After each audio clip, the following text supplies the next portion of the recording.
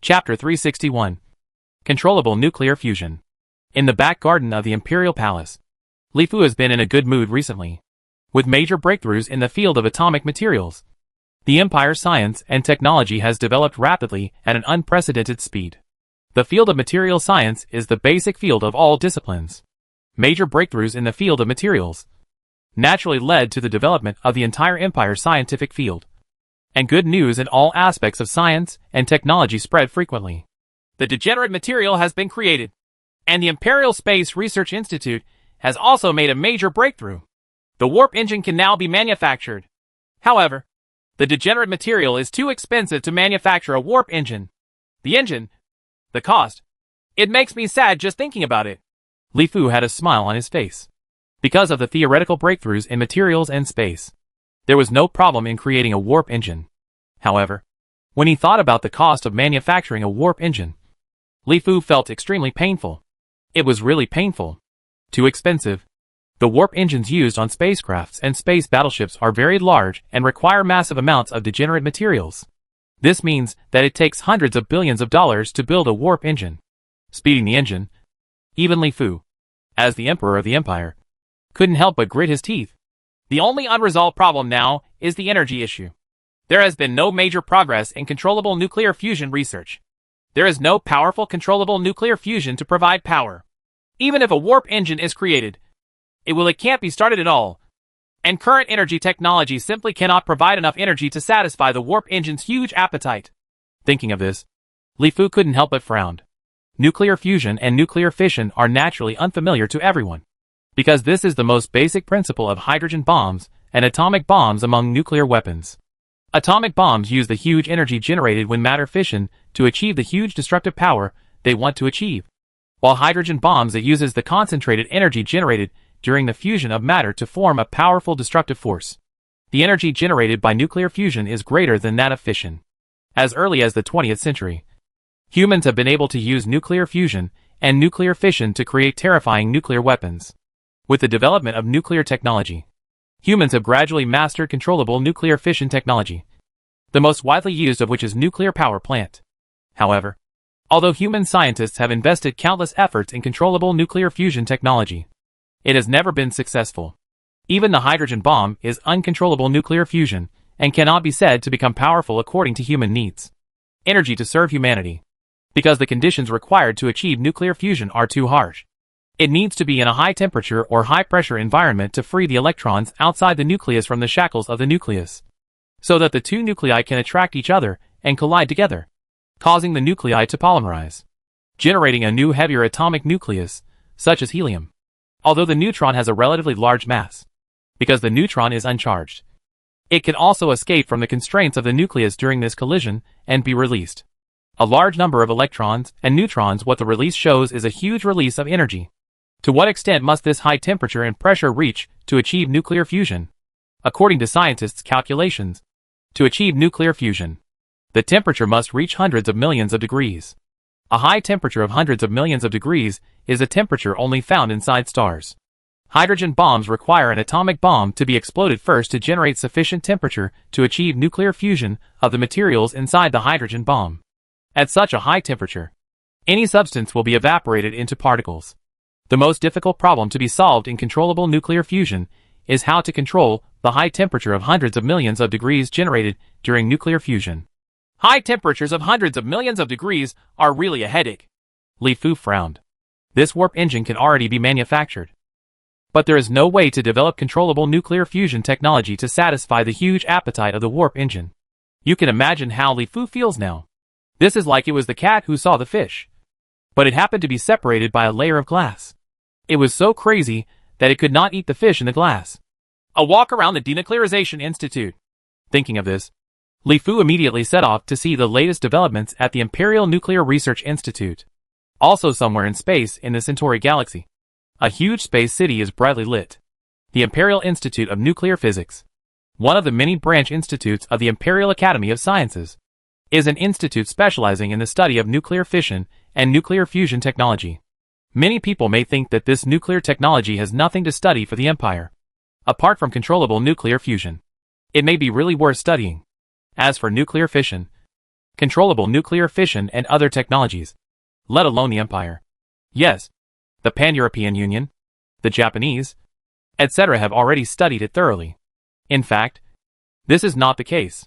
Nuclear technology is also a very profound technology. It is not just about nuclear fission. The current mainstream technology is to use heavy nuclei at the back of the periodic table to produce fission and release energy, such as uranium or plutonium. But what would happen if elements close to each other in the periodic table, such as iron, gold, silver, etc., could be used to perform nuclear fission? These technologies are also worth studying. The same is true for nuclear fusion. If iron elements are used for nuclear fusion, the energy released will definitely be more terrifying and terrible. Of course, for the current Imperial Institute of Nuclear Physics, the most important research direction is still controllable nuclear fusion technology. In the final analysis, nuclear fusion is actually using various methods to break away the extranuclear electrons from the shackles of the atomic nucleus, allowing two or more atomic nuclei to come together to cause nuclear polymerization to produce new nuclei with heavier mass. We have been trying to overcome the problem of hundreds of millions of degrees of high temperature generated during nuclear fusion for many years. Now we look at the problem in essence. In fact, it is not necessary to use high temperature and high pressure to achieve nuclear fusion. If we can free extranuclear electrons from the atomic nucleus at normal or lower temperatures, or use high-intensity and high-density magnetic fields to block neutrons or direct neutron output at higher temperatures, we can use more common, simpler devices produce controlled cold fusion reactions, while also making polynuclear reactions safer. In a conference room of the Institute, Imperial scientists wearing white coats were discussing the issue of controllable nuclear fusion technology. The Empire has continued to make significant developments in various fields, and warp engines can now be manufactured. It came out, but there was no way to provide the powerful energy needed for the warp factor. Therefore, during this period of time, Emperor Li Fu, President of the Imperial Academy of Sciences Chenbin, and senior members of the Imperial Academy of Sciences have also frequently visited the Institute of Nuclear Physics. As scientists at the Institute of Nuclear Physics, everyone is under great pressure, seeing other people's results pouring out like spring water. There has been no progress on our own side, which has seriously hindered the Empire's centenary plan. Everyone is also I couldn't sleep well and couldn't eat well. People strive to take a breath of Buddha and receive a stick of incense. They are all engaged in research, and no one is inferior to the other. The scientists here at the Institute of Nuclear Physics are also holding their breath and are bound to develop controllable nuclear fusion technology as soon as possible. At this time, on the podium in the conference room, a handsome and extraordinary young man was talking about the technology of cold nuclear fusion. He looked very young, but in the Empire, it is difficult to tell by looking at a person's size and appearance, because there are many different people. Even if people who are successful in power cultivation are very old, they still look very young. Our empire has been developing rapidly in the field of materials science recently. The creation of atomic materials relies on powerful magnetic energy technology. Since this magnetic energy can be used to create atoms, why can't we use it for cold nuclear fusion? We use high-density, high-intensity magnetic fields can also control neutrons and successfully achieve nuclear fusion reactions. The above is just my humble opinion. Please give me some advice. Li Wanzhou bowed slightly to everyone, and then slowly walked down the podium. As the eldest son of the Imperial Emperor and the eldest son of Li Fu, Li Wanzhou has attracted much attention since his birth. Of course, Li Wanzhou himself is also very outstanding. He became a scientist at the Imperial Academy of Sciences at a very young age. His main research direction is controllable nuclear fusion technology. Now he is one of the few top scientists in the field of imperial nuclear physics research. The cold fusion technology he mentioned is also a technology guessed by scientists. Different from thermonuclear fusion technology, cold fusion technology does not require hundreds of millions of tons of high temperature during nuclear fusion. The principles of nuclear fusion are the same. Thermonuclear fusion technology is realized by using high temperature and high pressure, while cold fusion technology is realized by using non-high temperature and high pressure technology. It is still difficult to draw a conclusion as to which of the two technologies is better currently, because the scientists of the Empire cannot come up with a way to overcome the hundreds of millions of degrees of high temperature generated during human nuclear fusion. Cold nuclear fusion technology has been put on the back burner, in front of everyone, especially with the emergence of magnetic energy technology. Cold nuclear fusion technology, which was only a conjecture at first, does not seem to be out of reach, and it is possible to realize it. Cold fusion technology? No one noticed that at the back of the conference room. Li Fu came in quietly, listening to his son Li Wanzhou talking about cold nuclear fusion technology. Li Fu couldn't help but nod slightly. Li Fu, who has the seeds of civilization, naturally knows that the Han Dynasty science and technology empire adopted thermonuclear fusion technology in its early days. But it was an opportunistic use of the Yuanli magic array to control the hundreds of millions of degrees of high temperature generated during thermonuclear fusion. However, as with the development of science and technology, cold nuclear fusion technology was gradually developed. The principles and methods are the same as what Li Wanzhou said. Chapter 362. Superpower. Time passed slowly and quietly like running water. In the blink of an eye, it was already 2150, the middle of the 22nd century. In the void somewhere in the Kuiper belt of the Imperial Centauri galaxy, the originally dark and silent void was now brightly lit. Huge spaceships illuminated everything around them. Countless small spaceships were constantly flying in these spaces. Huge spaceships were flying around, all with the Imperial Academy of Sciences logo on them. In a large spaceship, Li Wanzhou's face was full of excitement at this time.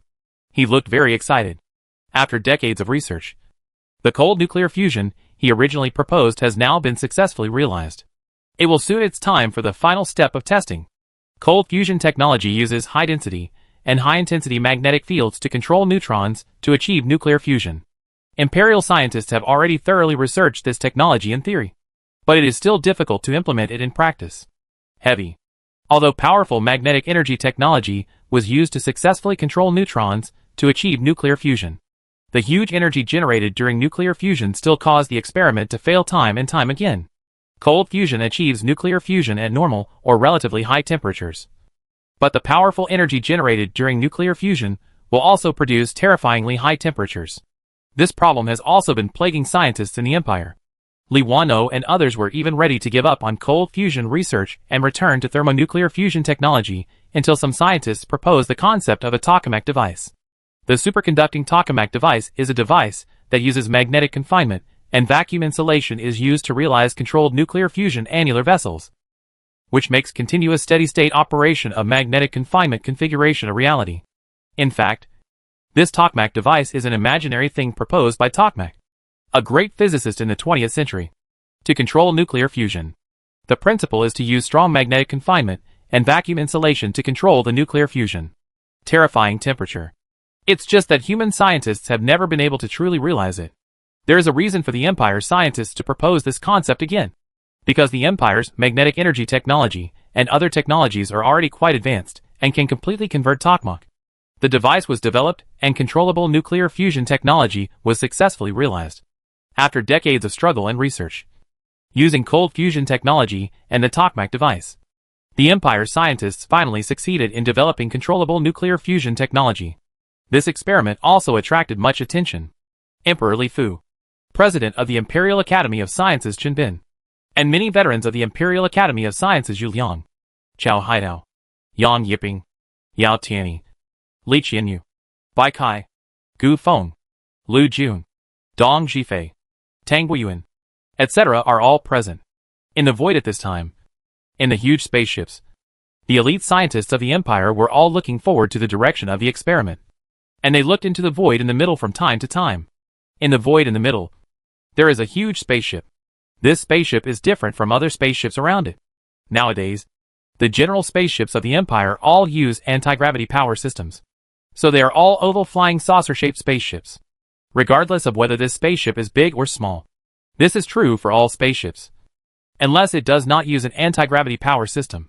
The shape of this spacecraft is a rectangular parallelepiped, with a length of more than 10 kilometers, a width of 5 kilometers, and a height of 3 kilometers.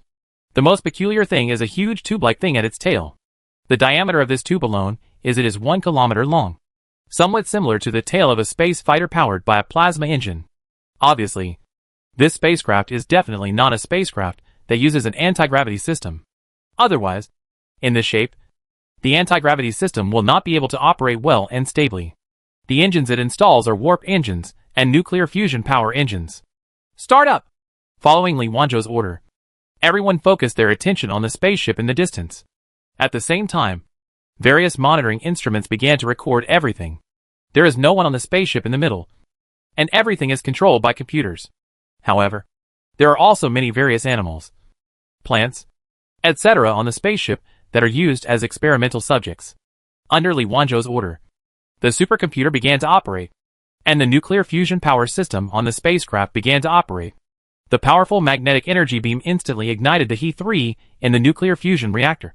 Because there is no neutralization in the nuclear fusion reaction using helium-3 protons, the thermonuclear reaction between helium-3 and deuterium will only produce non-radioactive protons. So using helium-3 as an energy source will not produce radiation, and will not cause harm to the environment. It is the most ideal nuclear fusion fuel. In the nuclear fusion reactor, the nuclear fusion fuel instantly began to produce terrifying energy, and the temperature began to rise rapidly, reaching a high temperature of hundreds of millions of degrees almost instantly. Such a high temperature would have been enough to melt everything. But at this time, the powerful magnetic field came into play, and coupled with the vacuum insulation design, powerful energy and high temperature were instantly ejected from the tail of the spacecraft in the set direction. A dazzling white beam shot out from the tail of the spacecraft, with a length of more than 100 kilometers, releasing extremely powerful energy. The originally cold void around it began to heat up rapidly due to the powerful nuclear fusion energy and high temperature. And it could even be faintly used fluctuations of energy are visible to the naked eye. At the same time, as the powerful white tail flame was ejected, the spacecraft with a mass of 10 billion tons also began to fly forward rapidly in the void. The speed of the originally stationary spacecraft began to soar rapidly. The soaring speed is far faster than that of a spacecraft using an anti-gravity power system. You must know that the mass of this spacecraft has reached 10 billion tons. According to the mass calculation, it is definitely a proper large spacecraft. However, driven by the powerful nuclear fusion power system, its speed soared very easily. It is estimated that in less than an hour, its speed reaches 1,000 kilometers per second. What a terrifying power! This acceleration is so powerful! Qin Bin looked at the rapidly accelerating spaceship in the void, and then looked at the acceleration calculated by the computer next to him, with a smile on his face. The nuclear fusion power system directly uses powerful energy as power to propel the spacecraft forward, without wasting any energy in the process. This does not mean converting nuclear fusion energy into electrical energy, and then converting the point energy into something that can be compared with other things. Yu Liang's eyes were also shining, as if he were seeing a peerless treasure, and he was carefully admiring the spaceship that was receding in the void. More power! On the other side, Li Wanzhou also looked at the data with satisfaction. It was similar to the data simulated by the supercomputer. There was not much difference. However, the nuclear fusion power system had just begun to operate, and it was only 1/10 of the power. As Li Wanzhou's order was conveyed, the tail flame at the tail of the spacecraft began to lengthen rapidly. Originally, it was just a tail flame of hundreds of kilometers. Slowly, the blazing white and dazzling tail flame began to turn into a 200-kilometer and 300-kilometer spacecraft. The speed also began to soar, and soon everyone's field of vision slowly became smaller, until there was only a dazzling light spot left, and there seemed to be left in the surrounding void the blazing white tail flames that had just been sprayed out. The heat left behind. Although the spacecraft slowly disappeared from everyone's sight, everyone could continue to track the traces of the spacecraft using the monitor. Everyone looked at the monitor, which was playing the status of the spacecraft's operation. Originally, I just wanted to use nuclear fusion power to provide enough powerful energy for the warp engine. I didn't expect that it would be so powerful when used alone as power. It is even better than the anti-gravity power system. Li Wanzhou was always paying attention to each piece of data, but he was constantly thinking in his mind. In fact, the performance of the spacecraft largely depends on the power system of the spacecraft. The anti-gravity power system is very powerful. There is no doubt about this. The anti-gravity power system currently mastered by the Empire can only be regarded as an introduction. Once the anti-gravity power system is fully understood, it will be very powerful. The nuclear fusion power system is an unintentional one. Originally, controllable nuclear fusion was only used to provide energy for the warp engine on the spacecraft. Scientists thought that it could also be used as a conventional power to propel the universe. The spaceship moves forward. In this case, the spacecraft can fly quickly in the normal void without installing an anti-gravity power system. And the design of the spacecraft does not need to be limited to an oval flying saucer shape.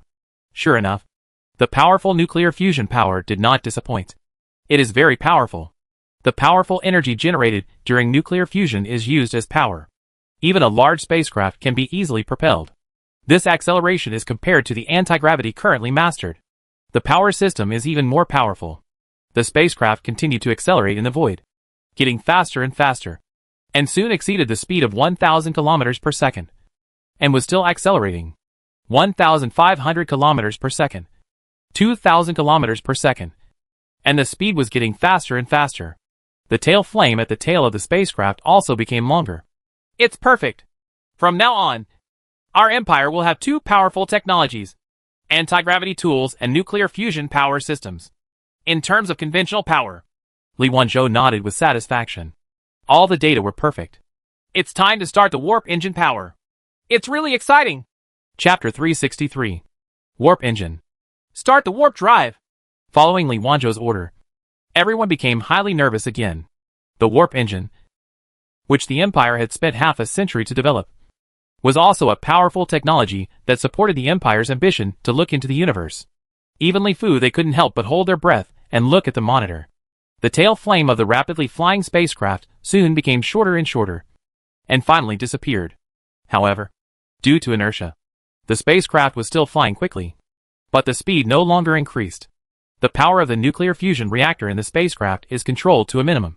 But even at the minimum, the powerful energy generated by nuclear fusion is still very terrifying. However, this time the powerful energy generated is not directly used to accelerate the spacecraft, but directly accelerates the energy is transferred to the warp drive.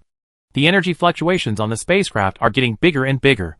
Through the monitor, you can clearly see that a powerful energy on the spacecraft is constantly accumulating. From behind, even in the void, there are faintly powerful energy fluctuations that continue to ripple in all directions. Come!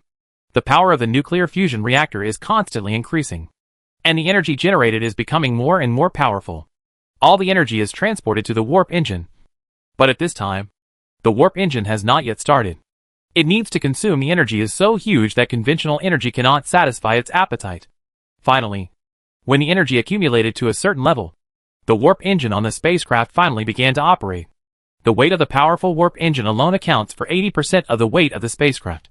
All are made of simple. The warp engine made of parallel materials is like an extremely powerful heart, which finally begins to beat, with the support of powerful and sufficient energy. In the originally dark void, no matter how fast the spaceship is, it actually looks like it is stationary. After all, compared with the vast universe, even the speed of light still seems very slow. Not to mention the spaceship. Compared with the speed of light, I don't know how much difference there is. In the pitch-black void, the originally calm void began to look like water, with waves of ripples. Circles of space fluctuations rippled in all directions. Up, down, left, and right. Space fluctuation? Everyone who saw this scene with their own eyes couldn't help but widen their eyes, for fear of missing this unforgettable scene. Scientists with research space wanted to find a trace of the fluctuations and ripples in this space. Inspiration. In the void around the spacecraft, the space fluctuations are getting bigger and bigger. This calm void is like being thrown into the water of a big stone. Circles of ripples can even be seen with the naked eye. Some meteorites in the void, asteroids and so on also began to rise and fall with the fluctuations of space, as if they were in this space. Finally, when the ripples in the space reached a certain level, the surrounding space began to fold. Just like a thin piece of tissue paper, it began to fold layer by layer, and the surrounding void seemed to be pulled. In general, it is constantly folding, pulling and twisting towards the center of the fluctuation. The powerful warp engine continued to operate, and increasingly powerful energy fluctuations and space fluctuations continued to ripple in all directions in the void. The nuclear fusion reactor inside the spacecraft also began to operate crazily, and more energy continued to flow, transported to the warp drive. Finally, when the space fluctuations reached a critical point, the space was torn apart like a membrane, revealing the colorful colors inside. These colors were exactly the same as those in the ocean currents of time and space. There was no difference at all, and they were equally brilliant. Also shines with a soul-stirring light. Ha ha! It was successful. The time and space channel was opened. Countless scientists had smiles on their faces. Some clenched their fists tightly because they were too excited, and some were watching everything happening in the void intently, for fear of missing every point. The principle of the warp engine is actually very simple. The only way is to fold space and artificially create a space-time ocean current between 2 points. Just because it is space-folded, the space-time ocean current is very short, so it can travel very quickly. You can reach another time and space across a vast distance in a short period of time. We are now half successful. Let's see if we can successfully construct a space-time ocean current. To be precise, it should be a space-time wormhole. Only by constructing a space-time wormhole can the spacecraft cross it in a very short time. Long distance. The scientists studying the warp engine began to become nervous one by one. They knew very well that it was not the time to be happy yet, because the real critical time was coming soon. In the spaceship, the power of the nuclear fusion reactor has reached 80%. The powerful energy generated by nuclear fusion is continuously transported to the warp engine. In order to open up time and space, a temporary space-time ocean current, space-time wormhole, is artificially constructed. Requires so much energy that it can only be satisfied by the energy generated during nuclear fusion. Everyone looked quietly into the void. The space had been torn apart, as if the colorful ocean camouflaged on the surface had been opened, exuding a fascinating colorful halo. But it was still different from the ocean currents of time and space. There was no the space-time channel appears. The fluctuations in the surrounding space spread further, and the vast ocean of time and space began to turbulence. It was as if there was a powerful force invisibly in the vast ocean of time and space. A dark and gloomy dot appeared. This small dot began to expand continuously, and soon the small dot becomes a huge space-time wormhole. Through this space-time wormhole, you can vaguely see the void on the other side. It is pitch black and gloomy, just like the surrounding void, without any difference. The space-time wormhole was successfully opened. The scientists studying the warp engine finally breathed a sigh of relief at this time. They used powerful energy to finally open the space-time wormhole. And because the folded space directly connected the temporary space-time wormhole constructed by 2 points, they could see clearly. To see the scene in the distant void, there is no doubt that through such a time and space wormhole, one can withstand the other side in a very short period of time. Fly in. Li Wanzhou did not hesitate and gave the order directly after the space-time wormhole reached a certain size. Being at the center of the fluctuations in time and space, the spacecraft received the order and flew directly into the space-time wormhole. Maintaining the space-time wormhole is very energy-consuming, and only by actually flying into it can we know whether the space-time wormhole can go smoothly against the distant void. Soon, the spaceship slowly disappeared into the space-time wormhole. As the spacecraft flew away, the space-time wormhole began to gradually become smaller without the support of energy, and the energy and space fluctuations in the surrounding void also began to gradually decrease. Calm down. Soon, the colorful ocean of time and space was once again covered up by the pitch-black void, and everything around him began to return to normal, as if nothing had happened. The void ahead was still rippling like water waves, but now it was as dark and gloomy as ever, without a trace of ripples, and everything returned to calm. I don't know if it was successful or not.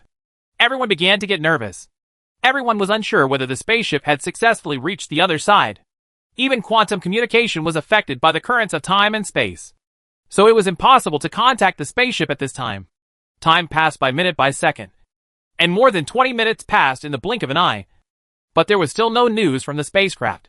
The atmosphere was very depressing, but everyone was still waiting patiently. Dee. Finally, a few minutes later, the spacecraft finally made contact with the control center again. The spacecraft successfully arrived in the distant void and began to actively contact the base camp according to the set procedures. Look where the spaceship is. We originally set the spacecraft to fly to the Hercules galaxy. Everyone couldn't help but looked over anxiously. The warp flight seemed to be successful, but how far it could fly at once was still very critical. At this time, in a void somewhere 5 light-years away from the Centaur galaxy, the spacecraft that was in the Centaur galaxy half an hour ago had all kinds of equipment turned on. The most important equipment was to detect the surrounding void, the starlight in it, and then determine its current position based on these starlight. Dee. Soon, based on the collected starlight and combined with the star map data in the computer, the supercomputer calculated the position of the spacecraft and the distance between the spacecraft and the Centauri galaxy. 5 light-years away from us, someone shouted loudly, and all the scientists couldn't help but cheer. It took only half an hour to cross a distance of 5 light-years. It can definitely be said that this warp speed flight was a success. Not to mention anything else. This speed alone far exceeds the ability to cross long distances through spacetime ocean currents. You must know that the distance between the solar system and the Centauri galaxy is only 4.3 light-years. But even if spacetime ocean currents are installed, it would also take several days for a sailing spacecraft to pass. What's more important is that the naturally formed spacetime ocean currents in the universe are prescribed and cannot be changed. But the warp engine can artificially construct a temporary spacetime ocean current, spacetime wormhole, between any 2 points. Through this spacetime wormhole, large distances can be crossed in a very short time. The universe is so big that we can run anywhere we want. Chapter 364. Interstellar Slave. In the first 50 years of the 22nd century, the Empire calmed down and concentrated on developing technology and researching warp engines. It kept a very low profile externally, and did not carry out any expansion. On several occasions, the Callan Empire even thought that the Empire was easy to bully, so attacked the Empire's border again, and was finally beaten to pieces by the Empire. Only after ceding territory and paying compensation did we realize how terrible the Empire was. The Empire has not continued to expand externally, but several countries, after the split of the original Earth Federation, are constantly expanding in the universe. The Pan-European Alliance, Japan, and the Canis Minor Federation are three forces that are also human beings. Over the past 50 years, it has been expanding externally. Among them, the ones that are expanding the most are the Pan-European Alliance and Japan. The Pan-European Alliance itself is very powerful. The forces it consists of are all European and American countries in the Earth Federation, such as the United States, the United Kingdom, France, Germany, etc., with large populations and advanced technology. When the Federation split, they also got the biggest piece of cake, with 2 galaxies and several huge fleets. They were very powerful. In the past few decades, the Pan-European Alliance has also developed very rapidly, and it has never stopped expanding externally, with the Victoria Galaxy and the Columbus Galaxy as its centers. In just 50 years, the Pan-European Alliance has now occupied 7 planets. Galaxy, with 10 living planets. Another country that is expanding very aggressively is the Japanese. The Japanese have always been ambitious. Since they monopolized the Beichuan Galaxy, they have tried every means to continuously develop technology and strengthen their strength. And they have continued to expand externally, with the Beichuan Galaxy as the center. Now there are 3 galaxies and 4 living planets, which is extremely crazy. As for China on this side of the solar system, although it is also powerful, because all the galaxies connected to the spacetime ocean currents around the solar system already have owners. Only the Lorne Empire can expand. However, the Lorne Empire has already built a powerful network near the spacetime ocean currents. Defense and heavily ambushed. The strength of China on Earth is not much stronger than that of the Lorne Empire. It is simply impossible to say that they will enter the Canis Major Galaxy and defeat the Lorne Empire. The Centauri Galaxy and the Aquila Galaxy belong to the Empire, and the Chinese people do not dare to do so. In the Shurtai era. As for the preparations for the Canis Minor Galaxy, it was originally occupied by some relatively powerful countries in the Earth Federation, such as ASEAN, African Americans, South Asians, etc. Its strength cannot be underestimated. Not to mention that it is also a human civilization. So it is naturally impossible to talk about the expansion of the Canis Minor Galaxy. And it can only stay in the solar system helplessly. Of course, China is now closely connected with the Empire, and countless Chinese people have choosing an immigration empire can be regarded as a kind of expansion. As for the Federation here in the Canis Minor Galaxy, although there are several powerful countries, the forces formed here are too complex. Many of them are still pig teammates. More than 50 years have passed, and there has been no progress in strength. There are constant internal conflicts. It doesn't have much energy to expand externally, but it has also expanded a galaxy externally. After 50 years of expansion, it can be said that the surrounding starry sky is already under the control of human civilization. But as the scope becomes wider and wider, it finally begins to come into contact with the powerful civilization on the sub-spiral arm of the Orion spiral arm. The Chiuyun Galaxy is 10.2 light-years away from the Beichuan Galaxy. It was not originally called the Chiuyun Galaxy. It was renamed the Chiuyun Galaxy after the Japanese occupied this galaxy. The Japanese centered on the Beichuan Galaxy. In just 50 years, several galaxies around the Beichuan Galaxy fell under the rule of the Japanese one after another. The Japanese were also very lucky. There were no encounters in these galaxies at all. I saw some powerful civilization and took it down easily. At this time, on the Chiuyun star, the vast army of immigrants is constantly building their new home on this planet. They have comprehensively studied and referred to the Yin Huang Empire's external expansion system. And the Japanese have also formulated corresponding policies. The Interstellar Colonization Act. Immigrating to a new galaxy can also obtain a good land. Pa! You bunch of pig-like slaves! Work quickly! If you don't finish the work on time, I will kill you all! On Chiuyunqing, several Japanese held whips in their hands and kept beating a group of indigenous slaves. Each of these indigenous slaves was tall, more than 2 meters tall, with very strong muscles. They were dressed in very simple burlap. Some he even worked naked and barefoot. As human civilization continues to expand, more and more galaxies have come under the control of human civilization. The civilizations on many planets are still in their very initial stages. Whether they are Japanese or people from the Pan-European Alliance, they can easily conquer these primitive natives. The Japanese and the Pan-European Alliance did not ban slaves like the Empire.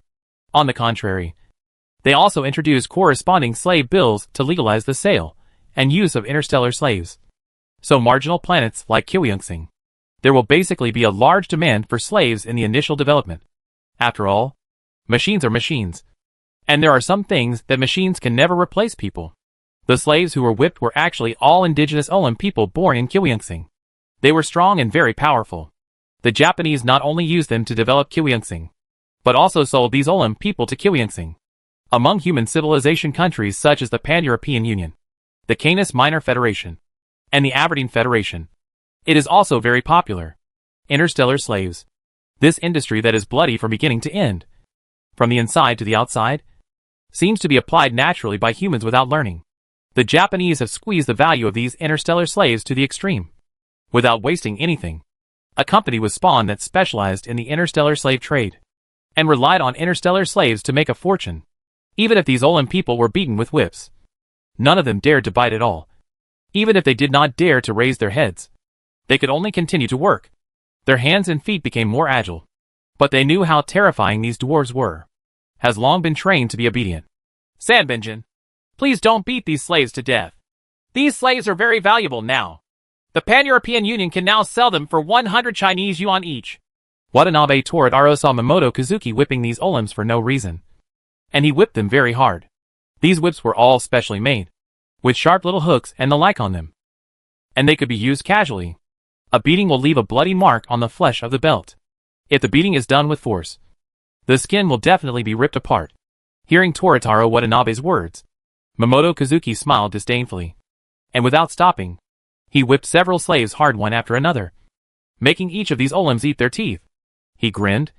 His skin was torn, and his strong muscles were beaten with blood. But he didn't dare to make a sound, let alone resist, because he knew that if he made a sound or resisted, he would probably be beaten to death. Watanabe-kun, you just came from the Kitagawa galaxy not long ago. You may not know that these lowly Olams are all very strong. Just like cattle. There is nothing wrong with being beaten casually like this. You have to whip them every day to make them work harder.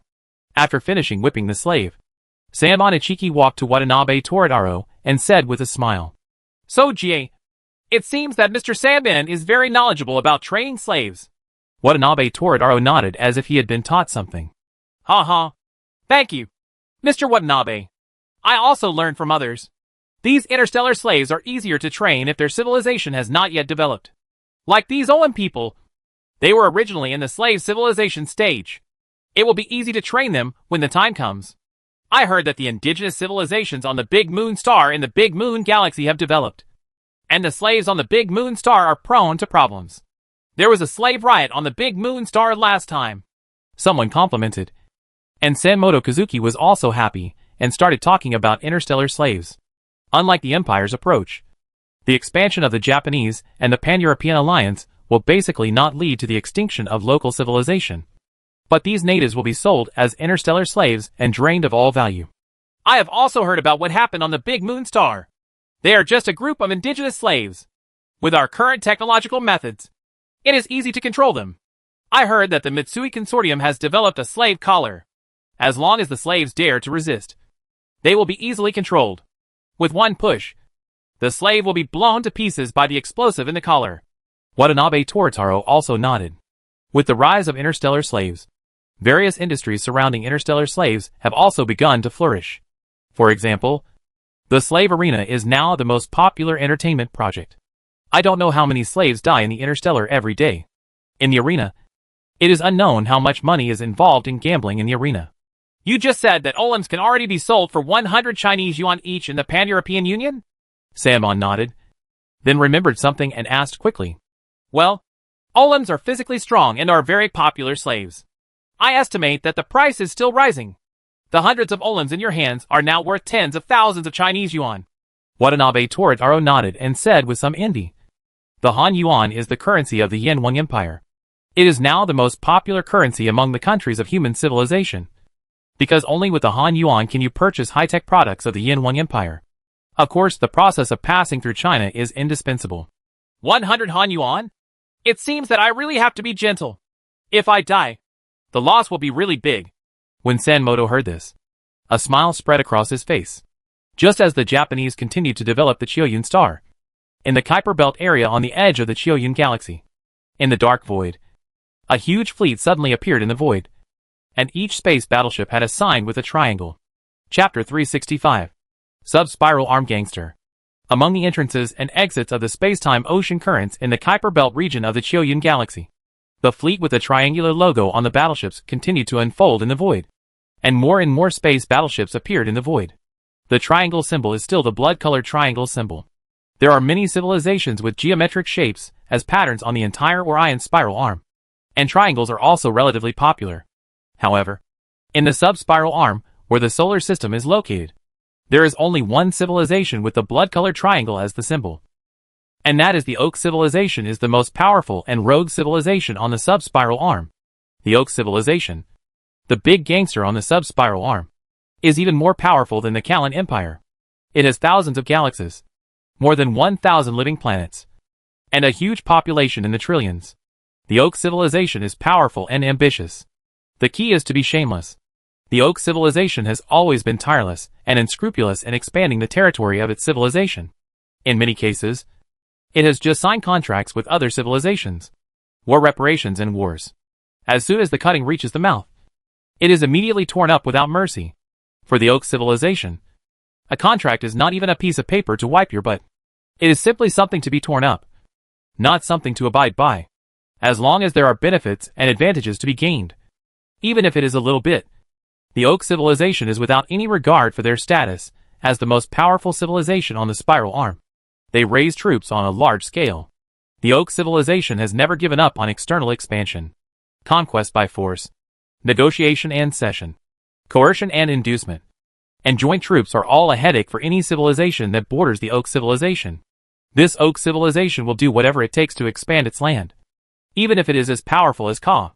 The Lan civilization also had a big headache for the Oak civilization, and had to deploy heavy troops in the galaxy bordering the Oak civilization to avoid suffering losses. But even so, the Oak civilization will have to test and fight every now and then, as long as the strength of the Oak civilization improves, such as some technological weapons, powerful space battleships, etc. The Oak civilization will not give up its expansion. Land. At this time, the Oak civilization fleet in the Chiyoyun galaxy slowly revealed its full presence, including 10 large space battleships, 100 medium-sized space battleships, thousands of small space battleships, as well as space fighters, combat spaceships, etc. Countless others. This is a standard Oak's army. The powerful Oak civilization has hundreds of such fleets alone. And this army with the blood-red triangle logo is a fleet specifically used by the Oak civilization for external expansion. Haha. We finally arrived in the Void Galaxy. I hope the civilization here can be stronger. In this case, at least we can have a good fight. It's so boring to play with primitive natives all the time. On the largest space battleship, Marshal Aldrich, president of the Oak civilization Aldrich fleet, was tasting the delicious Nicker blood while looking at the dark starry sky outside. The people of the Oak civilization are very warlike and eager to meet powerful opponents. Similarly, the Oak civilization has no mercy for the weak. The Oak civilization has liked to eat blood since ancient times, defeating its opponents fiercely and drinking their blood. This has long been a tradition among the Oak civilization. Before the ancient Oak civilization developed, they all drank the blood of their own oaks. In the interstellar era, They naturally like to drink the blood of the conquered civilizations. Among them, what I like the most is the blood of nickel. TSK. TSK. This nickel blood is really the most delicious food. It is ruddy in color and sweet in taste. It's a pity that there is too little. Shaking the blood in the cup in his hand, Aldrich seemed a little reluctant to drink it. When the Nichilians were conquered, they resolutely resisted, and the population dropped sharply. In addition, because of the blood of the Nichilians, it is very in line with the taste of the Oak civilized people. So the number of Nichol stars suddenly became very rare. That is, some Nichol stars were kept in captivity in the hands of some big forces. Aldrich is similar to other Oaks. He is not very tall, only 1.6 meters. The exposed parts of his body from the clothes are covered with snake-like scales, which exude a silky luster under the light. The eyes on his head are triangular. Yes, the pupils are like cold-blooded animals, occasionally flickering with a frightening cold light. The corners of his slightly smiling mouth reveal a row of small and sharp teeth, which are like jagged teeth, making people shudder at the sight. The face has no eyebrows and is very smooth. There is a triangular blood-colored scale in the middle of the forehead, which is very strange. Race. Commander, we discovered civilization. I didn't expect that the technological level of the indigenous civilization in this galaxy is not low. There is a fleet flying over us at a rapid speed. Oster, the deputy commander of Aldrich's fleet, walked over with a smile on his face. He looked a little excited, and the warlike gene in his bones began to give him a strong fighting spirit. Oh, how is the strength of their fleet? When Aldrich heard this, he drank the blood in the cup in his hand and became energetic. Not bad. There are 5 medium-sized space battleships, 20 small space battleships, and millions of space fighters, which can barely give us a warm-up. Oster had a thick smile on his face and looked very relaxed. The opponent didn't even have a large space battleship, so there was nothing worth paying attention to or fearing. He could take down the entire galaxy very easily. No large space battleships? When Aldrich heard this, his triangular eyes shone slightly with a cold light. No. It seems to be similar to what we expected. The closer we get to the dark abyss, the weaker the civilization becomes. It's not easy to encounter a civilization that doesn't even have a large space battleship. But that's okay. The children under my command can less sacrifice. Aldrich nodded happily. Although the Oaks are warlike, it does not mean that the Oaks will not fight to death. War has been accompanied by death since ancient times. If he encounters a powerful civilization, Aldrich will also have to weigh it. Wade. We can easily deal with him. And soon we will be able to taste a new kind of blood. I hope it won't be too unpleasant. Oster also had a smile on his face. Compared with the relaxed appearance of Aldrich and others, the Japanese were in chaos in the Chiyoyun galaxy at this time, and a powerful fleet appeared in the Chiyoyun galaxy. Baga! Where did it come from? This fleet is too powerful. There are 10 large space battleships, 100 medium-sized space battleships, and thousands of small space battleships. Even the most powerful Royal Legion of the Yin Huang Empire is not like this.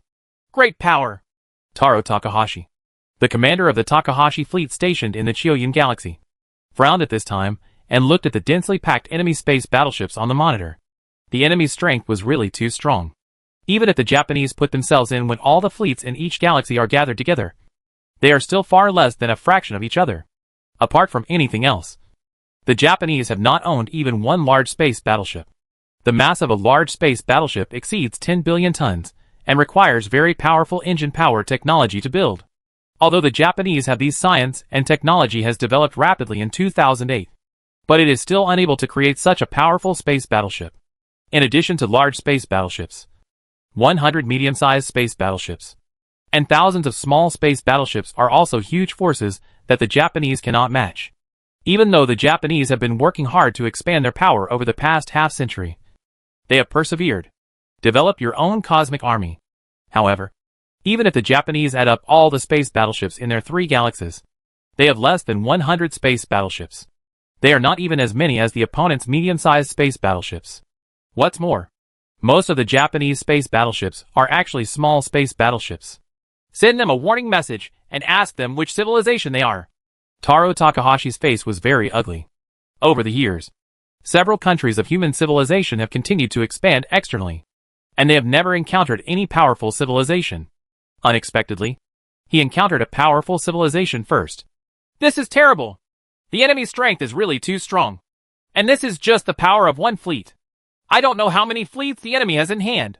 However, no matter what, as a soldier of the Japanese Empire, I will never back down. I must buy time for the retreat on Chiyoyun Star. Of course, it would be best if we could avoid war with the other party. In his mind, Taro Takahashi thought carefully, but he didn't have any confidence in his heart. As soon as the enemy's huge fleet spread out in the void, Taro Takahashi knew very well that the power in his hand was not enough to crush the opponent's teeth. This is the territory of the Empire of Japan. Visitors are asked to inform themselves of their identity and purpose. Otherwise, they will be regarded as an invasion of our Empire of Japan and will be attacked by us. Infinite radio waves advanced rapidly in the void, issuing warnings to the Oak Civilization's fleet over and over again, using many languages, including Chinese. Ha, Commander. They sent us a warning, asking us to report our identities, otherwise it will be regarded as an invasion of them. And they also said they would launch an attack on us. Soon, Astra received the warning sent by the Takahashi fleet. The technology of the Oak Civilization was obviously easy to decipher in a short time. Astra had a thick smile on his face. Obviously, I didn't take the Japanese warning to heart. Ha. Tell them that we are the Great Oak Civilization, and we are here to invade them. Chapter 366. Become a slave yourself. In the void of the Chiyoyun Galaxy, the mighty Oak's army was fully deployed in the void. The Japanese Takahashi fleet was like an egg hitting a stone. In just one wave, the Takahashi fleet was transformed into the void. Balls of flames. The difference in strength between the two sides is too great. In the outer space of Chiyoyunching, the spaceships and space battleships of the Aldrich fleet surrounded the entire planet. In space, all the Japanese space buildings, space factories, space farmland, etc. have been completely destroyed. From time to time, there are also space fighter planes chasing the escaping spaceships in the void. What a beautiful planet! Aldrich looked at the beautiful blue planet in the void with a smile on his face. Catch everyone on this planet. Interstellar slaves are very valuable. Aldrich took a sip of the blood in the cup, and all he thought about was money. The Oak Civilization was also a country where interstellar slaves were prevalent. Interstellar slaves were very popular in the Oak Civilization, especially those races that could provide delicious blood, which were of little value. Faye, as the commander-in-chief of the Oak Civilization's external expansion, Aldrich also had very close contacts with countless slave traders.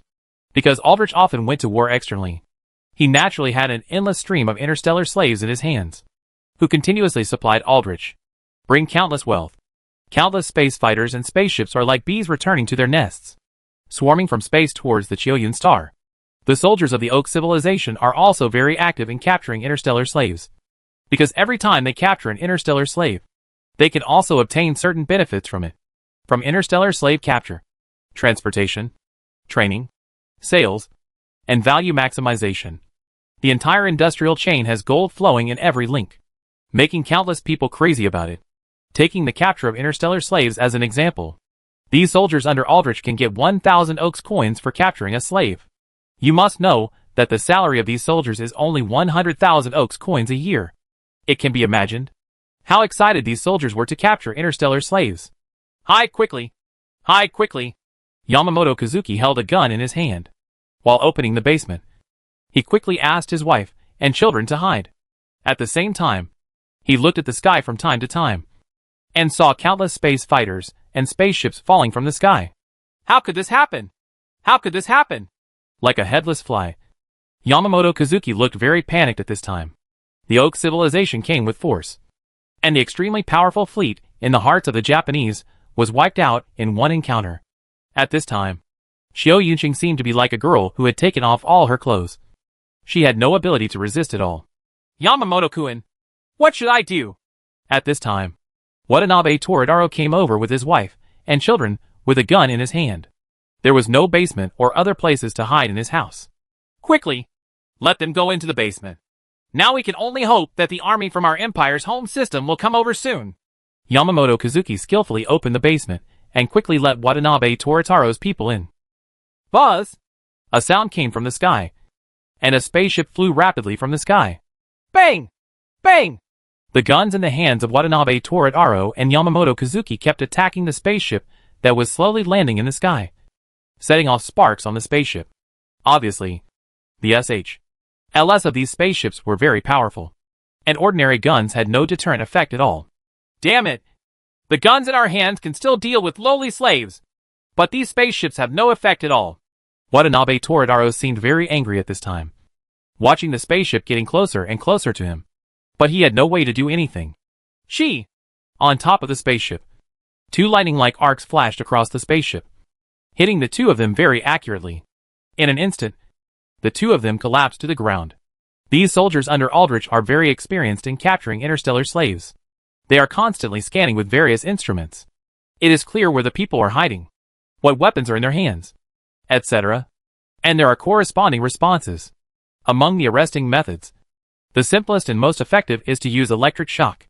The electric shock will not kill these interstellar slaves, but also make them lose their resistance.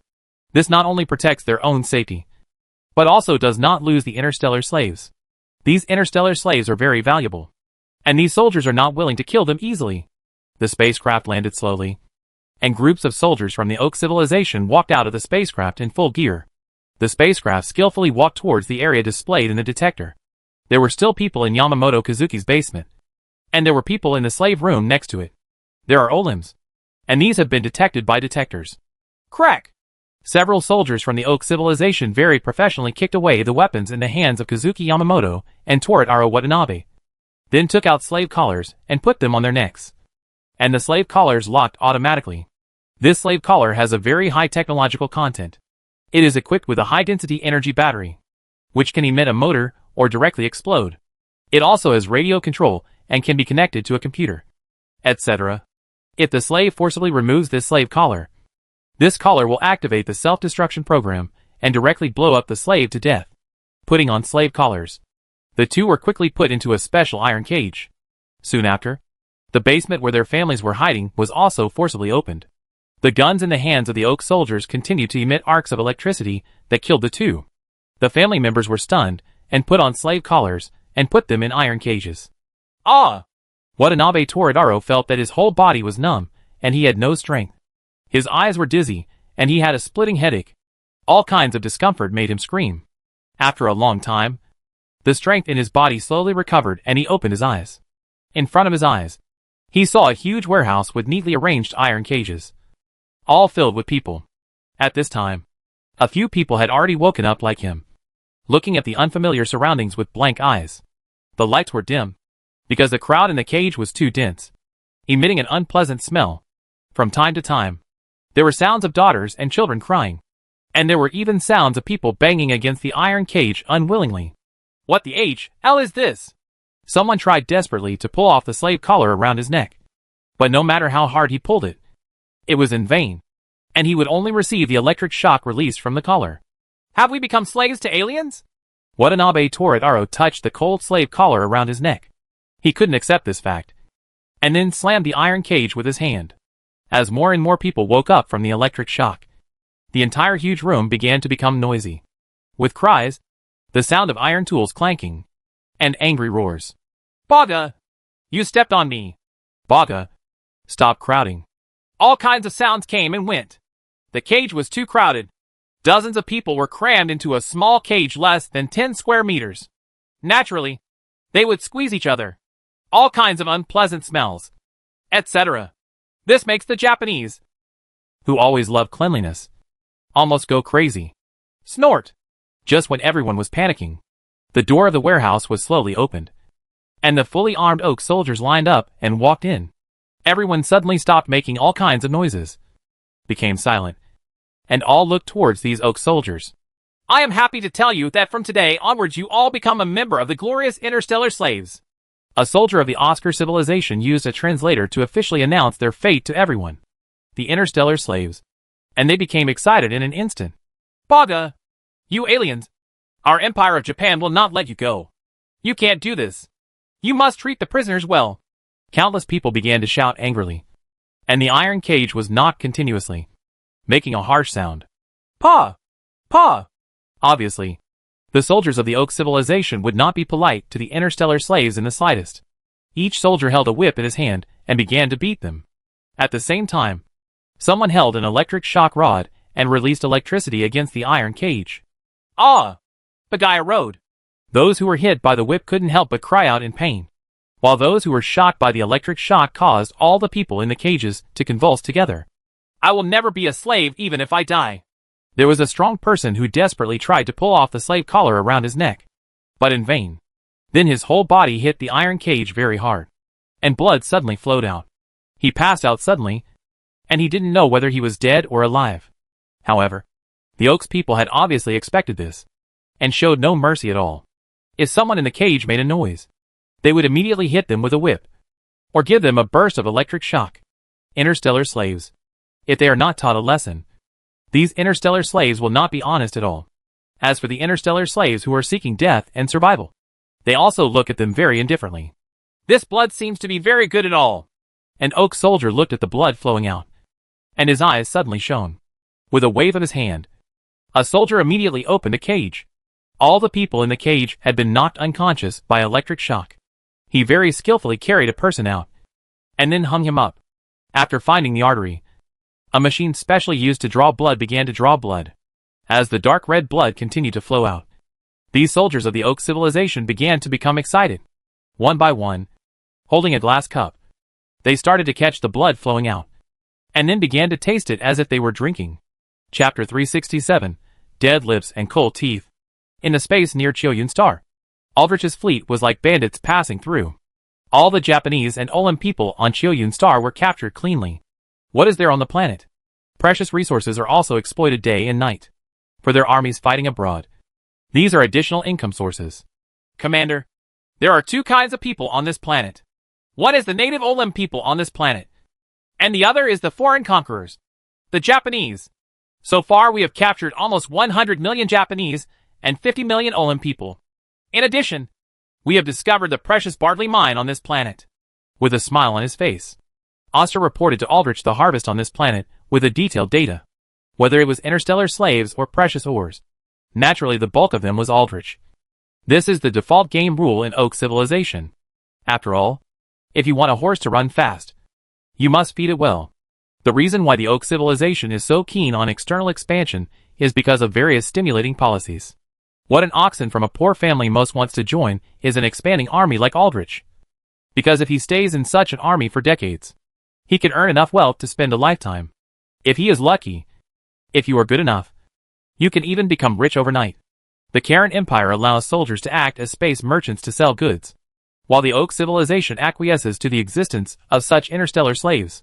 In short, it is a policy to stimulate the desire of its own civilization to expand externally. Why is there only so little? Not even 200 million interstellar slaves? Aldrich frowned slightly. The population on a planet is often in the billions, or even tens of billions. Now it is less than 200 million. This is obviously too few. Because this planet just fell under the rule of the Japanese more than 10 years ago. They trafficked most of the Olim people away, and their own immigrant population was still small. So there were only less than 200 million interstellar people. Slave. However, this Japanese blood is quite good, comparable to the blood of the Nicol people. I think those stingy interstellar slave traders must be willing to pay a high price to buy it, Oster explained while bringing up a cup of fresh and still hot blood. This is fresh blood we have just obtained from the Japanese. Commander, you can try it. It tastes quite good. Oh! When Aldrich heard this, he immediately showed a surprised smile, took the cup handed over by Oster, shook it gently a few times, then closed his eyes, smelled the fishy smell of blood, and then he took a small sip slowly and leisurely. Soon, his triangular eyes suddenly narrowed in enjoyment, and he took a few sips in succession. TSK. Top-notch delicacy. This color, this fragrance, this texture. I think it is a level higher than the blood of the Nicol people. Ha ha. We are rich. Aldrich is obviously an expert. After some appraisal, everyone laughed happily. The blood of the Nicol people is worth gold in the Oak civilization. Only the truly rich and powerful people can drink it, because the Nicols are too rare. There are less than 500,000 surviving people, and it is simply impossible to meet the needs of the entire huge Oak civilization. Now a new race has been discovered, and the blood is more delicious than the blood of the Nicol people. The key is that the number is still very large, and Aldrich seems to see countless bills flying towards him.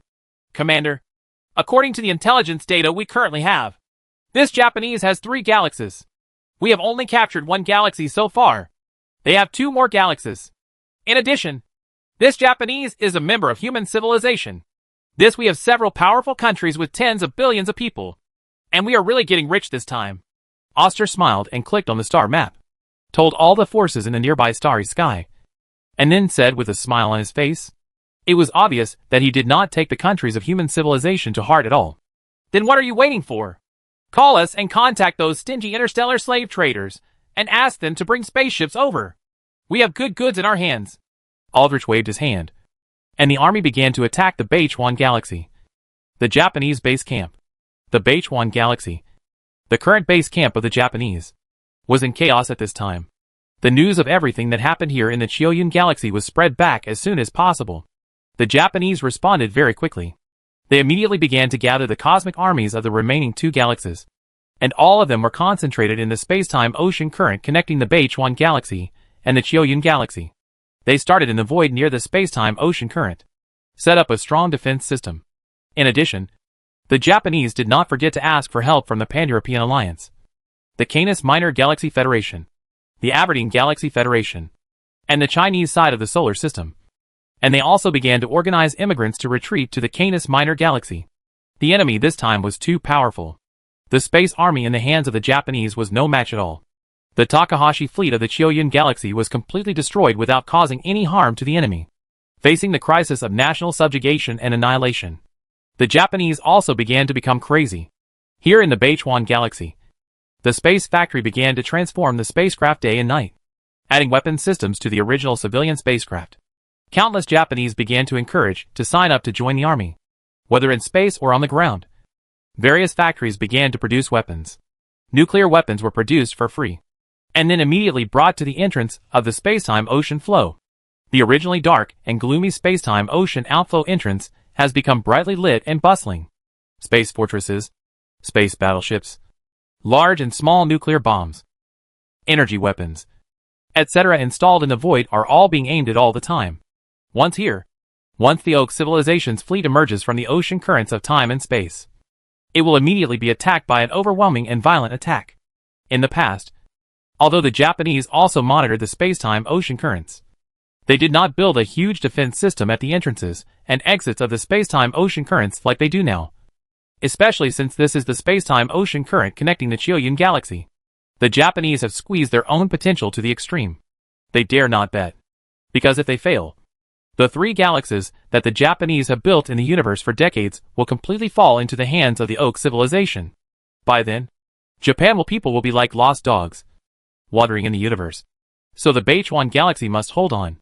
In a virtual universe, Japanese Prime Minister Jiro Kato seemed very anxious at this time. Bad news came one after another. The Japanese on Chiuyun Star were almost all captured by the people of Oak civilization.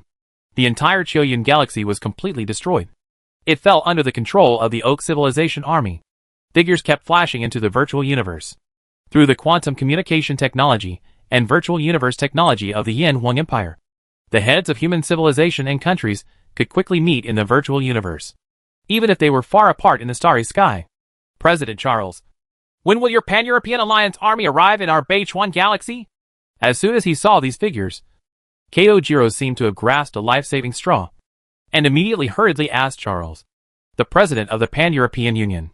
Our army is mobilizing from the Victoria Galaxy and the Columbus Galaxy. As you know, we still need to transit through the Canis Minor Galaxy before we can reach the Beichuan Galaxy. So you must hold on to the first wave of attacks from the Oaks Empire. Charles also nodded in understanding. At this time, he was already at the point of despair. Almost all countries in the original Earth Federation chose to send troops to support the Japanese without hesitation.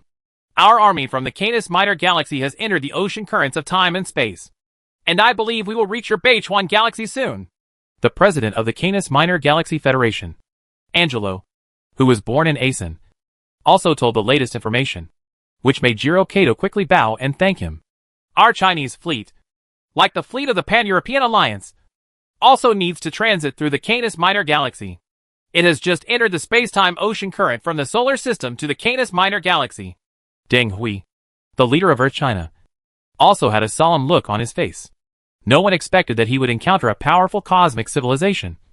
10 large space battleships, 100 medium-sized space battleships, and thousands of small space battleships. So powerful the fleet cannot be defeated by everyone together. Therefore, we must rely on the advantages of local combat and contain the enemy here with the entrance and exit in time and space.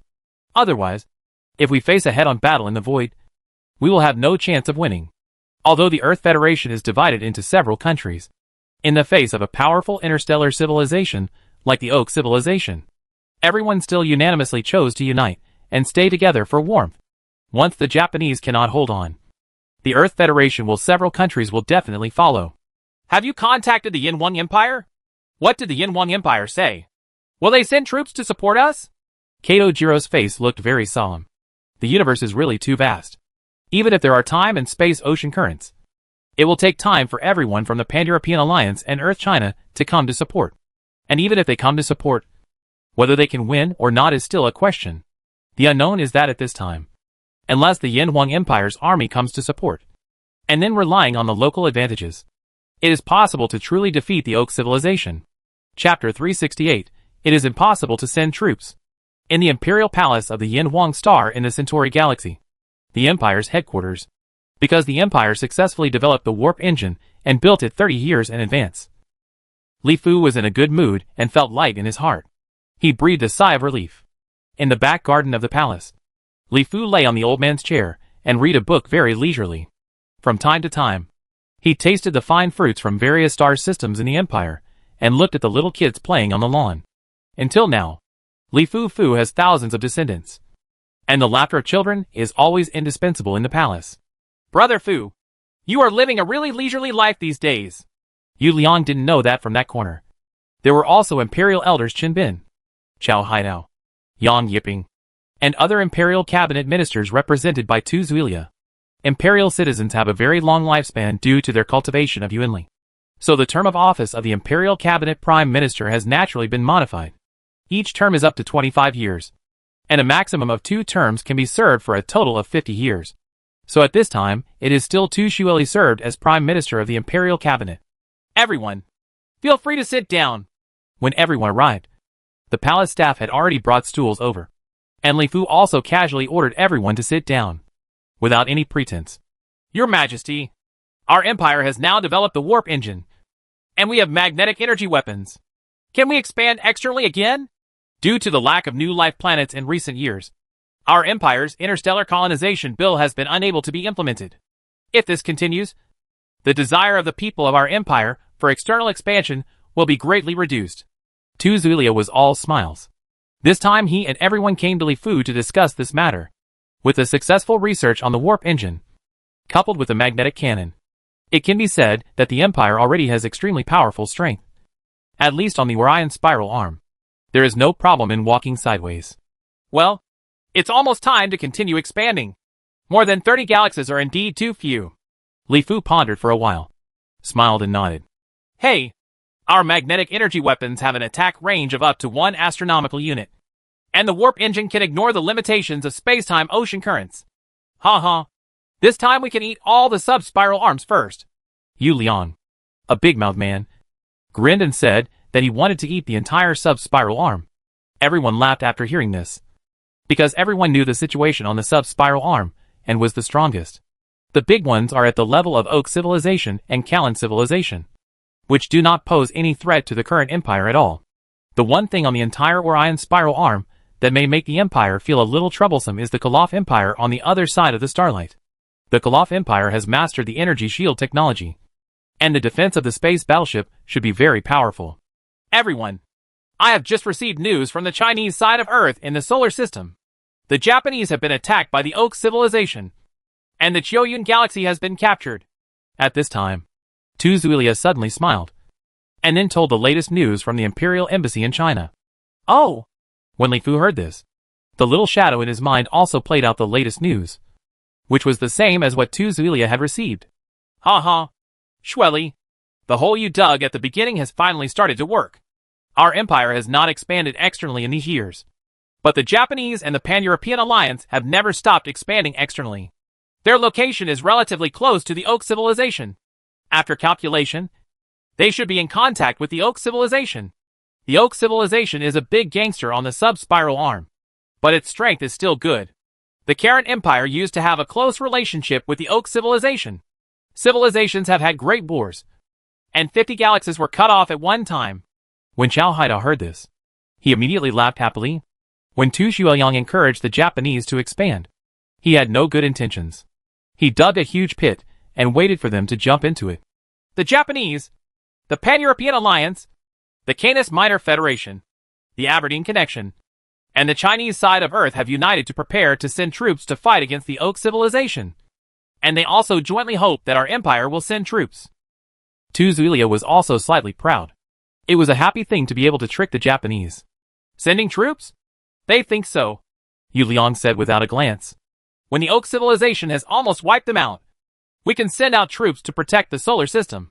For now, it's better for us to just watch the excitement. Li Fu smiled softly.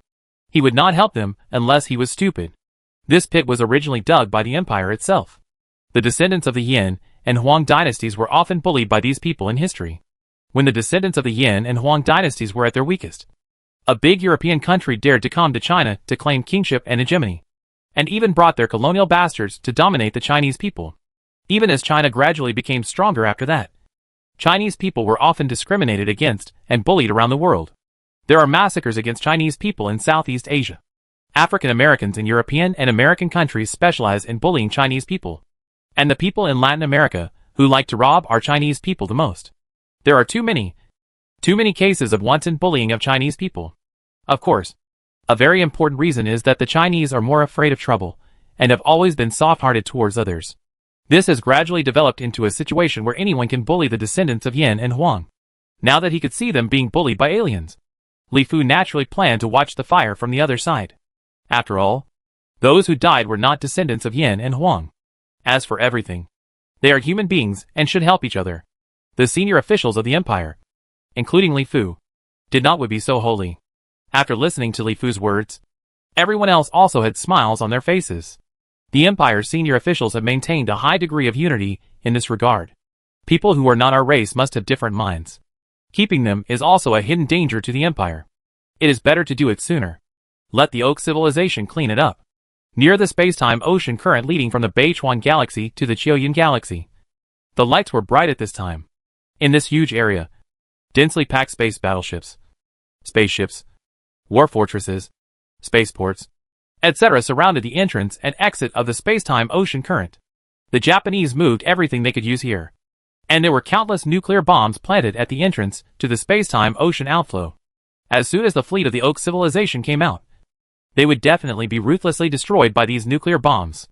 Even though they have the advantage of fighting on the ground, and have deployed layers of defenses and heavy troops at the entrance to the space-time ocean outflow, the Japanese still don't have the slightest confidence at this time, because the opponent is really too powerful.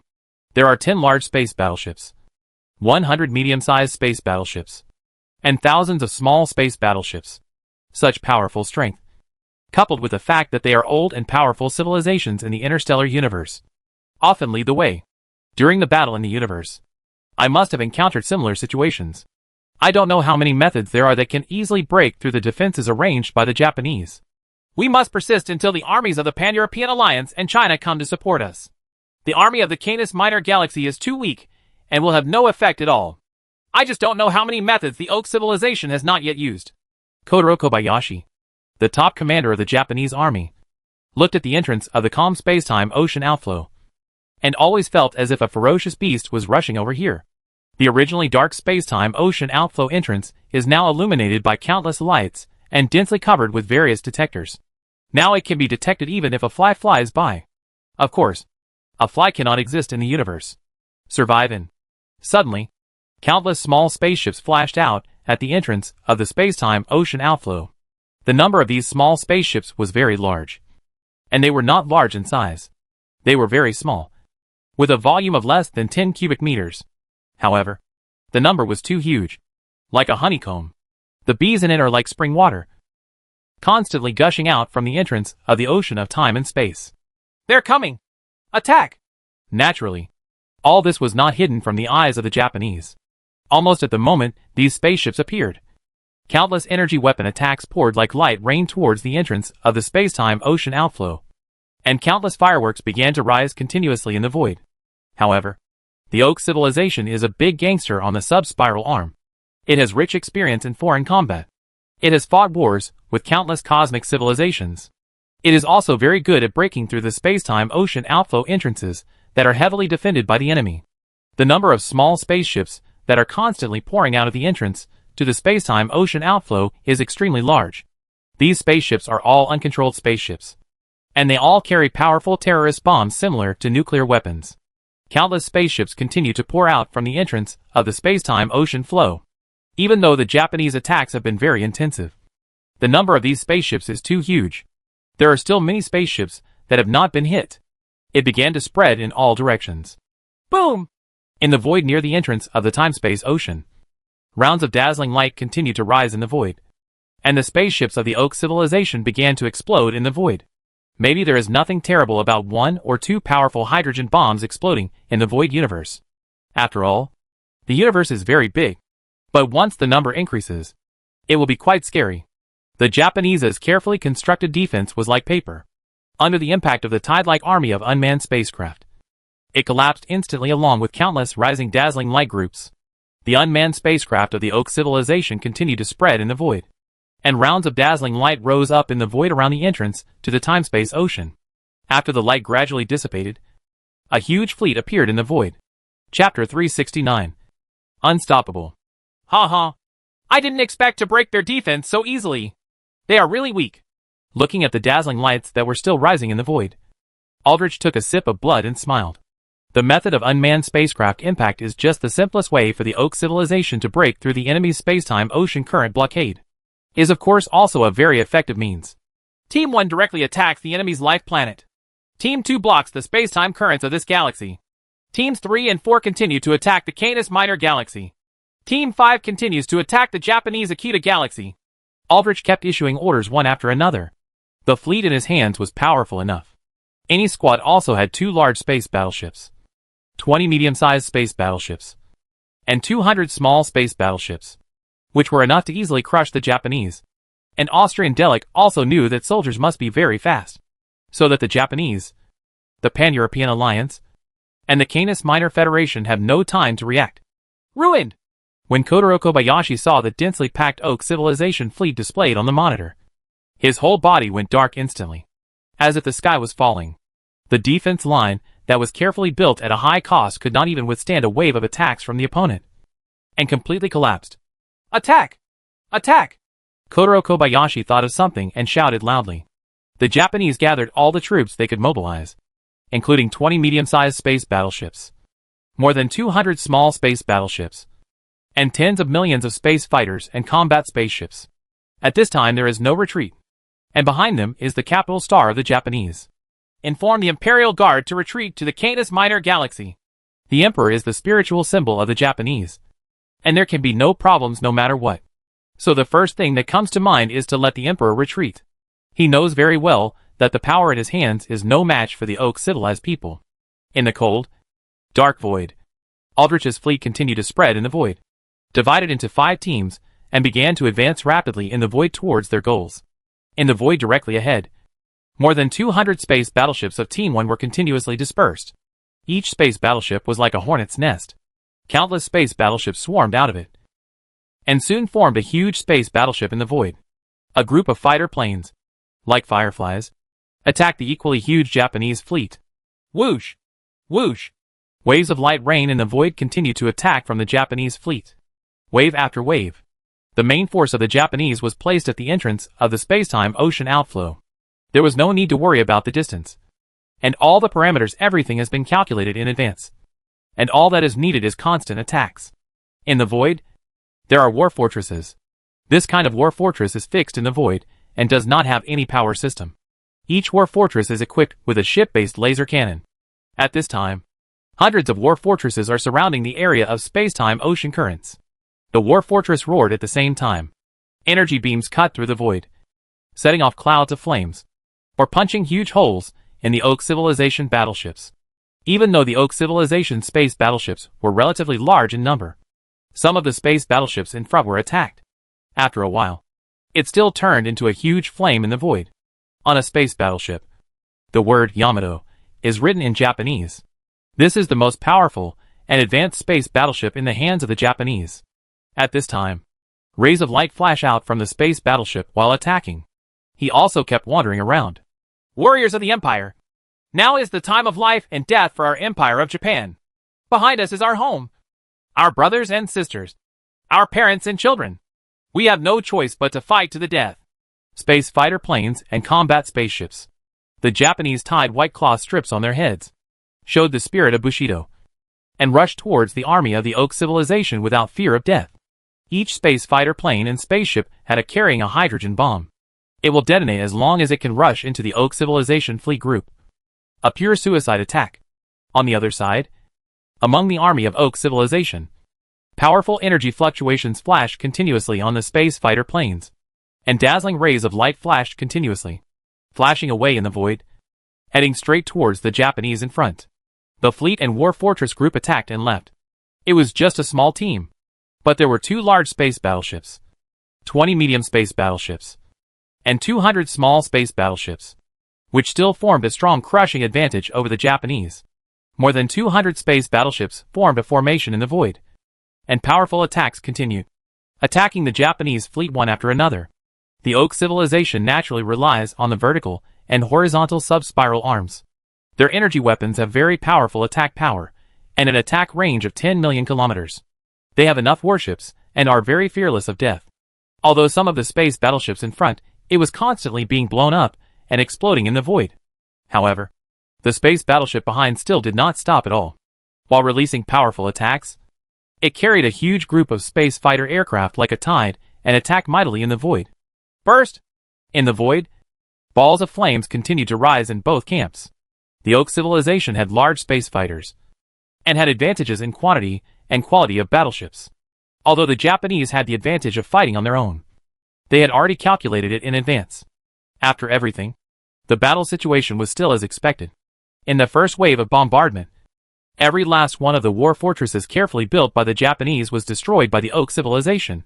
In the second wave of attacks, the Japanese main fleet and space battleships, including the Yamato, were destroyed. There was not much left. The third wave of attacks completely destroyed the Japanese main fleet, leaving only a huge group of space fighter planes and a group of combat spacecraft. The Japanese still have great expectations for the space fighter group. The Japanese spent a lot of money to send their space fighter pilots to the Chinese side of the solar system. They used virtual machines to conduct a lot of training in the virtual world, and their combat capabilities should be very powerful. However, as soon as the space fighter groups of the two sides came into contact, the Japanese discovered that the level of the Oak civilization space fighter aircraft was also very high. In addition, the Oak civilization space fighter group was also very large, with tens of millions of huge clusters constantly flying in the void. Started fighting. The Oak civilization may not have a virtual world to train its army, but Aldrich's fleet is a veteran force that has experienced many wars. They are all aces who have survived actual combat. In addition, the Oak civilization has researched and explored a powerful fighter attack formation. The battle between the two sides' fighter groups unfolded in the vast void. As bursts of light rain continued to flash in the void, countless flames continued to rise. Although the Japanese fighter groups were not afraid of death, they still changed. Can't control the situation. Burst! A dazzling light rose in the void, like stars being continuously ignited. The Japanese space fighter fleet began to launch suicide attacks, and the hydrogen bombs carried on the fighter planes and spaceships began to explode in the void. Such terrifyingly powerful nuclear weapons are very limited in space. The vast void swallows everything, as long as they are not too close. These hydrogen bombs will not have much effect at all. After all, these spaceships and universe's fighters and space battleships are very fast, like a fireball annihilated by the waves. The resistance of the Japanese is getting smaller and smaller. All the space battleships have turned into wreckage and are floating in the void. A few space fighters and combat spaceships are still resisting. It just quickly turned into a spark and disappeared in a flash. The void gradually returned to calm, and Aldrich's Team 1 continued to fly rapidly in the void towards the inner circle of the Beichuan galaxy. There was a living planet in the inner circle, and there were countless Japanese. These were precious with wealth. Countless Oaks people are already fantasizing about the happy scene of capturing interstellar slaves. As for the Oaks who died in the war just now, they are not sad at all. The Oak civilization can be invincible because of this spirit. The Oak civilization has enough territory and a sufficient population. This small loss is even for Audrey. It is completely acceptable to the Chi fleet. More than 100 space battleships were completely turned into space garbage in the fierce battle just now. And 2 large space battleships were also riddled with holes. Fortunately, the Japanese energy weapons have limited attack power, and they can be repaired later. It continued to be put into use. And as for the death of millions of soldiers, this was even more insignificant. The population of the Oak civilization was calculated in trillions. And some people wanted to join the army of the Oak civilization. In the void of space leading to the Canis Minor galaxy, the last fleet of the Japanese, 5 small space battleships, were flying rapidly in the void. The Emperor of Japan, major political figures, large chaebols, etc. were among them. And they started. Escape. As long as the Emperor of Japan is still there, the Japanese still have many descendants in several other countries. And they can be organized soon.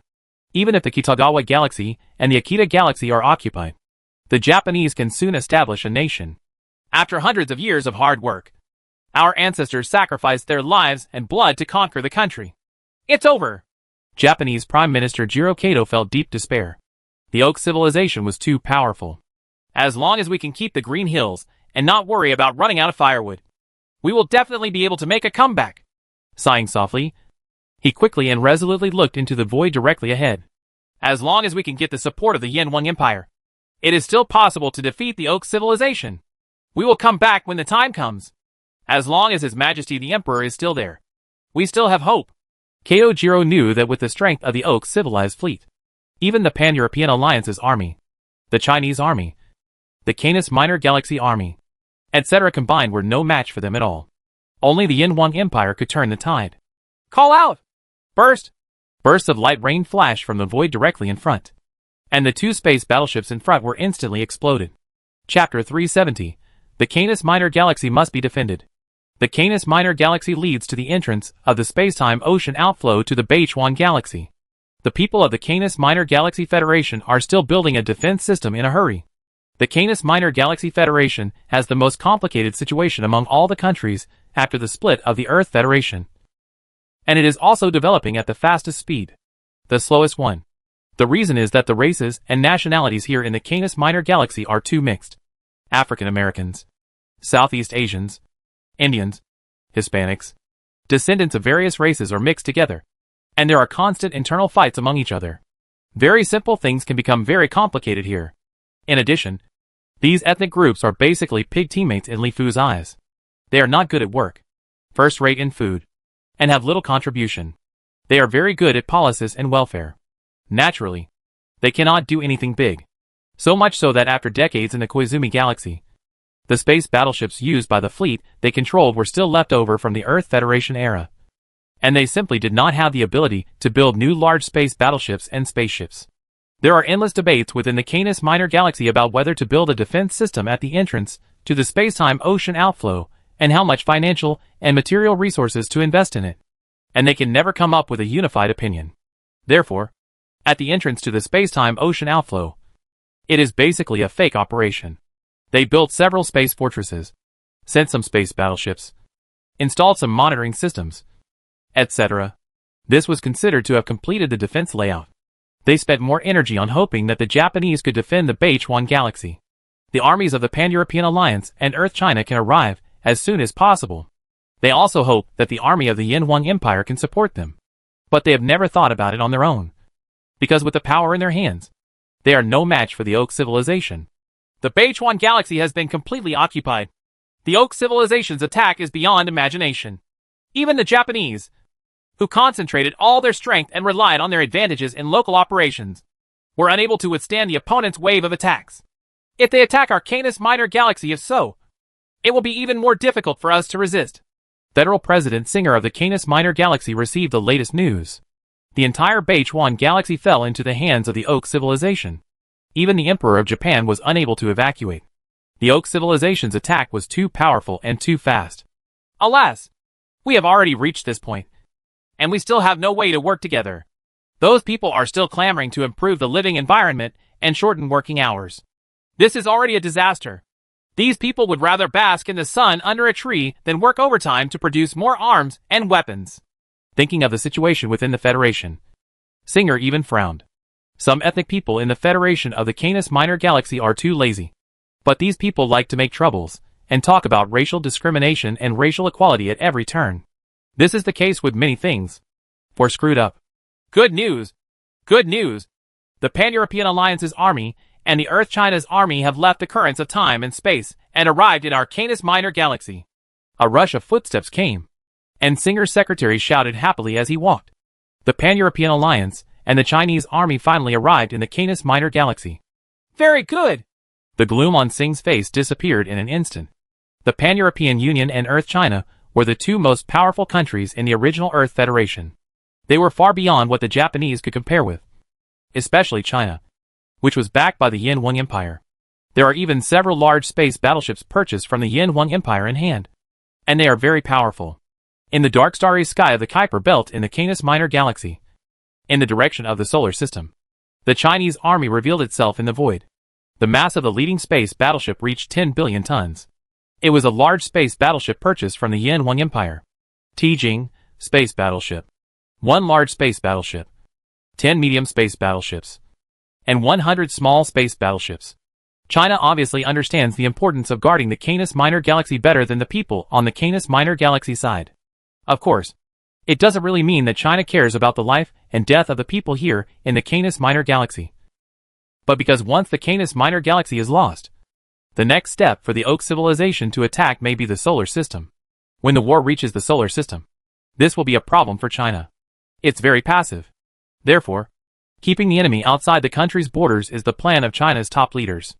Of course, the same goes for the Pan-European Alliance, which has the same plan, with 20 medium-sized space battleships and 200 small space battleships.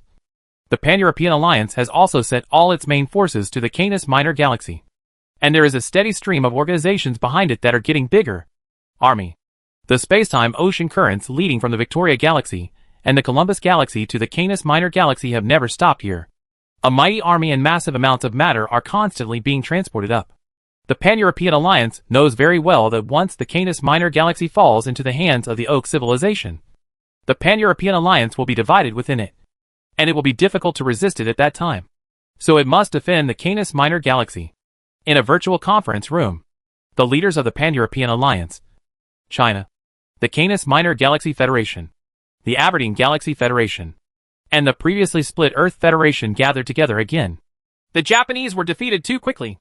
They had the right time, place, and people, but they couldn't even withstand a wave of attacks from the Oak Civilization army. The Canis Minor Galaxy must be defended, Pan-European Union President Charles said categorically, and in a very firm tone. The first wave of our Chinese army has arrived in the Canis Minor Galaxy, and the second wave of our army has entered the ocean currents of time and space. Deng Hui, the representative of China, did not talk nonsense and directly told the situation of support from China. Our army is about to reach the Canis Minor Galaxy. Mohammed, the representative of the Aberdeen Galaxy, also reported and discussed the situation. The Aberdeen Galaxy was also very weak and developed very slowly. There was no substantial development in decades. We all should be somewhat aware of the strength of the Japanese. They concentrated all their strength and were unable to withstand a wave of attacks from the Oak civilization. This shows that the strength of the Oak civilization is too powerful. We can no longer resist with our strength alone. Mr. Deng Hui, I wonder how your contacts between China and the Yin Wang Empire are going. Have they agreed to send troops? When will they arrive in the Canis Minor Galaxy? Charles nodded with satisfaction. At this time, the power gathered in the Canis Minor Galaxy was unprecedentedly powerful, and there was a steady stream of support from various galaxies behind. There were hundreds of space battleships alone. However, Charles still had no confidence in his heart. The fleet of the Oak civilization was too powerful. It had thousands of space battleships with long attack distances, powerful attack power, and high attack frequency. Even if everyone united together and had local combat advantages. But in his heart, he still had to think about the army of the Yin Wang Empire. The Yin Wang Empire has already sent troops, but it will take time. It is estimated that it will be 2 years before their first batch of troops arrive in the Canis Minor Galaxy. So we must hold on for 2 years. Deng Hui nodded and told the situation in the Yin Wang Empire. In 2 years? When Charles, Singer, Muhammad and others heard this, they all frowned instantly. Didn't the Yin Huang Empire master the space-time ocean current sail? I guess it wouldn't even take 2 months for their warships to support us. It's already a time of life and death for us humans. And the Yin Huang Empire is still like this. Even the space battleships are not willing to sell some to us. Singer had an angry look on his face, and was very dissatisfied with the Yin Huang Empire's procrastination. Many countries present had asked the Yin Huang Empire for help. However, the Yin Huang Empire still had an attitude of not caring about its own affairs, and even refused to sell space battleships. As for sending out an army, it seemed very embarrassed. Although it had agreed to send out troops, it actually wanted to do so. It will take 2 years to reach the Canis Minor Galaxy. The Yin Huang Empire responded to me like this. I think we should rely on ourselves as much as possible. Deng Hui also shook his head helplessly. The attitude of the Yin Huang Empire has always been like this. The reason why the Yin Huang Empire agreed to send troops was because Deng Hui had talked to the Prime Minister of the Yin Huang Empire, Tu Shuoyang, countless times. Only then did the Yin Huang Empire agree to send troops. Damn it! It's been like this. But the Yin Huang Empire is still like this. Charles couldn't help but cursed. The attitude of the Yin Huang Empire was really annoying. The Yin Huang Empire has always been unwilling to establish formal diplomatic relations with everyone. If you want to obtain the technological products of the Yin Huang Empire, you still need to go through China. Transfer a hand here. Now facing the invasion of the powerful Oak civilization. The attitude of the Yin Huang Empire is like this, which is really very frustrating. Although it is obviously powerful, it is unwilling to make some contributions and sacrifices for the common interests of all mankind. It's really selfish. If we lose the battle, the Oak civilization will attack them sooner or later. Don't they understand this? Singer also frowned. Whether he can persist for 2 years is really unknown. No one can guess what the Yin Huang Empire is planning. But everyone believes that as long as the Yin Huang Empire is willing to send troops to stop the Oak civilization, there is definitely no problem with the attack. No. The fleet of the Oak civilization has appeared at the entrance of the space-time ocean outflow in the Canis Minor Galaxy. Their speed is too fast. The space-time ocean current from the Beichuan Galaxy to the Canis Minor Galaxy usually takes about 1.5 years. Arrival. At this time, a panicked look appeared on Sing's face. Just now, the Oak Civilization army arrived in the Canis Minor Galaxy. Chapter 371. Humanitarianism? In the void of the Canis Minor Galaxy, 2 huge fleets were fighting each other in the void. Waves of light rain flashed continuously in the void, setting off balls of dazzling flames. Groups of Firefly-like space fighter planes were constantly flipping around in the void, forming huge formations, fighting each other. And the dark void was illuminated by the explosion of fireworks. The space-time ocean currents leading to the Beichuan Galaxy are relatively close to the space-time ocean currents leading to the Victoria Galaxy and Columbus Galaxy. The 4th and 5th teams of the Oak Civilization's Aldrich fleet did not stop in the Beichuan Galaxy at all, and directly killed them. To the Canis Minor Galaxy. The Canis Minor Galaxy Federation established an entrance and exit in time and space. The defense system built here was simply vulnerable. It broke out of the time and space ocean currents with almost no effort, and started fighting with the Pan-European Alliance army that had just arrived. Powerful energy beams flashed out one after another on the space battleships. The battleships of the Oak Civilization set up a powerful attack formation in the void. From a distance, they looked like a huge triangle. From this huge triangle formation, among them, round after round of energy beams attacked continuously. Like a tide. In the void directly ahead, the Pan-European Alliance army was divided into 2 parts. One part came from the Victoria system, and the other part came with support from the Columbus system. At this time, the 2 armies also launched a pincer-like offensive in the void, like a pair of scissors, trying to crush the 2 small groups of warships under Aldrich. Boom! General MacArthur, the commander-in-chief of the Pan-European Alliance army, watched as a space battleship on his side was blown up in the void ahead, with a solemn look on his face that lingered. The strength of the Oak Civilization army is really too powerful. He has deeply realized this not long after the fight. The attack power is very powerful. His own battleship attack can at most make a hole in the opponent's space battleship. But the opponent's space battleship, the energy weapon, attacks one's own space battleship. If you are lucky enough, one attack will be enough to destroy one of your own space battleships. Even a medium-sized space battleship can only withstand 5 or 6 attacks at most. If there are more, it will definitely be exploded and turn into a ball of flames exploding in the void. There is a huge gap between the 2 sides in terms of energy weapons. Not a heavyweight player, No wonder the Japanese can't even hold on to a wave of attacks from the opponent. The strength of the Oak civilization is too strong. This is only 40% of the opponent's troops. If they all come over, I guess it will be difficult for us to hold on to the opponent's wave. Attack! Admiral MacArthur was trembling slightly at this time, and his blue eyes narrowed slightly. The battle in the surrounding void was too fierce. From time to time, space battleships were blown up by the Oak civilization. When will the Chinese fleet arrive? They are providing full support, and it is estimated that it will take another 5 hours to come. 5 hours? It seems that we should change our strategy and not fight them head-on. Otherwise, we will not be able to hold on to the support of the Chinese fleet. Send the order. Arc attack formation. Don't fight head-on with the enemy. Space fighter group attacks. MacArthur frowned. The entrance to the space-time ocean outflow leading to the solar system was relatively far away, and it would take time for the Chinese army to support it. The space fighter is a military unit that has performed extraordinary feats in all foreign battles. Because of the existence of the virtual machine, it can conduct long-term training in the virtual world. So the space fighter is very powerful. Of course, after the Earth Federation splits, only China can obtain such valuable training opportunities. People from Japan and the Pan-European Alliance must go through China if they want to train.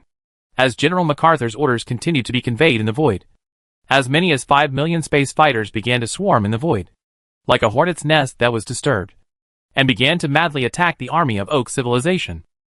Whoosh! Whoosh! Waves of light rained flashed continuously in the void. The Oak civilization space fighter fleet was also very large in number. There were also 5 million space fighter planes attacking in all directions in the void. Large-scale battles between space fighters test the ability of team combat. A powerful attack formation is needed to create the greatest results at the lowest cost possible. The space battleship groups on both sides collided with each other like two huge tides, accompanied by countless fireworks. They were actually on par with each other.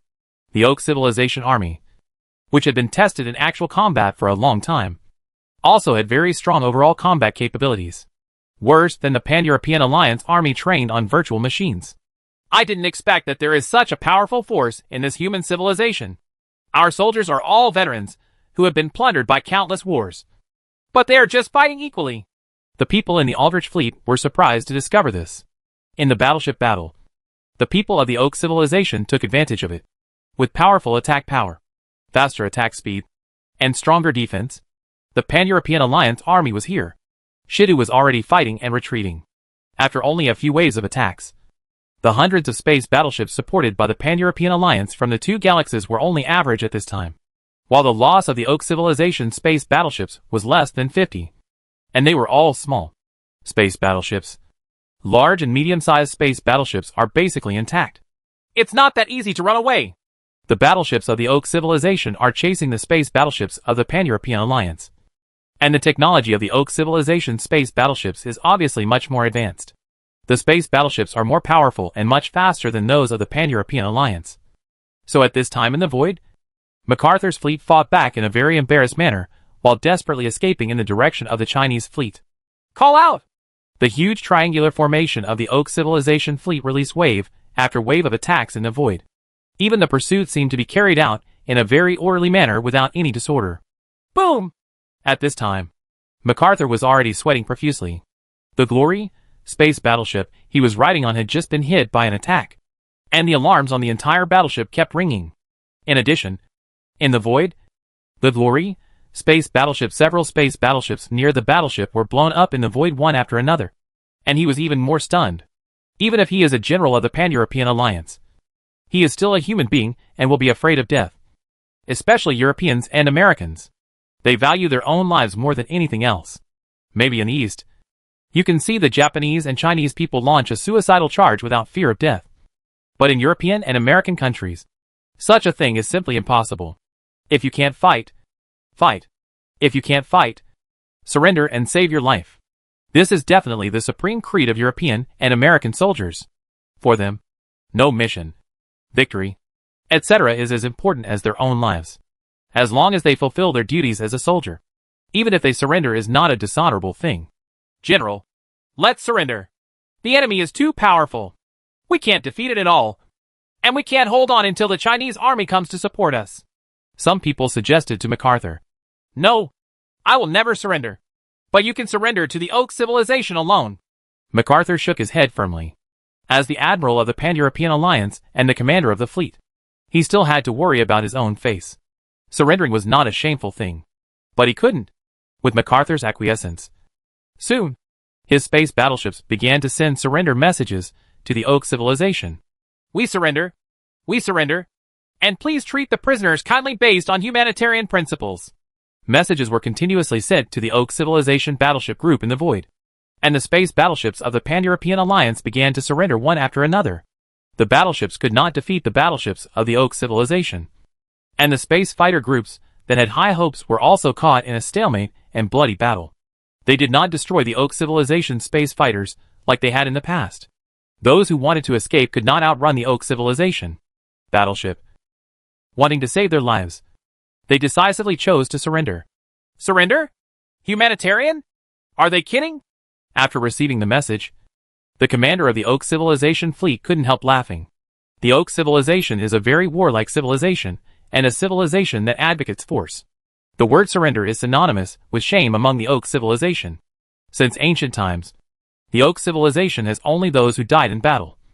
And there is absolutely no talk of surrender. The people of the Oak civilization despise those who choose to surrender from the bottom of their hearts. And they will never be merciful to the prisoners who surrender to the Oak civilization. As for the so-called humanitarianism, this is even more of a joke. In the universe, once you surrender, if you are not killed, there is basically only one way to go. And that is to become an interstellar slave. It is simply impossible to say that you surrendered and I still surrendered. You serve me like an uncle. As for the Oak civilization, it treats people who choose to surrender in the same way. If it is on a planet, it will be reluctant to part with a fortune. Instead of killing, it will choose to sell interstellar slaves among the captives into the universe. But on the battlefield, when the space battleship is still in the space battleship, and the space battleship still has energy and can launch attacks, the Oak civilization has never dared to accept such a surrender, because it is very likely that this is the opponent's trick. Basically, they will all choose to continue attacking without mercy. Chapter 372. The real opponent is coming. Shit! We chose to surrender, but they actually launched an attack on us. It's really disappointing. The attacks continue to attack the Pan-European Alliance fleet mercilessly, making the Pan-European Alliance soldiers who originally planned to surrender couldn't help but curse. We all chose to surrender. What else do you want? Spread out and escape. MacArthur was even more sullen. To be honest, he had no objection to the surrender of his men. As the commander of the army, he still hoped to bring his young men back to their girlfriends and parents intact. However, in the case of an enemy, surrender is also acceptable. But in the current situation, the Oak civilization obviously does not accept surrender and has made it clear that it wants to wipe itself out. This makes MacArthur's face even more ugly. In the void on the other side, the Chinese fleet is advancing rapidly. More than 100 space battleships have begun to adjust their formations in the void before they have entered the attack range. The one in the middle and core is the only one in the fleet. A large space battleship, Jupiter, space battleship. The Jupiter, space battleship was purchased from the Yin-Wang Empire. The Chinese side of the Earth spent a lot of money to buy it. And it was also because the battleships in the Yin-Wang Empire began to be updated. In addition, Li Fu also used the Qin Shi Huang, because the space battleship was driven away. That's why the Empire agreed to sell this large space battleship to China under China's persuasion.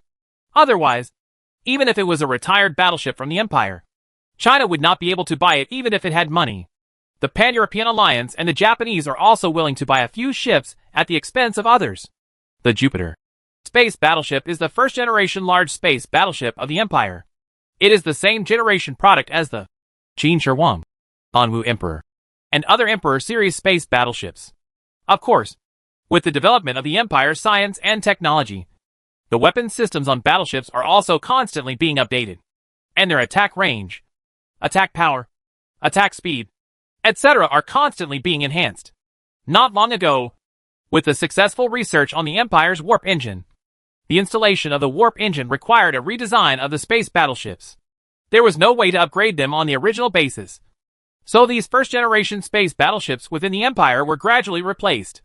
After being decommissioned and sealed, this battleship was sold to Earth China as a large space battleship that was still in service in the Empire not long ago.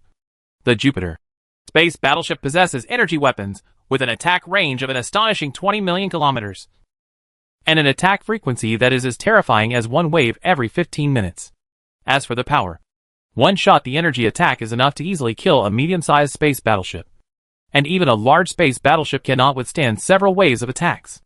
Originally there were powerful magnetic energy cannons on the battleship, but the Empire would naturally not leak such important technological weapons. So the magnetic energy cannons on it were also dismantled and replaced with energy weapons. Otherwise, magnetic energy weapons would, with its super long attack range and super power, one shot is enough to kill a large space battleship. On the Jupiter space battleship, Fleet Commander Admiral Wei Tianhong looked at the dark void. As time passed, he got closer and closer to the army of the Oak civilization. The distress messages from the Pan-European Alliance came over and over again.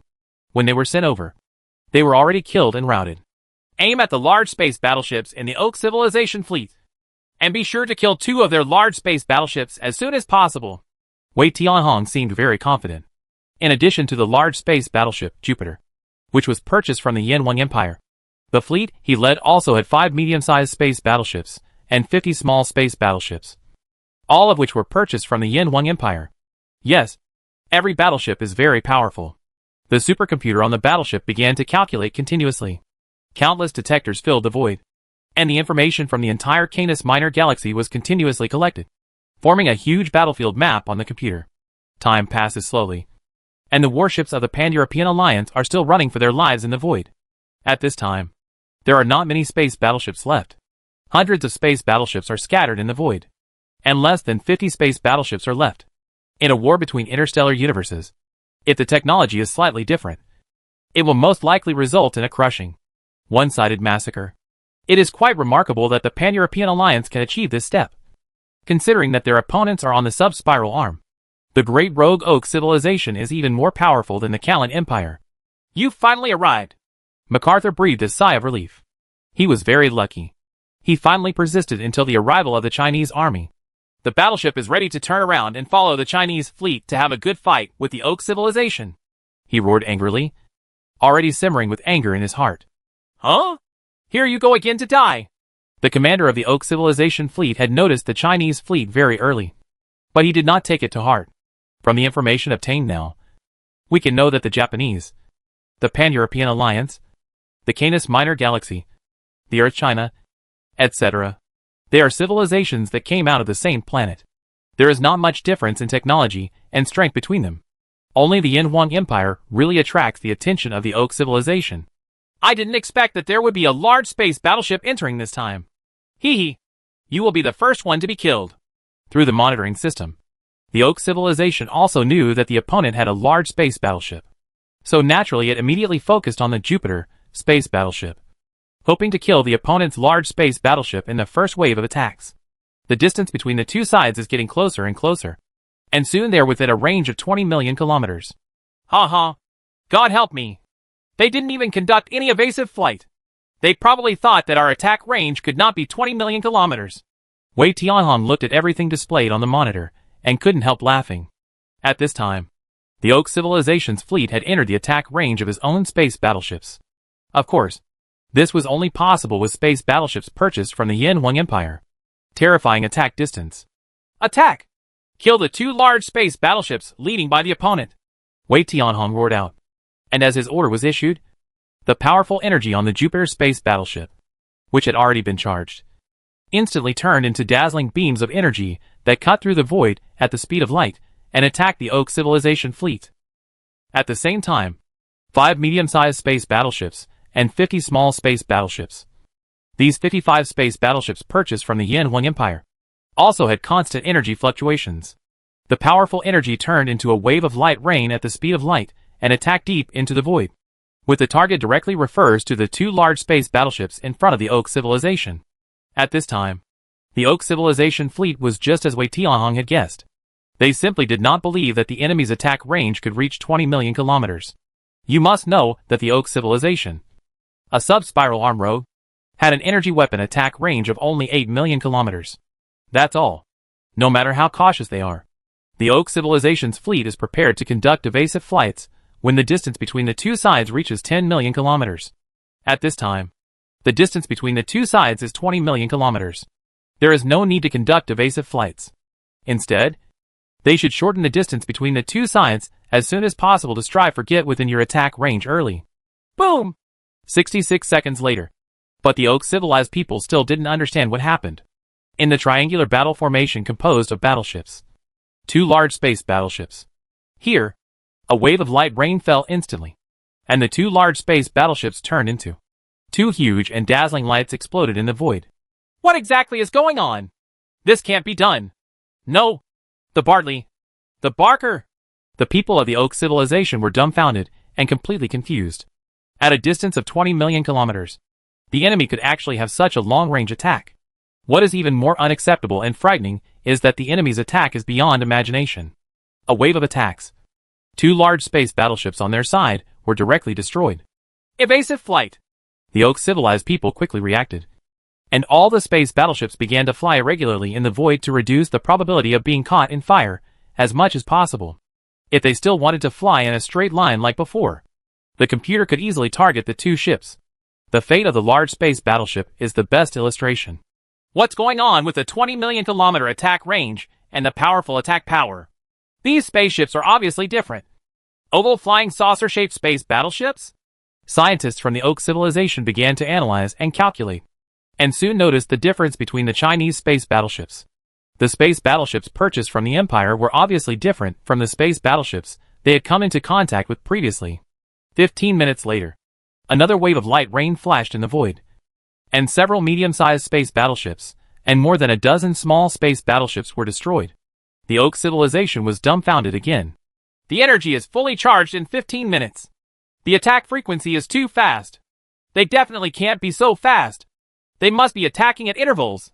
The people of the Oak civilization were thankful that their remaining 2 large space battleships had not been hit. On the other hand, they also calculated the frequency of the Chinese battleships' attacks. Once again, they were dumbfounded. The Oscar civilization's own battleships only needed nearly half of the time to complete each attack. The reason why the energy storage time of several hours can be attacked one after another is because different space battleships attack each other intermittently. Our real opponent is here. The relaxed look on the faces of the people of the Oak civilization finally disappeared. After just 2 waves of attacks, the Oak civilization suffered heavy losses in an instant. There was no preparation at the beginning, and the 2 large space battleships were finally destroyed. They were prepared for the second time, but they still suffered heavy losses. Chapter 373. Giant Ship Cannon. Call out! In the void, waves of energy flashed at the speed of light. Wei Tianhong knew very well that now was his period of advantage, so he had no intention of wasting it. Once the battleship's energy was replenished, waves of attacks came one after another like a tidal wave, generally attacked towards the Oak civilization fleet. Although the Oak civilization fleet continues to conduct irregular evasive flights in the void, the mass of the space battleship is too large, and it is not easy to change the flight trajectory. Therefore, the flight trajectory can still be calculated using a supercomputer, and then launched attack. Boom! A medium-sized space battleship was very unlucky. It was hit by the main cannon on the Jupiter. The powerful energy beam completely destroyed this powerful space battleship almost instantly.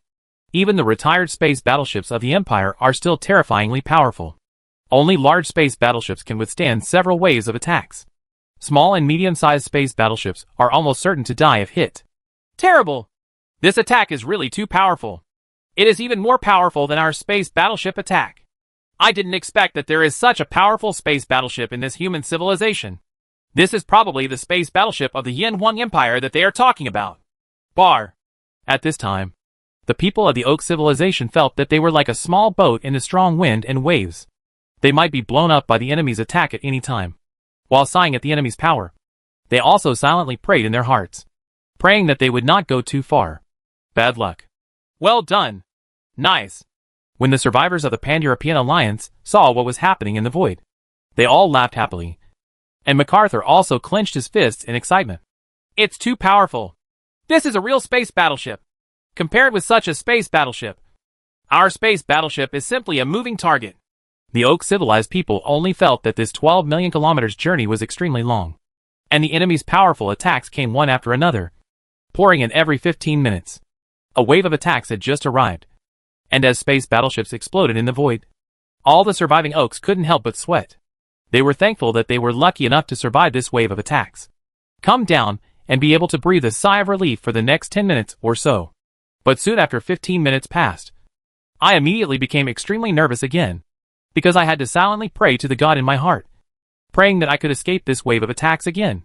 The space battleships of Aldrich's 2 squads include 4 large space battleships, 40 medium space battleships, and 400 small space battleships.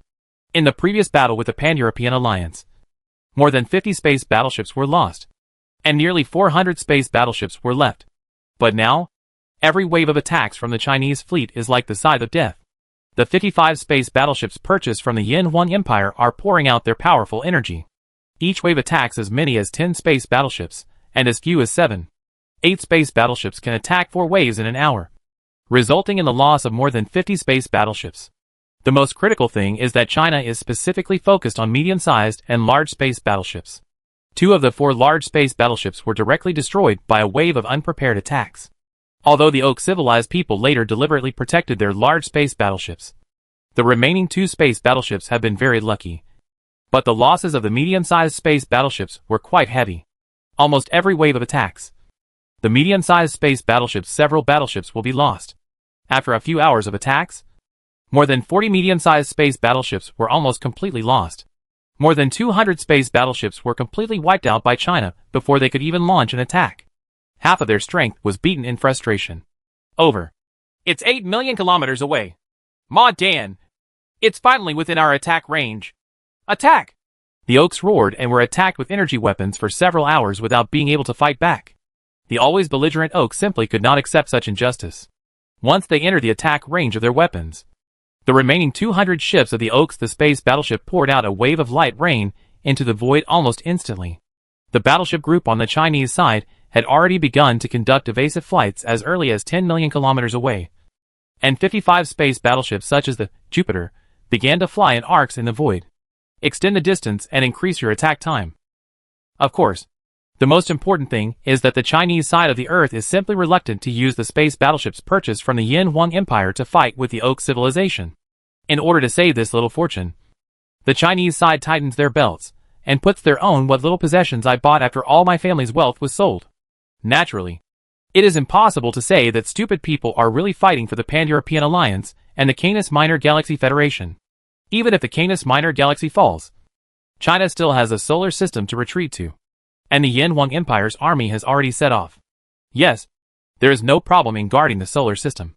There is no need to leave your belongings here, especially the Jupiter space battleship. This battleship is China's most powerful trump card. If it is really buried here in the Canis Minor Galaxy, China will probably have no place to cry. Even if the war is won in the end, Pan countries such as the European Union and the Canis Minor Galaxy Federation will at most express gratitude. As for any substantive compensation, don't even think about it. We can't fight head-on with the enemy. We have saved this bit of property with great effort over generations. At this time, Deng Hui, the leader of China, told Wei Tianhong very solemnly that China was doing its best to send troops to support.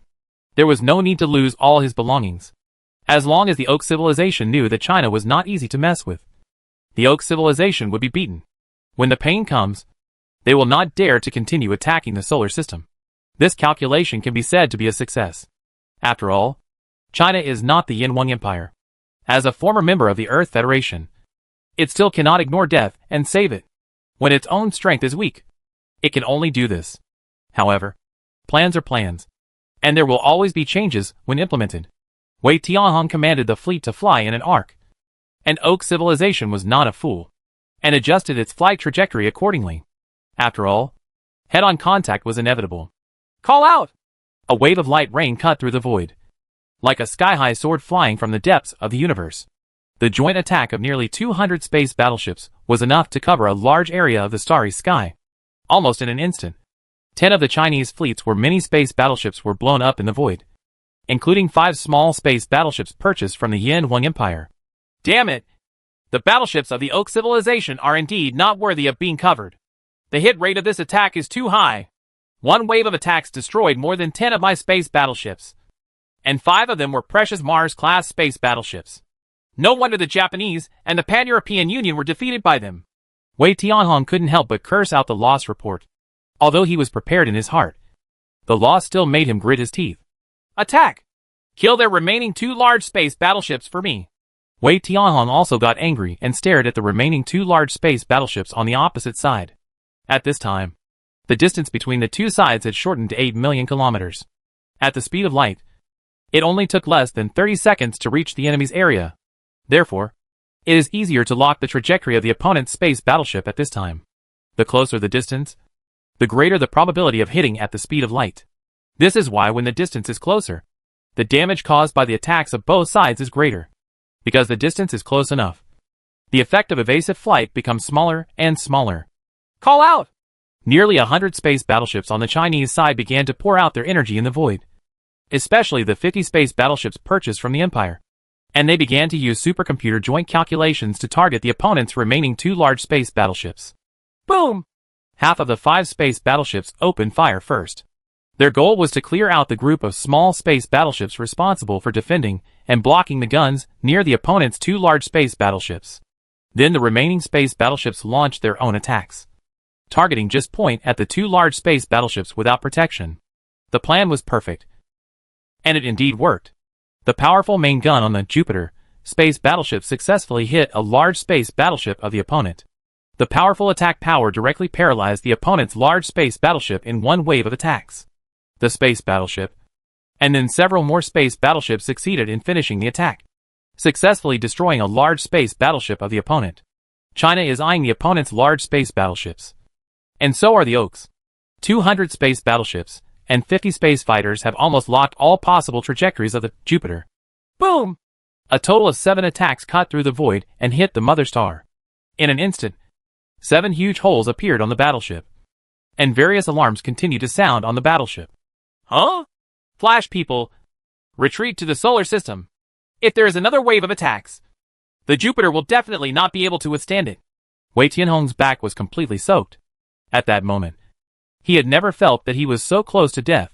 7 powerful attacks hit the Jupiter, causing serious injuries to this powerful space battleship. Lucky what's more, this is a space battleship built by the Yinhuang Empire. It has strong defense and thick enough blood to withstand this wave of attacks. However, Wei Tianhong did not dare to continue fighting against the Oak civilization.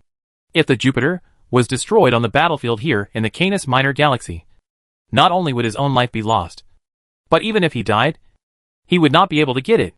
With a good reputation, he chose to retreat to the solar system very decisively. Chapter 374. How could you do this? In the vast and vast void, it was as cold and dark as it had been for hundreds of millions of years. Wei Tianhong's fleet formed a perfect arc in the void, and it was just a wave of confrontation with the Oak civilization. The 100 people he brought with him originally. Many space battleships lost 1/3. And even the Jupiter space battleship was attacked by the opponent's concentrated fire. The Oak civilization is definitely powerful in being able to vertically and horizontally cross the sus-spiral arm, although it could only be passively beaten because of insufficient attack distance. Once it entered its own attack range, the battleships of the Oak civilization began to launch a powerful counterattack. Wei Tianhong couldn't bear just one wave of contact. Perhaps for the Oak civilization, the loss of hundreds of space battleships was simply insignificant. Even if the entire Aldrich fleet was lost, the Oak civilization still had hundreds of equally powerful fleets. Many more. The vast territory of thousands of galaxies can be built into a huge army in a short period of time.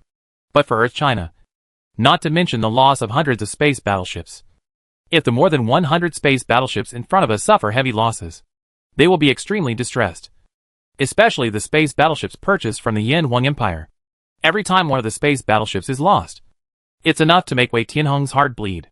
These are the fortunes saved by generations of Chinese people. Very decisively and without any hesitation, Wei Tianhong simply chose to retreat towards the direction of the solar system. The Canis Minor Galaxy would be gone if it was gone. Anyway, it had not reached the solar system yet. If all the belongings in his hands were lost here, then the solar system is really in danger. Almost every one of the remaining 70 or so space battleships had injuries. The more than 70 space battleships made a big turn in the void and retreated rapidly towards the space-time ocean currents in the direction of the solar system. Humph! Kill 3 of your large space battleships. Almost all the medium-sized space battleships. And half of the small space battleships. I don't believe you still dare to attack the solar system. If you dare to pursue me, I will give you the last large space battleship. Get rid of it. Wei Tianhong looked at the energy of light speed that was still flashing in the void. But he had already made up his mind to attack from a longer distance. If the Oak Civilization's fleet wanted to pursue it, he could fly the kite then. Stop the pursuit! The Oak civilized people were also frightened at this time. Especially Ovi, the commander of the fourth team. The large space battleship was blown up. Ovi believed that as long as the opponent was willing to focus their fire and attack again, the remaining large space battleship of his two teams would never be able to escape the scythe of death. Humph. It's good if you know how to retreat. I really think that our Oak civilization is easy to bully. If there is another wave of contact, I can also kill your large space battleship. If most of our Commander Aldrich arrives, I will definitely be there. No ship will be spared. Soon, Ovi discovered that the Chinese fleet was flying rapidly towards the space-time ocean currents in the direction of the solar system. And he breathed a heavy sigh of relief. If he really continued to fight, he knew that he would definitely die first. The power system of the Chinese warships is very powerful. The speed is very fast. The attack distance is very far. And the attack power is very powerful. The only weakness is that the number of warships is too small. And they are reluctant to fight against the Oak civilization. Otherwise, this war will be impossible for the Oak civilization.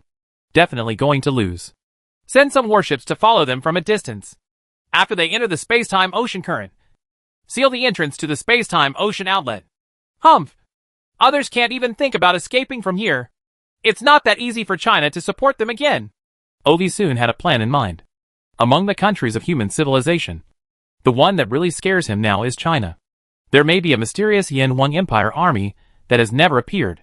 As for the Canis Minor Galaxy Federation, Japan people, the Pan-European Alliance, the Aberdeen Galaxy Federation, etc., Ovi didn't take it to heart at all. Among the more than 200 space battleships left by the Oak civilization, 100 space battleships followed the Chinese fleet at a distance, not daring to get too close. At the same time, more than 100 space battleships continued to attack the interior of the Canis Minor Galaxy, the remaining Pan-European Alliance space battleships. Ha. Well done. One more attack, and the last large space battleship on the other side will be killed. At the same time, MacArthur, Singer and others saw the huge changes in the war, and they also shouted excitedly at this time. The attack power of the Chinese warships was too powerful. It can be said that the Oak civilization warships were almost disabled. There is only one of the 4 large space battleships left. The medium space battleships have been destroyed, and the small space battleships have suffered a general loss. As long as the battle continues, the Oak civilization's fleet will definitely be defeated in the end. Turn around in the void. Adjust your formation and continue attacking. MacArthur thought that Wei Tianhong was adjusting their formation in the void. But soon, MacArthur, Singer, Muhammad, and others were dumbfounded. What exactly is going on? How to retreat from the space-time ocean currents in the direction of the solar system? Coward! You can obviously win. As long as you persist, the Oak civilization's fleet will definitely be wiped out. Retreat at this time. Shit! People from the Pan-European Alliance, the Canis Minor Galaxy Alliance, and the Aberdeen Galaxy Federation couldn't help being dumbfounded, and then started to curse. The Chinese fleet actually chose to retreat at the critical moment, and it didn't matter everyone's life or death. In a virtual universe, figures hurriedly arrived. Charles, Singer, Muhammad, MacArthur and other important figures from the Pan-European Alliance, the Canis Minor Galaxy Federation, the Aberdeen Galaxy Federation and other important figures appeared one after another. In this virtual world, everyone's face is very anxious and angry. Soon, the figures of Huaxiao leader Deng Hui, fleet commander Wei Tianhong and others also appeared in the virtual world, and everyone immediately gathered around them, as if they had seen a life-saving straw. The situation is very good now. We should take advantage of the victory and pursue it at this time. How can you do this at this time? You actually choose to escape like cowards and retreat back to the solar system. MacArthur looked very angry. Like an angry lion, his eyes seemed to choose people to devour, staring at Wei Tianhong. Yes, as long as we continue to fight the Oak civilization's fleet, we will definitely be able to kill them all. They only have more than 200 space battleships left. You have retreated. What should we do? Are you going to die without saving us? We are all human beings. Once the Canis Minor Galaxy falls, their next step will be to attack the solar system. It will be a shame. Others also said anxiously to Wei Tianhong and Deng Hui, with undisguised angry looks on their faces. And at the same time, they were very anxious. Deng Hui and Wei Tianhong looked at each other. Naturally, every move of Wei Tianhong's fleet could not be hidden from Deng Hui's eyes far away on Earth. Wei Tianhong also reported the situation to Deng Hui alone and asked for instructions. The retreat was also approved by Deng Hui. Everyone. Deng Hui spoke softly, with a helpless look on his face. Everyone fell silent after hearing his words. Of course, we also understand the truth of death and coldness. Otherwise, we in China would not have sent our elite army to support us. It is precisely because we are all human beings, and we share weal and woe with each other. So we in China have no hesitation in the first place. Come for support. Deng Hui's words calmed down the mood of everyone present slightly. The fleet led by Wei Tianhong killed 3 large space battleships, 40 medium-sized space battleships, and nearly 200 small space battleships. The results were much more than all your fleets combined. It can be said that we in China have done everything we can. It's our responsibility and obligation as China. It's not that we didn't want to save the enemy, nor that we didn't do our best to help the army. Our Chinese side also suffered heavy losses, losing dozens of space battleships. When Deng Hui said this, his waist was straight and he was full of confidence, while the others frowned one after another. To be honest, China has indeed severely damaged the Oaks, who invaded the Canis Minor galaxy. However, the people of the Oak civilization are powerful, and everyone knows it personally. They not only have many battleships, but also have very powerful attack power. Just with one wave of impact, the Japanese completely collapsed. Here in the Canis Minor galaxy, Pan-European, the Alliance's army has also fought against them. So they should know how powerful they are. We in China only have this few space warships in our hands.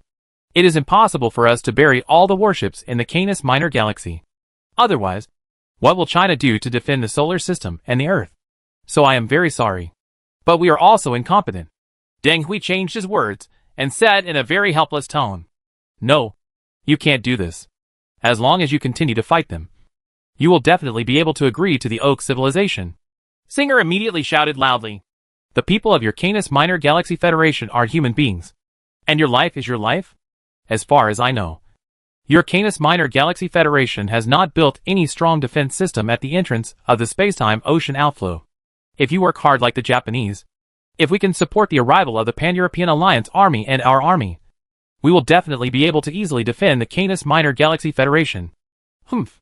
But what are you doing? You still want us Chinese people to fight our best on the battlefield. And you are watching the fun and basking in the sun from behind. Do you really think we are fools? Chapter 375. Angry and helpless. Hearing Singer's angry words, Wei Tianhong, who had been silent until now, became angry. Originally, it would be no problem for everyone to work together to defend the Canis Minor Galaxy. As long as the Canis Minor Galaxy Federation concentrates all its forces like the Japanese to build a defense system at the entrance of the spacetime ocean outflow, and holds on until the arrival of the Pan-European Alliance and the Earth's Chinese army, then in the small area at the entrance of the spacetime ocean outflow, it will definitely be it is very easy to kill the Oak civilization fleet that invaded the Canis Minor Galaxy. But there are no people in the Canis Minor Galaxy Federation at all. They are still taking their time, as if this war has nothing to do with them. Internally, they are still going on strike, holding demonstrations, etc. at this time. The two teams under Aldrich easily exited the entrance of the spacetime ocean flow without any effort, and formed a formation in the void to defeat the Pan-European Alliance army. In fact, as long as you hold on for a while, the Pan-European Alliance's army will support you, and then the Chinese army will also support you. You can completely take advantage of the local operations. At the entrance of the spacetime ocean flow, the Oaks will be defeated without the Oaks forming a formation. The civilized fleet was completely wiped out. Hearing Wei Tianhong's words, Singer fell silent for a moment, because this is the fact. At this time, in the Canis Minor Galaxy Federation, people of African descent are still going on strike and demonstrating, and would rather bask in the sun, going to work, complex components, historical grievances, etc. The Pan-European Alliance, Earth, China, and Oak civilization people here in the Canis Minor Galaxy Federation are fighting to the death. But they continue to live their small lives leisurely. No matter what, as long as your Chinese fleet continues to fight them, we will definitely win. Singer's tone became calmer. Even after he said this, he still didn't want to give up. He knew very well that in the Beichuan galaxy that had completely fallen, all the surviving Japanese had become interstellar slaves, and were captured with slave collars. They are constantly being sold into the universe, and one can imagine their fate. Singer would rather die than wear a slave collar and become an interstellar slave. Humph. Keep fighting. Why don't you fight? Wei Tianhong didn't have a good expression at all. He glared with anger flashing in his eyes. The anger that Singer had suppressed suddenly burst out again. He looked at Wei Tianhong with his eyes wide open, as if he wanted to eat someone. But he was very helpless, and could only stop saying anything. Mr. Deng Hui, General Wei Tianhong, we also know how powerful the Oak civilization is. But at this time, we are all Earthlings. You can't just ignore death. As long as you are willing to continue to fight, our Pan-European Alliance army we are willing to fight together to the end. Charles gently motioned for Singh to stop talking. To be honest, he was also very angry. He hated the pig teammates of the Canis Minor Galaxy Federation in his heart. But at this time, he had no choice. He could only choose to continue asking for help. Without the Chinese army, the Pan-European Alliance, although there are more warships in the Victoria and Columbus systems, cannot defeat the fleet of the Oak civilization at all. Not to mention that Aldrich's main force is probably on its way to the Canis Minor Galaxy. If you come over here, you will definitely not be able to defeat him when the time comes. Therefore, we must seize the life-saving straw in front of us. As long as Wei Tianhong's army wipes out the fleet of Oak civilization in the Canis Minor Galaxy, time can be gained. At that time, it is better to concentrate on guarding the entrance of the space-time ocean outflow, or retreat to the solar system, or insisting on the arrival of the Yin Huang Empire army, etc. can be done with ease. We did nothing to save them. Haven't you seen the dozens of space battleships and more than 100,000 people we lost? We have killed more than 200 space battleships on the other side. Is this also a lie? Wei Tianhong was stunned. In fact, he had already discussed it with Deng Hui, one of whom would be the white face and the other the red face. That's not what I mean. What I mean is that as long as we persist and work hard, we can defeat the remaining 200 space battleships of the Oak civilization. I think the Yin Huang Empire's army should also be able to support them soon. By then together, we can easily defend the Canis Minor Galaxy. Charles frowned slightly, and then said apologetically, we also have deep respect for the heroes of China who fought and died for the survival of our entire human race. We will also build a memorial museum afterwards to commemorate their heroic deeds. You have the space battleships of the Yin Huang Empire in your hands. The attack range is very long, and the speed is very fast. As long as you can give full play to your advantages and attack again, you will definitely be able to easily kill the remaining space battleships of the opponent and inflict casualties on yourself. It's definitely not going to be big. As a general who has personally experienced war, MacArthur knows very well that as long as China is willing to continue the fight, the remaining 200 space battleships of the Oak civilization can be easily killed. Of course, there will definitely be risks, as long as they enter the attack range of the Oak civilization. When the surviving warships of the Oak civilization come back to focus their fire, China will definitely suffer heavy losses. This is why Wei Tianhong decisively chose to retreat. Reason. Humph. This time, the Oak civilization's fleet is still in the Beichuan galaxy, and they may support it soon. Moreover, if we have a close encounter with the Oak civilization's fleet again, we will suffer heavy losses. By then, the space battleship Jupiter may be buried in the Canis Minor Galaxy, a loss we China cannot afford. Wei Tianhong snorted and saw clearly. We will compensate you for your losses. Don't worry. Muhammad also followed up and said, the wealthy people have always been like this. It is nothing more than money. The consistent thinking. Are you worthy of it? You can't buy these space battleships from the Yin Huang Empire even if you have money. Can you resurrect the soldiers who died soon? Wei Tianhong didn't even look at Muhammad. He was very indifferent. Is there really no room for negotiation? Charles's eyes turned blood red, and he stared at Deng Hui. Your Excellency, I'm very sorry. We are also helpless. The Earth in the solar system is the origin of our human civilization, and there is absolutely no room for failure. We have tried our best. The Jupiter space battleship has been seriously injured, but I think the opponent only has more than 200 space battleships left. As long as you work together, you should be able to defeat them. When the Yin Huang Empire's army arrives, you will definitely win. Deng Hui shook his head helplessly. At this time, a fool went to fight against the Oak civilization. Anyway, there is absolutely no need to worry about the safety of the solar system. As for their life and death, let them decide for themselves. As Wei Tianhong said.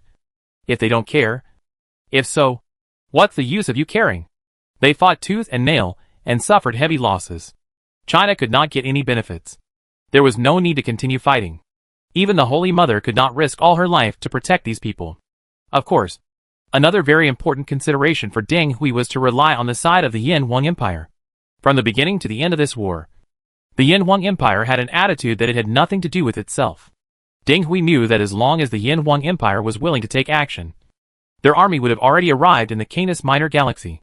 However, the Yin Huang Empire's army is still dilly-dallying. The Yin Huang Empire's attitude is worth thinking about. Considering Li Fu's previous attitude towards these countries, Deng Hui had already guessed that the Yin Huang Empire's plan was to follow the Oak civilization to get rid of these people. Of course, it might also be possible in the end. Rescue them at the critical moment. Saving them now? They don't know how to be grateful at all. And they may even take it for granted. Only after they have experienced despair will they know how to be grateful. By then, the Yin Huang Empire may take action. Of course, Deng Hui felt that the Yin Huang Empire might actually sit back and watch. Li Fu's personality had been thoroughly studied by everyone. And except for the descendants of Yin Huang, he didn't care about the life or death of anyone else. Now that he knows the intentions of the Yin Huang Empire, Deng Hui knows what he should do. Going to the Canis Minor Galaxy to support him is fulfilling his responsibility as a former member of the Earth Federation. But he must not foolishly go to fight with the Oak civilization. Otherwise, we will waste all our wealth.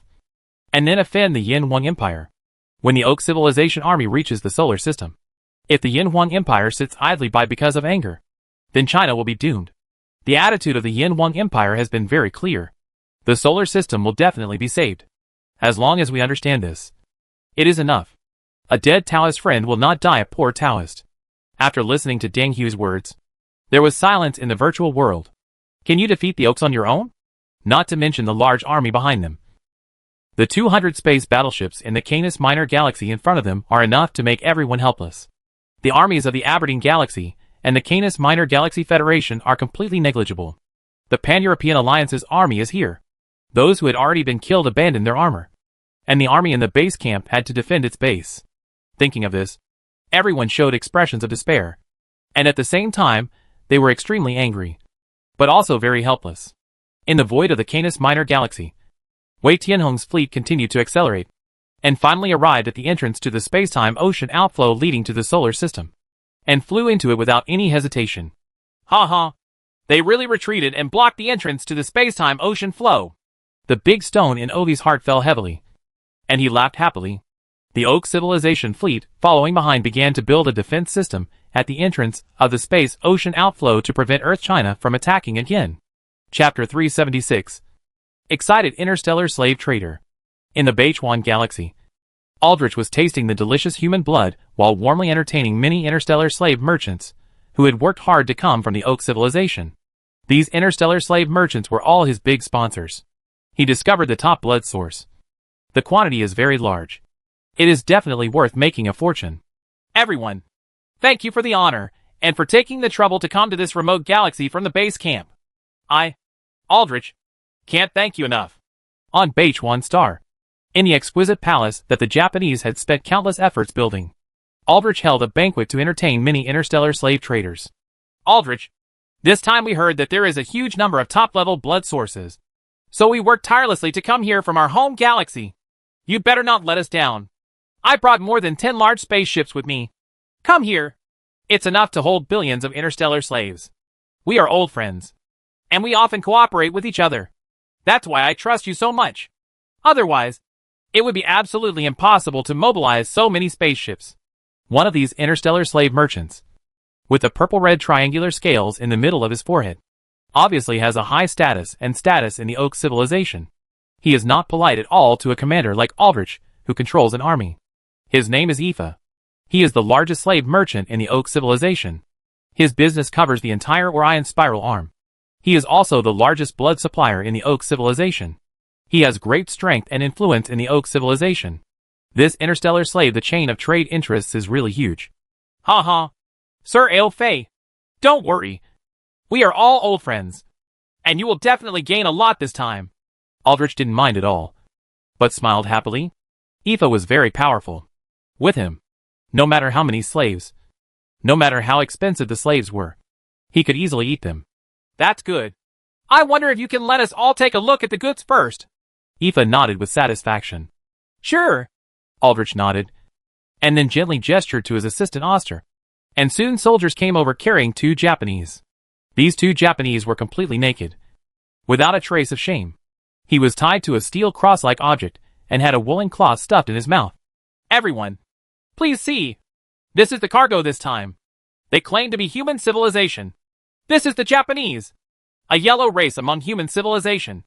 The average adult height is about 170. The average weight is about 60 kilograms. The strength is relatively weak, and the brain is very developed.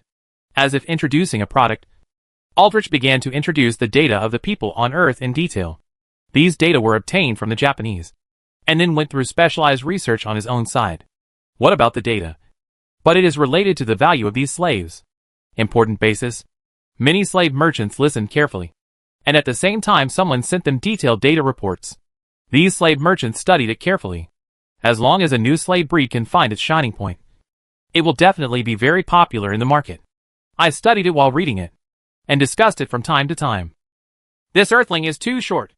If it is used as a labor force, no one will be willing to buy it. Moreover, the labor slaves cannot be sold at a high price at all. The meat is more sour? Well, it must be very popular here in the Yite Empire. People in the Yite Empire like to eat sour meat the most. This appearance and appearance are more in line with the people of the Achi civilization. It is estimated that if they were sold there, they could be sold as high-level slaves. Well, there are black and white people in this human civilization. There are several countries on Earth, and the total population exceeds 30 billion. This number is barely enough for us to share. These interstellar slave merchants are all very experienced. Interstellar slaves have various needs. As long as they are sold to the right person, interstellar slaves can be very profitable. Aoife also looked at the data one by one, but he didn't find what he wanted most. Judging from these data, this earthling can only be regarded as an ordinary slave commodity, and there is no way to sell it at a high price. But the advantage is that the quantity is barely enough. At least it won't be a wasted trip. Everyone. Aldrich looked at the discussion and smiled, indicating that he had something to say. Actually, all aspects of data about people on this earth are very common, and there is nothing unusual about them. However, the most precious thing about them is their blood. Not much to say. You will know after you taste it for yourself. It is definitely more than the Nicol people. Blood's top blood. Aldrich smiled slightly, and threw out the blood of the earthlings. The Oak civilized people are bloodthirsty. Drinking blood is like drinking beverages. The ancient tradition allows them to drink blood as a beverage. For top-notch people, who are suitable for them, Ox people also flock to the taste of blood. Upon hearing Aldrich's words, the eyes of many slave merchants present shone with light.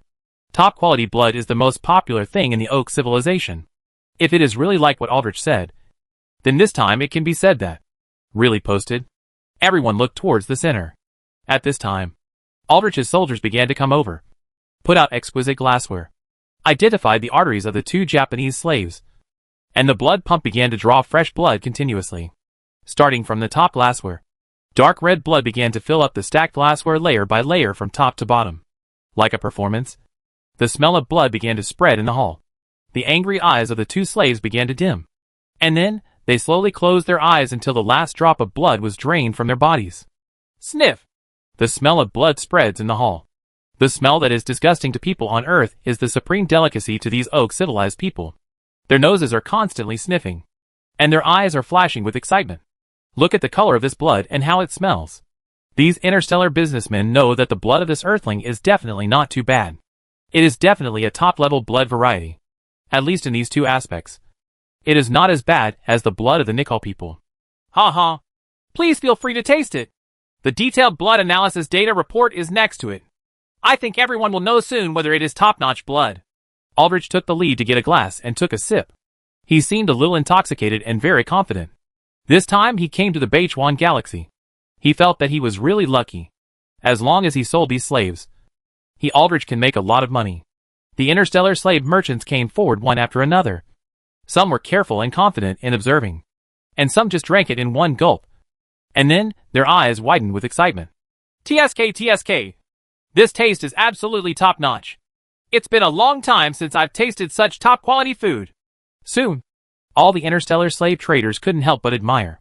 Just as Aldrich said, this blood definitely surpassed the blood of the Nicol people, and was the most delicious delicacy. Aldrich, I have all the slaves this time. Aoife took a small sip, savored it carefully, and narrowed his eyes slightly. Then he drank the blood in the cup in one gulp, opened his eyes, and said to Aldrich, "Ha ha, Mr. Aoife, this is tens of billions of top-notch interstellar slaves. I'm afraid it will be difficult for you to eat it all at once. How about sharing it equally among everyone? So that everyone can be happy." Another big interstellar slave merchant, ORM, although not as strong as Aoife, is still a big interstellar slave merchant. When encountering such top-notch products, he cannot miss it. Of course, Aoife wants to round him up as soon as he opens his mouth.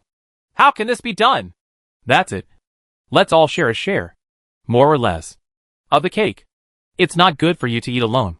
We have worked hard and brought a lot of spaceships here. There must be some oil and water. Other interstellar slave merchants also echoed. Although Aoife is powerful, there are powerful people behind everyone. It is impossible to say a word to the other party and go back in despair. As long as such top-quality products are managed well, there must be a lot of money to be made. The number of Nicol people is too small. Aldrich watched the many cosmic merchants competing with each other, and took a sip with satisfaction. This is the effect he wanted. Without competition, even top-notch items would never be sold at a good price. This is the reason why Aldrich chose to invite many interstellar slave traders over. Otherwise, it would be enough to just call Aoife over. Aoife alone has enough strength to eat all the goods. He has amazing financial resources and very strong strength. However, in that case, he will definitely not be able to sell it at a good price. This is Aoife. Delic still knows it very well. Since everyone says so, I will give in. I will only take 80%. I won't let everyone go home empty-handed. Aoife glanced at her colleagues around her gently, knowing that no matter what, she would not be able to eat alone. Ha. Let's get rich together, make money together, and enjoy delicious food together. It's also time for Aldrich to come out and beat the mud. While Aldrich was having a pleasant conversation with many interstellar slave traders, his assistant Oster hurried over with a frown on his face and whispered in his ear. The 4th and 5th teams have returned with news. They encountered a powerful attack from the Chinese civilization in the Canis Minor Galaxy.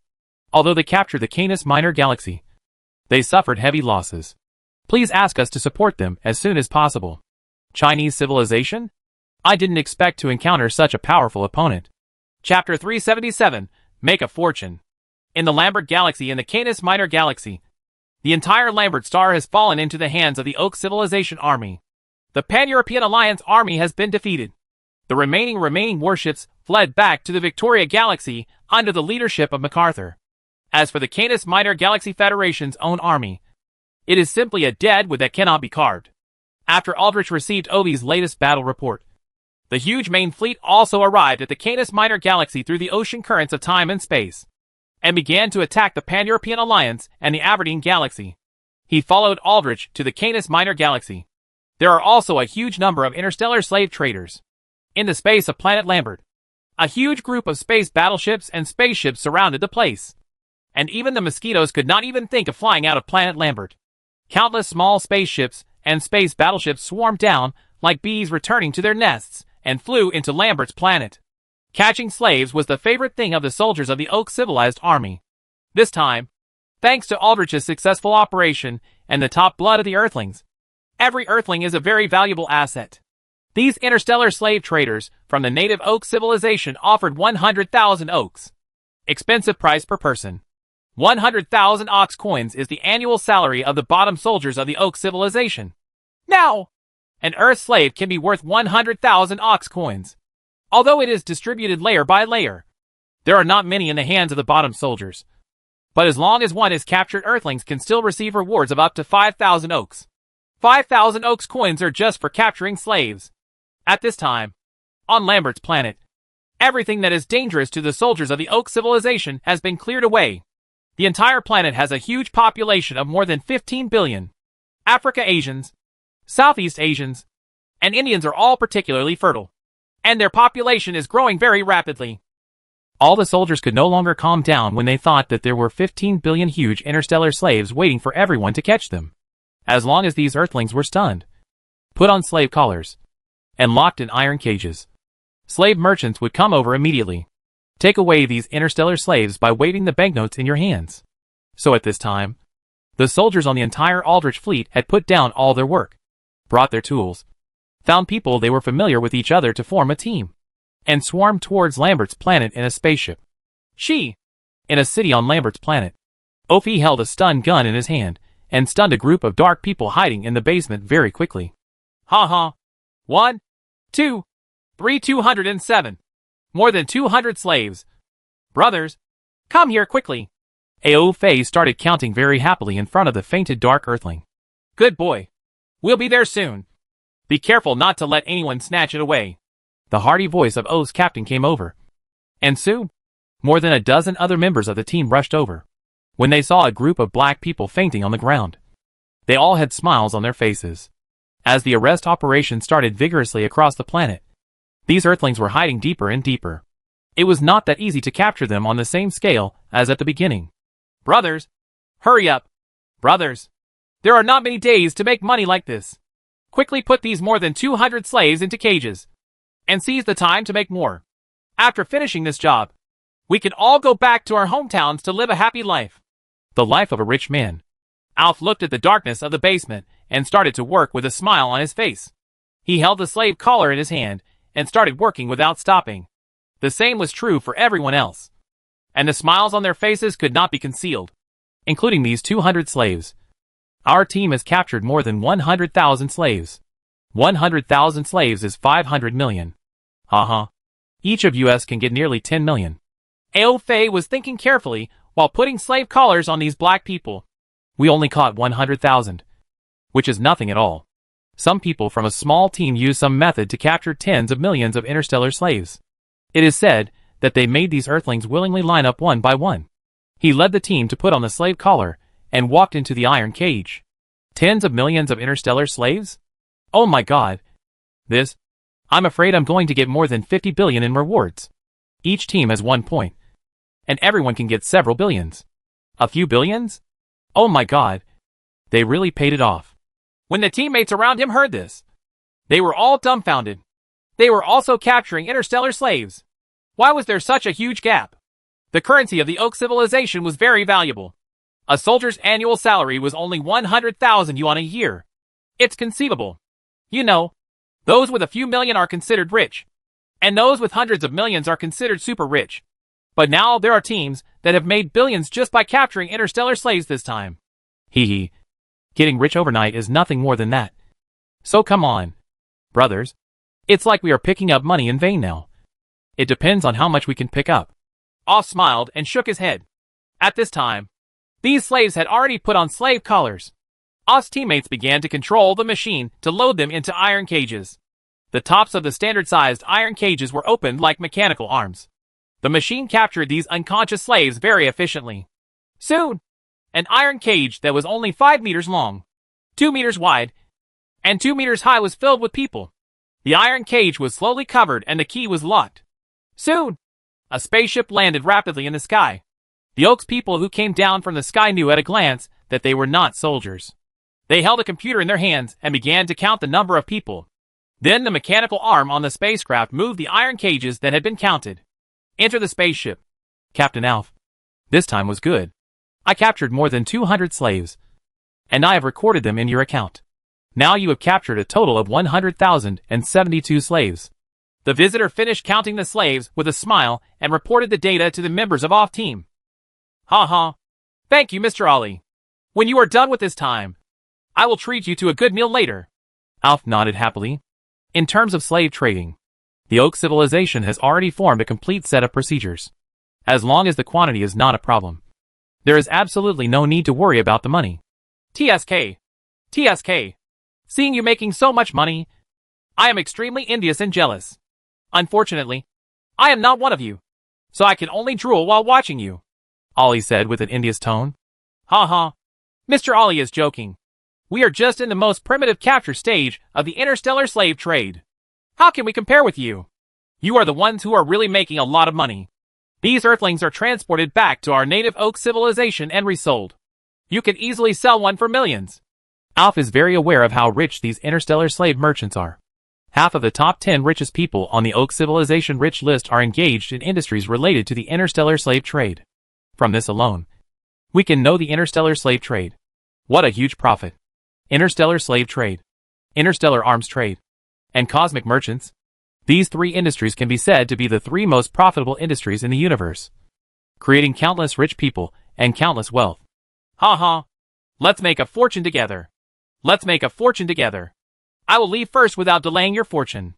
If you have goods in hand, remember to inform me again. We are old friends, so please don't sell to others. Ollie smiled happily, knowing very well that as long as these Earthlings are transported back to the Oak civilization and properly utilized, each one can squeeze out millions. Only the interstellar slave merchants will truly understand the profits inside. Even if a layman knows a little bit, he can only give a rough idea. Definitely. Then let's take our leave first. Alf said goodbye to Ollie with a smile, and continued to lead his team to search for slaves in the city. Time is money, and it cannot be wasted at this time. The opportunity to make money like this one is a once-in-a-lifetime opportunity, and it may only happen in this life. This time is very crucial for whether you can live a comfortable life after retirement. Scenes like this were staged in every corner of the entire planet Lambert. Without the protection of the army, the more than 10 billion people on the entire planet Lambert were like lambs to be slaughtered. Even if there are some weapons in hand, how can these weapons be the opponent of the fully armed, organized and disciplined army of Oak civilization? Occasionally sporadic resistance will not make any waves. Various high-tech weapons and instruments with the help of others, no matter where they are hiding in any corner, they will be picked out by these red-eyed soldiers of the Oak civilization. More than 10 billion people were all stunned one by one, put on slave collars, locked in iron cages like piglets, and then transported to the spacecraft by interstellar slave traders from far away. Huge spaceships. These specially made interstellar slave spacecrafts have huge warehouses, fully mechanized controls, and standard iron cages holding countless crying and desperate interstellar slaves. At this time, they finally knew what kind of fate will he face. Interstellar slaves are sold in the universe like commodities. They may die on a distant journey in the future, or they may be tortured to death by diseases, but they may still be lucky.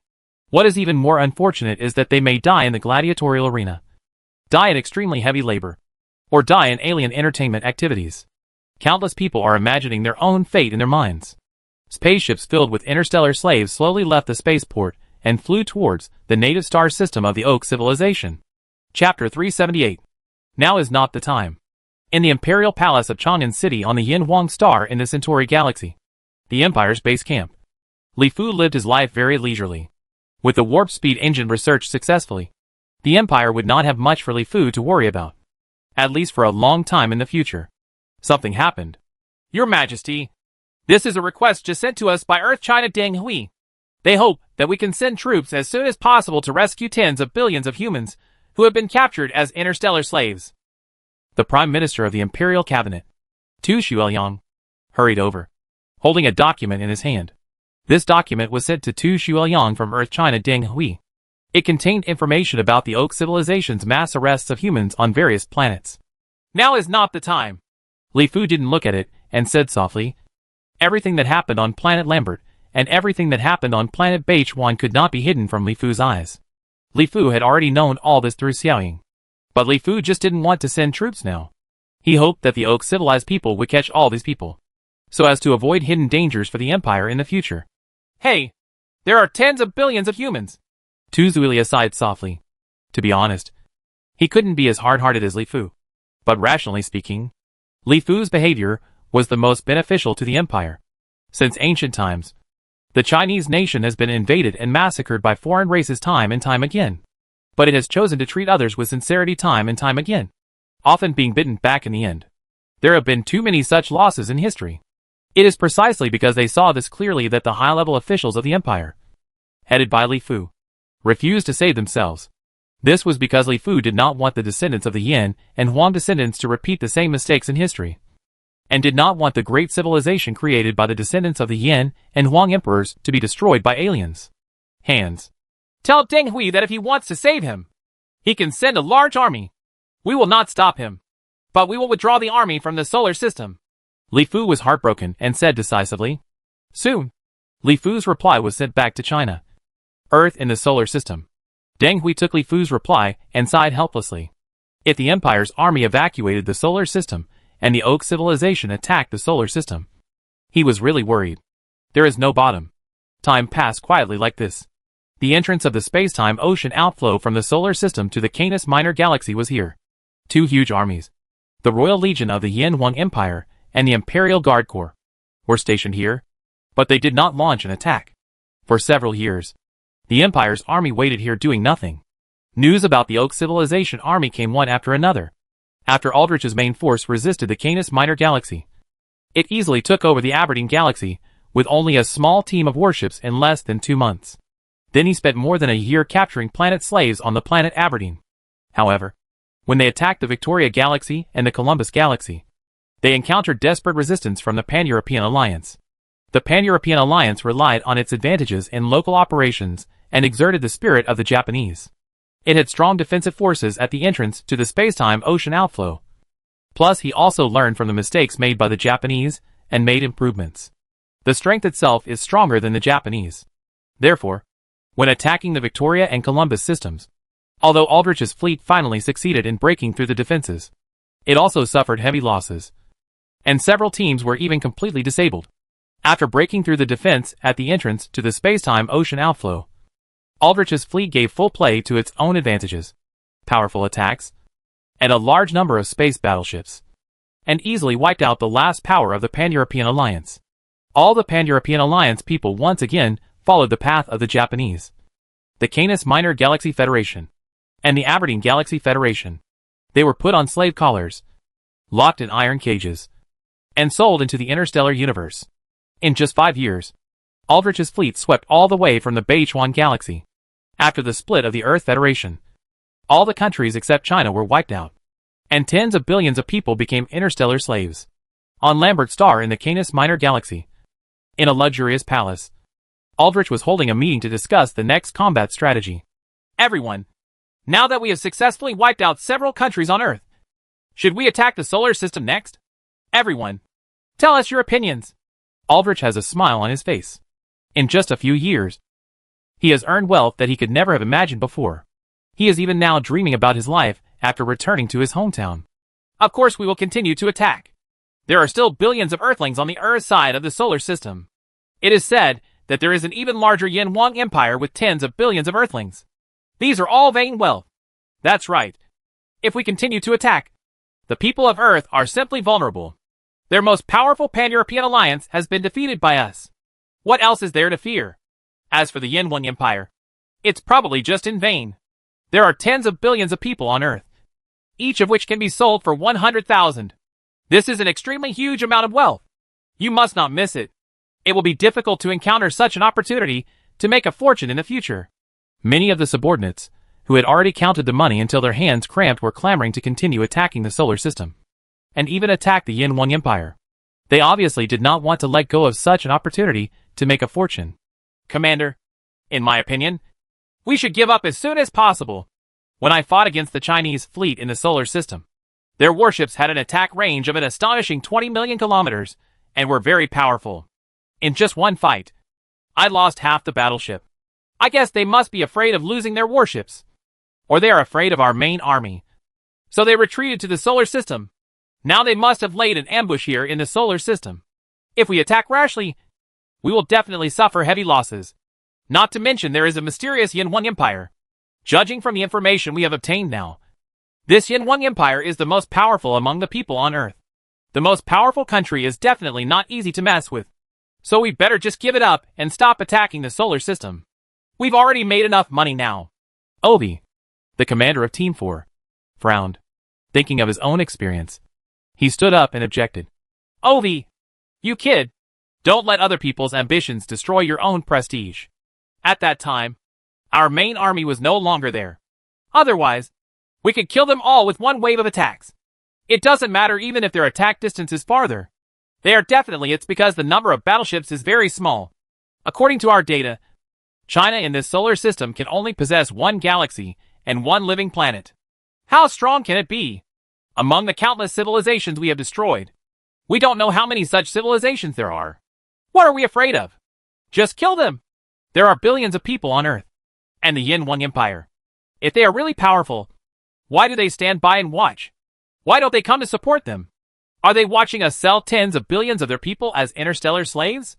I think most of them are not strong enough. So they don't dare to face us head on. There is nothing to worry about. And there is no need to take them too seriously. As soon as Obi finished speaking, he was immediately opposed by others, who all showed disdainful expressions, obviously not taking Earth China and the Yin Wang Empire into consideration. What they said is not unreasonable. Until now, the Yin Wang Empire has not expressed any expression. After a wave of Chinese support, it also hurriedly withdrew to the solar system, although that wave of attack surprised and shocked Aldrich and others. But slowly everyone felt that there seemed to be nothing to fear. They have successively destroyed several countries on Earth and captured tens of billions of Earthlings as interstellar slaves. However, there is no response from China and the Yin Wang Empire. This makes them think that China and the Yin Wang Empire may really be the strength is relatively weak. Although the battleships are good, there should not be too many of them. It's up to you whether you want to or not. I have fought against them directly. I know very well how terrifying they are. If you really want to die, just go attack. I won't go anyway. Ovi had anger on his face, thinking of his brush with death. He couldn't help but break into a cold sweat. He always felt that things were not that simple. Of course, he felt that he had already earned enough. More. I want to return to the homeland of Oak civilization as soon as possible and live a rich life. Aldrich clapped his fingers gently while weighing the pros and cons in his mind. After these years of war, there were only more than 500 warships left in his hands. Adding to Ovi's words, he was also very hesitant. They are very reluctant to part with the huge wealth of tens of billions of people in China and the Yin Wang Empire. Just when Aldrich and others were discussing whether to attack the solar system, at the entrance of the space-time ocean outflow from the solar system to the Canis Minor galaxy, an order from the headquarters of the Yin Wang Empire made the originally calm void begin to boil. One after another, the huge space battleships began to activate, and the powerful nuclear fusion power system began to emit blazing white and dazzling tail flames. The entire void was illuminated by these long and dazzling tail flames. The Imperial Royal Legion, the Imperial Garrison Legion, the two ace legions in the hands of the Empire, 20 large space battleships, 200 medium space battleships, and 2,000 small space battleships all began to activate, and powerful energy fluctuations continued throughout the void. Ripple. Soon, the nuclear fusion power on the battleship began to transmit energy to the warp engine. In the vast void around it, the space was like rain falling on the calm water, creating countless ripples. Counterattack. Chapter 379. Sneak Attack. The Canis Minor galaxy is the entrance to the space-time ocean outflow leading to the solar system. Aldrich has sent heavy troops to guard it. Various war fortresses, space battleships, detectors densely scattered in the void, etc. have sealed the place tightly. Even a fly flying out of the current of time and space cannot escape the eyes of the Oaks. In the empty and dark void, the light from the stars in the middle of the galaxy is quite weak here. There are cold worlds everywhere. Even in the Kuiper Belt area, there are residual materials formed by the early placenta stars. And there are countless asteroids, meteorites, etc.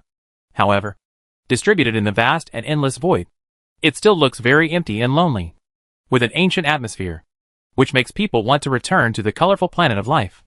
The Oaks have built numerous spaceports here, including 4 large space battleships, 40 medium-sized space battleships, and 200 small space battleships. Aldrich has deployed almost half of his remaining troops here. On the one hand, it is to defend against threats from the solar system. On the other hand, Aldrich also finally decided to attack the solar system and Earth China. Sooner or later, he would have to send an army over. A steady stream of supplies are being transported from Lambert's planet. The Oaks are preparing to attack the solar system. The opponents they will face this time are very powerful, and definitely not easy to deal with. Aldrich even reluctantly found another fleet of the same level as his own. The Orhide fleet. There are tens of billions of Earthlings in the Yin Wang Empire in China. This is a very huge wealth. Aldrich he wanted to swallow it alone. But he knew that his fleet's strength was greatly reduced now. And the possibility of conquering China and the Yin Wang Empire with this little power was very low. He had no choice but to tell Orswood the news. Although Orswood, like Aldrich, was the commander-in-chief of the Oak civilized fleet's foreign war armies. The strength of Orswood's fleet was compared to Aldrich's fleet. It is even more powerful. Almost 5 times the strength of the Aldrich fleet. There are 50 large space battleships alone. They are the famous Ace army among the Oak civilization. I don't know how many civilizations in the sub-spiral arm have heard of the Oaks. The great names inside were so frightened that they knelt down and begged for mercy. Although Ortide wants to take away the bulk, as long as he can conquer China and the Yin Wang Empire, Aldrich can still make a lot of money. Although he is reluctant to give up. There is no other way. And this is the only way to be safe. At this time, Orswood's fleet has not yet arrived at the Canis Minor galaxy. It is still rushing over from the native star system of the Oak civilization. Orswood was also very happy to hear that there was a fortune. Now it is the most talked about among the entire Oak civilization. It's Aldrich. The term, get rich overnight, refers to Aldrich, an interstellar slave worth tens of billions, and sold it for a sky-high price of 100,000. Although he had to pay a heavy tax to the Oak civilized government, the rest still made Aldrich's worth being among the top 100 Oak civilizations. Countless commanders of other armies, who also fight against foreign enemies, are extremely jealous. In the Canis Minor galaxy at this time, there are not only the huge army of Oak civilization, but also more and more interstellar slave merchants who have heard the news. These interstellar slave merchants are like sharks that smell the smell of blood. The spaceship came tirelessly from the Oak civilization to get a bite of this huge cake. Especially when I heard that the Orswood fleet had also arrived from the Oak civilization and gathered the strength of the 2 fleets to conquer the last Earthlings. Countless interstellar slave traders swarmed in. The Orswood fleet was really famous. It is loud, invincible and invincible. Its record is too brilliant. Everyone believes that as long as Orhai takes action, the best choice for the Chinese and Yin Huang Empire people is to wear slave collars obediently and become everyone's money maker. Tool? Just as the Oaks were preparing to attack the solar system and the Yin Huang Empire, there was an Orc cloud belt that was more than a dozen astronomical units away from the entrance to the space-time ocean outflow leading to the solar system. This place is further away from the stars than the Kuiper belt area. There is no difference between the light from the middle of the star system and the light from the distant stars in the dark sky. It is darker, colder, and lifeless, with no trace of human beings at all. Suddenly, the originally silent void began to ripple like water waves. The calm space was like a lake with rain. In a huge area, the space was constantly undulating and rippling. Soon, space-time wormholes were opened one by one in the dark void, revealing colorful colors. On the other end of the space-time wormholes, the lights were bright, and huge space battleships began to pass through these space-time wormholes. Only less than 1 hour later, space battleships appeared in the void one after another. The Imperial Royal Legion and the Imperial Garrison Corps are 2 very powerful fleets in the hands of the Empire. They are also the Ace fleets in the hands of the Empire. Each fleet has 10 large space battleships, 100 medium-sized space battleships, and 1,000 small space battleships. At this time, the entire void was filled with space battleships, and the lights on each space battleship illuminated the dark void. The warp engine is so powerful. It reached a distance of more than 10 light years in less than an hour. The commander of the Imperial Royal Corps, Luo Xiaoyao, looked at the dark starry sky around him with a smile on his face. This time the 2 fleets were operating jointly. He was the commander-in-chief, and the commander of the Imperial Guard Corps, Lu Xuling, was the deputy commander. When the detector is released, I need to know all the conditions in the Canis Minor galaxy as soon as possible. Soon, after arriving in the Canis Minor galaxy, the Empire's army began to take action. The power of the warp engine did not need to pass through the ocean currents of time and space. So at this time, it was completely possible to destroy the enemy at the minimum cost through sneak attacks. Various detectors were launched from the battleship into the Canis Minor galaxy. At the same time, the fleet also began to fly towards the Canis Minor galaxy in the void, which is dozens of astronomical units away from the center of the Canis Minor galaxy. Long distance. Didi! Didi! As time went by, the probe began to transmit various information back to the fleet. The Oxians had no idea that the Empire had mastered the warp engine technology. So at this time, they were just staring at the space-time ocean currents leading to the solar system. For more information, it's such a vast area that no one pays attention at all. Humph. Half of the battleships are actually concentrated here at the entrance of the space-time ocean outflow. They probably want to continue to invade the solar system. The other half of the fleet is actually parked in the spaceport near Lambert Star. They are obviously taking a rest. Luo Xiao looked at the virtual star map, which detailedly marked the positions and dynamics of the Oak Civilization space battleships and spaceships in the entire Canis Minor galaxy. The Oaks believed that guarding the entrance to the space-time ocean outflow was enough, so they were relieved to take turns. Old Lu, you are responsible for getting rid of the people here at the entrance of the time and space ocean flow. I am responsible for sneak attacks on the people in their inner circle, trying to kill all the Oaks in one wave. Luo Xiao began to discuss the battle plan with Lu Xuling. In fact, there was no need to discuss it, because it was intended to be a sneak attack from the beginning. Aldrich's fleet was now only about half of its strength. The fleets led by Luo Xiao and Lu Xuling. Either one can easily defeat the Aldrich fleet head-on. However, the Imperial Army does not want to suffer any sacrifices, so they choose to sneak attack if they can, reduce their casualties as much as possible, and kill all the enemy's forces in one wave as much as possible. The lion fights the rabbit with all its strength, and the war is even more in this way. No problem. Lu Xuling nodded. There was no suspense in this battle at all.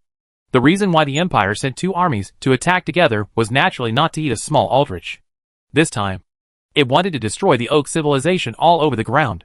Tooth hit the homeland of the Oak Civilization. The huge fleet separated in the void, flying towards their goals like two streams of light. Aim at all the opponent's space battleships and kill them all with one wave of attacks. Lu Shikong, who was the first to arrive at his combat area, looked at the Oak Civilization fleet on the surveillance screen and ordered very coldly. He has a total of 1,110 space battleships under his command. But at this time, his target is only more than 200 space battleships, which is simply too much. Therefore, when assigning tasks, basically 3 space battleships are targeting 1 space battleship of the Oak Civilization. Huge energy began to be urgently needed on the space battleships. The powerful energy of the nuclear fusion reactor began to be transmitted to the magnetic cannon. The magnetic cannon, the most powerful attack weapon in the hands of the Empire, was astonishingly powerful. More importantly, the attack range reached an unprecedented level. An astronomical unit has reached a terrifying distance of 150 million kilometers, which is more than 7 times the attack range of energy weapons. Attack! The space battleships were all charged up, and the supercomputers had all locked onto the unsuspecting Oak Civilization fleet. Lu Shikong gave the order immediately without hesitation. His!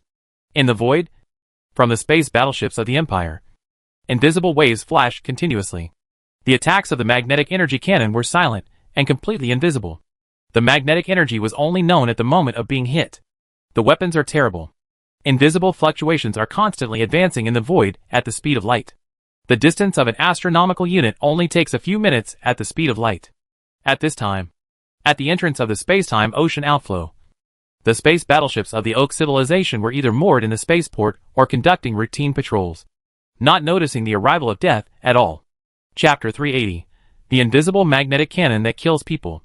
In the calm and dark Kuiper Belt area, where the space-time ocean flows out, invisible waves are flying rapidly from the depths of the distant universe. A space battleship was constantly patrolling in the void. Several waves came. The entire space battleship was like a sandcastle in the desert, like a breeze blowing by. The entire space battleship gradually dissipated in the void. The appearance of the battleship could still be seen at first, but just a few minutes later, due to inertia, the entire space battleship completely turned into a huge puff of smoke that stretched very, very long in the void of the universe. In the spaceport, space battleships were parked here one after another. Invisible fluctuations came, and the entire spaceport was originally bustling with space fighters and small spaceships rising and falling here from time to time. But suddenly in the meantime, everything seemed to have stopped. No more space fighter planes or spaceships fly out from here. Everything is still the same as before, but it has become a dead zone, and everything is dead and silent. Until a small space fighter wanted to park here.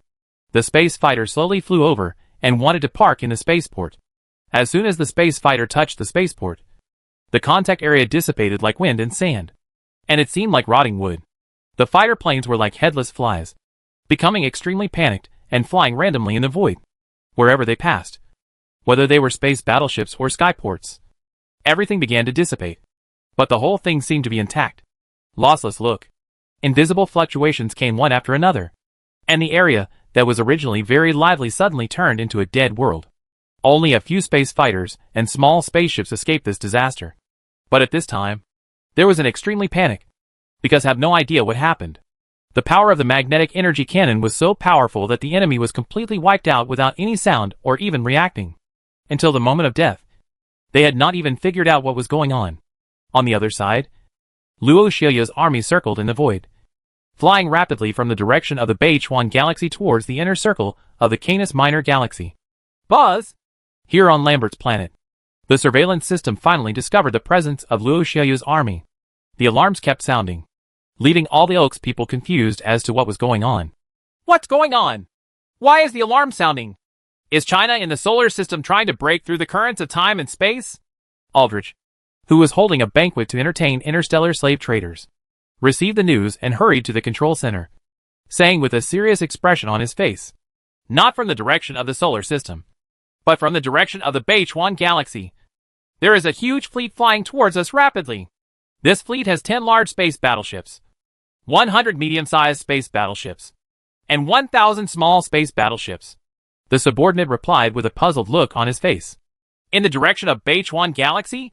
Could it be that Orswit's fleet arrived so quickly? It doesn't make sense. They definitely weren't that fast. When he heard that it was in the direction of the Beichuan galaxy, Aldrich became even more confused. Could it be the fleet of that big interstellar slave merchant? Send a message to them. Ask them clearly, and also inform everyone that the vacation is cancelled. And return to your space battleship immediately to prepare for battle. Aldrich felt vaguely very uneasy, restless, and always felt like something was about to happen.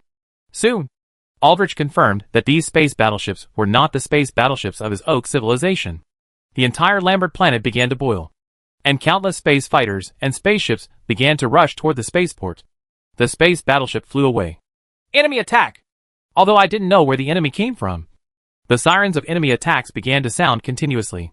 Space battleships began to sail out of the spaceport, and powerful energy began to fluctuate on each space battleship. The Yin-Wang Empire fleet. Do they have wings? How could they come to our Canis Minor galaxy silently?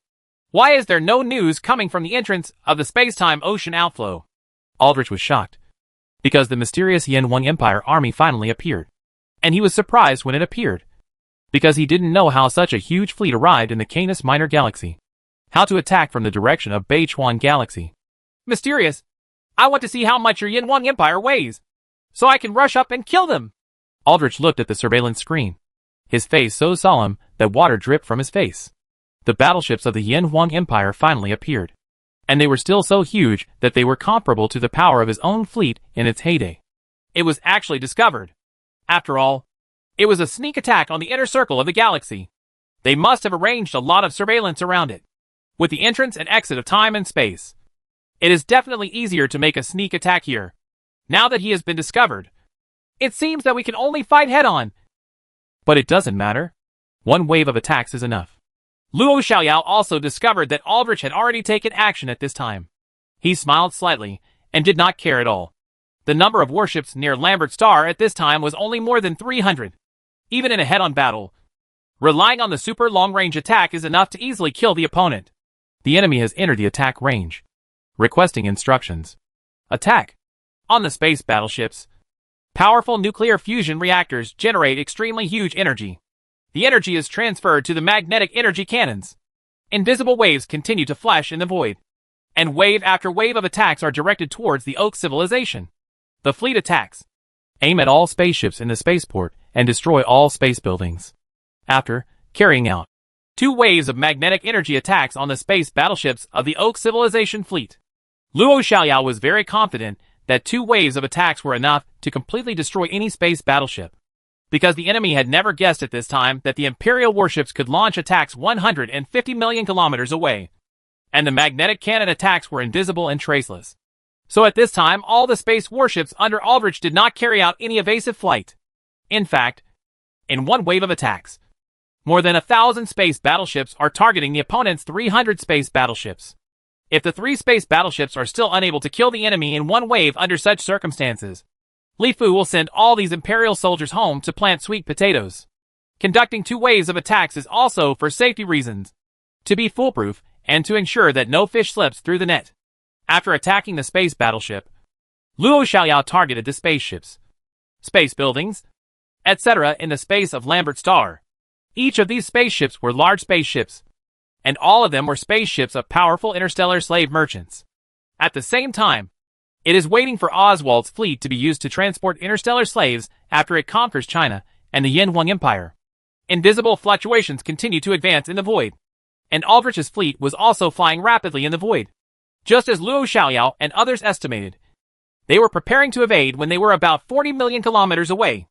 Flying, without any defense at all at this time, rushed over in a straight line. In the void in the inner circle of the Canis Minor galaxy, the light from the stars illuminates the place. In the void, more than 300 space battleships form a triangular formation and move forward menacingly. Suddenly, invisible fluctuations came one after another, and each space battleship was attacked by several magnetic energy attacks almost at the same time. Almost instantly. Due to inertia, the more than 300 space battleships flying at high speed seemed to be made of smoke and dust. When blown by a breeze, each battleship became blurred and was quickly stretched infinitely, turned into a long stream of smoke. Then it quickly continued to escape in the void.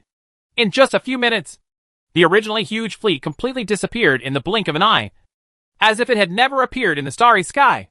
Only the smoke and dust floating in the void still seemed to tell the world what had just happened. Huh?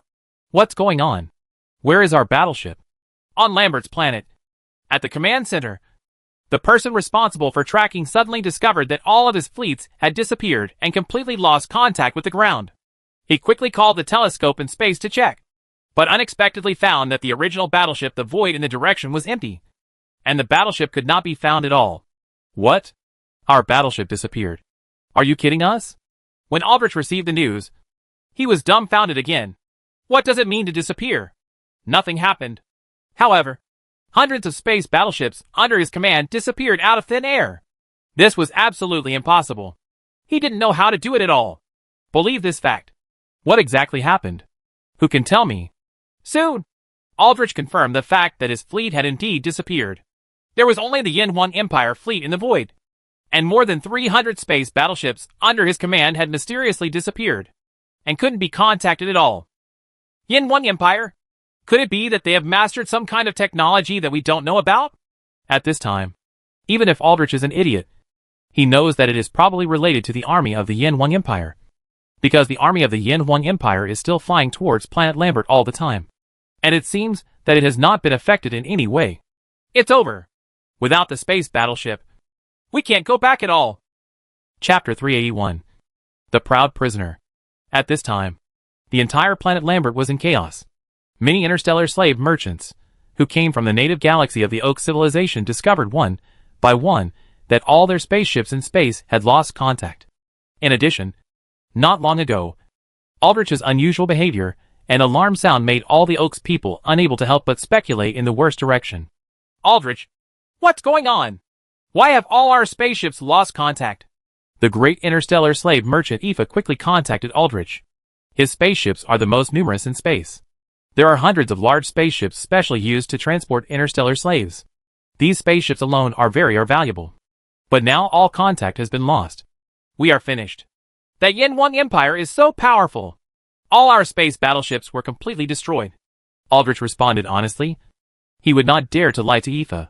What? The battleship was completely destroyed? Are you kidding? Aoife was dumbfounded when he heard this. He knew very well that there were hundreds of Oak civilization warships here on Lambert's planet. How powerful these hundreds of space warships were. Enough to easily sweep across a level 2 space civilization. But now it was actually said that everything was completely destroyed. Of course, what really frightens him is that now that there are no large spaceships or space battleships, everyone on Lambert's planet will definitely not be able to leave. When he thinks that he is likely to be captured or even executed by the people of the Yin-Huang Empire.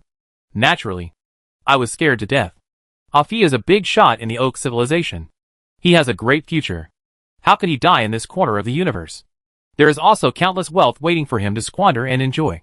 But now, he suddenly felt that what kind of wealth and power waiting seems to be no longer important.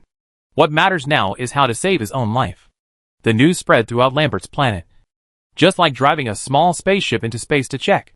The seemingly intact spaceports and spaceships turned into decayed things. With just a touch, everything they all disappeared, which made the Oak's people on Lambert's planet even more panicked. All the fleets here at the entrance of the space-time ocean outflow have also lost contact. It seems that the situation is probably in danger.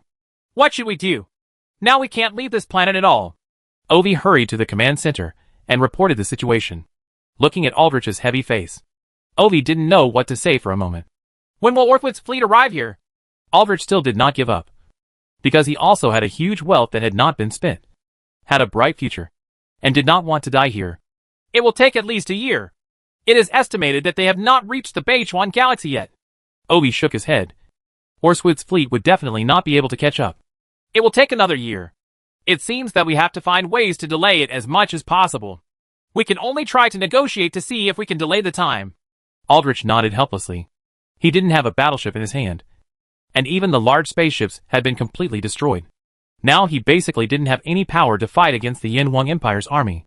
He could only see if he could use the name of Oak Civilization to try to negotiate and delay time. As time goes by, a huge fleet begins to appear in everyone's field of vision.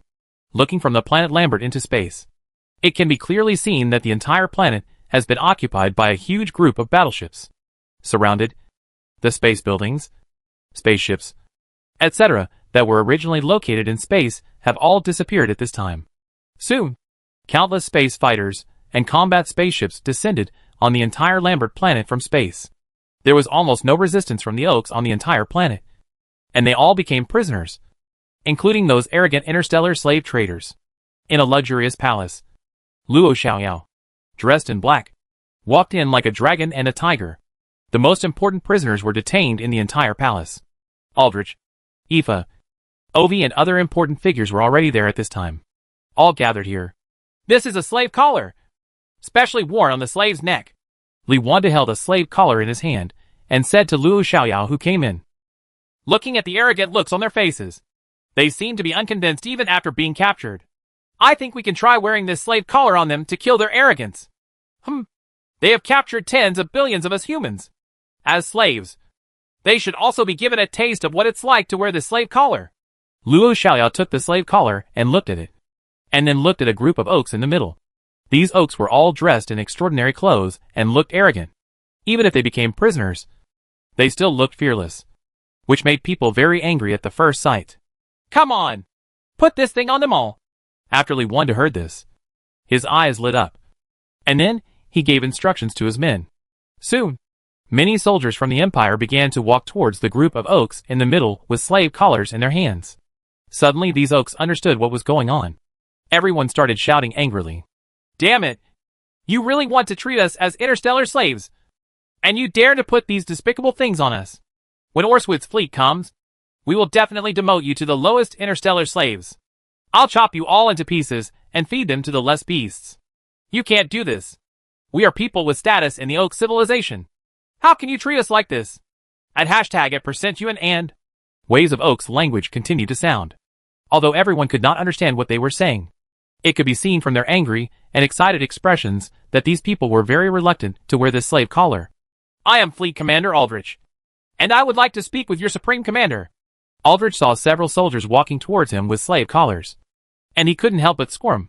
But at this time, he was already tied up and could only speak loudly in Chinese. He also came to speak Chinese, one of the several languages he learned after arriving here. He originally wanted to show off and let the Imperial Army talk to him in Oaks, but he didn't expect Luo Xiaoyao to ignore it at all. Ha ha! I've known for a long time that you are Aldrich. I wonder how long you can be arrogant. Luo Xiaoyao laughed happily when he heard this. He occupied the planet Lambert and captured millions of Oaks.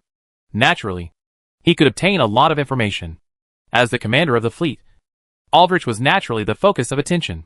Put slave collars on them all, Li Wanda said coldly. I don't care if you are the commander-in-chief or what you are, but you are still pretending to be a big-tailed wolf at this time. If you don't show some color, you really think you are awesome. The soldiers of the Empire put a slave collar on Aldrich's neck very simply and neatly. Although Aldrich struggled, it had no effect at all. The other Oaks looked at the Imperial soldiers with angry eyes, struggling desperately, as if something very shameful had happened to them. They all shook their heads desperately and wanted to resist.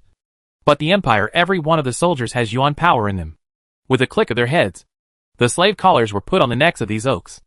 After putting on the slave collars, they all tried desperately to knock the thing off. But it was all in vain. After struggling desperately for a while, and finding that nothing worked, they all stopped one by one. If looks can kill, then the looks of these Oaks people at this time are enough to destroy the starry universe. Every one of them has blood-red eyes. And they are very angry. Guys? How does it feel to wear a slave collar? Luo Xiao looked at the angry Oaks people with a smile on his face, looking at them with some teasing. Your Majesty General, we are all people with status and status. How can you treat us like this? As long as you set out the conditions, no matter how much money you have, we will pay. We can use the money to redeem ourselves. Ao Fei looked indifferent, and looked at Luo Xiaoyao, who said very arrogantly that in an interstellar war, if an important person of the enemy is captured, the other party can usually allow the other party to redeem him. Of course, he can also not care at all and deal with him at will. Money? We are not short of money. Luo Xiaoyao continued to look at Ao Fei teasingly, as if he was playing cat and mouse, and teasing her first. Are you deaf?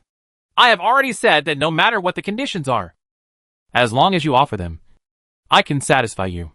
As long as you take this thing away from me and give me freedom, the conditions are easy to negotiate. Aoife was still very arrogant and sounded haughty. Any conditions are acceptable? Ah, that's it. Let me think. Let's do this. Just let me drain all the blood from your body. As long as you are still alive, I will let you go. When Luo Xiaoyao heard this, he frowned and seemed to think about what better conditions to offer. This made Ao Fei and others happy. But when the conversation changed, they heard that Luo Xiaoyao was going to drain all the blood in their bodies. In an instant, I panicked and struggled even more.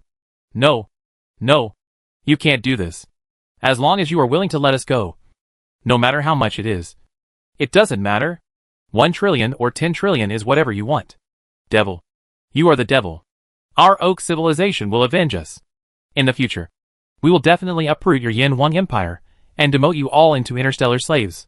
You will become blood slaves for generations to come. Suddenly these Oaks people became panicked and angry, and they started shouting again. Chapter 382. Playing the trump card. Snort. Seeing the appearance of these Oaks people, Luo Xiaoyao Yuanqi snorted coldly, and the whole palace made a loud noise like thunder, making all the yelling Oaks people look at Luo Xiaoyao one by one. How you treat us Earthlings, then I will treat you the same way. It's no wonder Luo Xiaoyao is like this, because on the entire planet Lambert, where these Oaks live, you can basically find dying Earthlings. All of these people have blood-drawing machines. These Oaks treat human blood as drinks to drink. They are all human beings anyway. Seeing what happened to these people, the soldiers of the Empire were extremely angry. The fate of the tens of billions of Earthlings who were trafficked to the native Oak civilization can be imagined. When thinking of this, Luo Xiaoyao, I feel like I need to at least express something. Although the Empire and these people have always been bad, they are still human beings after all. And if you do something, you will feel better. No, you can't do this. Ao Fei looked at Luo Xiaoyao with blood-red eyes. He was extremely frightened at the thought of bleeding to death. You are Ao Fei, the great slave merchant in the Oak civilization. Let's start with you. Luo Xiaoyao applied for indifference and looked at Ao Fei as if he were a dead person. Ao Fei was immediately paralyzed with fear. Looking at the approaching Imperial soldiers, he began to struggle desperately. As long as you let me go, I will give you everything. I am a super rich man in the Oak civilization. I have plenty of money. I can buy you anything you want. I can get everything on the other side of the starlight. Cosmic slave. What kind of universe I have all slaves? Ao Fei started to scream continuously, especially when the Imperial soldiers dragged her to the table and machine they used to draw blood. She became even more frightened, but Luo Xiaoyao ignored it and looked at it very coldly. Soon, Ao Fei was fixed. The artery was located. The blood-drawing machine was inserted, and blue blood began to be drawn out continuously. We, the Oak civilization, will take our revenge.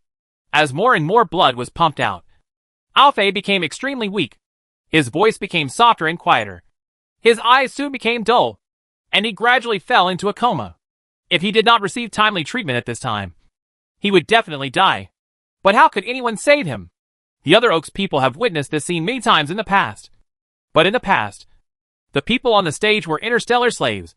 But this time, they were replaced by their own Oaks people. Everyone became silent, and all the arrogance on their faces disappeared. Everyone became extremely panicked. fearing that they would be the next one, especially those interstellar slave merchants. They were even more scared, and their bodies were shaking.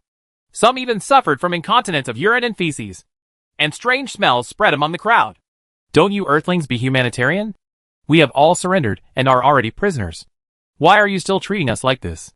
Haven't you descendants of Yin and Huang not killed envoys since ancient times? Do you treat prisoners kindly? How can you do this? Aldrich was also trembling at this time. He knew that he was the commander of the fleet, and it was very likely that it would be his turn next. He recalled some things he learned when he learned the language of the Earthlings, as if he was grasping at a life-saving straw. If you could be kind to the Earthlings you captured, maybe I could treat you kindly out of humanitarianism. But unfortunately you are not. So today's outcome is already doomed. Luo Xiaoyao sneered. Aldrich would definitely die. Ha ha. Even if we die, it doesn't matter. If we lose, we will lose. In your words, the winner is the king and the loser is the enemy. However, our Oak civilization will not give up. Our ace army, the Orswood fleet, is coming. Soon, you will know how powerful our Oak civilization is. At that time, not only you, but also tens of billions of people in your Yin Wang Empire will become interstellar slaves and blood slaves. Aldrich carried out the Oak civilization and the Orswood fleet, and even more harsh words were put down in his words. Ox civilization? The strength of your civilization is pretty good. You can barely dominate the sub-spiral arm, but our empire is not afraid of you. As for the Orswood fleet, the ace fleet of your Oak civilization, I am playing the ace card. Well, let me save your life first. I want you to see with your own eyes how the ace army of your Oak civilization fleet was wiped out by me. I want you to see with your own eyes how I entered the homeland of your Oak civilization. I not only will nothing happen, but in the end your Oak civilization will have to pay compensation to our empire and kneel down to beg for mercy. When Luo Xiaoyao heard Aldrich's threat, he smiled slightly and didn't care at all. Maybe the empire would have to pay attention to the Oak civilization before it mastered the warp drive. Now, the entire galaxy empire can freely control it, let alone one. Little Oaks is civilized. All the orcs shall be put to death except him. Luo Xiaoyao pointed at Aldrich, and then ordered very coldly. At this time, there were millions of Oaks prisoners in the hands of the Imperial Army. With Luo Shiyu's order, all the millions of Oaks were soon executed. It can be considered as revenge for tens of billions of people on Earth. Ha ha. You vampires are here too. Bah! Tens of billions of people on Earth. All of them would have been sold into the universe as interstellar slaves. If it weren't for you. Alice. Little Pete. I don't know where you are. When the Oaks were executed, the Imperial Army rescued tens of thousands of people from the entire Lambert planet. These people were left as blood slaves to supply blood. After being rescued by the Imperial Army doctors, basically all of them were saved. Nothing happened anymore. At this time, each of them looked at the Oaks with extremely angry eyes. They were thankful that they could save them, and at the same time, they could see the Imperial Army executing these Oaks. These tens of thousands of people are both unfortunate and lucky. They thought they were destined to never recover. Destined to be sucked to death by these vampire-like Oaks. Destined to become interstellar slaves and be constantly being raped in the universe. Sell and buy. Unexpectedly, they could survive until the day when the Imperial Army rescued them. However, their parents, wives, children, friends, etc. had long been sold to that corner of the universe without knowing it. At this time, they could only cry with their own eyes, watching the execution of the Oaks. Some people also want to join the Imperial Army and go to the Oak civilization to find and rescue their relatives. But the Empire will naturally not accept them. All the Oaks in the Canis Minor Galaxy were taken care of. The Imperial Army was not busy heading towards the Beichuan Galaxy. The Imperial warships began to clean up several galaxies around the Canis Minor Galaxy, such as the Victoria Galaxy, the Columbus Galaxy, the Aberdeen Galaxy, etc. There are also a small number of Oak civilization fleets, interstellar slave traders, etc. in these galaxies. In less than a month, the Imperial Army with warp engines swept across these galaxies very easily, executing all the Oaks, and uprooting the remaining forces of the Oak civilization in these galaxies. You can send a message to our Empire base camp and ask people to come and take over these galaxies. The Oaks have really cleaned up all the people. They have captured everyone and sold them to their homeland. It is a waste of time. Caused us a lot of trouble. Lu Xiling was responsible for cleaning up the surrounding galaxies. He was chatting with Luo Xiaoyao with a smile on his face. This is originally part of the Empire's strategy. Otherwise, our Empire would have sent troops long ago. If these countries that split from the Earth Federation are not cleared away, they will also be a huge threat to our Empire. So the Empire will wait until we are sending troops now. Luo Xiaoyan nodded. As a big boss of the Imperial military, he knew very well that the Empire was behind all this. From the time when Tu Zulia dug the hole, every step was under the control of the Empire.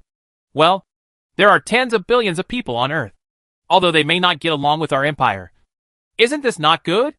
Lu Xiuling sighed softly and said with some reluctance, This is not what we consider. We are soldiers.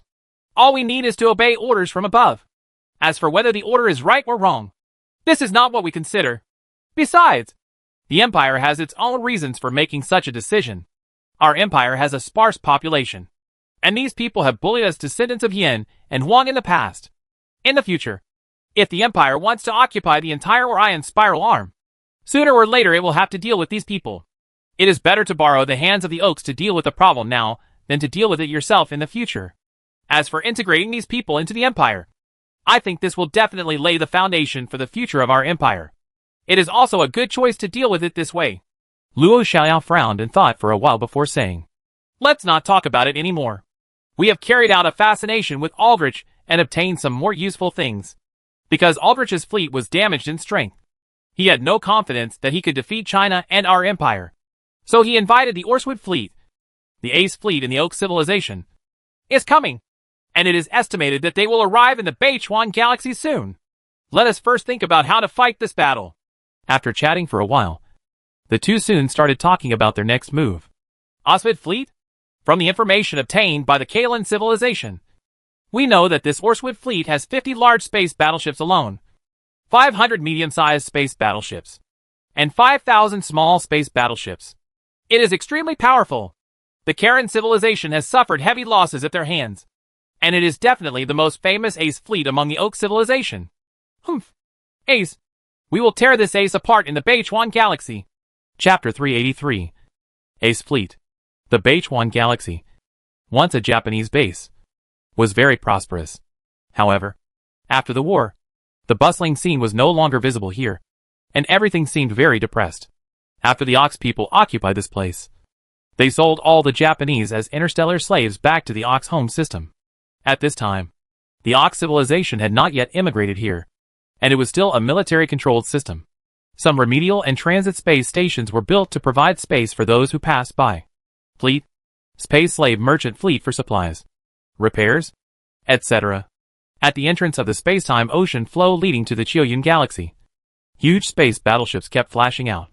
The battleships coming out from the front continued to spread in all directions, and there was a steady stream of space battleships flying out from behind, as if they were endless. Generally, on each battleship, the blood-red triangular logo is unusually dazzling and eye-catching. In the middle of the triangular logo, a sword-shaped logo adds a bit of murderous intent out of thin air. The Orswood fleet is the Ace fleet of the Oak civilization.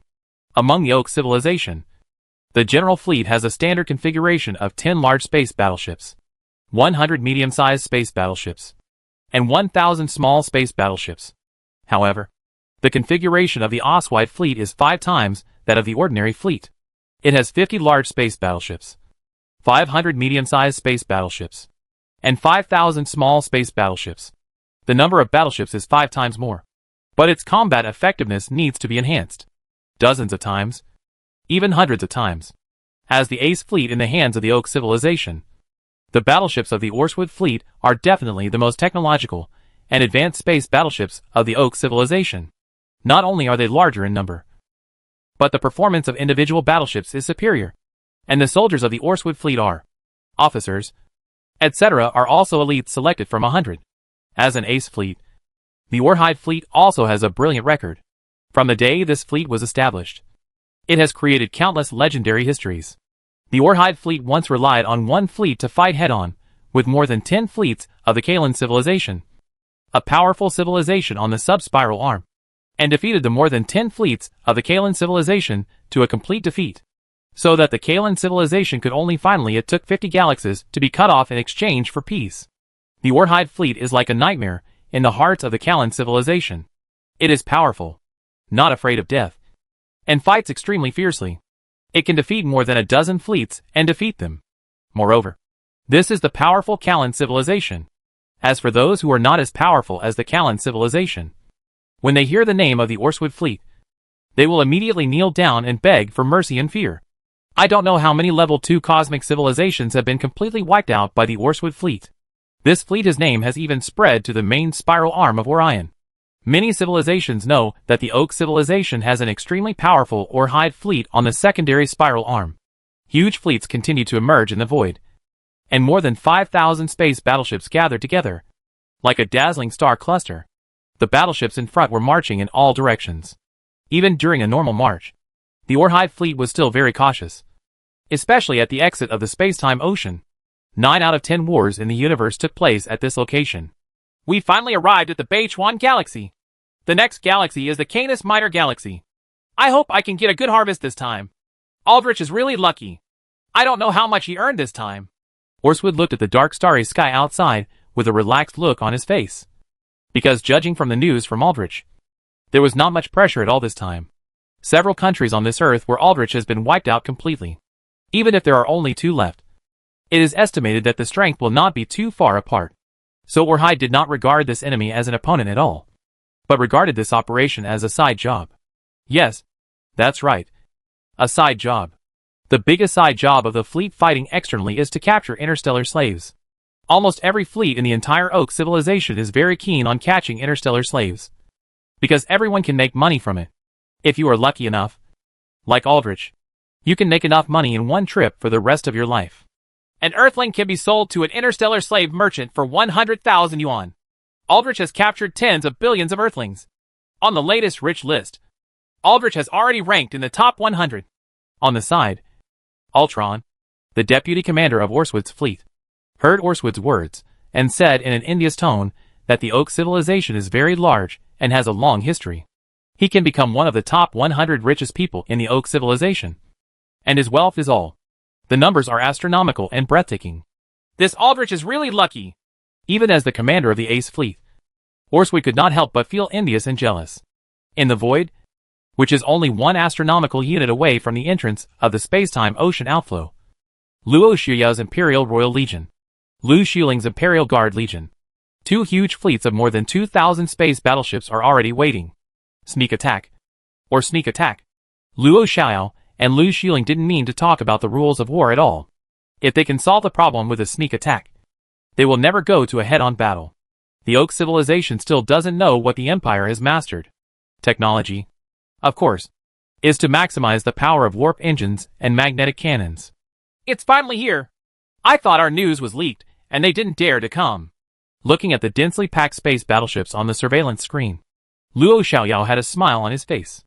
As early as half a month ago, the Empire's army descended on the Beichuan galaxy. They first blocked the entrances to the various space-time ocean outflows, and then tried to catch turtles in an urn, destroying the Oak civilization. Everyone who stayed here was cleaned up. Then he laid an ambush at the entrance of the space-time ocean current, waiting for now, taking advantage of the Orhide fleet to come out of the space-time ocean current to launch a sneak attack, catching them off guard, destroying the enemy as much as possible, and reducing their own losses. Attack! The first wave of attacks will kill all their large and medium-sized space battleships. Luo Xiao looked at the dark void and ordered softly from the corner of his mouth. On the huge space battleships, powerful nuclear fusion reactors generate huge energy, and all the energy is transmitted to the magnetic energy cannons. The supercomputers on the space battleships have already calculated all the parameters near the entrance of the space-time ocean outflow. Very soon, it was easy to lock onto the unsuspecting Orswood fleet space battleship. Invisible fluctuations flashed continuously in the void. An unlucky meteorite happened to be on its way, and was hit by a powerful magnetic cannon, and was instantly turned into dust.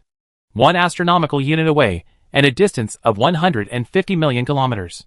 Even though the Orswood fleet had always acted very cautiously, it would never have imagined that the enemy would launch an attack at such a long distance. Of course, the more important thing is the magnetic cannon. This kind of terrifying weapon that kills people invisible. You can't see any trace at all.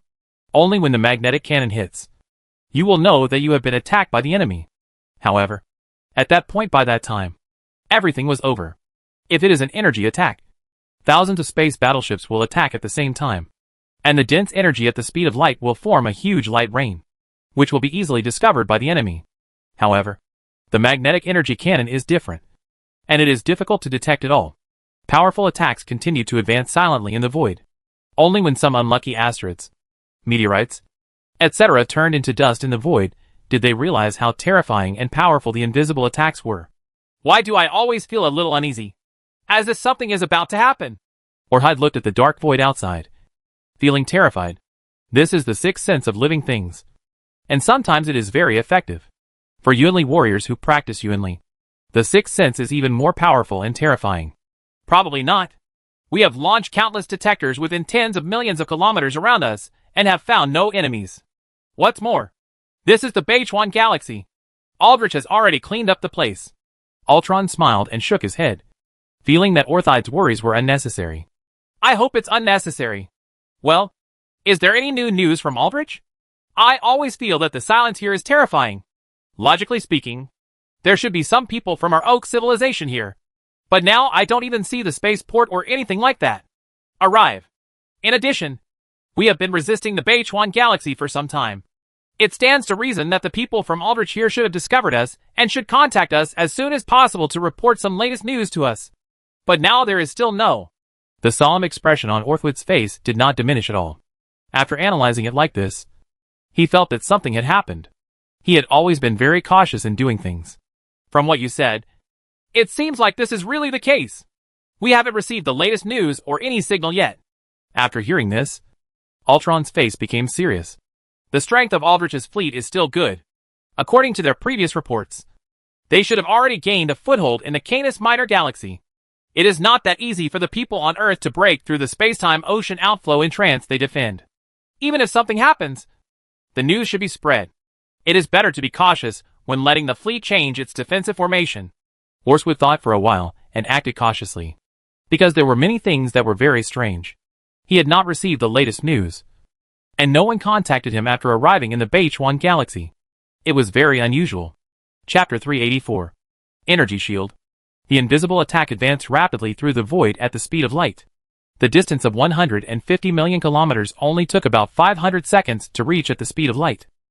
Among the Orhide fleet, unsuspecting space battleships were flying rapidly in the void, and invisible attacks hit these battleships very accurately, like decaying matter blown by strong winds. A huge space battleship turned into dust in the void and began to float away, forming a long smoke-like picture. The first wave of attacks, launched by 2,220 space battleships from the two Empire's two legions, very accurately focused on more than 2,000 space battleships in the Orhide fleet. In the dark void, these more than 2,000 space battleships slowly turned into smoke and disappeared in the void without making a sound. This is the Kuiper Belt area, which is originally very dark and quiet.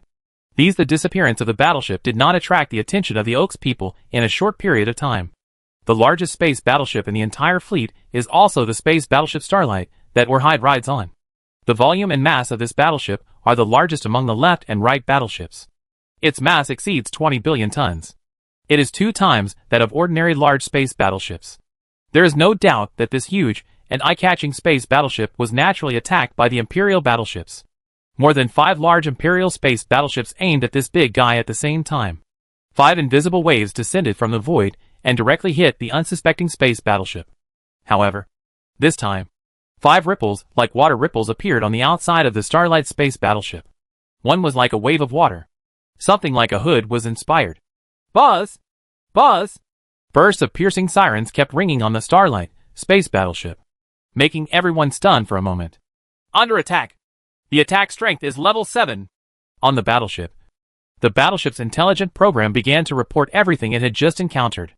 Level 7 attack. Orthwood and Ultron were sweating on their backs at this time.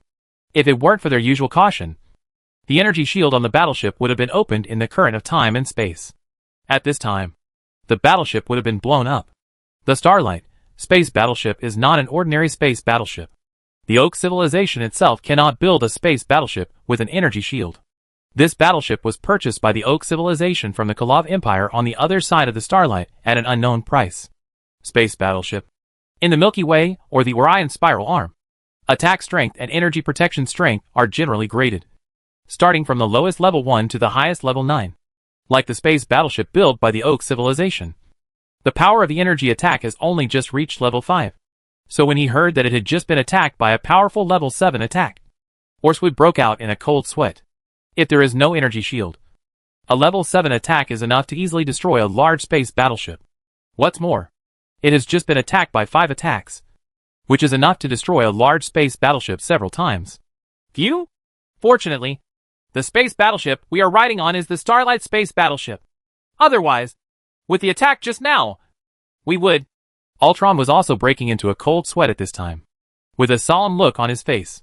The reason why the Ortide fleet can become an ace fleet is that, in addition to its powerful number of warships and excellent officers and soldiers, the more important point is that the Ortide fleet has a Starlight, purchased from the Koloff Empire battleship. The Starlight space battleship has an energy shield. Normal attacks cannot break the energy shield on the battleship, and cannot cause any damage to the battleship. In addition, the energy weapons on the battleship are also the energy weapons of the Koloff Empire. The attack power has reached level 6. And the attack distance has reached a terrifying 20 million kilometers. It is precisely because they have such a powerful space battleship in their hands, that the Ortide fleet dares to fight bravely even when facing enemies several times their size. Withstanding a powerful turtle SHL, holding a powerful long-range attack holy weapon in his hand. He has always been randomly slashing and killing the enemy's battleships, killing the enemy to a rout, and achieve one brilliant victory after another. Achievements. Powerful space battleships, like the Starlight, are generally the national artifacts of a civilization. Even powerful civilizations, like the Oak civilization and the Callan civilization, don't have a few ships because they are too expensive and they don't have much at all. If you have more financial resources, you can buy a few boats. Each of these space battleships is worth almost dozens of galaxies. Dozens of galaxies are easy to defeat, but they have to be replaced with what the Koloff Empire on the other side of the Starlight needs to slowly accumulate wealth to buy such a space battleship. It is not easy to build a battleship. It requires strong strength and time to purchase one. Of course, each such warship is very powerful, enough to greatly increase the strength of a civilization and shock all parties. No! Our ordinary warships have lost contact. Just when Orswit and others were rejoicing, the person responsible for contacting each space battleship hurried over and said loudly, with a look of panic on his face, silently, more than 2,000 space battleships were lost. I have contacted you, and I have never encountered anything like this before. Carry out evasive flight immediately. Find the enemy, and kill them. Orswood was like an erupting volcano at this time. It was attacked as soon as it emerged from the ocean currents of space and time. And the enemy has not been found yet. But it has lost more than 2,000 space battleships. No enemy found. But at this time, the Empire's fleet was 150 million kilometers away. The Ortide fleet thought that the enemy was in the void tens of millions of kilometers away, and could not find the Imperial fleet at all. Go forward, recharge, and continue attacking. One wave of attacks killed more than 2,000 space battleships from the other side. Luo Xiaoyao also seized the opportunity to prepare for another wave. More than 2,000 space battleships were charging up their energy while flying rapidly towards the Ortide fleet. Lao Luo, look at this. The largest space battleship in the Ortide fleet has just been attacked by 5 of our large space battleships. But it still has nothing happened. This battleship is very extraordinary. Lu Xuling quickly discovered the peculiarity of the Starlight space battleship. After a wave of attacks from the Imperial warships, 5 large space battleships focused their fire on it. But nothing happened to it. It was very noteworthy. Oh, there is such a thing. Let me see. Luo Xiaoyao became interested instantly and began to look carefully. What's so special about this battleship? We concentrated the attacks of 5 space battleships, but couldn't kill it. We can be sure that this is definitely their flagship. Luo Xiaoyu's mind was full of questions. This was the first time that the powerful magnetic energy attack failed. Sure enough, to be able to become a trump card and span the entire sub-spiral arm, this Ortide fleet is quite extraordinary. There is such a magical space battleship. Send the news to the Imperial Academy of Sciences and let the Empire scientists study it carefully. The next wave of attacks will focus on 10 warships. I don't believe we can't destroy this warship. 15 minutes later, the Empire's warships were once again fully charged, and more than 2,000 invisible attacks once again enveloped the remaining 2,000 space warships of the Orthwood fleet. But this time, the Ortide fleet was already on guard. All warships were flying evasively in the void, from a distance of 150 million kilometers. It was still very difficult to attack a space battleship that was flying intentionally to avoid flying. Out of more than 2,000 attacks, only more than 20 attacks hit the enemy, and more than 20 space battleships turned into a cloud of smoke and dust in the void again. What kind of attack is this? There is no warning at all. The Warhide fleet has become frightened at this time, because the enemy has not shown up yet. But silently, more than 20 space battleships in the own fleet have once again lost contact. And this time, the surveillance system in the Oswide fleet clearly captured the disappearance of more than 20 space battleships. Very abruptly, the space battleship that was evading rapidly was like a rotten thing blown by the wind in the void, dissipating layer by layer in the void like a sand castle, and finally turned into long groups. The interstellar dust disappears into the dark background of the cosmic void. Wave! The Starlight space battleship is large in mass and not very flexible. This time it was attacked by 10 battleships. 4 of the attacks were concentrated on this huge space battleship. The energy shield on the space battleship lit up again, like 4 stones thrown into the calm lake, with the 4 attacks as the core points. Circles of water rippled in all directions, and calmness soon returned. Attack from the direction of Quadrant 5. The enemy is ambushing here in the Oort cloud belt. Ultron's whole body roared, and from the direction of the ripples on the Starlight battleship, it was easy to deduce the location of the enemy's attack. All warships obeyed the order, turned around, and fought. Our Warhide fleet has never suffered such a loss. Orthwood was filled with rage. He was attacked by a wave of enemies, and killed more than 2,000 space battleships. However, the enemy has not even been discovered yet. He cannot accept such an ending. He wants to use the blood of the enemy to appease him own anger. The remaining 2,000 or so space battleships drew circular lines in the void. All turned around, and headed towards the Imperial battleship group under the leadership of the Starlight space battleship. Chapter 385. Scientists' Analysis. The fighting is in full swing here in the Beichuan galaxy. Here in the Centaur galaxy, the Empire's base camp. The information sent back by Luo Xiaoliao from the front line immediately attracted the attention of Li Fu, Xin Bin, Yu Liang, Tu Zuilia, and other senior Empire officials and elders.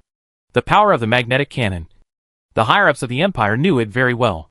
Now there is actually a space battleship that can withstand the attacks of multiple magnetic cannons intact in 2 consecutive waves. Such a powerful defensive capability naturally makes the Empire's top officials both shocked and excited. We must understand all this and find a way to crack it. This is a matter of life and death for the soldiers on the front lines of the Empire. Li Fu issued an order to the Imperial Academy of Sciences. Soon, the main campus of the Imperial Academy of Sciences in space began to become busy. Small private spaceships kept flying in from various branches, and Imperial scientists got off one after another from these private spaceships. Giants, Shen Bin, Yu Liang, Chao Haidao, Yang Yiping, Yao Tianyi, Li Qianyu, Bai Kai, Gu Feng, Lu Jun, and other Imperial Yuanli level scientists also showed up one after another. And even Li Fu himself came in person. A huge conference room was filled with the Empire's top scientists. And there was also a site specifically connected to the virtual world. There were corresponding virtual venues in the virtual world set up for those scientists who could not make it in time. I think everyone has seen the detailed information. Our Empire's army is engaged in a fierce battle with the Oak Civilization's ace army, the Orswood fleet, on the front line of the Beichuan galaxy. There is a strange space battleship in the Orthwood fleet. Our battleship launched 2 waves of attacks on it. Each wave of attacks had several magnetic energy attacks that can be 100% sure that it hit this space battleship. But this space battleship did not suffer any losses. Let's talk about it. What kind of technology is used on this battleship? How can we crack it? This is related to the life and death of the frontline soldiers. So we have called everyone here urgently. The live and virtual world conferences were held at the same time. Shen Bin, the president of the Imperial Academy of Sciences, as the host, simply told the cause and effect of the matter. After listening to Shen Bin's words, every scientist began to fall into deep thought. In fact, on the way here, everyone there already thinking about it. It is definitely not relying on materials to defend against our magnetic energy attacks.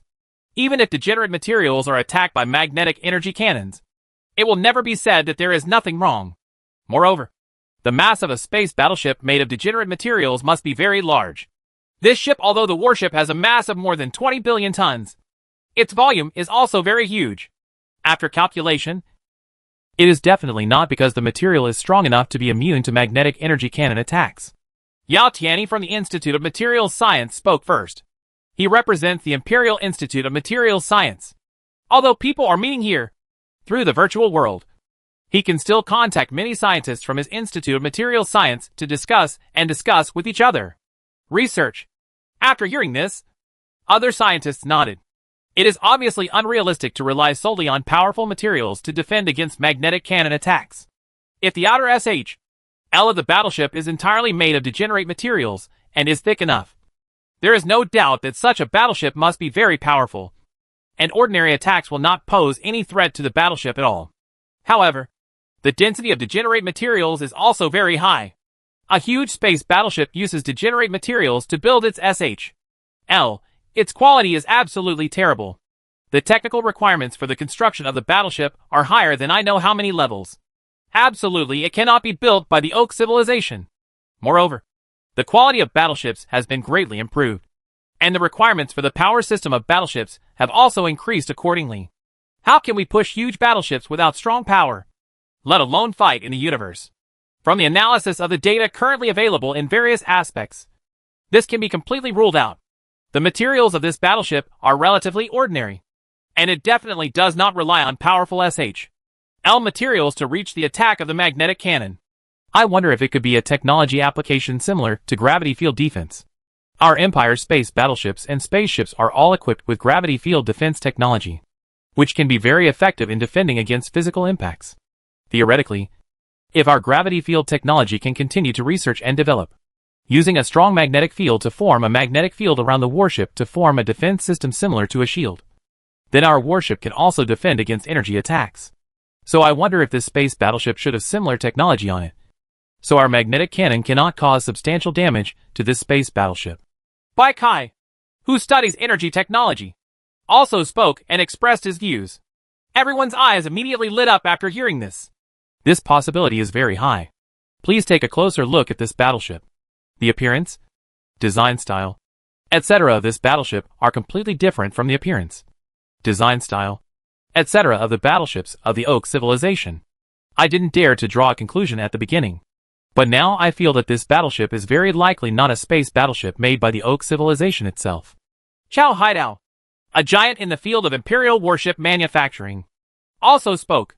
He compared and analyzed the Starlight space battleship with other space battleships of the Oak civilization, and found out what made this battleship different from other battleships of the Oak civilization.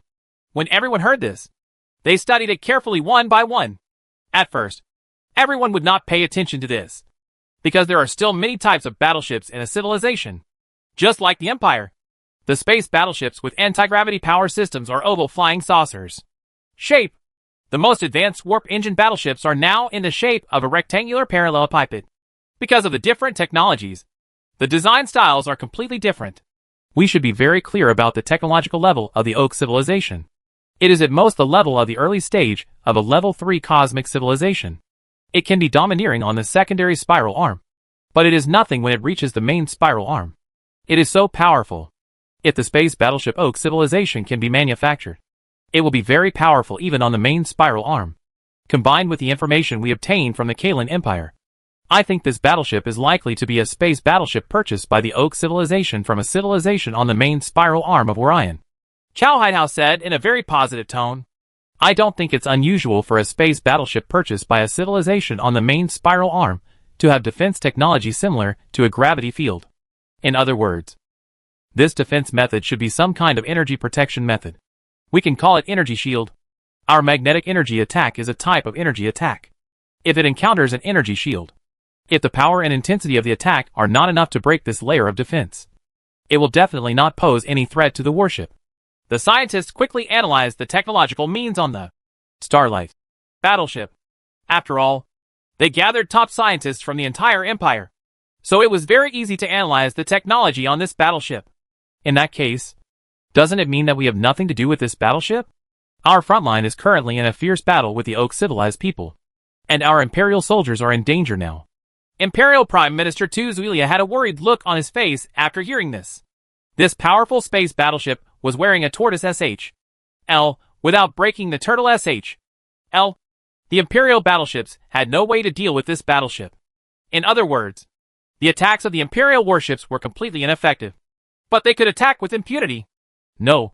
Since we now have a rough idea of the technological systems on this battleship, and that this battleship has an energy shield, we have plenty of ways to deal with it. Bai Kai smiled and shook his head. Among the more than 5,000 space battleships in the Orhide fleet, only this one is a space battleship with an energy shield. The other battleships have lost more than 2,000 in our first wave of attacks. I estimate that the distance is even closer, with a few more waves of attacks. Basically, all other ordinary space battleships can be wiped out. So even with such a powerful space battleship, there is no doubt about the outcome of this war. We will win, and the Orhide fleet will be completely destroyed. Bai Kai looked very careful and analyzed everything about the war carefully. We all know that the gravity field defense devices on space battleships and spaceships actually consume a lot of energy. So I infer that the energy shield on this battleship should also consume a lot of energy. We need to consume very powerful energy to be able to defend against the enemy's energy attack. And this is our breakthrough point. As long as we hit enough space battleships, we will launch a powerful collective attack on this space battleship. With the powerful attack power of our magnetic cannon, I estimate that we can easily break the protective cover on this battleship and completely destroy this battleship. This kind of warship is very powerful. Unfortunately, there are not many of them in the hands of the Oak civilization. If we are fighting against opponents of the same level, like the Karen Empire, the power of the Orhide fleet with this warship as the core will be very terrifying. But against our empire, its effect is very limited. Unless the Oak civilization can have a fleet composed entirely of this kind of warships. Maybe we have to treat it carefully and seriously. And this kind of warships have to be similar to our Imperial warships in terms of attack distance and attack power. Only then can they really pose a threat to us. After listening to Bai Kai's detailed analysis, everyone present breathed a sigh of relief. Chapter 386. Capturing the Starlight. Since there is no problem in winning, can we find a way to capture this battleship? I think if we have this battleship, we can also learn some energy shield technology from this battleship. Maybe we can also develop energy shield technology. Staring at a powerful golden bell. As long as it has energy and cannot be broken by the opponent's attacks. The strength of our Imperial warships can be improved by several levels. Yu Liang grinned widely. His eyes shone with shrewdness. And he actually wanted to capture the Starlight space battleship. It's definitely not that easy to capture a warship. If they can't defeat us, they can still run away. Besides, at worst, they can self-destruct the warship in the end. Chow Haidao smiled and shook his head.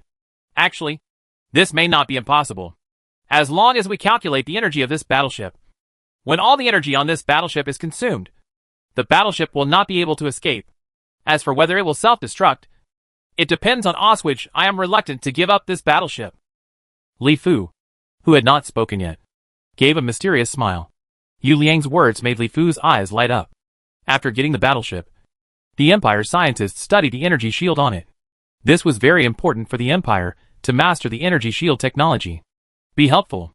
Although the Empire's warships are already very powerful in terms of attack and flight, they have always been a shortcoming in terms of defense. This time, they have the opportunity to make up for it. As the saying goes, the shortest board determines the capacity of the barrel. If the Empire wants to span the galaxy and the universe, it must be very strong in all aspects and have no shortcomings. Tell Luo Xiaoyao to capture the Starlight space battleship alive. During the war in the Beichuan galaxy, the distance between the two sides had shortened to only 50 million kilometers. Orswood finally discovered the Imperial warship. However, even after discovering it, it was still very frustrating.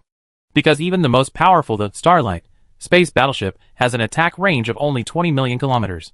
And it still can only fight without fighting back. What kind of civilization is it? Why can it launch an attack from such a long distance? And this kind of attack has never been seen before, let alone heard of. At this time, Oswald frowned. There were now less than 2,000 of the more than 5,000 warships under his command. As the distance between the two sides became closer and closer, the probability of a warship being hit became higher and higher. All warships were just like that. It fell apart silently and turned into interstellar dust floating in the void. Wave! Several water-like ripples appeared on the energy shield on the Starlight space battleship again. It was obvious that the other party did not attack this huge battleship. But the powerful energy shield protected the battleship again and again. Until now, There was no damage whatsoever. The remaining energy of the battleship is 82%. And the energy is consumed so fast. Deputy Commander Ultron looked at the energy bar on the battleship and couldn't help but feel frightened. The energy of the Starlight space battleship was consumed very quickly. Every wave of attacks consumes a lot of energy on the battleship. Although the energy shield is powerful, but it is also a large energy consumer. The enemy's attack is too powerful. With the intensity of the level 7 attack, our energy is consumed too quickly. This is not the way to go. Ultron quickly reported the situation to Orswood. The energy consumption of this energy shield increases or decreases according to the intensity of the enemy's attack. The more powerful the attack, the greater the energy consumption. This has never happened before. It seems that this energy shield is not really perfect. Orswood also nodded. In the past, the energy consumption of the Starlight battleship was very slow, because the opponent's attack power was limited, and it could be resisted without consuming too much energy. But now it is completely different. The enemy's attack is too powerful and consumes energy very quickly. We must speed up. If we approach slowly like this, our energy will be exhausted by then. Give me the order to speed up. Oswald held his hands tightly. He had never fought such a frustrating battle. Up to now, he had not even figured out which civilized person his opponent was. He had lost half of his battleships. But the enemy was still out of range. This battle was so frustrating. But in this case, the probability of our warship being hit will be greater.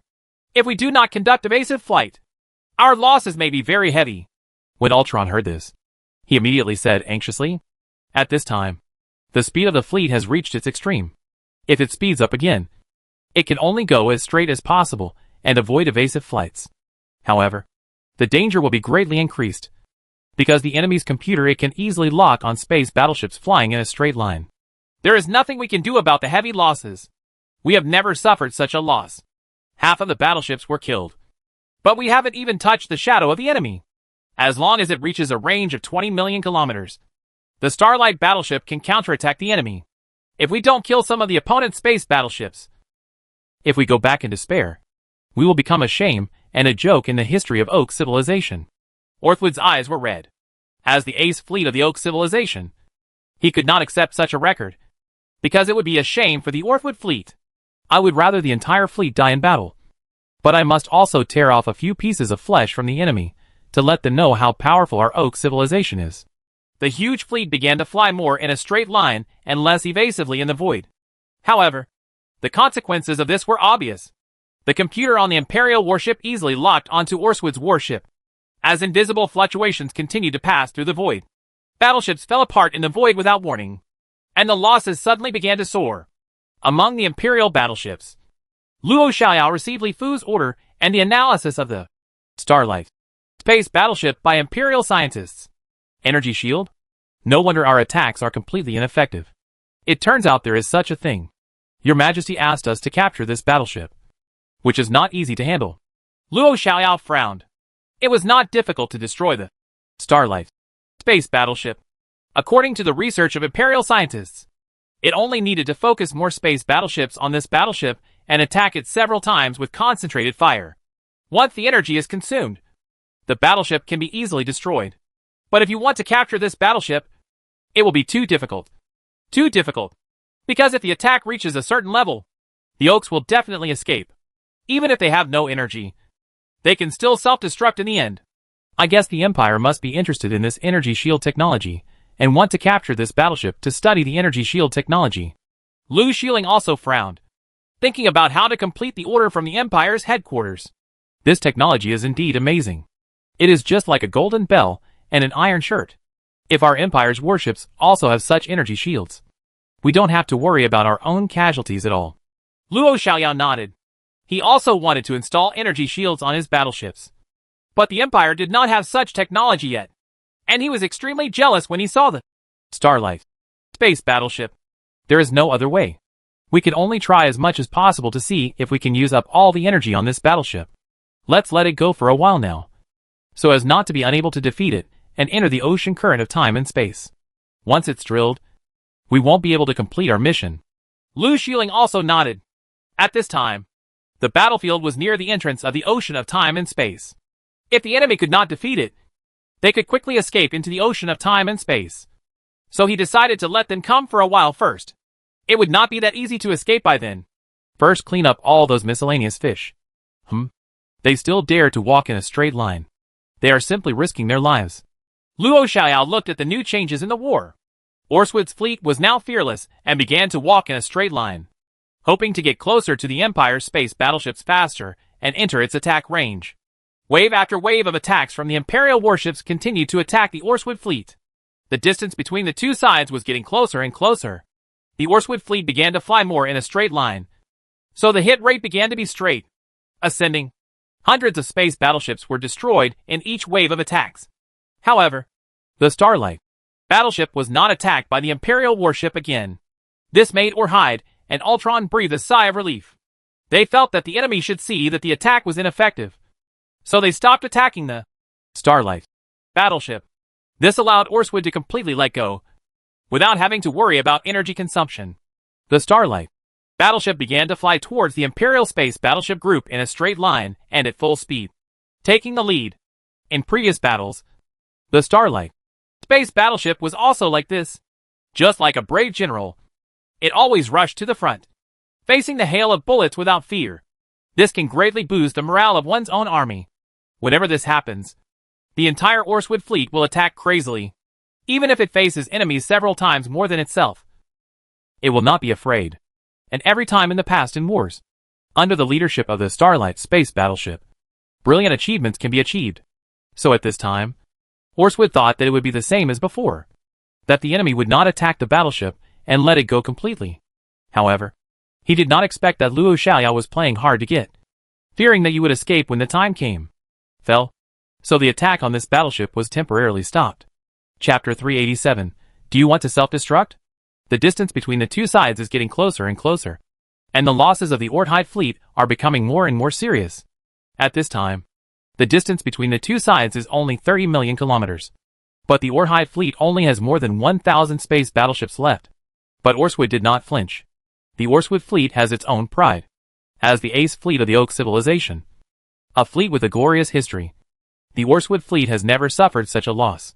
Even the enemy's universe retreating without killing all the battleships will definitely become a shame in the history of Oak civilization.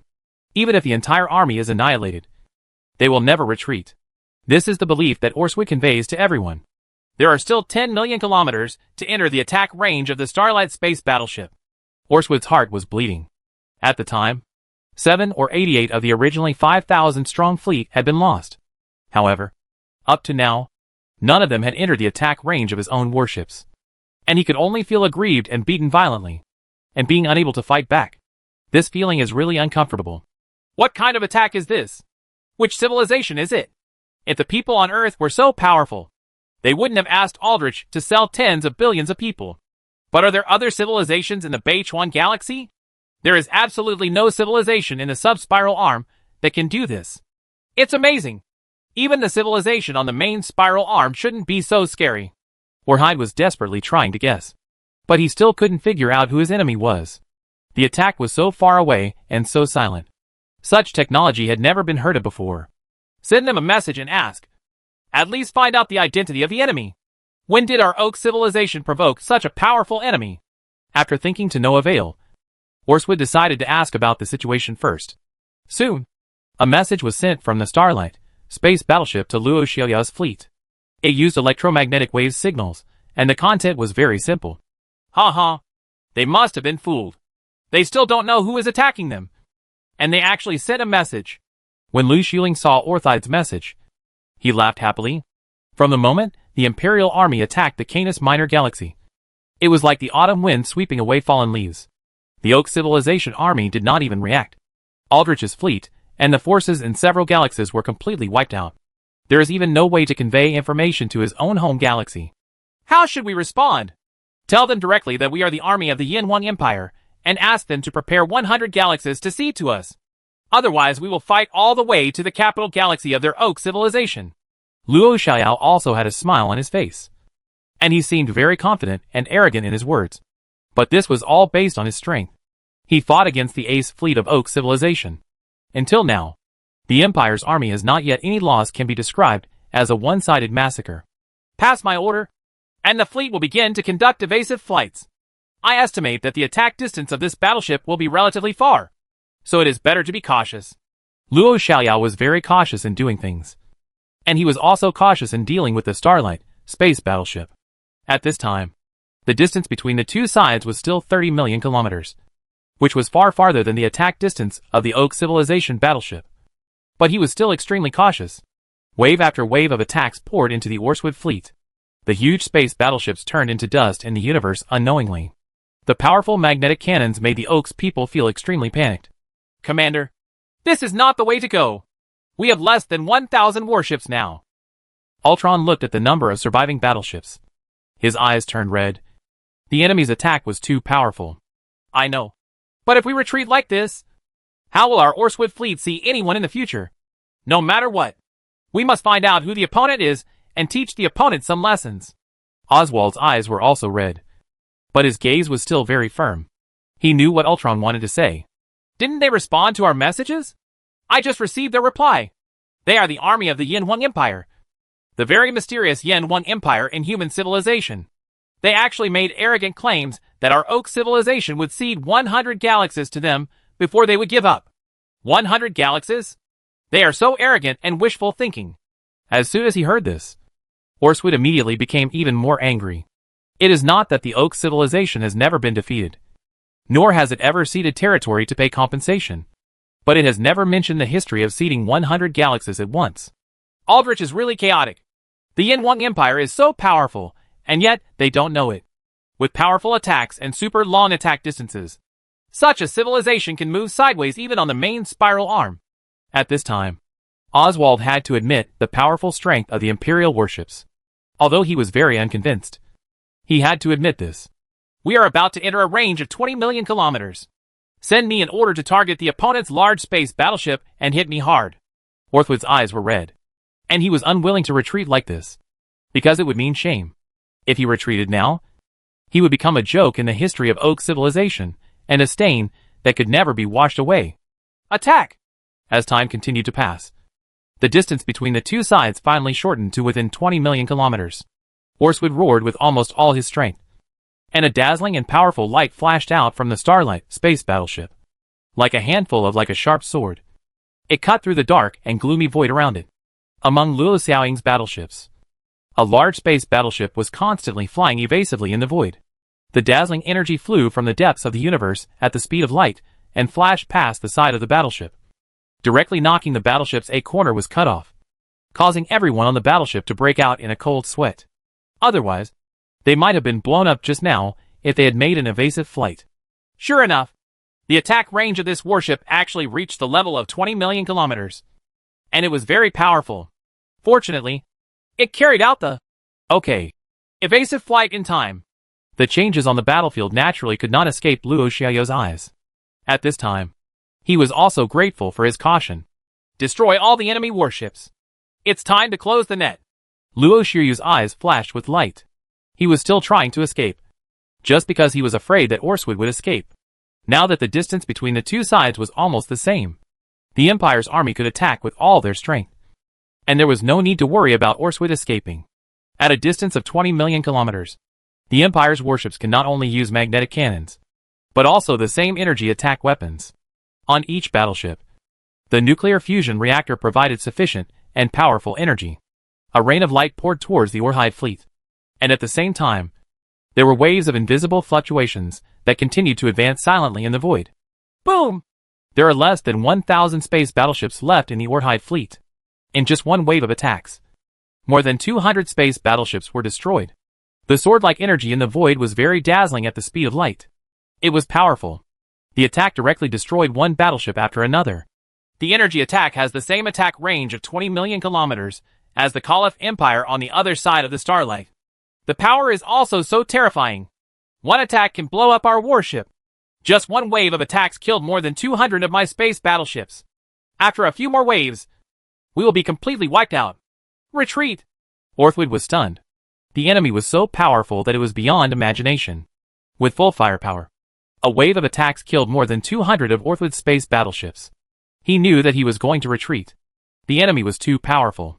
If we hold on forcefully, there is a high possibility that only one space battleship, the Starlight, will be left in the end. Although he was very unwilling, Orswood was also helpless. Facing such a powerful enemy, he could not defeat him at all. It was not that he was incompetent or that he was afraid of death. He wanted to leave some seeds for this ace fleet, and could not let it go. This fleet with a long and glorious history was destroyed in his own hands. However, Luo Xiaoyao would not let them go easily. The speed of the Empire's battleships began to soar continuously. The powerful nuclear fusion power was more than one level more powerful than the power of the Oak Civilization battleships. At this time, it was already time to fight. It's a point where you can't fight, and you can't escape. Wave! Dozens of space battleships began to focus on attacking the Starlight space battleship. Invisible attacks. Dazzling energy beams began to fall on this huge space battleship. The energy shield on the battleship began to ripple like water waves. And it never stopped. Wave after wave of powerful attacks caused the energy shield to ripple all the time. Correspondingly, the energy on the Starlight battleship continued to ripple. Very fast speed consumption. The energy is less than 30%. The enemy's attack is too powerful. Now many space battleships are concentrated to attack us. Our energy may not last long. On the Starlight space battleship, Ultron's entire face began to look extremely ugly. Can you hold on until you enter the ocean current of time and space? No matter how stupid he was at this time, Orhide understood that he had fallen into the enemy's trap. He had not attacked before, but now he was attacking with focus fire, which made him walk a long way. And it was not that easy to escape. With the current attack intensity and number of attacks, we cannot survive the current of time and space. What should we do? Should we self-destruct? Chapter 388. Are you really reluctant to blow yourself up? Self-destruction? Orthwood's eyes narrowed when he heard Ultron's words. The Starlight space battleship is one of the few powerful battleships among the Oak Civilization that was purchased from the Khalif Empire on the other side of the Starlight. You can imagine how precious it is. Of course, its power has been proven by its achievements time and time again. In the past long years, the Starlight space battleship has been invincible and has gained a great reputation. Therefore, such an important space battleship must not fall into the hands of the enemy, because it is a national-level artifact. You cannot keep it, and you must not take advantage of the enemy. Once it falls into the hands of the enemy, one will ebb and flow. There will be huge changes in the strength of both sides. For the Oak Civilization, failure is nothing, and it is not that it has never been defeated. But such a space battleship must not fall into the hands of the enemy. So once a situation like this occurs, Orswood needs to activate the self-destruction program of the battleship. And the battleship must not be captured by the enemy. Now is not the time. Let's rely on inertial flight to see if we can persist until the end. Orthwood thought for a long time, and finally shook his head. There is no doubt that once he chooses to self-destruct, he, the commander of the Orthwood fleet, must live and die with the battleship. But Orthwood doesn't want to die yet. He doesn't want to die in this corner of the universe. It can only be the... Ultron also breathed a sigh of relief. If Orhide chose to self-destruct, he would also be destroyed along with the battleship. Everything has the instinct to survive, and everyone wants to live a few more years. The enemy is about to run away. Slow down the attack. Kill all the miscellaneous fish, and concentrate the firepower to destroy the energy of the opponent's flagship. On the other side, Luo Xiaoyao also quickly noticed the changes in the Oswald fleet, and actually made a big turn in the void, and fled straight towards the entrance of the time and space ocean outflow. Call out! Wave! Dazzling energy beams continuously cut through the void from the Imperial space battleship and attacked the Orhide fleet. The invisible magnetic energy cannon was naturally not to be far behind. It launched an attack as soon as the energy was replenished. At this time, it was right. This is the time to beat the beaten dog. And it is also the time when it is easiest to make achievements. No one will miss this opportunity. Boom! As huge groups of flames continued to explode in the dark void, battleships floated silently in the void with the wind. Orthwood's battleships suffered losses in every wave of attacks. Hundreds. The remaining less than 1,000 space battleships simply cannot support several waves of attacks. Target. Enemy flagship. Attack. More than 100 space battleships united. And after supercomputer calculations, they all aimed at the Starlight space battleship. Energy beams and magnetic energy attacks enveloped the Starlight space battleship. Wave! The protective cover of the Starlight space battleship is like a lake with rain falling on it. Circles of ripples are constantly rippling. The ripples in front have not yet subsided, and new ripples are surging behind. Buzz! The energy is less than 10%. Along with a powerful attack, the energy on that Starlight space battleship decreased rapidly. Soon, the program on the battleship began to sound an alarm. After a wave of salvos, the energy of the battleship bottomed out. The attack is too powerful. The energy consumed to resist a level 7 attack is 10 times that of resisting a level 6 attack, and 100 times that of resisting a level 5 attack. The opponent must have concentrated many space battleships this time, and one wave of attacks will destroy us. The energy is completely consumed, and if there is another wave of attacks, our energy shield will automatically dissipate because there is not enough energy. Ultron's eyes turned blood red. He seemed to see the god of death waving to him. Without the protection of the energy shield, the Starlight space battleship was no different from ordinary space battleships. It could not stop the opponent from being so dense and powerful. Attack. Is the Orthid fleet destroyed in my hands like this? At this time, Orthwood looked at the dark and gloomy starry sky outside. But he was thinking a lot in his mind. He thought of the glorious achievements of the Orthwood fleet in the past. But now this ace fleet of the Oak civilization was going to be destroyed by himself. In his hand, Orthwood's eyes became dull. Perhaps this time, our Oak civilization really has to cede 100 galaxies before we can achieve peace. Oswald said faintly that the enemy was too powerful, making him feel very powerless. He was not afraid of death. But when encountering such an enemy, they were so different in every aspect that it would be in vain no matter how courageous he was. Wave! The intensive attacks began to become sparse, and attacks began to attack the Starlight space battleship one after another. The powerful energy shield was still holding on to protect the battleship. Are they playing a game of cat and mouse? One more salvo can kill us. Why are they playing with us like this in the first place? Ultron became even more angry at this time, because he found that the enemy was now attacking one after another without firing a salvo. A bit like they were playing. This made Ultron, who was already prepared for death, become confused, very angry. If you are willing to surrender, we can let you live.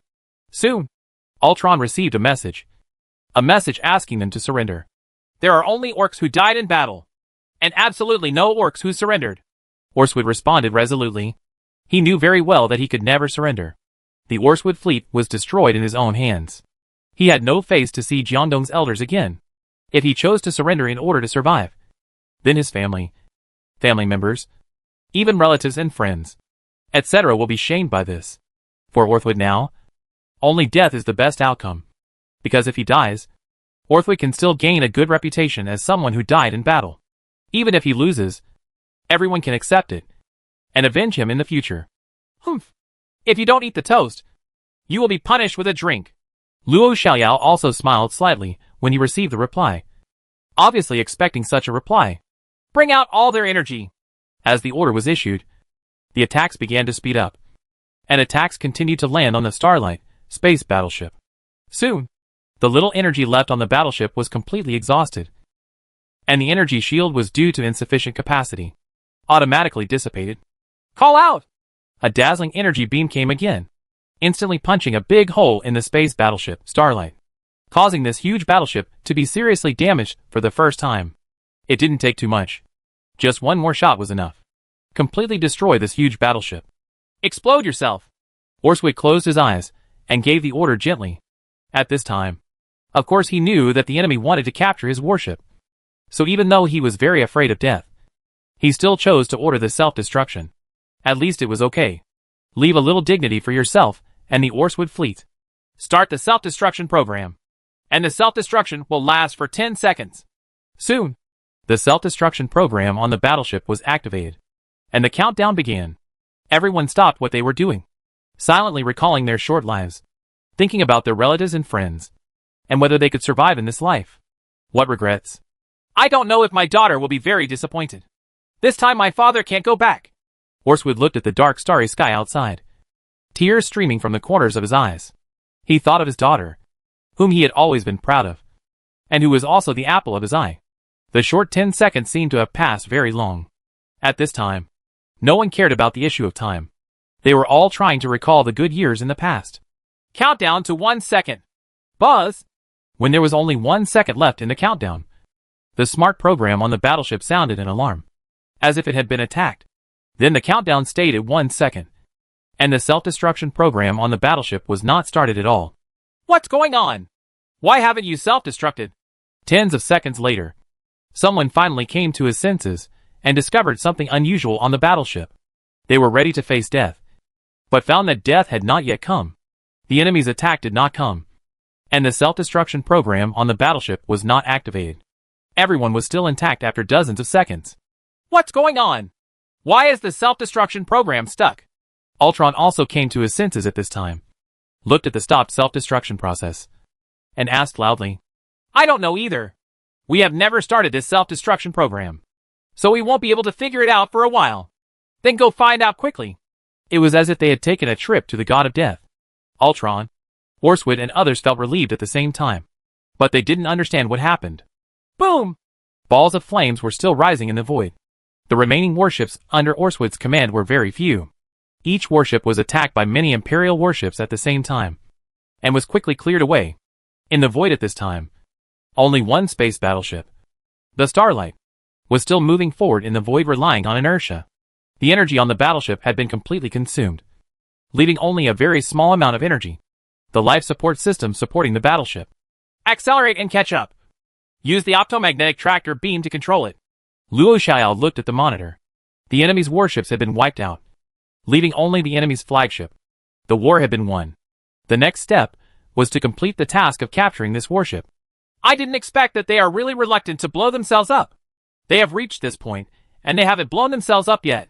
Lu Xuling shook his head and couldn't figure it out. Chapter 389, Now I Have Company.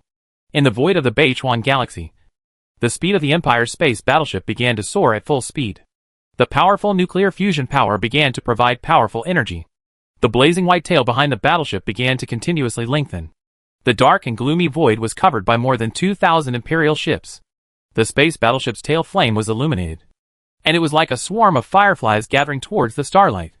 At this time, the Starlight space battleship is equivalent to a tiger without teeth, and it is also a tiger that cannot move.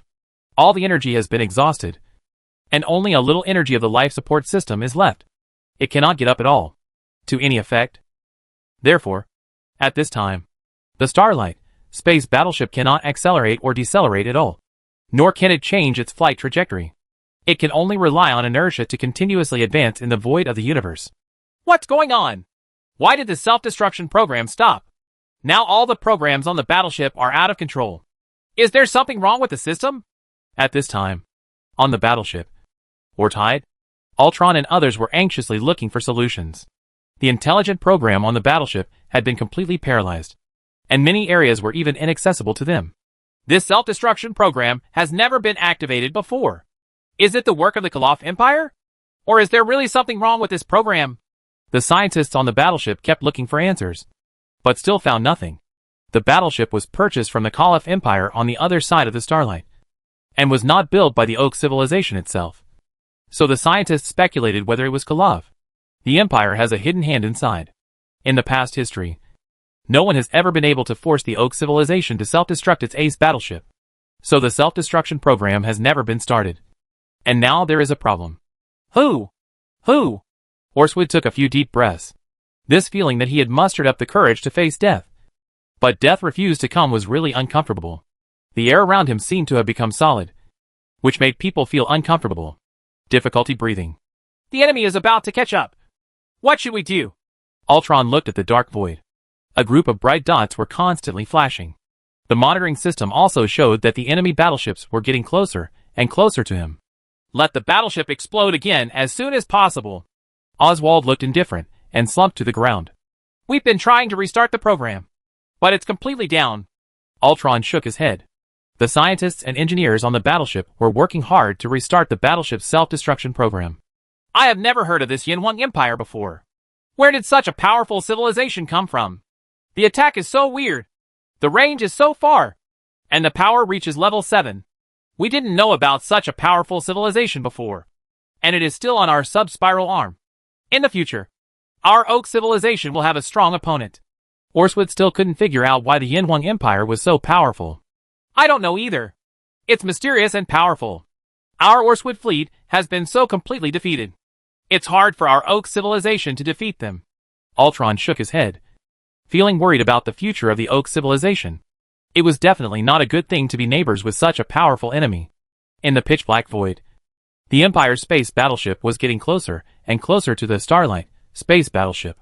Slowly, with the naked eye, one could clearly see the tail flames of the Empire's battleship in the void, trailing a long, blazing white tail flame. The Imperial battleship is very fast. It is absolutely impossible for a plasma-powered engine to have such a long tail flame. Even the engines on large space battleships are absolutely impossible to have such a long tail flame. And the temperature and brightness are comparable to stars. Ultron looked at the Imperial battleships that looked like fireflies in the void, and said with certainty that as the commander of the battleships, he was very familiar with all kinds of space battleships. And he also knew the various power systems very well. They surrounded our Starlight space battleship. In the field of vision, battleships surrounded the Starlight space battleship in the void, just like a pack of wolves surrounding their prey. Start the optomagnetic traction beam. Luo Xiao looked at the huge Starlight space battleship in the void with a smile on his lips. As his order was issued, more than 100 Imperial warships surrounding the Starlight space battleship began to emit thick electromagnetic traction beams, and soon connected to the Starlight like a rope. On the space battleship, optomagnetic traction technology has become very mature after years of development. It is most widely used in the interstellar mining industry, spaceports, large spaceships, and space battleships. Relying on the powerful optomagnetic traction beam, objects in space can be easily controlled and moved according to one's own requirements. The 100 optomagnetic traction beams were like 100 ropes, firmly connected to the Starlight space battleship. Then the 100 space battleships began to slow down, and the speed of the Starlight space battleship also began to slowly decrease. The thick optomagnetic traction beams are like the toughest ropes, firmly pulling the Starlight space battleship. Optomagnetic traction technology. I didn't expect that the Yin 1 Empire would master such a powerful technology. Even on the main spiral arm, there are very few civilizations that have mastered this technology. Ultron's knowledge is still very broad. Looking at the extremely thick optical and magnetic traction beams in the void, there is a look of shock on his face. It seems they are determined to capture us. Orthwood's eyes flashed, and he knew the Empire's intentions very clearly. Among them, the Starlight space battleship completely stopped in the void.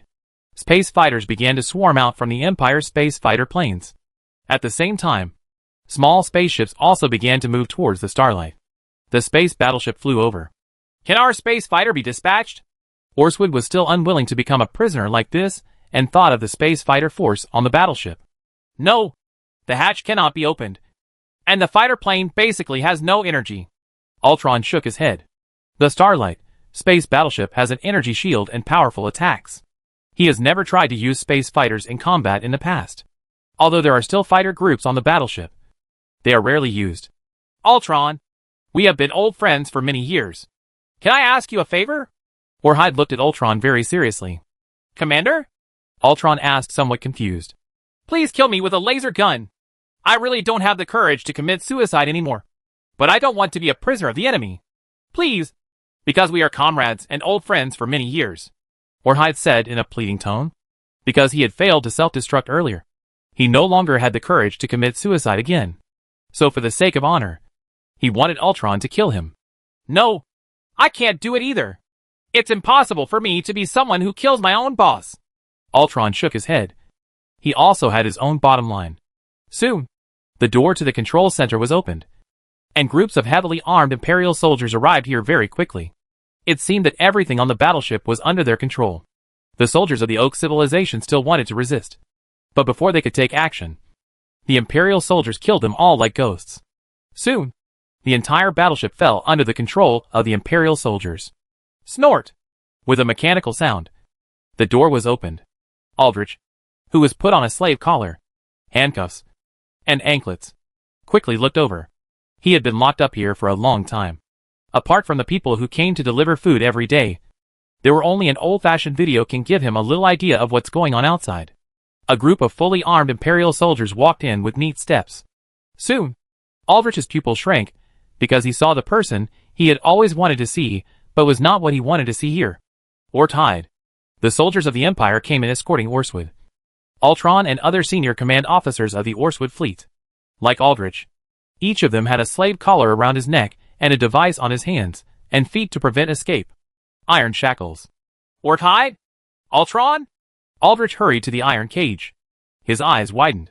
He did not expect that the ace fleet commanders of the Oak civilization, Orswood and Ultron, would become captives and prisoners of the Yin Wang Empire like him. Aldrich? Orthwood and Ultron followed the sound and looked over, and saw Aldrich. They were also shocked.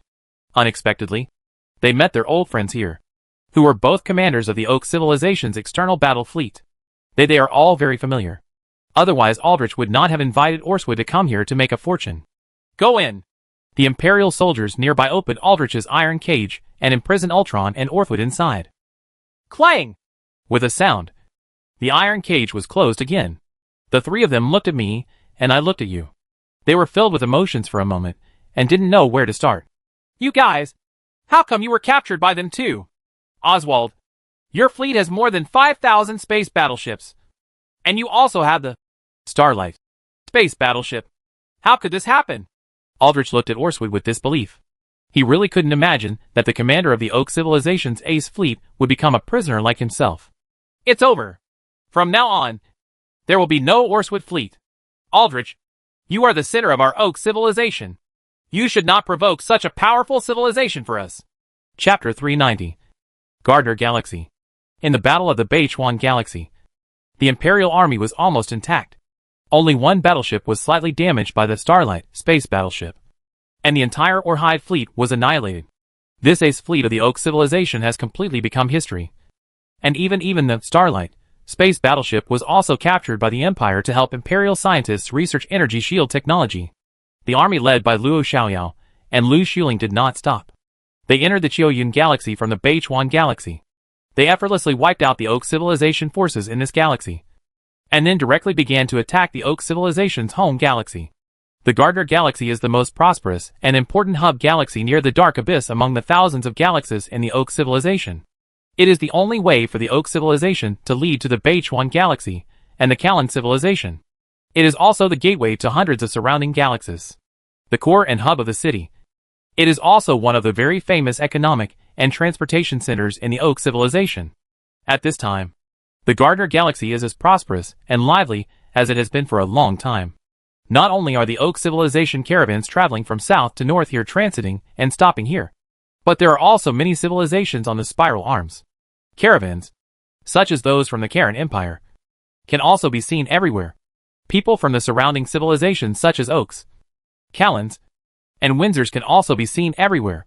Of course, there are even more interstellar slaves of all kinds, who have no status at all, and wear slave collars on their heads. Among these interstellar slaves, there are strong and sturdy Tauran, orcs, white people, AKS people, as well as short and flexible dwarves, Grove people, etc. The number of these interstellar slaves is very large, and can be seen everywhere. But they have no status, and they do menial and heavy work without complaint. Or they become gladiators for the fun of the Oaks in places like the arena. The prosperous Gardner Galaxy has 3 living planets alone. Countless spaceships in space form a torrent of steel. Huge space factories, space cities, spaceports, etc. are extremely busy. The entrances to the space-time ocean flows leading to various galaxies are also extremely prosperous. There is a huge spaceport at each entrance, and the army of the Oak civilization is stationed here at all times. At the same time, the many spaceports built at the entrance to the space-time ocean outflow are even brighter. From time to time, huge spaceships come out of the entrance to the space-time ocean outflow and park in the spaceport. From time to time, spaceships fly out of the spaceport and enter in the ocean current of time and space. Every spaceport is extremely busy. Countless small spaceships are constantly coming and going like industrious little bees. Large spaceship hatches are open one after another. Countless mechanical arms are loading and unloading cargo. In the spaceport, people from merchants from various civilizations and merchants from various Oak civilizations and galaxies are constantly bargaining and conducting transactions with each other. This is a very prosperous and very interstellar galaxy. People, goods, etc. from various galaxies and civilizations above the sub-spiral arm gather here, creating the prosperity here. However, no one thought at this time that a war was about to sweep through this place. In the Kuiper Belt region of the Gardner Galaxy, in the dark and pitch-black void only a few astronomical units away from the outflow entrance of the space-time ocean, The originally calm void is like a lake surface dripping with raindrops, with waves of fluctuations constantly rippling. And as time goes by, this fluctuation becomes stronger and more obvious. Soon, in the violently fluctuating void, space-time wormholes slowly opened, revealing the colorful colors and light that can only be found in the space-time ocean currents. Then space battleships continued to emerge from the space-time wormholes one after another, gush out into the entire void. These space battleships are like a group of fireflies, illuminating the dark void around them. This huge fleet is the Imperial Royal Legion and the Imperial Garrison Corps led by Luo Xiaoyao and Lu Xuling. The army started from the Qiuyun Galaxy and entered the Oak Civilization's home galaxy. It was unstoppable all the way, relying on the powerful warp engine. There was no trace of the Oak Civilization. Under their defense, they captured each galaxy very easily, all the way to the Gardner Galaxy. Release the detector and collect information. As soon as the fleet arrived here, various detectors began to be scattered out for free. At the same time, various equipment and instruments on the battleship also began to operate crazily. Soon, some basic information about the entire Gardner Galaxy was revealed. They started to appear in the command center of Luo Xiaoyao and Lu Xuling. According to the information we have now, this Gardner Galaxy is actually connected to more than 10 surrounding galaxies. It is a transportation hub for more than 100 surrounding galaxies. It is also a very important economic and military center in the Oak Civilization. Here there are 2 fleets stationed at all times, and the strength of each fleet is no worse than Aldrich's fleet. If there is a change of defense, there will even be 3 or 4 fleets here. If there is an Oak Civilization fleet passing by, if so, it is possible for more than 5 fleets to appear here. So we must first kill their fleet without anyone noticing. And secondly, blockade the entire Gardner Galaxy as soon as possible and block all the outflows and entrances to the Starry Ocean. Luo Xiaoyao, Lu Xuling, Li Wandu and other senior commanders of the fleet were discussing the attack plan at this time. There was nothing special. It was still the same as before. A sudden sneak attack to block the entrance to the space-time ocean outflow for the first time. In this way, on the one hand, you can reduce your losses as much as possible. And on the other hand, you can let the news of your empire's attack on the Oak Civilization leak out later. And you can fight back smoothly. Largely because the Oak Civilization has no defense at all. Until now, the Oak Civilization does not even know the news of the destruction of the Aldrich fleet and the Orswood fleet. The Oak Civilization does not have the technology to master quantum communication. Li Wandu led Team 1 to attack and block the entrance to the A spacetime ocean outflow. Lin Yulin led 2 teams to attack and block the entrance to the B spacetime ocean outflow. Han Guanghua led 3 teams to attack and block the entrance to the C spacetime ocean outflow. Lao Luo, you are responsible for attacking the inner circle of the galaxy. You must force all enemies back to the living planet. Soon, Luo Xiaoyao began to issue orders to divide the warships into small teams to sneak attack and block the entrances to the spacetime ocean outflows. The fleet quickly dispersed in the void according to their respective groups. Circles of water rippled, and the space battleships of their respective teams began to use warp speed to quickly approach their targets. If they were to fly alone, they would be around. It takes too long to fly around the entire huge galaxy, and warp flight is very fast. Team 1 has arrived at the predetermined location and can launch an attack at any time. Team 2 has arrived at the predetermined location and can launch an attack at any time. Team 3 has arrived at the predetermined location and can launch an attack at any time. Team after team quietly arrived at their planned positions, and the magnetic energy cannons on each battleship also began to accumulate energy, aiming at the unsuspecting Oak Civilization space battleships and spaceports at the entrance to the spacetime ocean outflow. Spaceships, etc. Attack! Luo Xiaoyao looked at the entire virtual map of the Gardner Galaxy. Each team had arrived at their combat positions, and all aimed at their targets. Without any hesitation, he issued the order to attack. Call out! Invisible fluctuations continued to flash in the void, and the Empire's warships launched a sneak attack at the Oak Civilization warships at the entrance of the spacetime ocean from a distance of 150 million kilometers. The previous wave of attacks had not yet reached the enemy. After the energy storage was completed, another wave of attacks continued to attack the spaceport area where the time and space ocean flows. At the same time, the Empire's battleships began to emit dazzling white-tail flames. Their speed began to soar, and they rushed towards the entrance and exit of time and space, preparing to block the entire Gardner Galaxy. in a group of spaceports near the entrance to the space-time ocean outflow. Some of the space battleships of the Oak civilization patrolled in space, conducting surprise inspections of the spaceships passing by to see if they could find some interstellar smugglers. Some space battleships are parked in the spaceport for repairs, maintenance, inspections, rest, etc. Some space battleships are also conducting routine patrols in the void. No one would have guessed that the god of death was about to come here. As the center of hundreds of galaxies around the Oak civilization, this place can already be regarded as the hinterland of the Oak civilization. It is not an edge galaxy, and there are 2 fleets stationed in time and space. It can be said that everyone has a deep understanding of it. Everyone here is very relieved, and they never thought that someone could attack the Gardner galaxy silently. Silently, the powerful magnetic energy attack continued to advance in the dark, silent, and cold void, and silently arrived at this spaceport. The space battleships, spaceships, spaceports, etc., did not have time to react at all. Suddenly, they were like smoke blown by the strong wind, constantly floating in the void, and soon turned into a cloud of interstellar dust disappeared into the dark void. Not long after the first wave of attacks passed, a second wave of attacks soon followed, and invisible waves continued to come in the void. Soon, the originally bustling and lively spaceport group suddenly turned into a dead silence. One after another, small spaceships discovered something strange and began to fly around in panic like headless flies. Chapter 391. Governor Orrin. With the attack of the Imperial Army, the entire Gardner galaxy began to fall into chaos. In the huge spaceport areas near the entrances of the space-time ocean outflows, space battleships, large spaceships, spaceports, space cities, etc. were all destroyed. Arrived the attack of the Imperial Army's magnetic energy cannon. It seemed to be intact, but it all turned into interstellar dust and disappeared into the void at the slightest movement. This caused many people on small spaceships and aircraft to panic, because their spaceship flew above the spaceship. The spaceship became decayed and could not park as before and fly to the spaceport. The same was true for everything in the spaceport.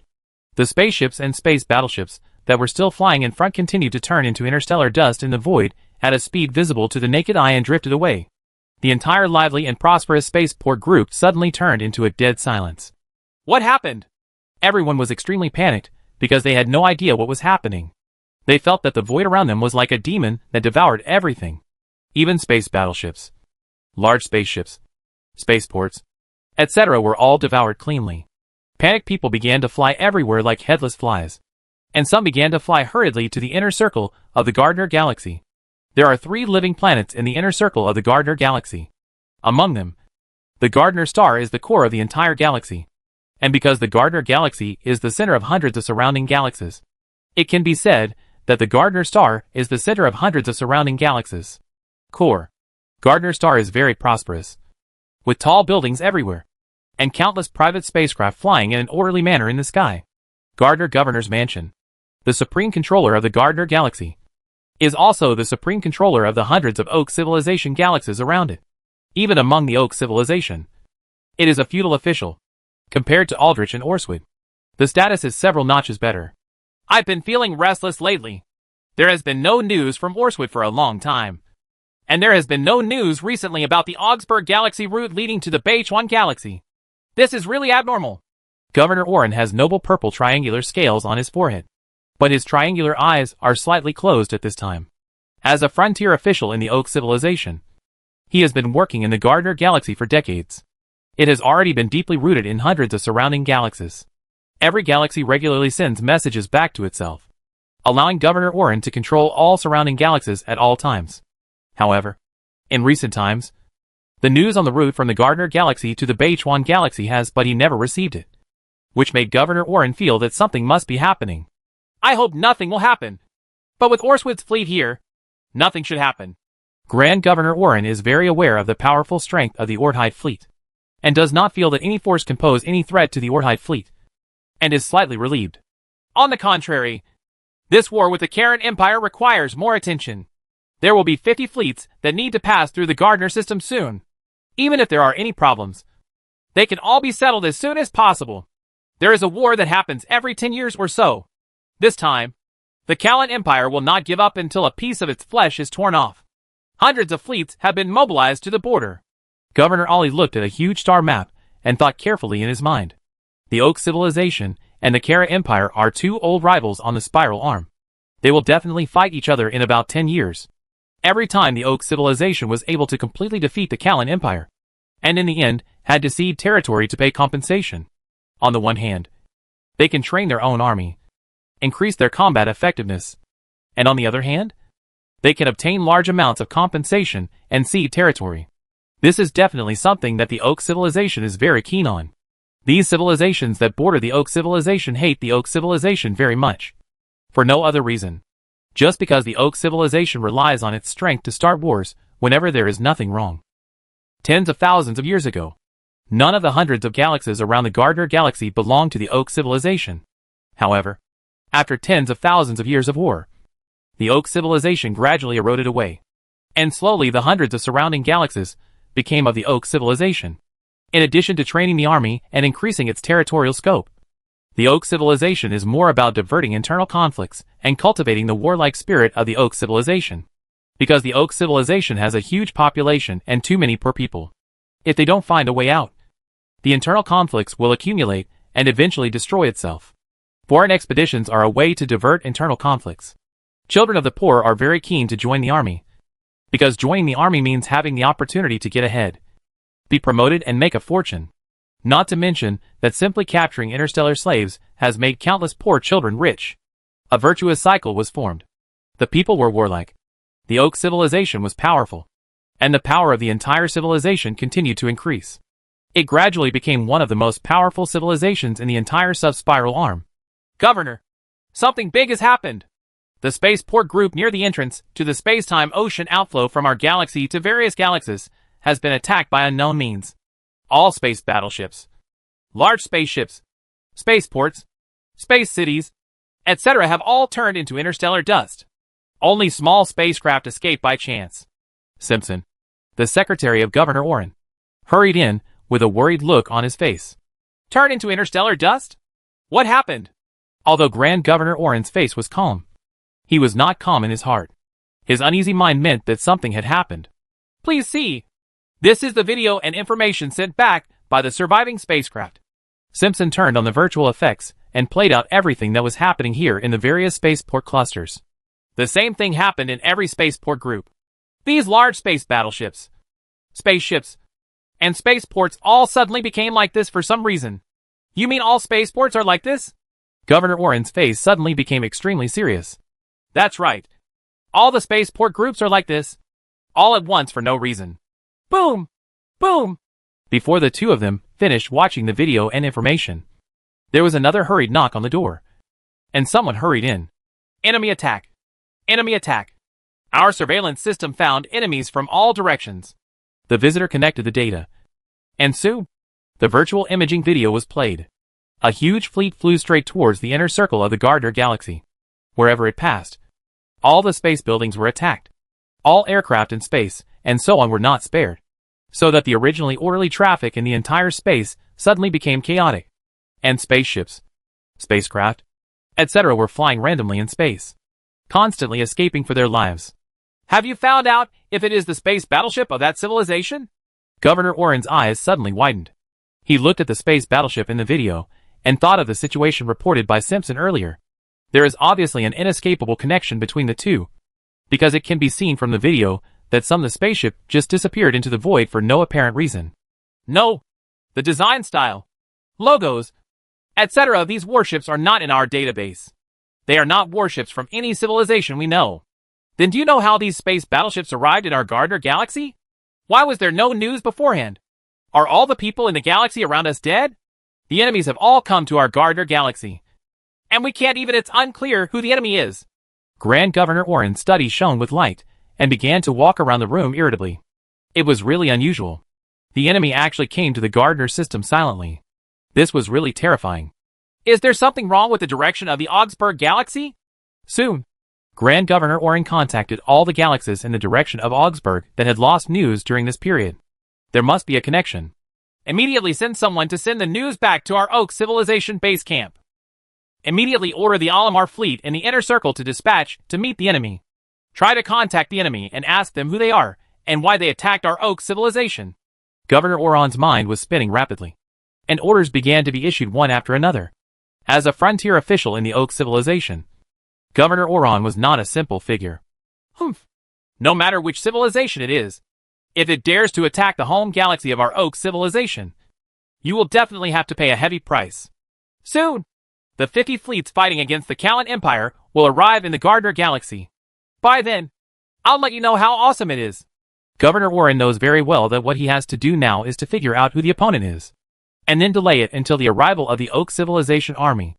Up to 50 fleets of armies will pass through the Gardner system and head to the border with the Callan Empire. The border line is ready for war with the Karen Empire. Now it can be used to deal with the enemy in front of you first. As orders continued to be issued from the governor's mansion, the entire inner circle of the Gardner Galaxy began to surge.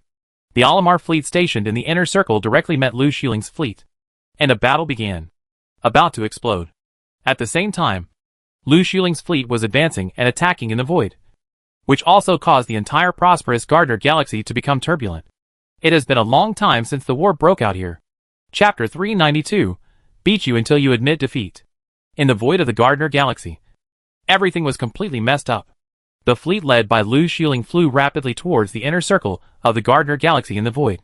While flying, from these the powerful lightspeed energy and invisible magnetic energy attacks on the battleship are also constantly attacking large spaceships, space factories, space cities, etc. on the road.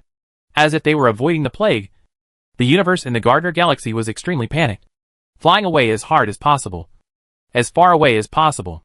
No one expected that the Gardner Galaxy, the hinterland of the Oak civilization, would be attacked by the enemy. Attack! What is going on? Why is the Gardner Galaxy of the Oak civilization being attacked? Is that civilization so powerful that it can come to the Gardner Galaxy? Who knows? This Oak civilization has destroyed countless civilizations. It is estimated that this time it offended the wrong people and was killed here. What should we do now? If a fight breaks out here, if we are not careful, we will also suffer. People from many civilizations in the Gardner Galaxy are also shocked at this time. The power of the Oak civilization is obvious to all in the sub-spiral arm. Unexpectedly, there are civilizations that can come to the Gardner Galaxy, the hinterland of the Oak civilization. It can be seen that the great strength of this civilization, as expected of the important economic and transportation center of the Oak civilization. This Gardner Galaxy is really very prosperous. TSK. This galaxy will belong to our empire from now on. Lu Shuling looked at the various data displayed on the virtual imaging and was full of praise for the prosperity of the Gardner Galaxy.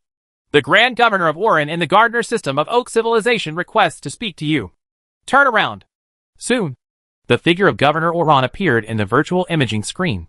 Even though he was separated by race, Lu Shuling could see the anger on the face of Governor Oron. Are you from Earth? But after the anger, when he saw Lu Shuling's figure, Governor Oron's eyes widened again quickly, because the person who appeared in front of him was exactly the same as the earthly interstellar slave captured by the Aldrich fleet. Definitely come from the same civilized race. I am Lu Shuling, the commander-in-chief of the Yin Wang Empire's garrison. I can be said to be from Earth. Lu Shuling responded with a slight smile. Yin Wang Empire, what exactly do you want to do? This is the Gardner Galaxy of our Oak civilization. Do you want to provoke the anger of our entire Oak civilization? How dare you attack the hinterland galaxy of our Oak civilization? Grand Governor Oron's eyes lit up again. He had also seen the Yin Wang Empire once, from Aldrich's report. It was one of the several civilizations on Earth, and was relatively mysterious. It's correct that it's the Gardner Galaxy of your Oak civilization. It's your Oak civilization that our empire is fighting. Lu Shuling still had a smile on his face, and he didn't take the other party's warning to heart at all. It seems that our Oak civilization and your Yin Wang Empire had no enmity in the past. Right. Why did they attack our Oscar civilization? Were the fleets of Aldrich and Orswood wiped out by you? Governor Oron asked tentatively with a solemn look on his face. There was no enmity in the past, and no injustice today. Then why did you attack us people on Earth and capture tens of billions of us people on Earth as interstellar slaves? Lu Shuling smiled coldly. Although the Empire wished that all its tens of billions of enemies would die, it now had to show off as a reward for them. As for the fleets of Aldrich and Orswood, they have become interstellar dust long ago, and all the orcs in your Gardner system will be like them. Sure enough, it seems that all the galaxies in the direction of Augsburg have fallen into the hands of the Yin Wang Empire. Unexpectedly, Even Orswood's fleet has been wiped out. The Yin Empire is so powerful. Why did it happen before? Never heard of it. Also, even if it is occupied by the Yin Empire, it is impossible that no news can be sent out. After receiving Lu Xuling's reply, Governor Oren's doubts were all solved. And he also knew why he had not received any news from the direction of the Augsburg Galaxy these days. How do you want to retreat? As long as your Oak civilization is willing to cede 100 galaxies around the Gardner Galaxy to our Yin Empire, and in addition compensate our Yin Empire for this military expenditure, our Yin Empire can stop attacking. Otherwise, we will continue to attack you Oaks go to the capital galaxy of civilization. It's simply wishful thinking. Since you dare to attack our Oak civilization, then don't blame our Oak civilization for destroying your Yin Empire. I advise you to retreat now, so that our two civilizations can sit down and have a good talk to achieve peace. For the sake of nobility, turn conflicts into jade and silk. Governor Oren was suffocating with anger in his heart. No one had ever dared to say to the Oak civilization that they would go to the capital galaxy of the Oak civilization. But he endured it because now he wanted to delay time until the 50th anniversary of the Oak civilization. A fleet arrived in the Gardner system. If that's the case, then we will fight until you admit defeat. Lu Xuling smiled dismissively and ended the call. Destroy this fleet in their inner circle. I would like to see how stubborn they can be. Through the surveillance screen, Lu Xuling has noticed a huge fleet, with thousands of space battleships flying menacingly towards his fleet. There is no doubt that this is the Olimar fleet stationed in the inner circle of the Gardner Galaxy, and is also the only remaining military force of the Oak civilization in the Gardner Galaxy. At this time, in the Gardner Galaxy, not only the Oaks are looking forward to their fleet being able to wipe out the enemy and maintain the glory of the Oak civilization, they are also very concerned about the upcoming battle. And people from various civilizations are also paying close attention to it. There is no doubt about the power of the Oak civilization, now that it has been killed in the hinterland. Everyone naturally wants to take a closer look at which civilization is so powerful. In the vast void, the two fleets were flying rapidly towards each other. Distance 150 million kilometers. Magnetic energy attack. As soon as the Olimar fleet entered the attack range of the Imperial magnetic cannon, without any hesitation, Lu Xuling ordered an attack. At this time, the Olimar fleet, like the Orhide and Aldrich fleets, had no idea that the enemy could. The attack was launched at a distance of 150 million kilometers. So it was unprepared at this time, and was still flying in a straight line in the void. Call out! Magnetic energy attacks continued to advance silently in the void. No one noticed that the Empire's warships had launched an attack at this time. Soon, the magnetic energy attack came to the battleship group of the Olimar fleet. The battleships that were advancing in the void suddenly began to disintegrate in the void, like decaying dust blown by a breeze. It soon turned into a cloud of interstellar dust that was continuously elongating in the void, with just one wave of attacks, and with almost the same number of warships on both sides. The more than 1,000 space warships of the Olimar fleet did not even have time to react. They were all beaten into a ball of interstellar dust by magnetic energy attacks in the void. This is impossible! Witnessing everything that happened in the void, countless people in the entire Gardner Galaxy suddenly widened their eyes, for no reason or any sign. At a distant distance, a powerful force under the Oak civilization fleet Olimar fleet, thousands of space battleships, just dissipated in the void. 150 million kilometers. Unknown technological attack methods. No wonder it is so terrifying to be able to reach the Gardner Galaxy, the hinterland of the Oak civilization. Facing such a powerful enemy, it has already been attacked before it even enters its attack range. It's been wiped out completely. What kind of civilization is it? Why has it never appeared before? It's really scary. People from various civilizations also looked in disbelief at this time, because the distance between the two fleets at this time was 150 million kilometers, and the Olimar fleet was wiped out so silently. Everyone could. It is very clear that the Olimar fleet is powerful. It is not difficult to defeat such a fleet. The key is to wipe out this fleet completely without any sound. This is not an opponent of the same level at all. I am Morris from the Morris group of the Callan Empire. I am very happy to meet you in the Gardner Galaxy. I wonder if I can make friends with you. We are the Darcy group of Brad civilization. I wonder if we can get to know your civilization. In the void, friendly messages are constantly being sent to Lu Xuling. Those who can travel and do business in the interstellar world are all figures with great backgrounds and great influence in their respective civilizations. And each of them also has a very sharp vision, knowing the power of this unknown civilization's fleet. They also tried to see if they could make friends with it. No wonder they were able to reach the Gardner system silently. It turns out that their strength is so terrifying. With one wave of attacks, the Alamar fleet was completely wiped out. At this time, the face of Grand Governor Orin was extremely ugly. The strength displayed by this mysterious Yin Huang Empire fleet was too powerful. Without any sound, the Alamar fleet that he had placed high hopes on was completely wiped out. Just when the entire Gardner galaxy was deeply shocked by the attack of Lu Xuling's fleet. At the entrance of the space-time ocean flow leading to the central galaxy of Oak Civilization, countless space battleships were flowing out of the space-time ocean flow like springs.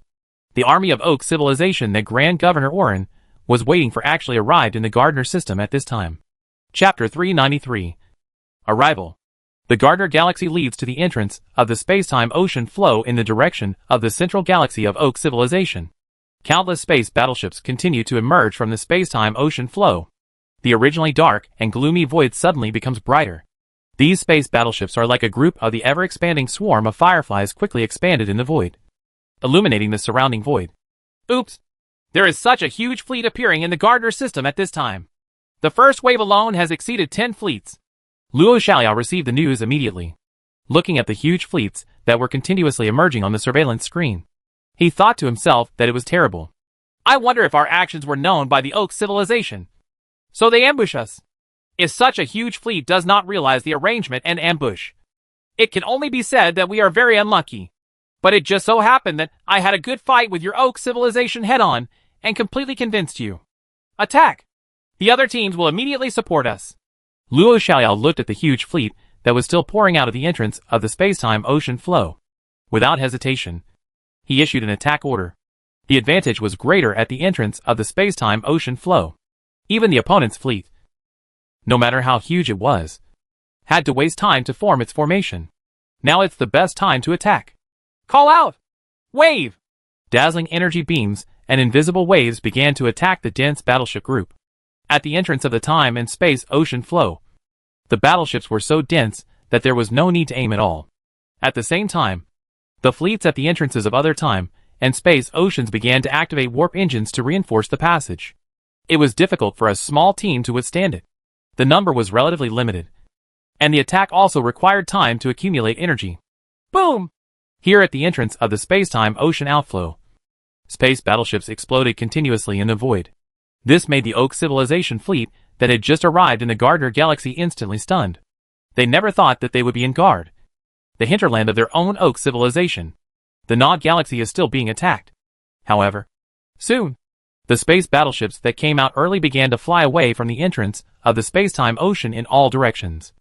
Up, down, left, and right, while looking for the direction of the enemy's attack and preparing to counterattack. What's going on? How could someone attack us here in the Gardner galaxy? I said why it's so strange. I've been here in the Gardner galaxy before. The spaceports here are very prosperous. But now it's dark and dead. It turns out that there are enemies here. Probably in the entire Gardner galaxy. All fell into the hands of the enemy. Contact Governor Orin of Gardner Planet immediately to see if you can get in touch and ask what happened. Humph. No matter what civilization it is, if it dares to come to the hinterland of our Oak Civilization, it will definitely make them unable to eat and carry around. The fleet of the Oak Civilization was very angry at this time. Someone actually came to the Gardner galaxy, the hinterland of the Oak Civilization. This is simply something that the uncle can tolerate and the aunt cannot tolerate. The enemy is running away. 5 million kilometers away from us. Attack immediately. Soon, the Oak civilized fleet discovered the Imperial fleet that was constantly flying away. The small fleet responsible for blocking the place knew very well that if they recklessly fought against the enemy here, with such a huge fleet of the opponent, they would definitely be able to defeat them very quickly. To destroy your own, it is better to rely on the superiority of the power of the Imperial warship to keep the distance, and then slowly fly the kite to attack. Wait until other teams come to support, and then jointly attack. Call out! Here at the angry Oak Civilization fleet, a dazzling light rain illuminated the void, covering a large area of the starry sky, and attacked the Imperial battleship group that was rapidly leaving. At a distance of 5 million kilometers, the hit rate is still quite high. At first, several Imperial warships were shrouded in light rain. In an instant, one unlucky warship was exploded. Several other warships had large holes on them, and were severely damaged.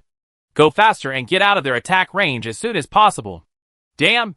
The battleship is so amazing! Han Guanhua, who was in charge of commanding this team, was sweating coldly on his back. The tail flame behind the tail of the battleship began to lengthen continuously, and the speed continued to soar. The enemy's battleship group was getting larger and larger, and now there were more than 20 fleets. More than 20,000 space battleships emerged from the entrance of the space-time ocean. Brothers, come here quickly. I can't defend it alone. On the planet Gardner, Governor Orin had a happy smile on his face because he had just contacted the fleet of the Oak civilization that had arrived. Ha ha. You came at the right time. Yin One Empire. I think you have no wings to fly this time. And you dare to come to the heart of our Oak civilization. This hatred must be washed away with the blood of all of you. Contact the Yin One Empire and let them understand and surrender. Governor Orin was very happy, but he also knew that he was in great danger now. Once the enemy was defeated, he would definitely be the first to die. The army of the Oak civilization was still at the entrance of the time and space ocean, and a fleet of the Yin One Empire had already arrived at the entrance. Arriving at the inner circle of the Gardner Galaxy, they are unscrupulously destroying space buildings, spaceports, large spaceships, etc. in the inner circle. Grand Governor Orin, we meet again. Soon. Lu Xiuling had another, okay, video conversation with Governor Orin, and Lu Xiuling still had a faint smile. You can still laugh. The army of our Oak civilization has arrived. If you have some sense, surrender as soon as possible to avoid leaving no trace of the dead bodies. Governor Orin was annoyed when he saw the faint smile on Lu Xiuling's face. Surrender? Hee hee. Just take your time and watch the show. I will beat you until you surrender. Lu Xiuling did not hang up the video call, but he did not talk to Governor Orin again. Leave 10 small space battleships, and all other battleships will immediately support them. The fleet led by Lu Xiuling also began to support the past, but the difference was that they flew over. They did not want to expose the warp engine here. After all, this was the inner circle of the Gardner Galaxy, and there were various civilizations from the sub-spiral arm. Everyone could watching it. Now there is something good to see. The army of the Oak civilization actually appeared in the Gardner Galaxy at this time, and the number is so huge. The Yin One Empire is probably going to be in trouble now. Although the attack is powerful and weird, but the difference is huge. That's not necessarily the case. The Yin One Empire's warships have a very long attack range. As long as their warships are more powerful than the Oak civilization's warships, they can fly kites. By then, no matter how large the Oak civilization's fleet is, they will eventually be overwhelmed, slowly dying. It still doesn't work. The difference in numbers is too big. There are more than 20 fleets appearing now, and they are still emerging in a steady stream, seemingly endless. I estimate that the Oak civilization may realize the news that the Yin Wang Empire is about to attack. So that's why there will be an ambush. Otherwise, how could it be such a coincidence? The civilizations on the various sub-spiral arms in the Gardner Galaxy were also watching the excitement at this time. They felt that the battle situation had undergone such a huge change all of a sudden, and the situation became subtle. They all speculated about the fleet of the Yin Wang Empire. Can it be sustained? Here at the entrance of the space-time ocean outflow, among the Oak civilization's fleet group, space battleships continued to explode, and some space battleships were hit by magnetic energy cannon attacks, turning into interstellar dust and constantly floating in the void. The powerful attacks of the Imperial warships have been fully released at this time. With full vitality, wave after wave of attacks continued to harvest the fleet of Oak civilization. The Oak civilized fleet was not to be outdone. While it was continuously forming its formation in the void, waves of light rain continued to cover the fleet towards the Empire. Ha ha! We are finally out of their attack range. Keep accelerating, keep distance, and hit me as hard as you can. Han Guanhua's team was now depleted. The enemy's warships were too dense and shrouded in waves of light, making it impossible to escape. Fortunately, they had already opened up a distance of millions of kilometers from the beginning. Otherwise, this team will all be responsible here. Waves of fluctuations continued to ripple in the void, and warships from other teams finally came to support. Luo Xuya's Royal Legion's more than 1,000 space warships began to show their ferocious side. Call out! Wave! A wave of light rain and a wave of magnetic cannons attacked the fleet heading towards the Oak civilization. More than 1,000 space battleships were directly exploded in the void. In an instant, the entire void was illuminated by more than 1,000 rising flames. At the same time, More than 1,000 space battleships turned into interstellar dust in the void, and were swept away by the powerful energy explosions around them. With just one wave of attacks, more than 2,000 space battleships from the two fleets of the Oak civilization were completely destroyed. Disappear. How is it possible? The Yin-Wang Empire's attack is so powerful. All the space battleships were destroyed as soon as they were hit by the attack. This attack has a level 7 intensity. The Oaks were stunned for a moment. When the opponent was just a small team in front of them, they didn't think it was very scary. But now they have lost more than 2,000 warships at once, and 2 of their fleets have been taken away in one wave of attacks. This is really scary. Although there were 50 fleets marching together this time, 2 fleets were destroyed in this wave of attacks, with more than 20 waves of attacks. Shouldn't these 50 fleets all have to be accounted for here? The Empire's attack isn't its too powerful. You must know that generally large space battleships are very difficult to fight. They will never be blown up without continuous good attacks. But now, as long as they are hit by one attack, they will definitely be blown up. Chapter 394. Fight until surrender. In the void near the entrance of the time and space ocean, bursts of exploding flames illuminated the dark and gloomy void around it. Although the fleet of the Oak civilization was very large in number, it was overwhelmed by the powerful attack of the Empire at this time. In one wave of attacks, more than 2,000 space battleships were destroyed. Speed spread out. Spread out. The warships of the Oak civilization spread desperately in all directions, trying to escape from this small area in order to make room for the warships behind them, and to better avoid enemy attacks. Battleships were still pouring out from the entrance of the ocean of time and space like a tide. Each battleship was crowded together. As soon as they came out, they were immediately shocked by the fierce battle in the void. And then they began to flee here in a hurry. Here at the entrance of the space-time ocean outflow, 3 large space battleships with a mass of more than 20 billion tons suddenly appeared in the void. At a glance, it was obvious that these battleships were not battleships made by the Oak civilization. And they were not the flagship of the Orswood fleet, the Starlight space warship. Like the battleships, they are all powerful space battleships purchased from the Caliph Empire on the other side of the Starlight. Inside the Xinguang space battleship, one of the real bosses of the Oak civilization military, and the president of the 50 fleet, Austin, was originally in a pretty good mood. However, as soon as the time and space ocean flowed out of the entrance, the void continued to rise. The flames made Austin's face darken instantly. Wave!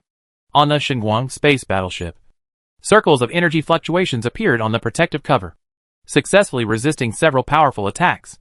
However, the 2 space battleships next to the Holy Light were not so lucky. In order to save energy, these 2 battleships did not open their energy shields and were blown up almost instantly. Huh? What's going on? Contact other space battleships immediately. Austin broke into a cold sweat. If it weren't for his high enough status and no plan to save energy, the Xinguang space battleship he was riding on would have become the same as the other 2 space battleships. A ball of flame exploded in the void. It's the Yin-Wang Empire. Their fleet has attacked the Gardner Galaxy, the heartland of our Oak civilization. The attack is very powerful and terrifying, and the attack distance is very far. Soon, his subordinates hurriedly explained the general situation to Commander Austin. Ha. Our space battleships Divine Light, Holy Light, and Xinguang have arrived. Now we don't have to be afraid of the enemy. Attack! Attack! Take revenge. The arrival of the 3 battleships suddenly boosted the morale of the Oak civilization fleet, which was originally low. These 3 powerful space battleships are similar to the Starlight space battleship. Each one has a magical color and extremely brilliant achievements. Then, before the Oak civilization fleet had time to rejoice, the Holy Light and Xinguang space battleships were directly blasted by the Empire's warships because they did not open the energy shield. In an instant, the morale of the Oak civilization fleet was restored. Extremely low. It's a pity that there is still one battleship that has not been destroyed. Luo Xiaoyao secretly said that it was a pity. As soon as the 3 powerful space battleships came out of the space-time ocean current, Luo Xiaoyao immediately launched a concentrated fire attack on the 3 space battleships. He knew very well that these 3 space battleships and the Starlight, the space battleships, should be the same kind of battleships. They are both space battleships purchased from the Caliph Empire on the other side of the Starlight. They all have energy shields. So Luo Xiaoyao planned to try to see if the energy shields of these warships were turned on. If not, he would make a lot of money. A wave of attacks would destroy the enemy's three most powerful warships. And there would be nothing much behind. There was so much suspense. Sure enough, two space battleships did not have their energy shields turned on. Yin 1 Empire? Is Warren a loser? He actually sent people to the Gardner system to find out. He didn't receive any news beforehand. The space battleships Holy Light and Xiaoguang disappeared all of a sudden. At this time, Austin's heart was bleeding. The two space battleships were directly destroyed. Compared with the loss of thousands of ordinary space battleships, it made him feel more distressed. There were only a few such space battleships in the entire Oak civilization. Two battleships were lost at once, and they were blown up even though they were useless. Boom! Before he could have a conversation with Governor Oren, a wave of attacks enveloped the surrounding battleships in the void. Thousands of space battleships were directly destroyed. At the same time, there were thousands of space battleships in the void. It turned into interstellar dust and continued to scatter. All battleships obey the order and follow the Xinguang space battleship in a straight line. Austin realized how powerful the enemy was, and began to command. Orders continued to spread in the void. The Xinguang space battleship continued to rush forward, and at the same time, behind the Xinguang space battleship, one warship after another began to follow in an orderly manner, avoiding the attack of the Imperial warships. It's this turtle SH. L again. Focus fire attack. Seeing the new changes, Luo Xiaoyao smiled coldly. Soon, 100 space battleships in the Empire's battleship group united. In an instant, 100 energy attacks and 100 magnetic energy attacks enveloped the Xinguang space battleship. Wave! The energy shield on the Xinguang space battleship was like hail falling on a calm lake. The water circles began to ripple continuously. At the same time, the energy on the battleship was consumed rapidly. The energy consumption is too fast. If this continues, if there are a few more waves of attacks, the Xinguang space battleship will not be able to hold on. With a level 7 attack, the enemy's attack has actually reached level 7. Just one wave of attacks was too much for Austin's side. The powerful attacks consumed the energy on the battleship very quickly. Once the energy was consumed, the battleship became a moving target. All warships are charging. The number of enemy warships is limited. As long as we can get within the attack range, we can definitely defeat the enemy. There is no other way. Austin can only choose this way. If he wants to rely on the advantage of the number of warships under his command. 50 fleets and tens of thousands of space battleships are not so easy to be eliminated.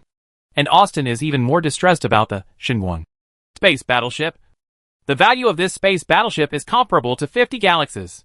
If this battleship is also lost, it will really be shameless to see Jiangdong's father call out. Waves of attacks continued to cut through the void. The originally dark, silent, and cold Kuiper Belt area was illuminated by powerful attacks from both sides. As balls of flames continued to rise, the number of battleships in the Oscar civilization fleet continued to decrease. Of course, as time goes by, more and more Oak civilization warships have gone out of the entrance of the time and space ocean, and began to form powerful attack formations in the void, while attacking Imperial warships from all directions. However, as more than 1,000 space battleships from Lu Xuling's Imperial garrison joined the battlefield, the one-sided massacre began to take full effect. The two fleets had more than 2,000 space battleships, and a wave of attacks was enough to kill 4,000 Oak civilization battleships. After being wiped out, after several waves of attacks, tens of thousands of Oak civilization's warships turned into interstellar garbage in the void. The warships of the Empire are specifically focused on attacking the warships near the entrance of the space-time ocean flow. The warships in this area have just left the space-time ocean current. They are slow and crowded together. Basically, they are all accurate. Those warships that have scattered in the void are here. On the other hand, they are constantly flying evasively in the void. If they attack these warships, the hit rate will be greatly reduced, and it will not be worth it at all. At this time, the space-time ocean outflow entrance was here. As the last batch of battleships emerged, they were quickly exploded before they could understand what was going on. The entire area was filled with the remains of exploded space battleships, which were constantly attacking in all directions. The few surviving space battleships were constantly hit by debris. Waves of attacks continued to flash in the void, and the invisible magnetic energy attacks were like ghost assassins, constantly harvesting warships. More than 2,000 Imperial warships poured out their attacks crazily. At the beginning, Austin's battleship group was still able to follow the command and attack the Imperial battleship group. However, as time passed, waves of attacks poured in, and the tens of thousands of space battleships of the Oak civilization continued to decrease at a terrifying speed. After nearly 20 waves of attacks, Austin's 50 fleets were now depleted. Some of the surviving space battleships flew desperately towards the entrance of the space-time ocean flow, escaping from this nightmare-like battlefield without looking back. It's so bullying. The attack distance is much further than that of the Oak civilization's warships, and the attack power is so powerful. Even though the Oak civilization's warships are very large in number, they simply cannot withstand such a powerful attack. More importantly, the battleship simply fights you head-on. It has no blood, but it doesn't even have a chance to fight the enemy. Even the belligerent Oaks were frightened at this time. The remaining space battleships were constantly fleeing in the void, constantly moving away from the Imperial battleships. They really didn't have the courage to die anymore. One-sided massacre. It's so powerful. The technological level of this Yin 1 Empire is stronger than most of the civilizations on the main spiral arm. The Oak civilization's 50 fleets, with such a huge military advantage, were still defeated so completely. Those who witnessed all this with their own eyes sighed in their hearts. It was not that the Oak civilization was weak, but that the battleships of the Yin 1 Empire were too powerful. Austin, let's surrender. If we continue to fight, our Oak civilization will also lose. Governor Warren had a video call with Austin, and finally reluctantly chose to surrender. Chapter 395. Negotiation. Surrender?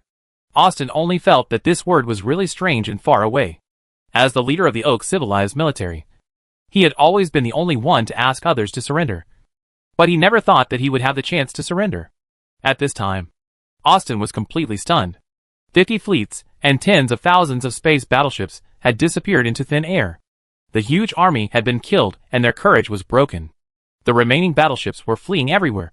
Even if the Shenguang space battleship has also exhausted its energy at this time and can only fly inertly in the void. The combat effectiveness of the Yin 1 Empire's army was really terrible. Just 2 fleets wiped out all 50 of its own fleets. The key is that its own casualties were simply insignificant. Surrender. We should not provoke this Yin 1 Empire. Our Oak civilization will enter a troubled period in the future. Austin finally chose to nod helplessly. Although a little pride in the Oak's heart always told him that surrender is a shameful thing. But when facing such a powerful enemy, surrender is also acceptable. Because even the enemy has no chance to fight. And courage and pride are completely useless. Soon, Austin and Oren jointly sent a surrender message to Luo Xiaoyao and Lu Xuling. It's quite sensible.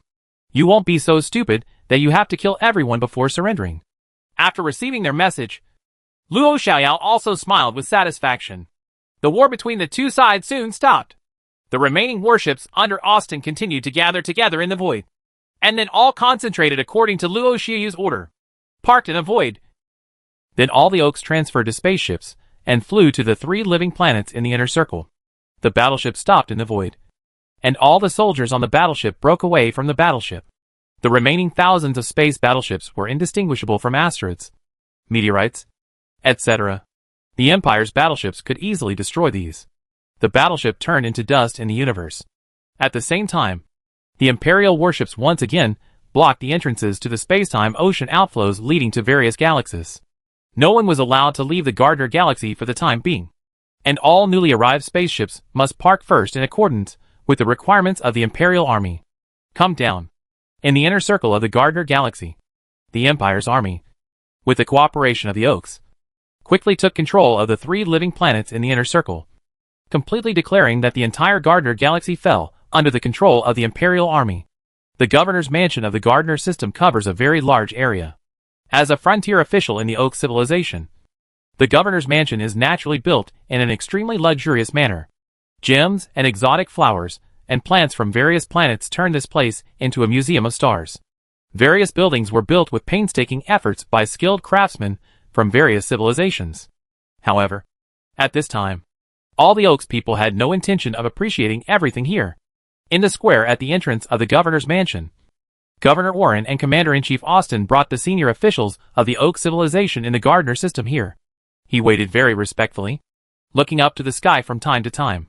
After a while, several black spots flew quickly in the blue sky, and soon became larger and larger in the field of vision. After reaching the sky above the square, they began to fall vertically and slowly. and the door of the spacecraft slowly opened. Two teams of Imperial Gates walked out in neat lines. They are indeed the same civilized race. But why is the gap so huge? Several countries that Aldrich conquered are simply vulnerable. Why is this Yin 1 Empire so terrifying? Seeing the appearance of the Imperial soldiers, all the Oaks present were 100% sure that the Yin 1 Empire was exactly the same as the earthly blood slaves in their respective families, and their minds were naturally filled with countless doubts. With smiles on their faces, Luo Xiaoyao and Lu Xiuling slowly walked out of the spaceship and looked around carefully. They had to say that this planet gardener could be the location of the governor's mansion. The environment was so natural. It goes without saying that the energy on the planet is very abundant. If you live in such an environment for a long time, you can prolong your life even if you don't know how to cultivate the energy. TSK. This vitality is really abundant. Among all the life planets in our empire, few planets can match it. It will definitely be very fast to practice here. The smile on Lu Xiuling's face could not be concealed. After defeating the Oak civilization in one battle, looking at the Gardener Star now was like looking at his own farm. Ha. Lao Lu. You can apply to garrison here in the future. Luo Xiaoyao also chatted with Lu Xiuling in the same way, as if he didn't see Austin, Oren and others who had been waiting for a long time. Your Excellency Luo Xiaoyao and Excellency Lu Xiuling. Welcome to Oak Civilization as a guest. After a long time, Governor Oren bravely stepped forward to express his welcome. Even as a politician, if he said such a thing against his will, Governor Oren himself felt blushing. Grand Governor Oren, I didn't expect that we would meet so soon. Lu Xiuling laughed happily. Seeing Governor Oren was like seeing an old friend for many years. Yeah, I didn't expect it either. Let me introduce to you. This is General Alston, and this is Congressman Ollie. Grand Governor Oren smiled bitterly in his heart, but still had a smile on his face. He began to introduce his own personnel, and then welcomed Luo Xiaoyao, Lu Xiuling and others into the Grand Governor, in an extremely luxurious conference room. At a long table, the two sides sat across from each other and began formal negotiations. Luo Xiaoyao, Lu Xiuling, Li Wandu, Han Wanhua, Lin Xiaolin and others represented the Empire, and Austria Stone. Oren, Ollie and others represented the Oak civilization, and the two sides began formal negotiations.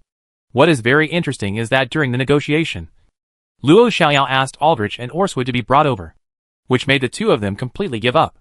When they saw Orston, they knew that the Oak civilization was defeated this time. Very thorough. I think the responsibility for this war belongs to the Oak civilization. You should have no opinion. It was the Aldrich fleet of your Oak civilization that first attacked Japan, our Earth civilization, and then attacked the Canis Minor Galaxy, the Victoria Galaxy, etc., and captured and sold tens of billions of us Earthlings. So our empire would have an unpleasant war with your civilization. Lu Xiuling spoke first, and immediately labeled the other party as provoking a war. Oak civilization should bear full responsibility. We have no objections to that. Governor Oren exchanged glances with the others, and readily admitted that this guy can't beat you. So what if he starts a war? In the universe, the winner is the king and the loser is the bandit. Power is the truth. Even if you lose, you have nothing to say. Just admit it. So regarding this war between our Yin 1 Empire and the Oak civilization, our empire has the following requirements. If your civilization can agree to our requirements, then peace can be restored between our two civilizations. Lu Xiuling nodded with satisfaction and began to prepare for the lion to open his mouth. Your Excellency, please speak. Governor Oren and others have already made preparations in their hearts, which is nothing more than to cede territory and pay compensation. First, as the party that initiated the war, the Oak civilization needs to cede 200 galaxies centered on the Gardner Galaxy to the Yin 1 Empire as apology. This is impossible. We will never agree to it. Lu Xiuling just said the first point, and Austin and others immediately jumped up and ceded 200 galaxies. This was an unprecedented shame for the Oak civilization. There have been times in history when the Oak civilization was defeated, but at most it could only cede a few galaxies at a time, and no more than 10 at most. But this time, Lu Xiuling's lion opened his mouth and asked for the cession of 200 galaxies at once. Galaxy as apology. 200 galaxies. Even if the Oak civilization has thousands of galaxies, and the land is vast and rich. But if 200 galaxies are ceded all at once, a large chunk of flesh will be lost. This is definitely something that the Oak civilization cannot accept. We only promised to cede 10 galaxies to you at most. Although he was defeated, Austin was still very tough. 10 galaxies? Did you send the beggars away? Huh? If you agree, it doesn't matter to us. It doesn't take much distance from the Gardner Galaxy to your central galaxy, and our empire still has 10 fleets that are about to resist. Here, when the time comes, we will have no choice but to go to the central galaxy to find the president of your Oak civilization to discuss peace matters. Luo Xiaoyao smiled coldly and snorted coldly. The Oak's people in the entire conference room felt as if their hearts had been hit hard by something, and they couldn't help but feel excited. But if there are 200 galaxies, we will not agree to it anyway. Although we are defeated, our Oak civilization still has hundreds of fleets. Although he was frightened by Luo Xiaoyao's cold snort, Governor Oren still had to bargain hard. He had no choice but to cede territory to 200 galaxies, which was something he could never agree to. Hundreds of fleets? I think you will know soon that your hundreds of fleets are completely insufficient. And even if you bring all hundreds of fleets to fight our empire only needs 10. A fleet can wipe out all your warships. Lu Xiling said with a smile, not caring about the opponent's hundreds of fleets. Both fleets could easily kill the opponent's 50 fleets. The empire's rear was supporting 10 fleets, killing all the fleets of the entire Oak civilization. There is no problem at all. I think the differences between us are still quite big. Let's suspend the negotiations first and think about each other carefully. You can also contact your Oak Civilization Center. Anyway, there is plenty of time, and we don't mind if the negotiations take a longer time. Just on the first issue about ceding land, the differences between the two sides were very large. It would be a waste of time to continue the negotiation. So Luo Xiaoyao decisively chose to suspend the negotiations. At this time, it is necessary to add fire to the Oak Civilization. Otherwise, the Oak Civilization will not willingly agree to the Empire's request to cede territory. Although Luo Xiaoyao and others are also talking loudly. This is also a negotiation strategy. Chapter 396, Besieged on all sides. The negotiations have been temporarily suspended. But Luo Xiaoyao and Lu Xiling know very well that the Oak Civilization has not been completely beaten yet. So they still look very good during the negotiations. They must give this to the Oak Civilization. Add some fire. So Luo Xiaoyao first let go of all the caravans of other civilizations on the sub-spiral arm of the Gardner Galaxy. The Oak Civilization had been domineering on the sub-spiral arm for many years. I don't know how many civilizations it offended. Like Ka the Lan Empire and the Oak Civilization often fight back and forth. This time on the spiral arm. As long as the civilizations bordering the Oak Civilization can basically be regarded as having grievances with the Oak Civilization. In the past, the Oak Civilization was so powerful that no one dared to confront the Oak Civilization head-on. But now, the Oak Civilization is being pinned to the ground and rubbed by the Yin Huang Empire. 2 fleets killed 50 fleets of the Oak Civilization. If this war continues, the Oak Civilization is definitely in trouble. And there will be a lot of people beating up the drowned dogs. So at this time, put all the caravans of these civilizations back. Soon, everything that happened here in the Gardner Galaxy will spread throughout the entire world. Secondary arm. If the Oak Civilization continues to refuse to agree to the conditions of the Empire, as soon as the Empire's 10 supporting fleets arrive, the Empire's army can directly attack the central galaxy of the Oak Civilization. At that time, these civilizations around the Oak Civilization will definitely attack in groups, seizing the opportunity to stab the Oak Civilization.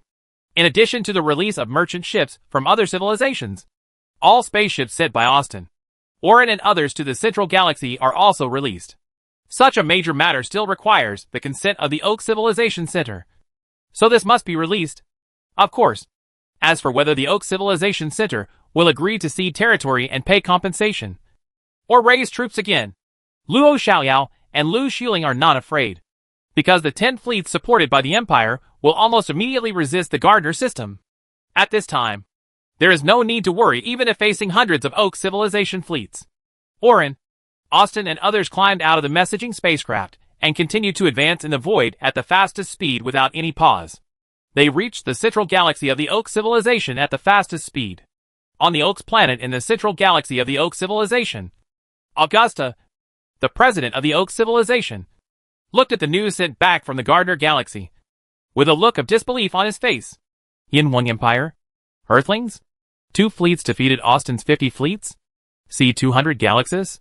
Augusta read the news carefully, and carefully from beginning to end. The destruction of Austin's 50 fleets was not what really scared him, But the Yin Huang Empire's use of the fleet destroyed 50 of Austin's fleets, and its own casualties were minimal, which means that the strength between the two is no longer on the same level. How could there be such a powerful civilization on the sub-spiral arm? Why haven't I heard of it before? If this news is true, then Augusta couldn't imagine that being neighbors with such a powerful civilization in the future would definitely not be a good thing for the Oak civilization. Immediately send someone to the Gardner system to verify the news. I need to get more detailed information and know the cause of the matter. Immediately dispatch the 1st Army, 2nd Army, 3rd Army, 4th Army, 5th Army, 6th Army, 7th Army, 8th Army, and 9th Army to march towards the Gardner system from all directions. Immediately assemble the 10th to 20th legions towards the Central Galaxy to prevent the Yin Huang Empire from marching into the Central Galaxy. Convene a supreme meeting to discuss peace talks with the Yin Huang Empire. Soon, orders from Augusta were issued to the entire Oak civilization. There is no doubt that Augusta has not really seen the power of the Imperial warships, so it is preparing to mobilize troops and generals. This legion is composed of 10 fleets. He mobilized nearly 100 fleets from 9 legions of the Oak civilization to the Gardner system in one breath.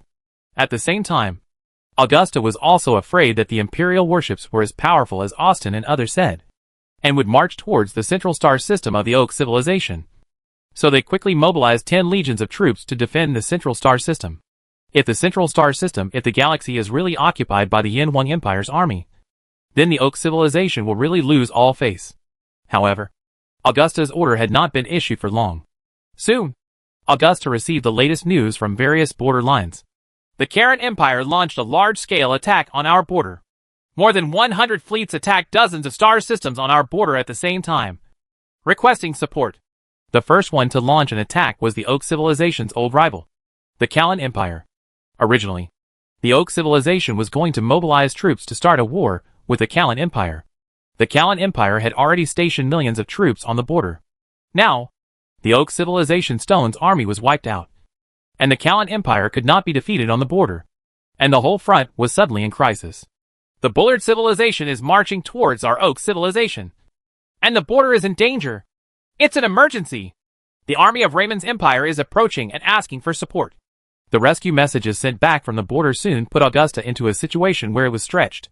There were only so many troops in hand, and troops were needed to suppress them in every direction. Now all the border lines began to its urgent. And as time goes by, more and more civilizations know the current situation of the Oak civilization, and they will definitely come together to beat up the drowned dogs. It will definitely be difficult for the Kalan Empire to retreat. They have already reached the territory of the Kalan Empire. Now they will definitely not give up. They will immediately support the 1st to 5th legions to the border battlefield of the Kalan Empire. Ask Alf to go to the Brad civilization. No matter what the conditions are, we will first cease the war with the Brad civilization. We will deal with the Brad civilization later. It is attacking us at this time. Send the 5th to 10th legions to immediately reinforce the Raymond Empire's border battlefield, and at the same time contact the Raymond Empire's old rival, the Arcas Empire. Augusta had to make adjustments. It sent a negotiation team to negotiate with weaker civilizations and use some benefits to make them stop attacking. For powerful civilizations, like the Callan Empire and the Raymond Empire, these civilizations have a big appetite. Naturally, we need to send people to support quickly. Otherwise, if we can't withstand it, we will suffer heavy losses. It seems that the news that our side was defeated by the Yin Huang Empire has spread very quickly. The surrounding civilizations have already known it, and they are all watching with eager eyes. It seems that we still need to cease war with the Yin Huang Empire as soon as possible. It is only 200 galaxies, regardless of no matter what. I can't agree to it. The emotions of the domestic people also need to be properly appeased. It is difficult for everyone to accept this situation, and they are clamoring to fight to the end with the Yin Huang Empire. However, the Yin Huang Empire is so powerful that we will not fight at all. But the senior officials of Oak civilization suddenly felt that life was difficult. On the one hand, the people in the country were shouting for a bloody fight to the end. On the other hand, the various border lines were constantly in emergency. And more importantly, the Yin Huang Empire was here.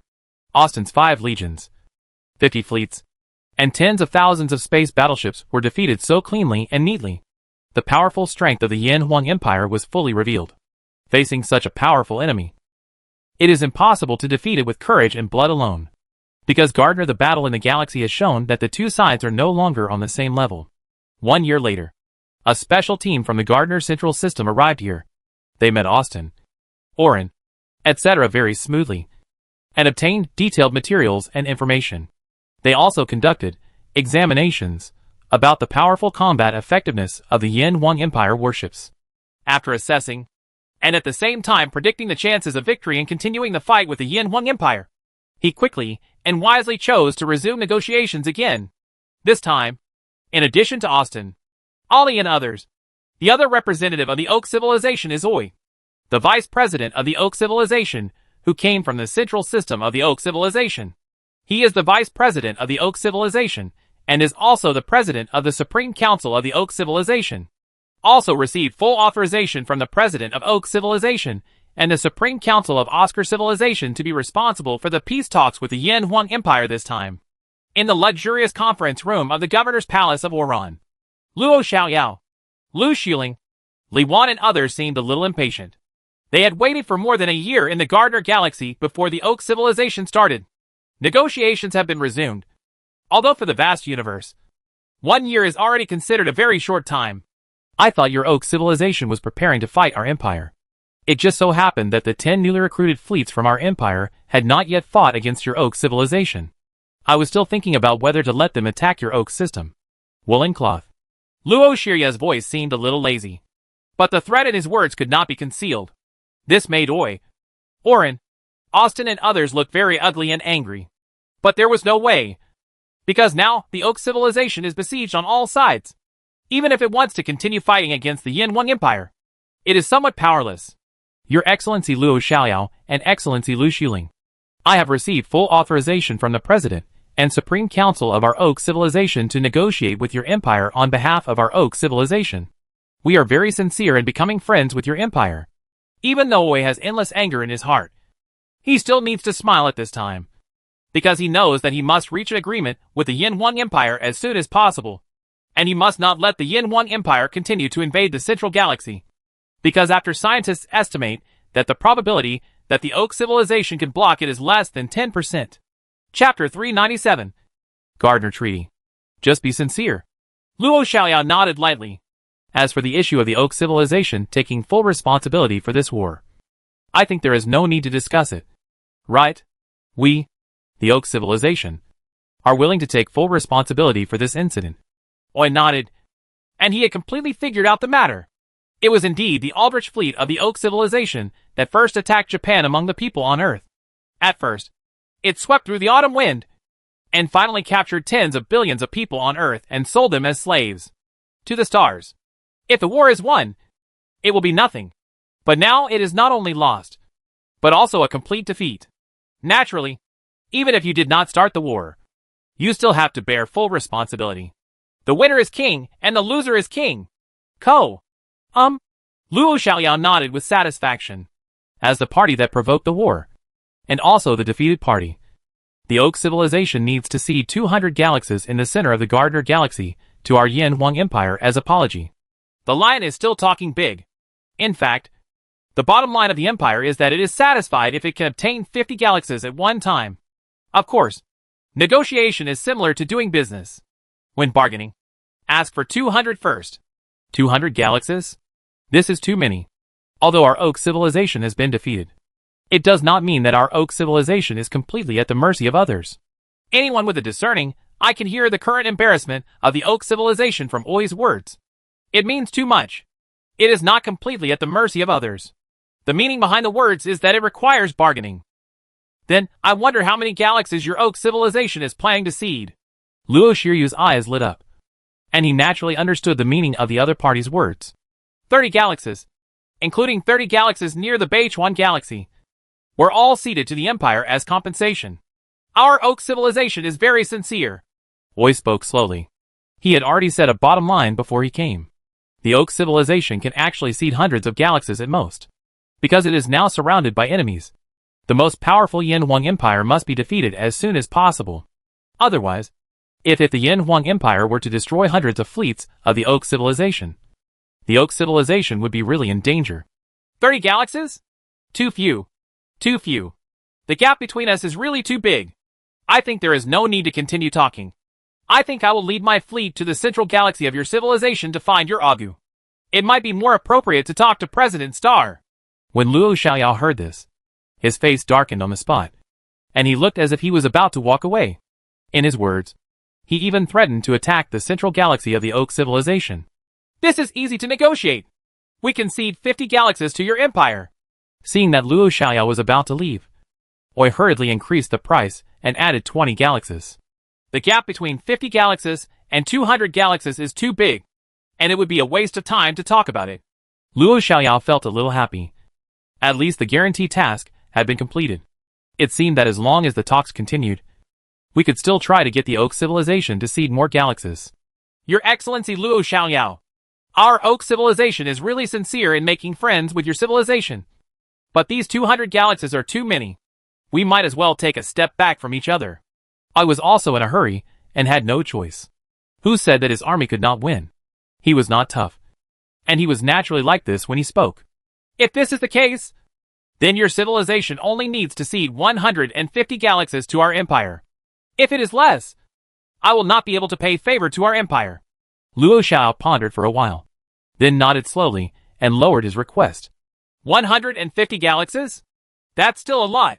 In the war on our sub-spiral arm, we never talked about ceding 150 galaxies at once. Our Oak civilization cannot accept such a huge request for ceding territory. Oi looked very embarrassed. 150 galaxies was still far from the bottom line, so he still had to continue talking. It seemed that Luo Xiaoyao was also willing to bargain. Then how many galaxies are you willing to cede?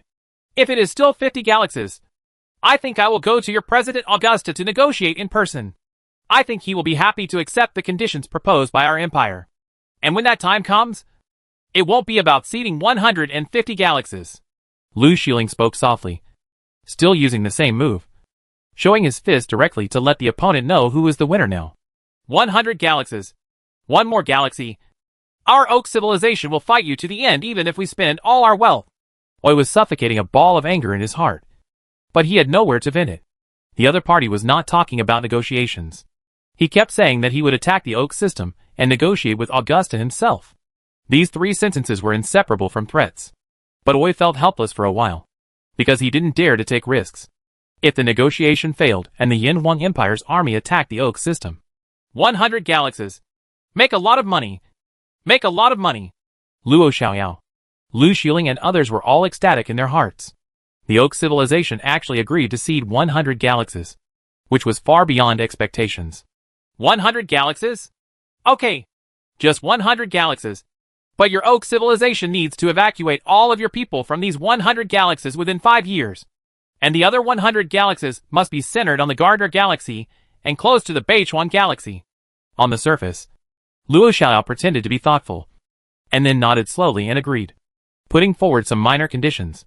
100 galaxies were obtained, but the Oak civilized empire on these 100 galaxies did not want them. I can agree to these conditions. Oi breathed a sigh of relief in his heart.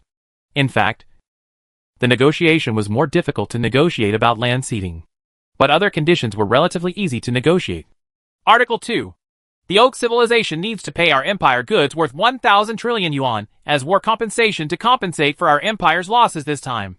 Next, let's talk about the issue of reparations, because their respective currencies are different, and the other party's currency is definitely useless if you get it yourself. Goods must be used to pay war reparations. 1,000 trillion yuan of goods? I wonder if we can pay with the currency of our Oak civilization. The currency of our Oak civilization is universal throughout the sub-spiral arm.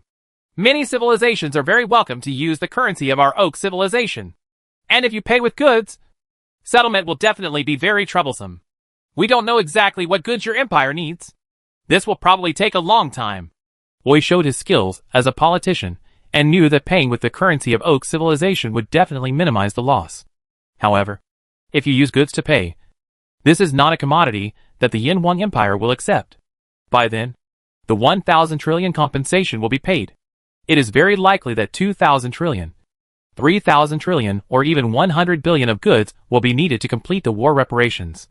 We only want goods, and the value of all goods is determined by our empire. Your civilization must also transport enough goods to the system designated by our empire within 3 years to complete the war reparations. Although Luo Xiaoyao is a soldier and does not know much about these things, there were experts from the Empire who gave Luo Xiaoyao special explanations and instructions beforehand. So he also knew that the knowledge in interstellar war reparations was very deep. So he had to strive for this price of rights. If that's the case, we have no objection to this. Oi frowned and finally nodded and agreed. Even 100 galaxies were seated. This small amount of compensation is nothing. After all, the Oak civilization is a huge civilization with thousands of galaxies. It has a vast land and rich resources. And a mere 1,000 trillion war compensation. The goods can still be completed easily. Soon, since you have agreed to our conditions. As long as you fulfill this contract as soon as possible, our empire will not attack your empire again. Luo Xiaoyao had a smile on his face, looking very satisfied. However, Oi felt that it was very sudden, because there were only two conditions. One was to cede territory, and the other was to pay compensation. And there were no other conditions. Oi thought that the empire would put forward other conditions, but they did not expect that it was just there are only two, which is so unexpected. I wonder if your empire needs us to send the captured Earthlings back to their original galaxies and planets. I thought for a while and asked, fearing that Luo Xiaoyao would forget this important matter and find excuses to raise troops in the future. Well, there's no need for that. Since they were defeated by you and became interstellar slaves, it means that this is their destiny, and they can't blame others. You can do whatever you like. However, please ask if there are any descendants of Yin and Huang descendants. If so, please help return them to our empire. We will be grateful. Luo Xiaoyao thought for a while, and then added one more thing. Luo Xiaoyao would not care about the life and death of the descendants of Yin and Huang. He hoped that the Oak civilization would slowly kill these people. However, the incident happened suddenly. There must be more or less descendants of Yin and Huang who may have also fallen into interstellar slaves. After all, there are still foreigners from China and several other countries. So we still try to help as much as possible. Of course, there is no problem. I wonder if there are any other terms.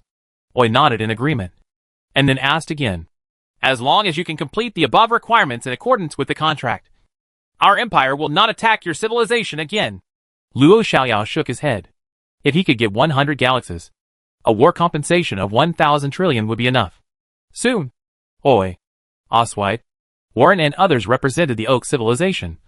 And Luo Xiaoyao, Lu Xuling, Li Wandu, Lin Xiaolin, Han Guanbua, and others represented the Yin Huang Empire. The two parties signed the Gardner Conditions. The settlement was officially announced. Chapter 398.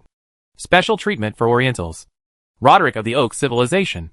Roderick means slave in the language of the Oak Civilization. This Roderick belongs to the industry of the Alpha Group, the largest slave group of the Oak Civilization. Although the Alpha people were killed by Luo Xiaoyao. However, the Alpha Group did not collapse. Instead, it became even larger because of the slaves of the Earth. Roderick Planet is a planet dedicated to cultivating, training, and customizing slaves. Countless slaves are transported here every day. And then these slaves are specially trained and trained according to the requirements of the guests. Or it may be targeted breeding of some precious slaves, etc. There is a huge island on Roderick Planet. This island is very large. There are these terrifying ocean piranhas in the surrounding ocean. These piranhas gathered here are because of the slaves that are constantly thrown into the sea every day. For a slave that is worthless and always arrogant, the OFFI group will not waste any more time and energy and throw it directly into the sea to feed the mermaids. Since the day you put on the slave collar, your fate has been determined. So what you need is to show your worth. Otherwise, have you seen the piranha in the sea? A worthless slave. Eating the mermaid's belly is the best place to end up. Hu Luan was still trembling secretly while listening to the speech of the Oak's man on the stage. He recalled the slaves who had just been thrown into the seawater. The living people were cut with a knife and thrown in. The whole seawater began to boil. The people thrown in it did not sink into the seawater. Instead, it floated on the surface due to the feeding of a large number of piranhas. Accompanied by extremely miserable howling sounds, it turned into a pile of bones in the blink of an eye. Those who witnessed this with their own eyes were all frightened. I shouldn't have traveled to the Canis Minor Galaxy in the first place. Now I have become an interstellar slave. I will never have a chance to succeed. I have become a blood slave of the Oaks. I will be oppressed by the Oaks for generations to come. I don't know how Han Ying and Shui are doing. Hu Luan is considered a rich man in China. He originally took his family to travel to the Canis Minor Galaxy, but he ended up becoming an interstellar slave of the Oak civilization.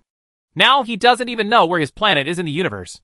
The value of your garbage is to provide fresh and delicious blood to us Oaks people. So what you need to do is to keep exercising. Eat according to our requirements. And contribute your blood. Otherwise, you will end up with the same fate as that person just now. I saw it. Let's start running 10 laps around the playground. As the Oaks finished speaking, the following people began to run around the playground very consciously. Earthlings are high-level slaves, because the blood of Earthlings is something that the entire Oak civilization is eager for, especially since the Gardner Galaxy Treaty, after it spread among the Oak civilization. The people of the entire Oak civilization wanted to eat the people of the Yin Wang Empire alive. There is no doubt that the people of the Yin Wang Empire and the Oaks cannot eat it. But the Oak civilization still has tens of billions of Earthlings, and their blood can be drunk. Naturally, the price of Earthlings' blood has also risen. As high in goods, people on Earth naturally do not need to perform manual labor, become gladiators, etc. The only thing they need to do is to provide the best blood. In order to provide the best blood, a Wafia group is also very experienced and knows how to train these Earthlings. Daily exercise, reasonable diet, happy mood, etc. These will affect the quality of blood. So as high in goods, the daily lives of people on Earth are pretty good. Go jogging. Exercise. Draw blood regularly. Don't have to work. Don't have to worry about a house, a car, etc. It seems that you can live a good life. It would be even better if you took off the slave collar around your neck. Call! After finishing his daily exercise, Huluan breathed out heavily. After finishing the morning exercise, he could still bask in the sun and take a walk on the lawn. Of course, this was to keep the people on Earth in a happy mood, so that they could produce the best results. Blood. It's so comfortable to live like this. I don't have to work or worry. I have food, drink, and fun. It's much better than before. That's right. It's so comfortable to bask in the sun. It would be nice if there was a beautiful woman by my side at night. I heard that only Easterners can enjoy such treatment. I don't know what the Oaks think. Easterners. While walking casually, I listened to the chatter of the people around me. Some people made contemptuous gestures towards Huluan after seeing him, or they were envious and jealous. Hey, yellow-skinned monkey. How was the girl you slept with last night? Can your short penis satisfy 2 girls? I don't know what's so great about your yellow skin, but you have girls with you every day. The people around him started shouting at Huluan one by one, with envy, jealousy and hatred in their eyes. Huluan also shook his head helplessly. He didn't know why. But among all the slaves, only the one with an oriental face received special attention. Every night, there are 2 beauties in the company. Of course Huluan and others don't know that this is a method of the Oaks, because the blood of oriental people is the best among the best. The OFFI group is also very smart and intentionally carries out targeted reproduction and cultivation. So there is something about being with beautiful women every night. As night gradually fell, all the slaves returned to their rooms very consciously. As expected, in the messy room, 2 European and American beauties with blonde hair and blue eyes were already waiting. When they saw them, Hulu and I also have a headache. It feels very good at the beginning, but if you let it happen every day, the diamond will turn into an embroidery needle, and you will be powerless. But there was no way, because these women had been drugged by the Oaks before they came, which could aphrodisiac and make them pregnant better. So their eyes looking at Huluan had become hot at this time. The next morning, the golden sunshine shines into the room, hugging each other randomly, waking up from a deep sleep, feeling the softness around him, but sighing sadly in his heart. A slave is a slave, no matter what. He will change without this fact. Even the power to reproduce the next generation is controlled, which is sad. Huran felt that he was no different from a breeding pig. He had to breed every day to provide slave owners with more high-quality slaves. At this time, Huluan was not happy at all. Instead, he felt extremely sad. He was not in the mood to appreciate the beauties around him. Soon, they will disappear from their side and may never be touched again. It was still the running playground, and many slaves gathered together again. Just as everyone was preparing to start their morning jog, many black dots fell from the sky. One of them continued to enlarge in the field of vision. It was a ship. Small private spacecraft. The spaceship soon arrived at the playground and parked slowly. A few Oaks people in extraordinary clothes walked out of it. After staying here for a long time, everyone also knows that generally the Oaks people in extraordinary clothes are members of the Offee group. A person of status. Chinese? Oriental? Yellow-skinned monkey? A figure that appeared next made everyone dumbfounded. Because these extraordinary dressed Oaks people actually greeted an earthling with black hair, yellow skin, and black eyes very respectfully, for fear of offending the other person. Satisfied? Mr. Han, this is a slave training place of our Offee group. Please rest assured that all Chinese people are treated very well, because the blood of Oriental people is the best. So they can basically enjoy the best treatment. Alva is a diplomat in the Oak civilization. The Mr. Han he calls, named Han Lin, is one of the many personnel specially sent by the Empire to find his Chinese compatriots. That's good. Han Lin nodded with satisfaction. The Oaks people were also cheap. They were severely punished by the Imperial Army and had to cede land and pay compensation. They were also quite afraid of the Empire. So Han Lin also walked sideways in the Oak civilization. Who among you is a descendant of Yin and Huang? I'm here to take you back. Han Lin wasted no time and said to the dense group of slaves, looking at the slave collars on the necks of these slaves. He felt a burst of sadness in his heart. But the Empire only allowed the rescue of Chinese descendants. I am. When Hu Luan heard this, he jumped up with excitement. Oh my God! I thought that this kind of life would last until the day I died. But I didn't expect that there would be a day when I would be able to escape from the sea of suffering. In the huge playground, under the gaze of countless pairs of eyes, Hu Luan walked up to Han Lin, looking very excited. Alva next to him glared at the people from the OFFI group. And someone immediately came up and removed the hair from Hu Luan's neck. The slave collar is untied. Ha ha. Ha ha. I'm finally no longer a slave. Only those who have lost their freedom will understand the value of freedom. When the slave collar was taken off, Hu Luan could not help but scream to the sky to vent his inner emotions. Okay, let's go home. Han Lin patted him on the shoulder. Just now, he had confirmed with Yuan Li that Han Lin was indeed an authentic descendant of the Yin and Huang dynasties, not a Korean or a Japanese. I wonder if you can help rescue my wife and daughter. They were caught while traveling with me to the Canis Minor Galaxy. I don't know what happened to them now. After the crazy shouting, Hu Luan also regained his composure. Thinking of his wife and daughter, he hurriedly asked Han Lin for help. He knew from the respectful attitude of the Oaks people that Han Lin had this ability. Chapter 399. Chaos. Of course there is no problem. I am here this time to deal with the descendants of Yin and Huang in the Oak civilization. Han Lin nodded and agreed, and then said a few words to Alva on the side in Oak civilized language. Alva asked the people of the OFFI group next to him in detail, and the results were soon obtained. Mr. Han, male slaves and female slaves are separated and isolated here. They are only allowed to be together when breeding. I will take you there right now. The OFFI group has registered all slaves with serial numbers, and all information is recorded in the computer, so it can be queried quickly. Well, let's go! Han Lin nodded with satisfaction and, led by Alva and others, walked towards the place where the female slaves were detained. Save us! Save us! Everyone on the playground obviously saw that Han Lin was here to save people. The slave collar on Hu Luan's neck was taken off.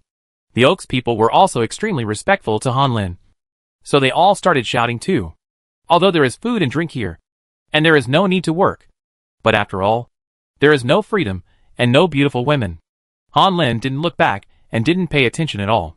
Hu Luan, on the other hand, turned back to look at the dark crowd while walking, carefully looking at everything around him. Then turned around and followed Han Lin's footsteps without hesitation. In the slave area for female earthlings, pairs of eyes looked at Hu Luan and Han Lin, with a hint of burning emotion in their eyes. Everyone saw that there were no slave collars on their necks, and the Oaks treated them with great respect. Are there any Chinese or descendants of Yin and Huang? If there are any, please come out and I will take you home. Han Lin's voice was very loud, but he spoke in Chinese, so very few people could understand him. However, Hu Luan soon became excited because his wife Han Ying was holding her daughter, who swore excitedly at this time. Walked out. Hu Luan, is that you? Dad. When the family of three met again, their eyes filled with tears, and they hugged each other tightly. Han Ying never imagined that she would have a chance to meet her husband, and it seemed that her husband had already gained freedom. Soon, the Oak civilized people came up and took off the slave collars from the two people's necks. The family burst into tears, and many women present also began to cry. It's okay. It's okay. We are going back. This Mr. Han Lin Han is from the Yin Huang Empire. He came specifically to take us back. The army of the Yin Huang Empire severely repaired the Oak civilization and asked the Oak civilization to cede land and pay compensation. We will not have to do it in the future. Afraid of them. Hu Luan hugged his wife and daughter and kept comforting them. On the way here, he had asked everything clearly. He never dreamed that the Yin Huang Empire was so powerful that it defeated the Oak civilization and forced the Oak civilization to cede its territory. Paying compensation and begging for mercy. And being saved is also a matter of words from the Yin Huang Empire. Who? Do you still remember me? At this time, a European and American woman with a big belly, blonde hair and blue eyes asked Hu Luan loudly. Alice? Hu Luan's eyes widened. This Alice came to his room a few months ago. Hu Luan was very impressed by Alice. Because Alice was indeed a very hot beauty. He didn't expect that at this time. Big belly. Who? There is your child in my belly. Take us together. Alice pointed to her belly and said, looking very excited. When she saw Han Ying and her daughter being rescued, she felt like grabbing a life-saving straw. Mr. Han, what do you think? Hu Luan turned to look at Han Lin. Mr. Alva, please let her go. Han Lin nodded and ordered Alva beside him. Of course, no problem. Alva nodded readily and agreed. Alice was soon brought over, took off the slave collar around her neck, and happily crowded around Hu Luan, which made Han Ying immediately alert. Although she had heard about it a long time ago, she didn't expect it to be true. It happened to him, and he pinched Hu Luan fiercely. I'll take care of you when I get back. Han Ying also knew that Hu Luan might not be able to help himself, but he was still jealous. Who? Do you still remember me? The child in my belly is also your child. The child in my belly is also your child. Seeing that Alice was saved, things began to boil down below. People with big bellies pointed at their bellies and started to scream. Some of them couldn't even see their stomachs, but they still screamed. Hu Luan was immediately dumbfounded. Because of the profound impact, there were only a few people who could remember clearly, but in his vague memory, it seemed that he had really been a romantic couple with these people. How is this going? Han Lin frowned and immediately asked Hu Luan, looking at the pregnant people on the playground. There were at least hundreds of them. Could it be that all of these people were pregnant with Hu Luan's child? I guess the Oaks people treat me like a breeding pig and arrange for someone to come to my room every night. Hu Luan said bravely and expressed his guess. Mr. Alva, what's going on? After hearing this, Han Lin turned to ask Alva. Mr. Han, we found that the blood of Orientals is better than the blood of other races, so we will specifically select Orientals for reproduction. I estimate that the children in the bellies of these people may all be this gentleman. There are many descendants, and many of them have already been born. I wonder if we need to release them all together. Alva asked the people of the OFFI group in detail, and soon they agreed. The fact was exactly as Hu Luan had guessed. The reason for the special treatment was because he was an Oriental. Let them all go, as well as all the children with Yin Huang blood and their mothers. Han Lin's eyes just flashed with cold light. These Oaks people simply didn't treat slaves as human beings. They were just like animals. As long as they can generate more value, they would do anything. They would breed Easterners like breeding pigs. I don't know how many mixed-race children were born. Yes! Alva said something to the people of the OFFI group. Soon, all the pregnant women with big bellies had their slave collars taken off, and they were freed one by one with joy. At the same time, many children were brought over. Some of the children are several years old, while others are still in their infancy. But without exception, these children are all of mixed race. Some of them can clearly see their Oriental origins, while others can't see it at all. Hu Luan looked at the dense crowd, and looked at the faces that were somewhat similar to his own, and he suddenly became confused. It had been several years since he was captured as an interstellar slave. From being a breeding pig a few years ago, now the child is actually there are hundreds of them, and one person really makes a race. This, even Han Lin, who was used to seeing big families in the Empire, was shocked at this time. Looking at Hu Luan, who was surrounded, he was speechless for a while. I have to say that the Oaks are still crazy enough. Son, this is your father. Who? Don't you hug your child? Women came to Hu Luan one after another, either with their children or with infants in their arms. It was obvious that they knew very well that they had to catch the man in front of them. Everything about themselves and their children would depend on him in the future. Hu Luan's scalp was about to explode at this time. How could he have imagined that one day he would have so many children? And how could he still be in the mood to hold the children? Who? Please save us! for the sake of our intimacy together. Those who were not pregnant were also anxious when they saw such a scene. They began to plead one by one, wearing slave collars around their necks. No one wanted to live such a life without personal freedom, even though they had food and drink. What is the difference between this and pigs? Once they become weak and unable to provide fresh blood, they will be thrown into the sea and fed to mermaids without mercy. Mr. Han, can you help them? Huluan turned to look at Han Lin again.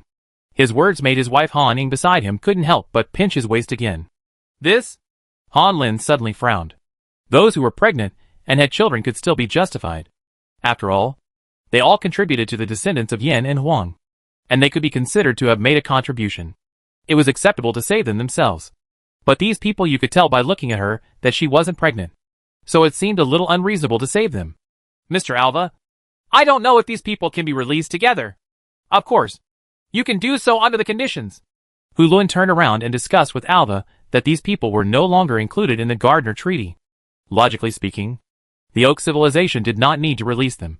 So it still required whether the Oak Civilization was willing to release them. I'll discuss it with the people from OFI Group, and it shouldn't be a big problem. Alva pondered for a while after listening, and then discussed with the people of the OFFI Group. Although these people are no longer included in the treaty, the Oak Civilization now simply does not dare to provoke the Yin Huang Empire, the battle in the Gardner Galaxy. And now the Oak Civilization, they haven't recovered yet. And the wars with several surrounding civilizations are still going on. And most of the situations are tense. So you must not offend the Yin Huang Empire at this time.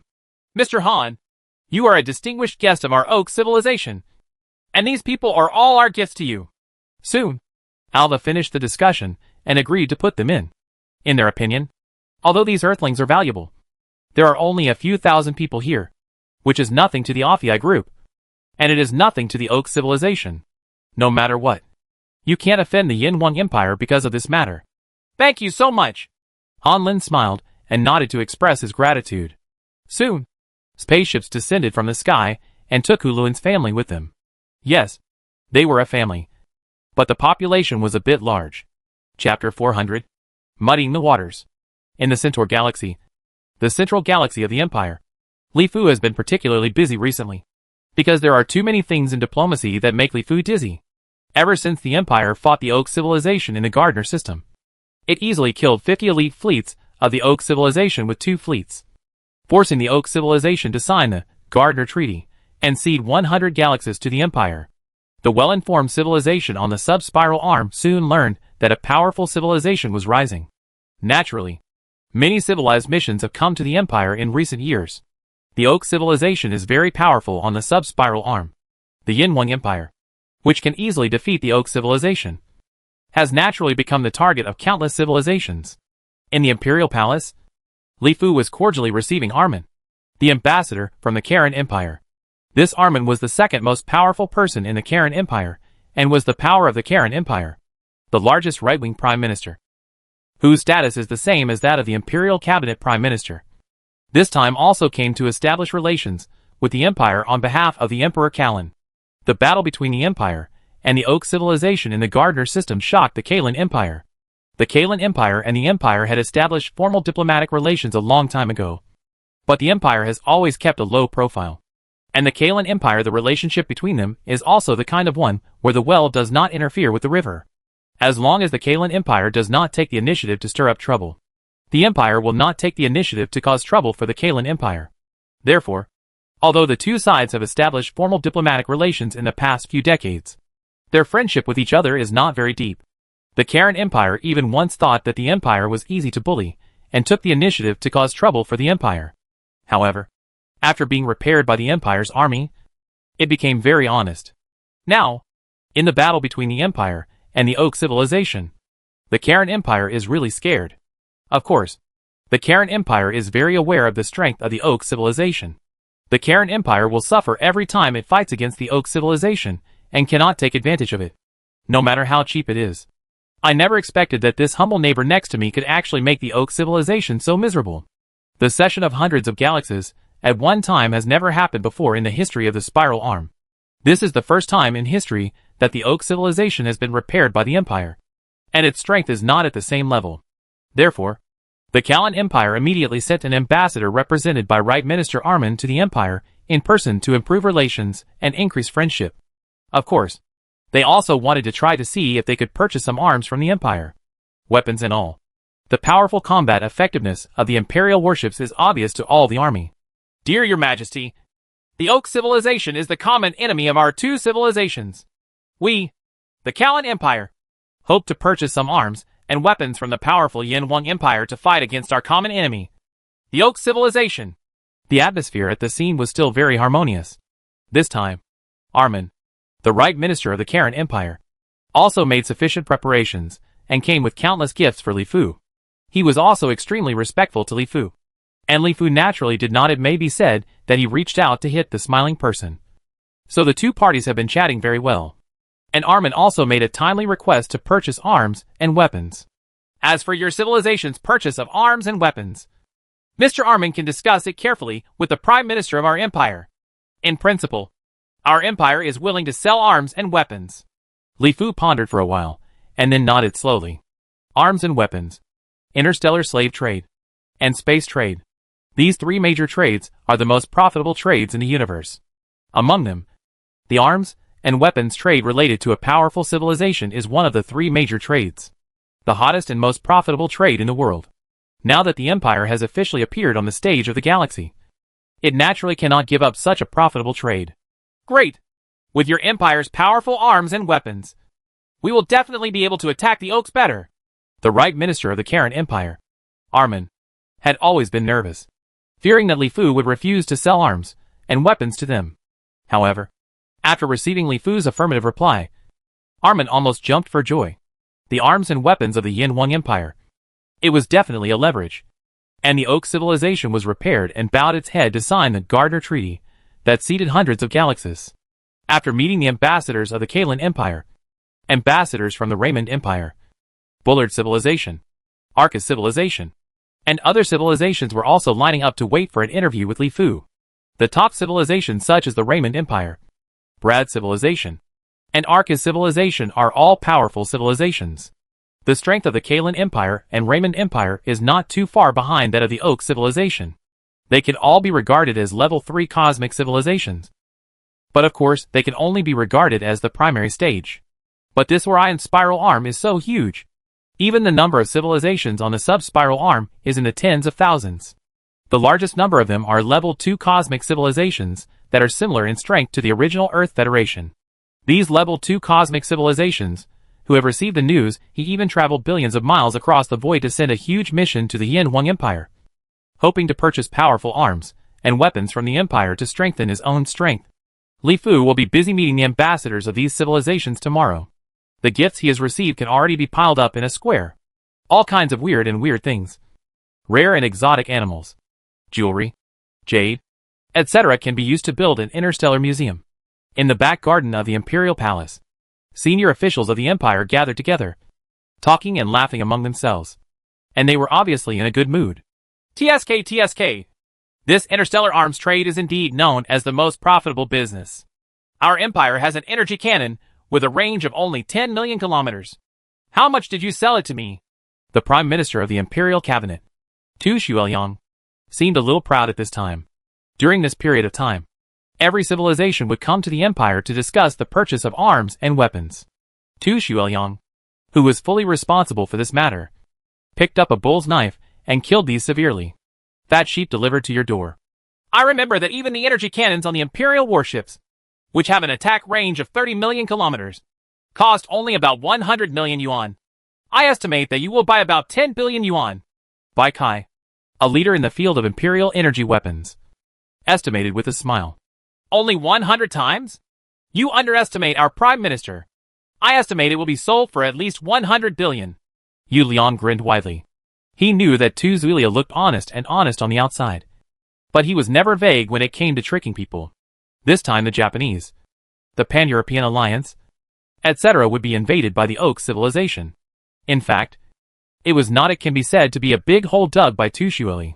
Hey, uncle, you understand me. Tu Zulia said with a big grin that he and Li Fu's son and others were of the same generation. So they were all juniors in front of the Imperial elders. 100 billion? My dear, 1,000 times the profit. If you include the discounts they exchange for materials, etc., it can be doubled several times more. This deal is possible. When other people heard this, they all couldn't help but screamed, calculating the price alone. It was 1,000 times the profit. However, the Empire would definitely not accept the currencies of other civilizations. Therefore, if they wanted to buy the Empire's arms and weapons, they had to first transport the Empire. The needed materials can be sold by the Empire and converted into Imperial currency, and then purchased. In the meantime, the Empire can make a huge profit. Calculated, the profit is quite terrifying. Hey, although we sell it very expensively, these civilizations still flock to it. The energy cannon, with a range of 10 million kilometers, is a very powerful weapon in the entire sub-spiral arm. It is only available on the space battleships purchased from the other side of the Starlight and the battleships of our Empire. The weapon is more powerful than this attack range. Those level 2 cosmic civilizations are eager to buy more from those who sell iron, even if they want to increase their strength.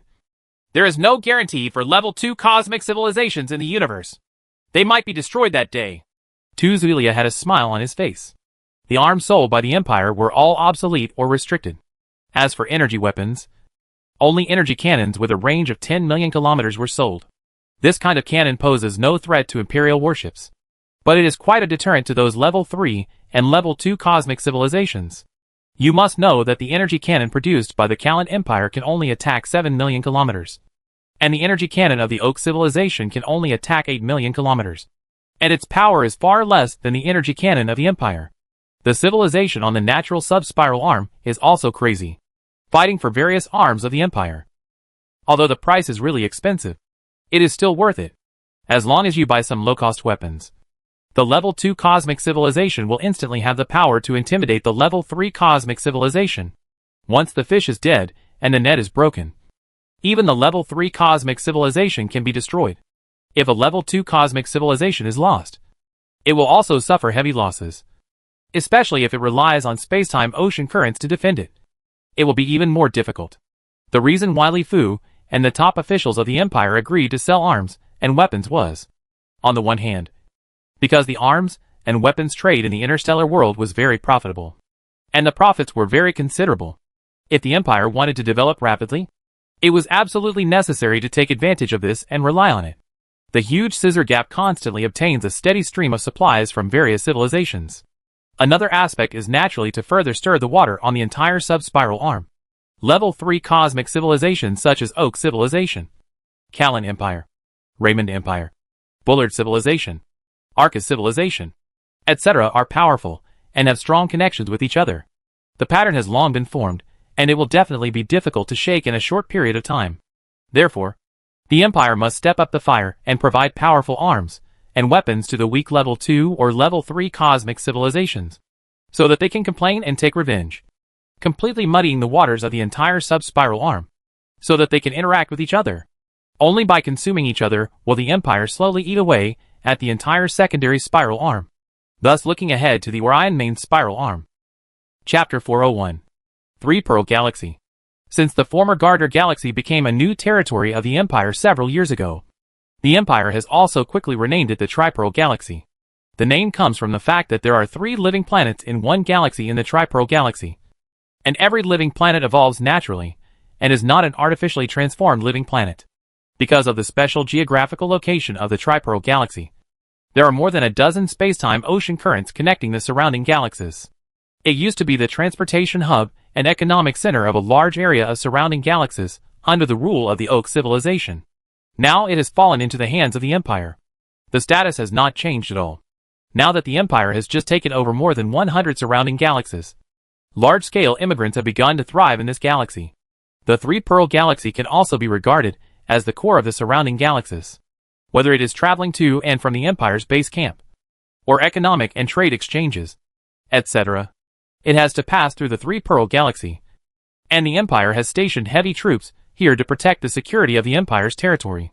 In addition to the superior geographical location that has contributed to the prosperity here, in order to further develop and consolidate the 100 star systems acquired from the Oak civilization, the Empire has also tilted many policies towards this place. One of them is the most important policy, which is to combine the 3 systems. The Pearl Galaxy serves as a port for the Empire to open to the outside world. Any civilization, as long as it respects the laws of the Empire and is willing to do things according to the requirements of the Empire, can come to the Tri-Pearl Galaxy to do business and trade, etc., making it the only galaxy currently open to the outside world in the Empire.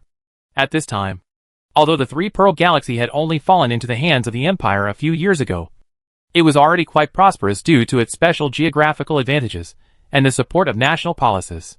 The spaceport groups here have been rebuilt at the entrances of spacetime ocean outflows.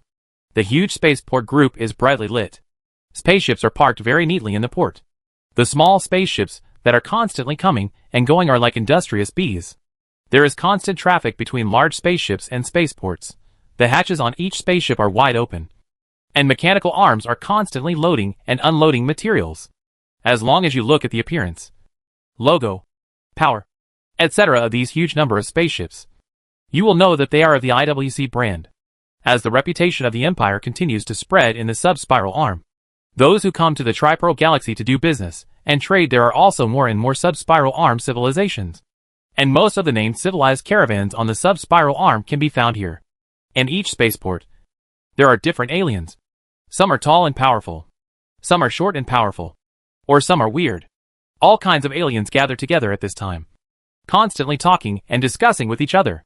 Trade the goods in hand, or use the computer in the spaceport to query the information on the caravans and goods from various civilizations in the Trijet Galaxy, and find the partners you want.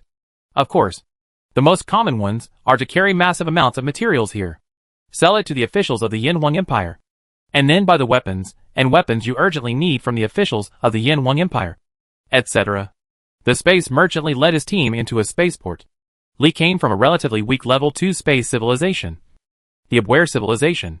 The Abwehr civilization was relatively close to the Yin Wang Empire, the Oak civilization, the Kalen Empire, etc. When the news reached the Abwehr civilization, the entire Abwehr civilization was also excited. The Yin Wang Empire was actually willing to sell powerful arms and weapons to a weak civilization. So soon, the Abwehr civilization sent space merchant Li to the Three-Pearl Galaxy with a large amount of supplies, hoping to sell these materials here and exchange them for the battleships, energy cannons, and other powerful weapons, and weapons that the Abwehr civilization urgently needed. It's really lively. Looking at the huge and lively hall, the entire hall is very huge, providing various types of chairs, tables, etc. for rest and conversation. All kinds of aliens are constantly talking to each other. Or it was the first time he came here like Li, and he didn't know how to find his goal. Hey! Are you the civilized one? The people of Razeth? Or the people of Brest? Not long after the people led by him entered, an alien immediately came up to chat. The language the other party spoke was the Oak civilization language that is more common on the sub-spiral arm. We are civilized Abbeville, Li Qing responded. The Abwehr civilization looked a bit similar to the Roses and Brest people.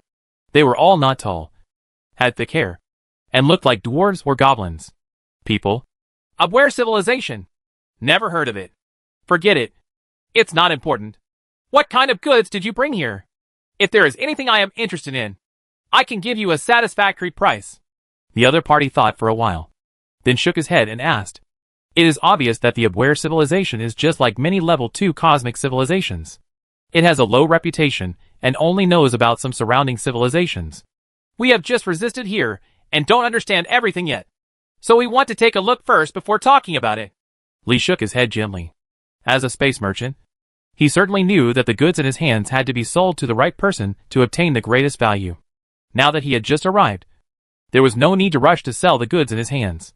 Okay, if you have any business in the future, please contact me. My name is Harvey, from the Hazer Civilization. My contact information is 178340238499023. Go to my homepage. There are goods in my hand. If you are interested, you can contact me. Harvey reported a series of numbers. Everyone entering the Tri-Pearl Galaxy will be forced to purchase a communication device from the Empire for communication, so these aliens can communicate with each other as long as they know each other's communication codes. Okay, Mr. Harvey. Li let his subordinates silently remember the other party's contact information, and then took his own people to find a place to rest first and learn more about the situation here. Soon, Li's men spread out in all directions, and began to learn more information. As a port open to the outside world, a lot of information in the Sanju galaxy is open to everyone. And the information has always been the most important thing in the mall. Important stuff. In every spaceport, there is a window for the Yin Wang Empire to sell items, as well as a window for purchasing supplies. If you want to buy things from the Yin Wang Empire, you must use the currency of the Yin Wang Empire. The currency of the Yin Wang Empire is now considered universal among everyone, because everyone wants to buy the arms and weapons of the Yin Wang Empire. Well, it seems that we still need to reprice our goods first and change them into the currency of the Yin Wang Empire, so that transactions can be more convenient. Li looked at the messages one after another, constantly thinking about how to maximize the value of the goods in his hands.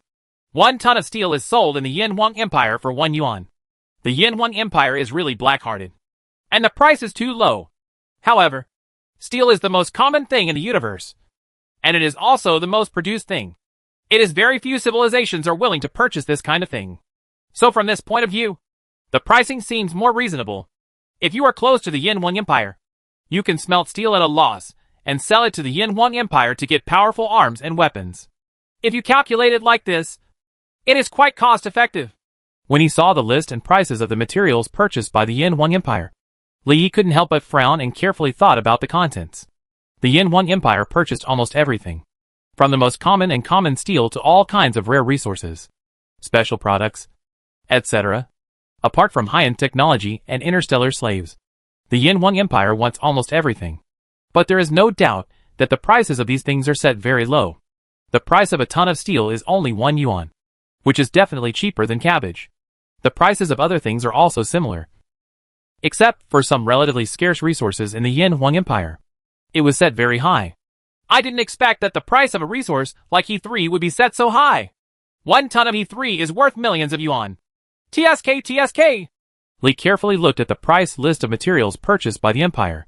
When he saw E3, his eyes couldn't help but light up. Helium is the most ideal fuel for nuclear fusion. The Empire now has controllable nuclear fusion power. These space battleships, spaceships, etc. all rely on this kind of fuel to start. However, the distribution of E3 resources in the universe is not too large. Although the Empire's territory is getting wider and many planets rich in E3 have been discovered, the demand on the Empire's side is very huge. And as there are more and more battleships and spaceships, the demand for E3 has become greater. So in this regard, the Empire also paid a large price to acquire it. The reason why Space Merchant Li's eyes lit up is because the Abwehr civilization contains very rich E3 resources. This resource has no effect on the current Abwehr civilization at all, because without mastering the controllable nuclear fusion technology, there is no way to utilize this resource. I didn't expect that the Yin Wang Empire would pay a huge price to acquire E3. In our Abwehr civilization, there are such useless things everywhere. Li was already happy. As expected, E3 resources, which I regard as poisonous weeds and you regard as fairy grass, which have no role in our own civilization, can be sold at such a high price in the Yin Wang Empire. This is the source of huge profits from space trade. It is a very common thing for one's own civilization and has no effect. But in the universe, it is very likely that it will be something that a certain civilization is eager for. And as long as it is transported there, it can make a lot of money. Chapter 402. The Black-Hearted Yin Wang Empire. E3 can only be used during nuclear fusion. The Yin Wang Empire should have mastered controllable nuclear fusion technology. The technology is really powerful. Space Merchant Li is very clear about what E3 is used for. The content of E3 in the Abwehr civilization is very rich, and he has always wanted to make use of this resource. However, the technology of the Abwehr civilization is only a level 2 cosmic civilization, and there is no such thing at all. Mastering controllable nuclear fusion technology is useless with huge resources. TSK. Let's see what good things the Yin Wang Empire has here. Li carefully studied the acquisition list of the Yin Wang Empire from beginning to end. Most of the items were purchased at very low prices. However, many items are the most common resources in the universe, even for weak civilizations. You can also use massive resources to exchange for some things you need. The large-scale main battleship produced by the Yin Wang Empire has a mass of 10 billion tons. It has 2 energy cannons with a range of 10 million kilometers. The charging time is 30 minutes. The attack power level 6 is priced at 100 trillion yuan. The one placed at the front was the entire large main battleship. Seeing the detailed data of the battleship, Li's breathing quickened. His eyes flashed, and he looked very excited. 2 energy cannons with a range of 10 million kilometers. A range of 10 million kilometers is really terrifying. The charging time is 30 minutes. This speed is too fast. The energy cannon of our Abwehr civilization takes a very long time to charge. It takes an hour to fully charge. Attack power level 6? This one shot can kill the large main battleship of Raymond civilization. If we, the Abwehr civilization, have 10 of these battleships, we no longer need to be afraid of the Raymond civilization. If we have 100 ships, we can even directly counterattack the Raymond civilization and turn the surrounding galaxies into our Abwehr civilization territory. Li kept fantasizing in his mind that such a battleship is definitely something the Abwehr civilization urgently needs. Level 2 cosmic civilization has no safety at all in the universe. It may be destroyed by level 3 cosmic civilization or other second level cosmic civilization at any time. Super cosmic civilization will be destroyed. However, once you have such a powerful space battleship and strictly guard it at the entrance of the space-time ocean outflow, you can compete with level 3 cosmic civilization. If there are more of them, you can even compete with level 3 cosmic civilization. 100 trillion? Damn! This is so evil! When I finally saw the selling price, Legion couldn't help but cursed. This price was like the evil intentions of my grandma. When purchasing materials here, the prices were set at extremely low prices, and the prices for selling things were ridiculously high. The people of the Yin Huang Empire are absolutely dark-hearted. Buy it! No matter how expensive it is. Buy it! Our Abwehr civilization had no place to buy such a powerful space battleship before. Although the Yin Huang Empire is very expensive to buy it now, it also gives everyone the opportunity.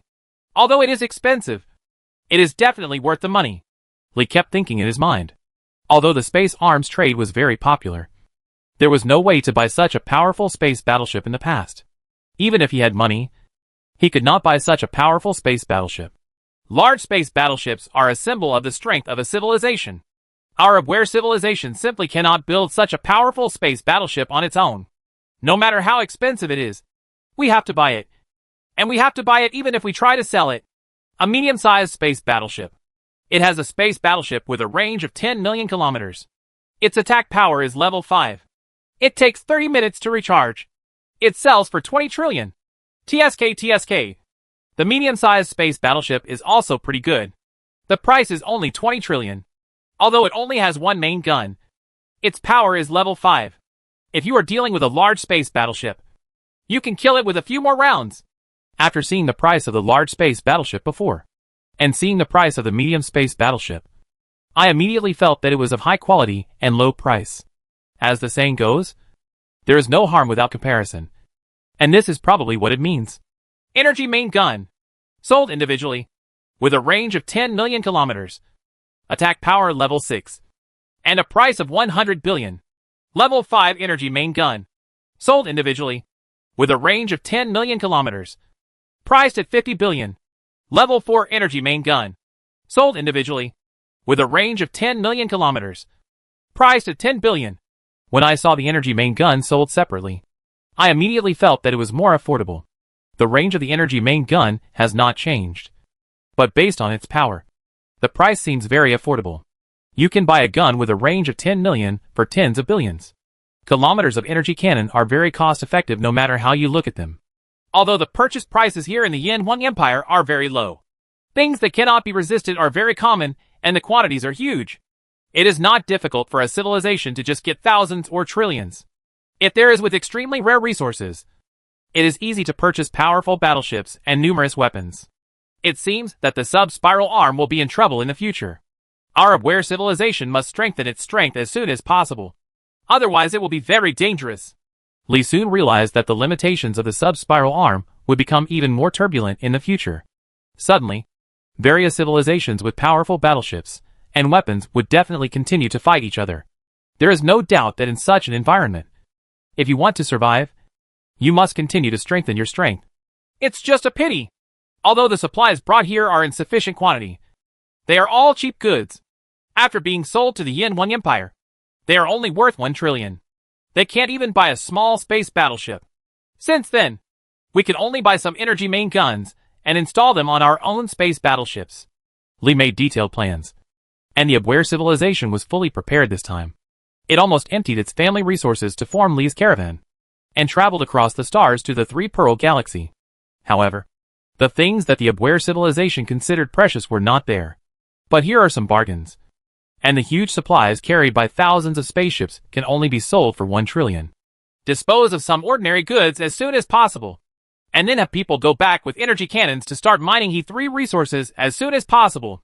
This thing is valuable, and it is very abundant where we are. In the future, our Abwehr civilization will rely on this resource to rise. Li quickly planned the following plan. Naturally, all ordinary resources were sold to the Yin 1 Empire in exchange for precious Yin 1 Empire currency. And then his men hurriedly returned to the Abwehr civilization with the purchased energy cannons. As for the merchants, Li took some of the remaining people to continue research and look for business opportunities in the Three-Pearl Galaxy. The entire Tri-Pearl Galaxy is very prosperous. There are huge spaceport groups at the entrances and exits of various spacetime oceans to receive caravans from all directions of the sub-spiral arm. Every moment, huge caravans arrive in the Three-Pearl system, transporting massive amounts of materials and exchanging them for the Empire's currency.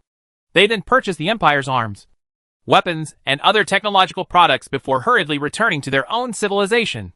In addition, many caravans of alien civilizations gathered here are also doing business with each other. The purchase price from the Empire is too low. Naturally, many things that they consider precious are reluctant to sell them to the Empire. So everyone is here to look for someone who can pay a high price. Mr. Harry, come and try the Yin 1 Empire's special drink. Tea. It tastes pretty good. At this time, businessman Li warmly received Harry, a businessman from the Saint Nazi civilization, in a tea house in the spaceport group. This Saint Nazi civilization was also a level 2 cosmic civilization. Likely, Harry brought a huge caravan. I came to the Yin 1 Empire and wanted to buy the arms and weapons of the Yin 1 Empire in order to strengthen the power of my own civilization. The two were sipping tea while discussing business. As more and more alien civilization caravans arrived in the Three-Pearl Galaxy, the Empire's tea culture slowly began to become popular, and drinking tea gradually became a kind of comparison. Fashionable things, drinking tea, and talking about business seemed to have gradually become something that everyone likes. Li, to be honest, the price you gave is a little lower. But because I am in a hurry to go back and I am just about to buy a battleship, so I will give you an advantage this time. Harry took a sip of tea and then spoke slowly. Mr. Harry, the price I gave you is actually not low. And the money I paid you was the currency of the Yin 1 Empire. You can use it directly to buy things from the Yin 1 Empire. Although I made a little profit, it was still very meager. When Li heard what the other party said, he was already happy. Staying here in the Sanju Galaxy had nothing to do. So Li started to buy and sell goods between civilizations to earn the price difference. Not to mention, thanks to the Sanju Galaxy, the special environment here in the Pearl Galaxy really made Li prosperous and made a lot of money. If it weren't for the fact that you paid directly with Yin 1 Empire currency, I wouldn't have sold it to you. Harry also laughed happily. Although he knew that the other party was making money, it didn't matter. Now he was in a hurry to go back and barely had the money to buy a battleship. So he gave it to Li cheaper. Mr. Harry has gained a lot this time. He actually has enough money to buy a warship. Li also laughed and changed the topic to the other party again. A space battleship, even a small space battleship in the Yin 1 Empire, is very expensive. Where? I guess you already have many battleships. Harry also knew that he had spilled the beans and was unwilling to continue talking about this topic. The two sides continued to chat for half an hour. And then Li and Harry took their respective men to the port to deliver the goods and transfer money, completing the transaction very smoothly. As long as I complete a few more transactions like this, I can buy a level 6 energy cannon. Li silently calculated in his heart that just by selling things here to earn the price difference, Li would have made a huge fortune of nearly hundreds of billions. Chapter 403. The Rise of the Abwehr Civilization. The Abwehr Civilization is a very ordinary level 2 cosmic civilization on the sub-spiral arm. It has 8 galaxies, 10 living planets, and a population of more than 200 billion. There are many civilizations like this on the sub-spiral arm, but without exception, every day I lived in fear, fearing that one day I would be invaded by a powerful civilization. When Li's fleet returned to the Abwehr civilization, the entire Abwehr civilization was in a state of excitement. It was useless in the Abwehr civilization The astonishing reserves of He3 were actually worth a lot of money in the Yin Huang Empire. 1 ton could be worth millions of Yin Huang Yuan. Immediately mine He3 on a large scale. The time has come for our Abwehr civilization to rise. The entire Abwehr civilization has begun to take action. He3 has massive storage in various galaxies of the Abwehr civilization. And it is very simple to mine. In less than a month, thousands of spaceships loaded with He3 will once again set off for the Three Pearl Galaxy. If this batch of cargo reaches the Three Pearl Galaxy, it will be able to exchange a huge fleet for the Abwehr civilization. 2 years later, Li's caravan once again returned to the Abwehr civilization. When it originally set out, there were only more than 1,000 spaceships. This time it returned followed by 1 large space battleship, 10 medium space battleships, and 100 small space battleships. In addition, these spaceships and space battleships also contain a large number of arms and weapons purchased from the Yin Huang Empire. With the acquisition of such a powerful fleet at once, the ambitions of the entire Abwehr civilization began to expand. Hundreds of powerful space battleships from the Yin Huang Empire, such a huge battleship group, were enough to sweep an entire country. Not to mention a huge number of energy cannons. If these energy cannons are installed on your own battleship, they will also become very powerful. Revenge. Seek revenge from Busty civilization. Due to its strong strength, the Abwehr civilization quickly decided to use force against the feuding Busty civilization. The Busty civilization and the Abwehr civilization are 2 adjacent level 2 cosmic civilizations. In history, wars often broke out between the 2 civilizations. The Busty civilization once captured tens of billions of Abwehr civilization people, and then sold them all to interstellar slave traders. It can be said that the Busty civilization is definitely the #1 enemy of the Abwehr civilization. It definitely has a blood feud. Its huge population of tens of billions has been treated as cosmic slaves and sold to that corner of the universe. Soon, the powerful fleet of the Abwehr civilization began to use force against the Busty civilization. In the void of the central galaxy of the Busty civilization, 2 huge fleets were constantly fighting. The Abwehr civilization relied on a large number of Yin Huang Empire warships and energy cannons to easily reach the center of the Busty civilization like a broken bamboo galaxy, seeing that it was in danger of extinction. The Busty civilization also gathered all the remaining cosmic power of the entire civilization to fight the final decisive battle with the Abwehr civilization here. Call out!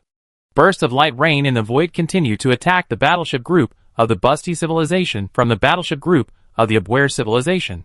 It has the battleships and energy cannons of the Empire. The attack distance reaches tens of millions of kilometers. Even if the Busty civilization is in tens of thousands of space battleships gathered here, concentrating all the power of their own civilization. However, the battle situation is still one-sided. The powerful energy cannons and space battleships from the Yin Huang Empire have a very long attack range, fast attack speed, and powerful power. Although the Busty civilization put up a desperate struggle, as time goes by, the battleships of the Busty civilization slowly turned into dust in the void of the universe, and their defeat was very complete. Soon, the central galaxy of the Busty civilization fell into the hands of the Abwehr civilization. Faced with its own feud, the Abwehr civilization showed no mercy and demoted all the Busty people to interstellar slaves. The slave collar was sold to the space slave merchant. Just like the autumn wind sweeping away the fallen leaves and the remaining clouds, the Abwehr civilization quickly completely destroyed the Busty civilization. And more than 10 galaxies were included in the territory of the Abwehr civilization. After killing their feud and expanding their territory, the ambitions of the Abwehr civilization began to burn like a prairie fire. At the same time, they continued to exploit the He3 resources in their own civilization and sell them to the Yin Huang Empire in exchange for more and more money. Increase your strength with more space battleships and energy cannons. On the other hand, the Abwehr civilization began its crazy expansion. Powerful fleets attacked the level 2 cosmic civilization from all directions of the Abwehr civilization in all directions. Up, down, left, and right, facing the army of the Abwehr civilization, which is armed to the teeth with the weapons and weapons of the Yin Huang Empire. How can these level 2 cosmic civilizations around them be their opponents? Even some civilizations have Yin Huang Empire warships and weapons in their hands, but they cannot compete with the Abwehr civilization in terms of numbers. Compared to, in just 10 years, the Abwehr civilization, which was once shivering and cautiously hiding in the corners of the universe, expanded rapidly from the original 8 galaxies to a powerful civilization with more than 100 galaxies. Every level 2 cosmic civilization has been completely annexed by the Abwehr civilization. With more than 100 galaxies, they are generally level 3 cosmic civilizations. The current technological strength of the Abwehr civilization is only level 2. However, with a powerful fleet armed with Yin Huang Empire warships and weapons, it can suddenly achieve great success in a very short time. It occupies more than 100 galaxies in a period of time. The reputation of the Abwehr civilization soon spread throughout the sub-spiral arm. The surrounding level 2 cosmic civilizations were also panicking. Some simply surrendered to the Abwehr, while others found the most powerful level 3 nearby. The cosmic civilization Raymond civilization came out to seek justice. There is no doubt that the rise of the Abwehr civilization has seriously damaged the interests of the Raymond civilization. In the eyes of the Raymond civilization, these level 2 cosmic civilizations are actually their own flesh and blood, and they are just preparing to slowly annex them. Now the Abwehr civilization, the civilization annexed hundreds of galaxies, and naturally became a thorn in the side and flesh of Raymond's civilization. Facing the rapidly rising Abwehr civilization, Raymond civilization also decisively sent out a powerful army to suppress the arrogance of the Abwehr civilization. However, at this time, the Abwehr civilization was also arrogant. In 10 years, relying on E3 resources, the Abwehr civilization used warships and arms and weapons produced by the Yin Huang Empire to build an extremely powerful cosmic army. There are hundreds of powerful large space battleships, thousands of medium space battleships, and tens of thousands of small space battleships. These are all powerful space battleships purchased from the Yin Huang Empire, and are also armed with energy cannons purchased by the Yin Huang Empire. A larger fleet was formed, with as many as 100,000 ships. With such a powerful army in hand, the Abwehr civilization has no fear of the Raymond civilization. Moreover, the Abwehr civilization was once exploited by the Raymond civilization. It regularly paid tribute to the Raymond civilization and accumulated a lot of money, a lot of dissatisfaction. And now they want to test the true strength of the fleet in hand through Raymond civilization. A great war broke out with the attention of the entire sub-spiral arm civilization. Raymond civilization's 50 fleets and more than 50,000 space battleships were all destroyed in the hands of the Abwehr army. Of course, the Abwehr civilization also suffered heavy losses. 70% of the property it had managed to accumulate over more than 10 years was lost in the First World War. 7 or 8. Both sides almost fought to the death. But this battle also shocked the civilizations on the entire sub-spiral arm. Countless civilizations originally thought that the Raymond civilization should be victorious. But the result was that all 50 fleets were annihilated. And in the end, they had to admit that Abwehr, the status of civilization, acquiesces to the territory and strength currently occupied by the Abwehr civilization.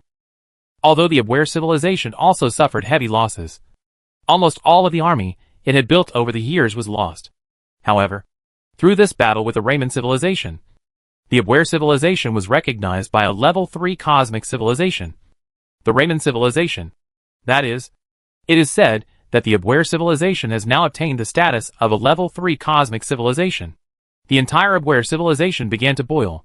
In just 10 years, the Abwehr civilization, which was once extremely weak and always worried about being invaded and destroyed, successfully defeated the level 3 universe that was previously unimaginable, civilized Raymond civilization, and obtained tickets to the level 3 universe civilization club. The farmers turn over and sing. The salted fish turn over and spit bubbles. The entire Abwehr civilization held a grand celebration ceremony to celebrate the victory of the Abwehr civilization. The rapid rise of the Abwehr civilization has attracted the attention of civilizations throughout the sub-spiral arm. Everyone has studied it one after another. Finally, it was discovered that the Abwehr civilization relied on a large number of arms and weapons purchased from the Yin Huang Empire. Without these arms and weapons, the Abwehr civilization could not exist today. That is, a very ordinary level 2 cosmic civilization, not to mention defeating the level 3 cosmic civilization Raymond civilization. Even among other ordinary level 2 cosmic civilizations, there are many civilizations that can easily defeat the Abwehr civilization. The source of all this still has to go back to the sub-spiral arm. The rise of the Yin Huang Empire. Level 2 cosmic civilizations are beginning to get ready. And the interstellar trade here in the Three Pearl Galaxy is even more prosperous. Level 2 cosmic civilizations on the sub-spiral arms have worked tirelessly and bravely to move massive amounts of materials here to exchange them for powerful weapons and weapons of the Yin Huang Empire. Level 3 cosmic civilizations are beginning to become uneasy. Level 2 cosmic civilizations that used to be like sheep in front of them are likely to turn into spiky hedgehogs, making you unable to eat. At the same time, the entire sub-spiral arm it also began to be turbulent, and fighting began everywhere. Chapter 404. Interstellar Pirate A. On the sub-spiral arm. Due to the unlimited sales of arms and weapons by the Yin Wang Empire, the entire sub-spiral arm began to become turbulent, and war began to burn in various areas above the sub-spiral arm. Like the Abware civilization, many civilizations that were bullied before but were unable to resist, because they have some special resources, can transport these resources to the three-pearl galaxy of the Yin Wang Empire to bring back powerful battleships and powerful energy. Run. The strength of the entire civilization has undergone earth-shaking changes in an instant. Once the strength becomes stronger, there is no doubt that ambition will continue to expand along with it, burning like a prairie fire. This is not only the level 2 cosmic civilization, but also the level 3 cosmic civilization. In other words, the third level cosmic civilization is even more ambitious. It is powerful in itself, has more resources, and can obtain more battleships and warships from the Yin Wang Empire, arms and weapons, so they become more domineering as they expand. The war between level 3 cosmic civilization and level 3 cosmic civilization is constantly escalating. In the past, the Carrot Empire and the Oak Civilization would have a small fight on the border for more than 10 years. But now, with the Oak Civilization, the strength of civilization is weakening. The Kalen Empire has acquired a large number of warships and weapons from the Yin Wang Empire, and its strength has rapidly increased. The war between the two sides seems to have no end in sight, and the scale is also constantly escalating. The war between level 2 cosmic civilization and level 2 cosmic civilization has never stopped. But now that they have powerful weapons, the war between the two sides is full of countless variables. Maybe the seemingly weak civilization, maybe he lured out several warships purchased from the Yin Wang Empire and killed his own army. This happened more than once or twice on the sub-spiral arm. The fight on the sub-spiral arm was very lively, but the Empire was quietly digesting the 100 galaxies obtained from the Oak Civilization, and at the same time, it was quietly spending its windfall in the three-pearl galaxy. A piece of steel is only worth 1 yuan when transported from a distant galaxy. The Empire's heart is extremely dark. Of course, only a few level 2 cosmic civilizations that are closer to the Empire are actually transporting steel for sale. These level 2, the cosmic civilization itself does not have the scarce resources of the Empire, and can only survive by selling steel, relying on the huge scissor gap. A steady stream of huge quantities of materials are constantly flowing in from various civilizations in the sub-spiral arm at every moment, allowing the Empire to become rich just by doing trade alone without having to do anything. With the flow of oil, the Empire's finances became more abundant than ever. Of course, wherever there are interests, there will be fights. On the routes leading to the three-pearl galaxy, various civilizations along the way are naturally constantly raising tolls. They are also plucking their feathers, and they all want a piece of the pie. Of course, there are also things to do even more amazing. Belpha Galaxy. Belpha Galaxy is a very desolate galaxy, because the stars in the core of this galaxy are still in their early stages. They are very unstable. From time to time, powerful stellar flares erupt. So there is no life planet at all in the Belpha Galaxy. A planet without any life. Except for the Belpha planet. All the surrounding galaxies within hundreds of light years are similar to the Belpha Galaxy. They are all desolate places with relatively late births, unstable stars, and no life. This area is also called the civilized desert area above the sub-spiral arm. The civilized desert area is relatively light, with a diameter of about hundreds of light years, although there are some resources in it. The surrounding civilizations have little interest in this area. Resources are abundant in the universe, so there is no need to spend a lot of money. Zhou Zhang would go to the desert area to mine, unless it was some special resource. The civilized desert area that belongs to the three no ones zone used to have no people at all. At most, some merchant ships would pass by. However, things have become more subtle in recent years. Because the desert area has gradually become a desert area, an important route must pass through. This route is the route to the three-pearl galaxy of the Yin Wang Empire. Many civilizations on the sub-spiral arm want to go to the three-pearl galaxy. The desert area is the most important and prosperous route among the three routes. In the Belpha Galaxy, the space merchantry of the Abware civilization once again brought thousands of spaceships to prepare for the Sanju Galaxy. Each spacecraft was filled with precious He3, which was one of the most popular cargoes in the Yin Wang Empire. through the civilized desert area. We will soon reach the Three-Pearl Galaxy. Humph. Along the way, the civilizations we pass through are really eager to knock our bones and suck out our marrow. The taxes and fees we have to pay just for passing by are already comparable to customs duties. Lee looked at the dark stars. The rays of stars from the distant starlight dotted the entire sky. But he was thinking in his mind. He had taken this route to the Three-Pearl Galaxy more than once. So he knew exactly what to do every step of the way. Walk. Thinking of the tolls levied by others. Lee felt very irritated. In the universe, if you are just passing by, generally speaking, it is only a symbolic toll. Because everyone has to wander around in the universe for a day. But now that I think about it, Lee feels very irritated. The tolls are getting heavier and heavier. Which is definitely not a good thing. Thousands of spaceships have just emerged from the space-time ocean currents. And there is no pause at this time. This Belpha galaxy, like other galaxies in the desert area, does not belong to any civilization. So naturally no one will build some spaceports here. Come and rest. Suddenly, in the void ahead, dazzling beams of light broke the silence and darkness of the void. The spaceships at the front were unprepared and were directly exploded by the powerful energy beams. Several huge flames exploded in the void. It rose up in the air, causing everyone to be stunned for a moment. Originally, navigation in the universe was very safe most of the time, except for some dangers in the ocean currents of time and space. It passed from civilization to civilization and just paid the toll. It was rare to say that a merchant ship was attacked, unless it was after passing through one's enemy's territory. Usually people who know it is one's enemy will choose to take a detour instead of stupidly sending him to his door. No one expected that the Belpha galaxy, a galaxy that did not belong to any civilization, would be attacked. Who is it? Is it the Raymond civilization that is ambushing here in the Belpha system? Or is it the remnant army of the fleeing Busty civilization? Lee quickly learned the news, frowned, and thought about it in his mind. Generally speaking, except for mortal enemies, absolutely no civilization would deliberately attack merchant ships. Because everyone has to make a living in the universe, conduct interstellar trade, etc. Wait. Ha. Listen carefully. All spaceships are required to slow down immediately within 1 hour and fly to the designated area according to our requirements. Otherwise, our Redbeard pirates will beat you to scum. Before Lee could figure out the situation, signals spread in the void and were quickly received by Lee's caravan. Redbeard pirates? Interstellar pirates?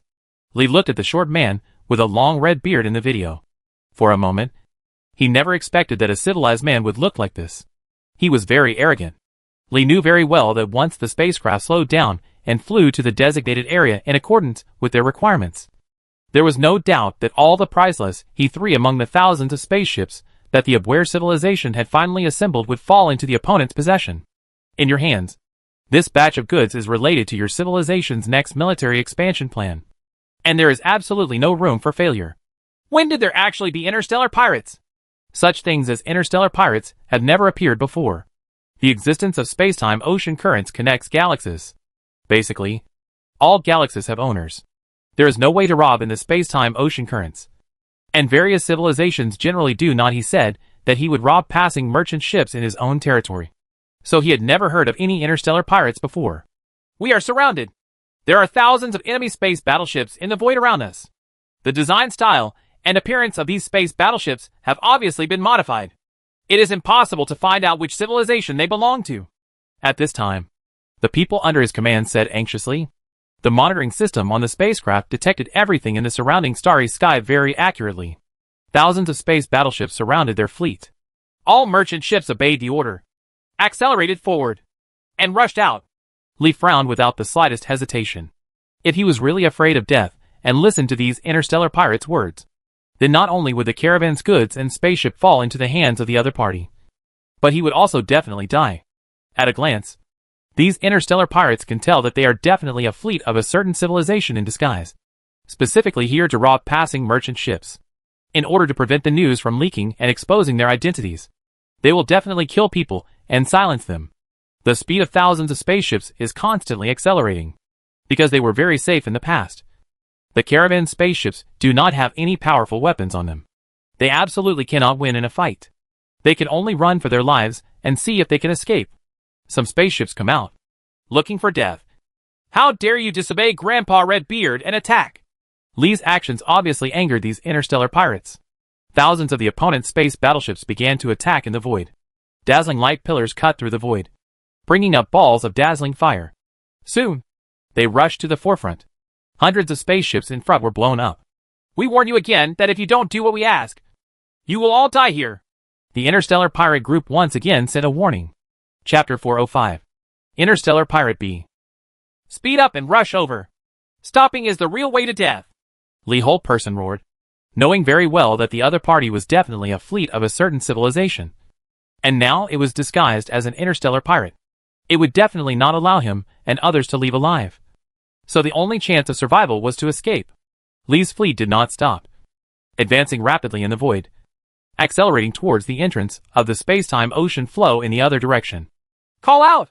The red-bearded interstellar pirates did not expect that the opponent would still run away desperately after reaching this point. They also started to attack again. But this time, they deliberately did not hit the spaceship to scare the opponent. At the same time, in the void, the huge group of space fighters that had been released long ago began to swarm towards the opponent. And a huge swarm of fireflies suddenly appeared in the entire void.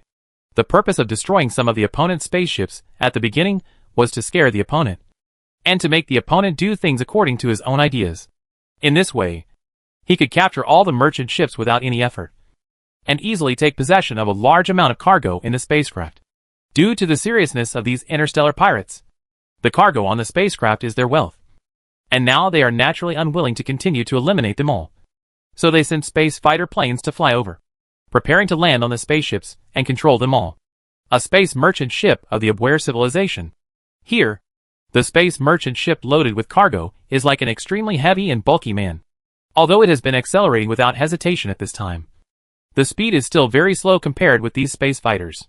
In the empty, dark, and cold void, thousands of space battleships flew rapidly toward the universe, like vampire bees that smelled of blood. At the same time, they were very flexible in avoiding the few defensive small energy weapons on the spaceships. The space fighter planes approached the huge spaceship smoothly. The space fighter planes emitted a stream of light, blasting open the sealed hatch, and then flew directly into the spaceship like bees returning to their nests. Inside the spaceship, it was completely chaotic at this time. Interstellar pirate space fighter planes entered from all directions of the spaceship. Groups of heavily armed pirates walked out of these space fighter planes. As soon as these pirates entered the spaceship, they began to attack directly, kill towards the control room of the spaceship. Phew! She! In the spaceship, the battle has never stopped. The people of the Abware civilization will naturally not give up easily. Energy pistols, stun guns, etc. are constantly resisting. But these pirates are obviously not just a mob. They are all well-trained soldiers, and they are fully armed. The crew members of the Abware civilization are very ordinary people, and only a few are soldiers. Ha ha! I'm getting rich. I'm really getting rich this time. All of them are E3. A ton of this kind of stuff can be sold for millions of Yin-Wang Empire yuan here in the Three Pearl Galaxy. Some interstellar pirates came to the warehouse of the spaceship. When they opened the warehouse and inspected the goods in the warehouse, they couldn't help laughing happily. No wonder the Abware civilization can rise rapidly. It turns out that they have such precious resources. This E3 is relatively rare in the universe. In the past, no one thought it was of any use. But since the Yin-Wang Empire spent a lot of money to buy it, this kind of E3 resources have become precious. And I was really lucky this time. Stop attacking spaceships. Control all spaceships. The value of E3 on this spaceship is an astronomical figure. Soon, the heads of the interstellar pirates got the news. Judging from the cargo on the spaceships, they were all precious E3. They suddenly felt like they had been hit by a pie in the sky. Time slowly passed. The first spaceship completely collapsed and was controlled by the interstellar pirates. It began to change its route and fly towards the interstellar pirates' battleship group. Soon, there were the second and third spaceships, flying towards the interstellar pirate group. More and more spaceships are controlled by the interstellar pirates. What to do? Lee was frowning at the spaceship he was riding in. He was thinking rapidly as he looked at the huge group of space fighters in the void and the spaceships that broke away from the team from time to time. Lee, there are thousands of space fighter planes flying towards us. Attack! Don't let them get close. So the spacecraft speeds up. Lee Ren still had no intention of surrendering. The spaceship Lee was traveling on was the largest among all spaceships. At the same time, this spaceship was also modified from a battleship. It originally had powerful force, and was one of the few among thousands of battleships. Battleship Combat Spaceship. On the surface of the spaceship, small energy cannons flipped out. Like the space battleship, this spaceship also has a large number of close defense weapons. There are densely packed and large numbers of small energy cannons in all directions. Call out! Small energy beams flashed continuously in the void, exploding the space fighter planes flying rapidly in the distance into balls of flames that illuminated the dark void. For a moment, no space fighter planes could approach this place. Spaceship. In the empty void, Lee's caravan kept escaping in the void. It was surrounded by huge groups of space battleships on all sides. Farther away was a huge group of space battleships. Like a dragnet. Even if it was inserted into the wings are also difficult to fly. Hey, I didn't expect that there are several spaceships with such intensive firepower. Well, they should be hidden spaceships responsible for escorting them. The Red-Beard pirates also quickly discovered several spaceships with dense firepower.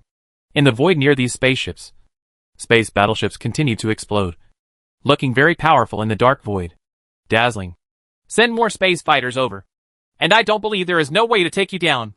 Now the people of the Red-Beard pirates are reluctant to use the main guns on the battleships to attack anymore, because every spaceship is filled with E3, and its value is an astronomical figure. Every time they lose one, I feel extremely distressed. Especially since I killed hundreds of spaceships without knowing the situation at the beginning. And now I feel extremely distressed just thinking about it. Ha. They are reluctant to use the main guns on the space battleship to attack us. We still have a chance. Looking at it, I guess I can't bear to part with the cargo on our spaceship. Let's go free. We must not let their space warplanes get close to us. The main gun is aimed at the space warships directly in front of me. I will kill them all later. Lee, who was about to fall into despair, burst into laughter at this time. Because if the other party continued to use space battleships to attack the remaining spaceships, it would not be enough for the other party to attack in 2 waves. But now, even though the spaceship he was riding and continued to blow up the space fighter planes that were trying to get closer, the opponent still did not use its main gun to attack. It was obvious that he knew that the cargo on the spaceship was very valuable, and he was reluctant to part with it. Looking at the increasingly larger group of cosmic fighter planes in the void, Lee knew that as long as he could hold on, he would have a chance to break out of the opponent's encirclement and escape. Call out! Like a hedgehog, rays of light continued to shoot out from the spaceship, and flames continued to rise in the void. However, although many space fighters were exploded, more space fighters were attracted in a steady stream. Continuously. Now! Kill the space battleship directly in front of the opponent. Lee was always staring at the surveillance screen. At this time, he had reached the edge of the opponent's encirclement. There were 2 enemy space battleships flying towards him at a rapid speed in front of him. At the same time, there were not many spaceships left on his side on the battlefield. Many spaceships have been controlled by these interstellar pirates. Call out! The main cannon, which had been charged long ago, instantly emitted 2 powerful and dazzling beams of light. The 2 unsuspecting space battleships directly in front were instantly exploded by the powerful attack, and 2 huge flames rose up in the void. Starting, a large area became brighter, and the wreckage was scattered in the void. Rush out! After opening the gap, Lee's spaceship took the lead and rushed out of the encirclement, and the remaining spaceships also quickly followed. Chase! We must not let them escape. We must capture them all. The He-3 on each spaceship is enough for us to exchange for many level 6 energy cannons from the Yin 1 Empire. As Lee expected, even if the 2 space battleships were destroyed, the interstellar pirates were still reluctant to use the energy main guns on the battleships, and still wanted to capture these spaceships, because they really couldn't bear to part with the spaceships. The vast wealth above. Humph. After breaking out of the encirclement, I can let go and play with you. The main gun on the spaceship is a level 6 energy cannon I bought from the Yin 1 Empire. The attack range is a full 10 million kilometers. One shot can kill one of your warships. At this time, Lee was running away while looking at the interstellar pirates chasing after him. But his heart was filled with anger. Only less than 100 of the thousands of spaceships were left at this time. Among the other 900 spaceships, there were more than 100. The first ship was just blown up, and the rest were basically captured by these interstellar pirates. This time, my mission was a complete failure. Attack! Lee Jinjin roared, and the powerful energy cannon on the spacecraft once again emitted powerful energy at the speed of light. cutting through the dark void like a sharp sword. Chapter 406. Zhengzhou has no excuse to take action. In the prosperous Tripearl Galaxy, a huge group of spaceports are operating day and night. Massive amounts of cargo gather here from all directions in the sub-spiral arms, creating the prosperity here. The entrance of the time and space ocean flows here, and Li appears in the Sanju Galaxy with only a dozen remaining spaceships. Each spaceship has more or less scars on it. It is obvious that he finally escaped after a life and death struggle. One calamity finally arrived at the Three Pearl Galaxy. I must tell the Yin Wang Empire about this. These civilizations pretended to be interstellar pirates and robbed passing merchant ships. This has definitely seriously damaged the interests of the Yin Wang Empire. The Yin Wang Empire will definitely not sit idly by. Li Ran looked very angry. There were only a dozen or so spaceships left out of thousands of spaceships, which can be said to have been a heavy loss. This time he came to the Yin Wang Empire and could not even think of buying much of the weapons that his Abwehr civilization urgently needed. The spaceship parked at the AG-2343 spaceport in accordance with the requirements of the Imperial Space and Time Administration. Without stopping, it directly found Yi Tianjing, the person in charge of purchasing goods from the Yin Wang Empire in the spaceport, because Li can often bring a large amount of E3 resources. And this resource is the performance resource that the Empire needs most. Everyone is also very familiar with each other. Old friend, how many E3 did you bring this time? Yi Tianjing rarely received Li kindly. When he saw Li, he knew that he must have brought a lot of E3 this time, because it was like this every time in the past. Mr. Yi, originally I brought E3 with thousands of spaceships this time, but when passing through the civilized desert area, we were robbed by interstellar pirates, and in the end, there were only a dozen spaceships left. Li applied helplessly with a wry smile. You were also robbed by interstellar pirates? When Yi Tianjing heard this, he immediately frowned. More than one civilization had reported to the Empire that they had been robbed by interstellar pirates on their way to the Three Pearl Galaxy. There have never been interstellar pirates before, but now they all appear at once. Based on my personal experience, these interstellar pirates are obviously well-trained armies. When Li heard this, he was slightly surprised. The Abwehr civilization came to the Empire's Three Pearl system via a prescribed route, so he had no idea about other routes. Humph. It seems that someone is jealous of our Empire's business and wants to get a share of the pie in this way. Yi Tianjing quickly figured out the key in his mind and smiled coldly. Mr. Yi, these interstellar pirates have seriously harmed the interests of your civilization. The Empire cannot just sit idly by and watch. When Li heard this, his eyes lit up immediately, and he continued to fire. Li, don't worry. If you come to our Empire to do business, our Empire will naturally ensure everyone's safety. Our Empire will give you an answer soon. Yi Tianjing nodded slightly. Now these civilizations disguised as interstellar pirates are tantamount to touching the Empire's cheese. If the Empire continues to sit back and do nothing, then the business here in the Three Pearl Galaxy will be stopped. This will seriously damage the Empire. Profits. The Empire has made an unknown amount of money from the interstellar trade in the Three Pearl Galaxy. Over the years, the Empire has carried out large-scale immigration, military expansion, etc., which has cost a lot of money. However, the Empire's finances are still very abundant, and the Empire's tax revenue has been falling again and again. All this money is supported by the trade of the Three Pearl system. The news quickly spread back to the Empire's base camp, the Centauri Galaxy. In the back garden of the Imperial Palace, Li Fu was discussing this matter with the Imperial Elders and Imperial Cabinet Ministers. So far, interstellar pirates have appeared on the three main routes leading to our Empire. The various civilized caravans that have come to our Empire in the past have suffered heavy losses, and there are not many left who are lucky enough to come to our Empire. In the past 6 months, the number of alien civilization caravans received by the Three Pearl Galaxy has dropped sharply by 30%, and the trade volume has dropped by 50%. If this continues, no civilization will dare to trade with our Empire in the future. Especially they are those weak level 2 cosmic civilizations. Cabinet Prime Minister Tu Zuilia held a detailed analysis data report in his hand and made a detailed report to Li Fu and the Imperial Elders and senior officials present, with a solemn look on his face that lingered. It seems that our trade here in the Three Pearl Galaxy has made people jealous, and some civilizations actually come here to get a share of the pie in this way.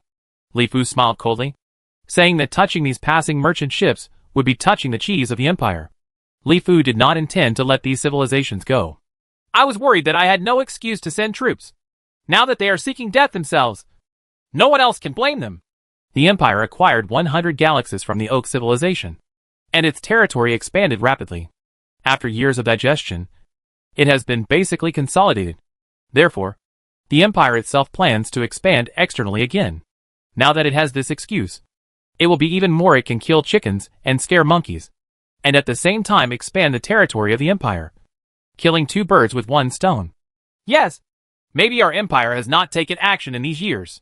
Some civilizations think that our Empire is easy to bully. They know clearly that these merchant ships are the cheese of our Empire, but they dare to take action. This has seriously damaged the interests of our Empire. No, it has to be said that all these civilizations must be killed. And we want the civilizations on the entire sub-spiral arm to know how powerful our Empire is.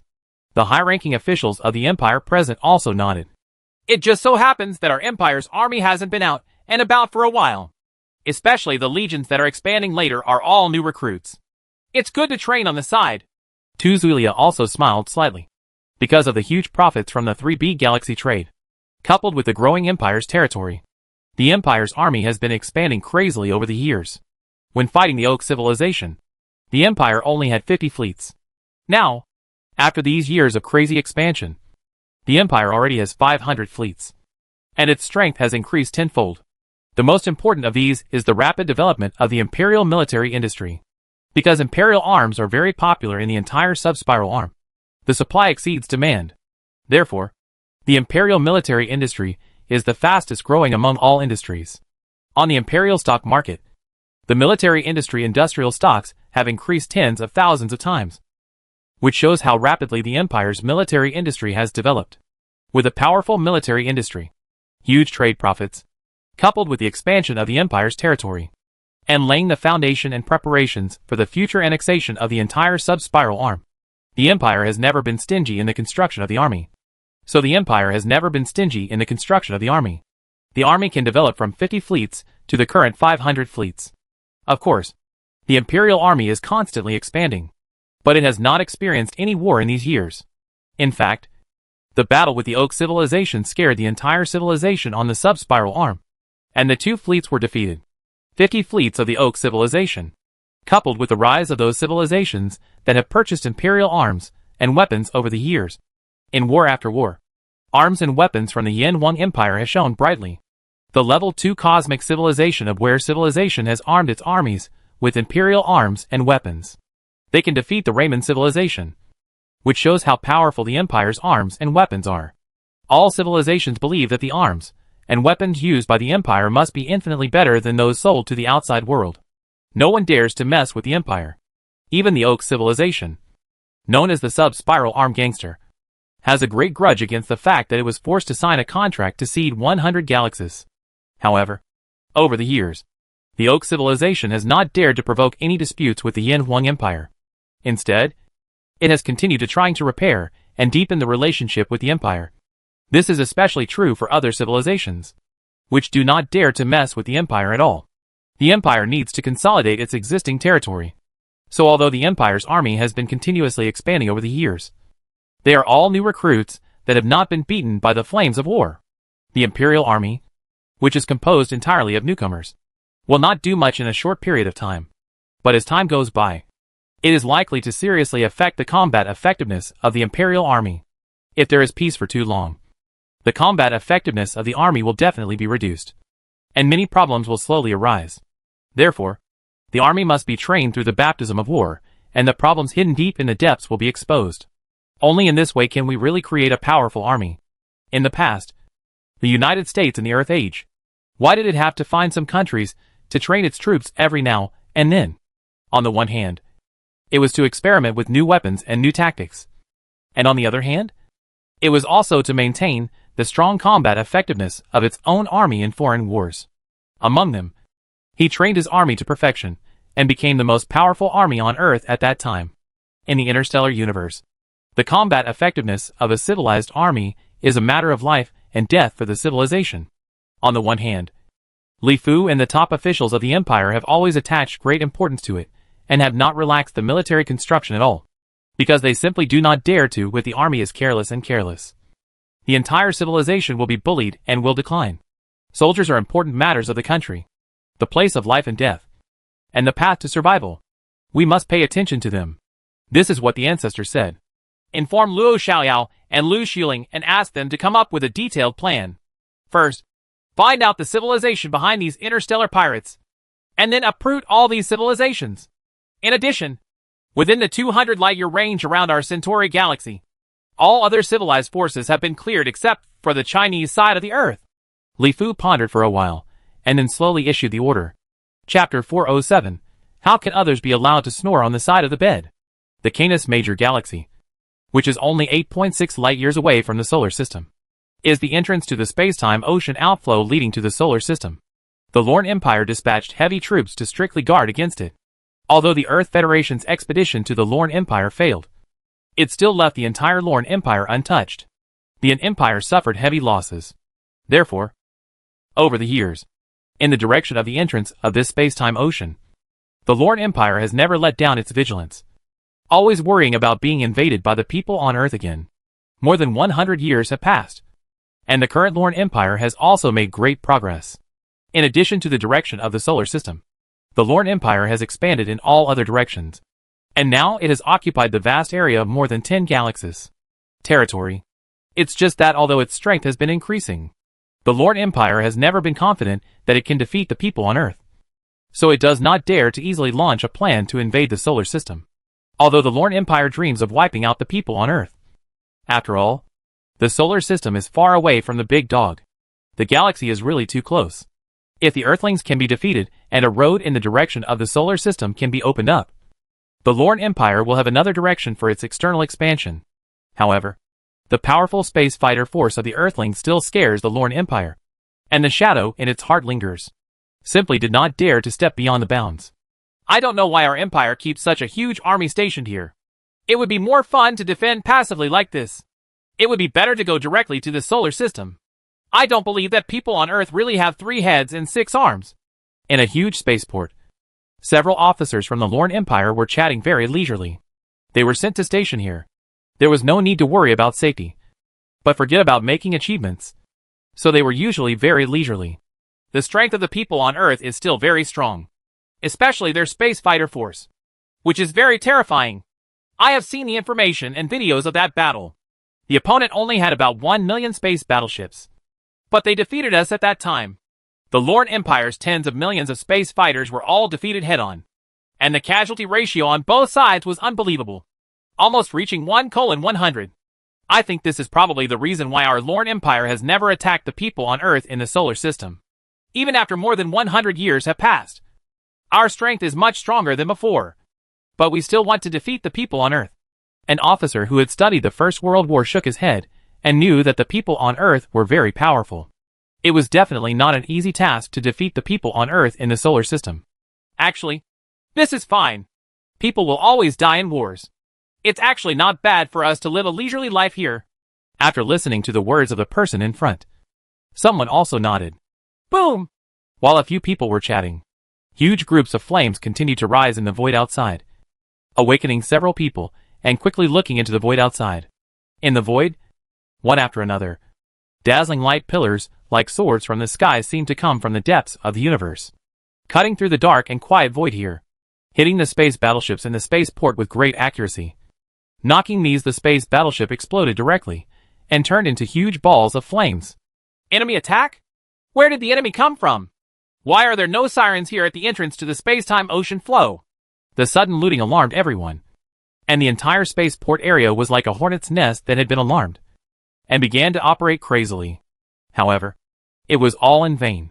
Dazzling beams of light and invisible fluctuations continued to come. All space battleships, large spaceships, spaceports, space cities, war fortresses, etc. were not spared. They were hit by attacks one after another, or where it turns into a ball of dazzling light that explodes in the void, or it silently turns into a ball of dust in the universe and scatters everywhere. The originally dark and gloomy Kuiper Belt area was illuminated by the rising flames here, centered on the space-time ocean outflow entrance. The entire area became brighter. A few small spacecrafts, space fighter planes, etc. were like headless flies in it. General fear of flying. In the void, which is only 30 million kilometers away from the entrance of the space-time ocean outflow. A huge fleet is currently accelerating towards the inner circle of the Canis Major galaxy. The tail of each battleship is dragging a long, dazzling white tail flame. In the entire void, the battleship group composed of space battleships is like a large group of fireflies, majestic and menacing. Kill the Lorne Empire's headquarters in the inner circle of the Canis galaxy. Sneak attacks like this are too easy. Li Wandu looked at the flames that were rising in the void, and smiled slightly. This time he led the Empire's newly formed Imperial Expeditionary Corps to clean up everything within a radius of 200 light-years from the Centaur galaxy. Civilization. The first one to take action is the Lorne Empire, which has not been solved until now. The Lorne Empire is too close to the solar system. After the Lorne Empire is solved, the Empire can have another direction and route for expansion. Of course, this is not the most important thing. The most important thing is that there is no room for others to snore next to the bed. In order to fully ensure its own safety, the Empire must have space and leeway within a certain range. Otherwise, once other civilizations around it become stronger and master warp engine technology, the Empire's important galaxies can become very dangerous. Judging from the current strength of the Empire, dealing with a small Lorne Empire is simply Zhang Fei eating beans. It is a piece of cake. After more than 100 years of development, the Lorne Empire is now at the level of a level 2 cosmic civilization. It is basically a piece of cake. There is no pressure. Although he was able to easily capture the Lorne Empire, Li Wandu, who was in charge at this time, decisively chose a sneak attack. The lion fought the rabbit with all his strength. Naturally, the only way to reduce his own casualties was to reduce his own casualties as much as possible. But at this time, Li Wandu felt that it was boring. He was already crushing with strength, and now he was making a sneak attack. It was not much different from conducting an exercise. Everything that happened here at the entrance of the space-time ocean outflow was soon known to the top officials of the Lorne Empire in the Canis Major galaxy. Suddenly, the entire Lorne Empire was in a state of panic. Unexpectedly, after more than 100 years, the people of Earth would invade Lorne again. An empire. The entire Lorne Empire began to move crazily. Spaceship teams were running rapidly towards other galaxies in the Lorne Empire, preparing to mobilize all the armies scattered in various galaxies. At the same time, in the Canis Major galaxy, the entire Lorne Empire army also mobilized. The Lorne Empire immediately launched the highest level of war mobilization, and everything transformed into a war machine in the shortest possible time. The Earthlings invaded again, and as soon as they arrived, they directly wiped out the heavy troops stationed at the entrance to the space-time ocean outflow, which made the people of the Lorne Empire once again feel the crisis of national subjugation and genocide. As time went by, Li Wandu's expeditionary force was finally fully revealed to the people of the Lorne Empire. 10 large space battleships, 100 medium-sized space battleships, and 1,000 small space battleships rushed towards the big dog. The inner circle of the galaxy made the entire Lorne Empire extremely nervous. Although the Lorne Empire has stationed heavy troops at its old base, half of its troops are stationed in the Lorne Empire, and there are tens of thousands of space battleships. But when I think of the incomparable fighting power of the people on Earth, there is no trace of anything. On the one hand, they can mobilize the armies scattered in other galaxies to come back for support as soon as possible. On the other hand, they can only continue to temporarily mobilize larger armies. Earthlings, our Lorne Empire has done nothing wrong to you for more than 100 years. Why are you so aggressive and invading our Lorne Empire again? People from the Lorne Empire sent a message to Li Wandu. There is no reason.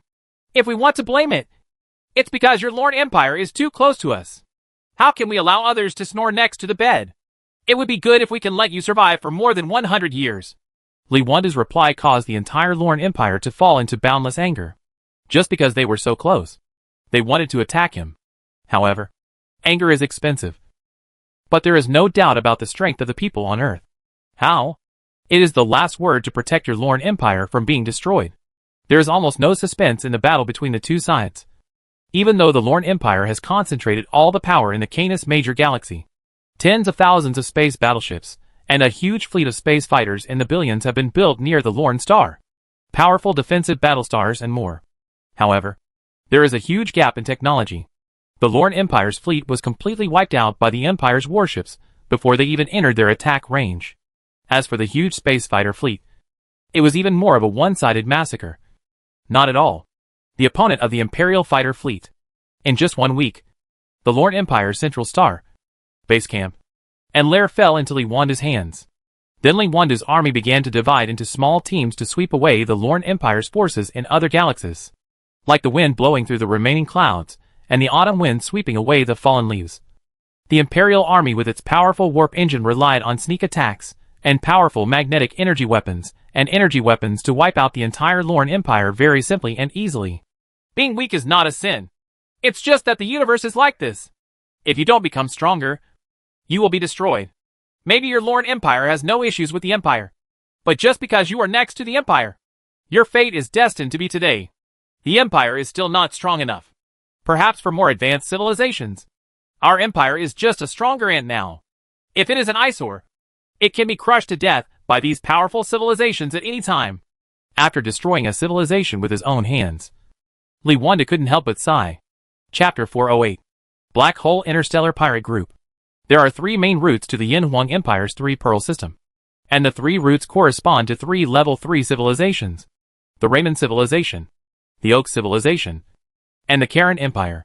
Some of the 3 routes need to pass directly through the territory of these 3 civilizations. And although some do not need to pass through, they are still very close to the border. Among them, the Abware civilization mentioned earlier goes to the 3-pearl system.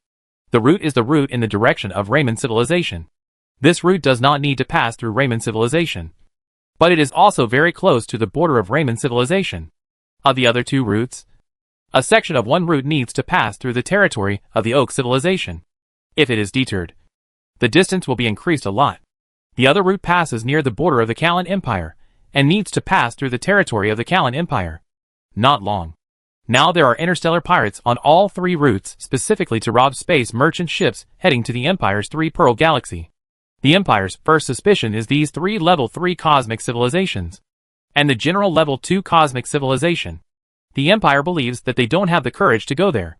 Robbery of passing merchant ships. Only these 3 powerful level 3 cosmic civilizations have the strength, the conditions, and more importantly the courage to rob these passing merchant ships. In the direction of the Kalan Empire's route, the Hobro Galaxy. The geographical location of the Hobro Galaxy is very unique. To the direction of the Tripearl Galaxy, a large number of surrounding galaxies must pass through the Hobro Galaxy. And this Hobro Galaxy also happens to be a galaxy without any living planets.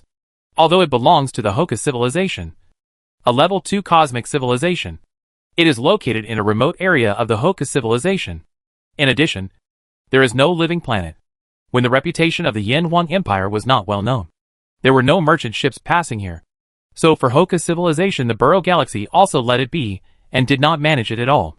Naturally, this place has become a good place for the interstellar pirates to attack. It is a must-go place.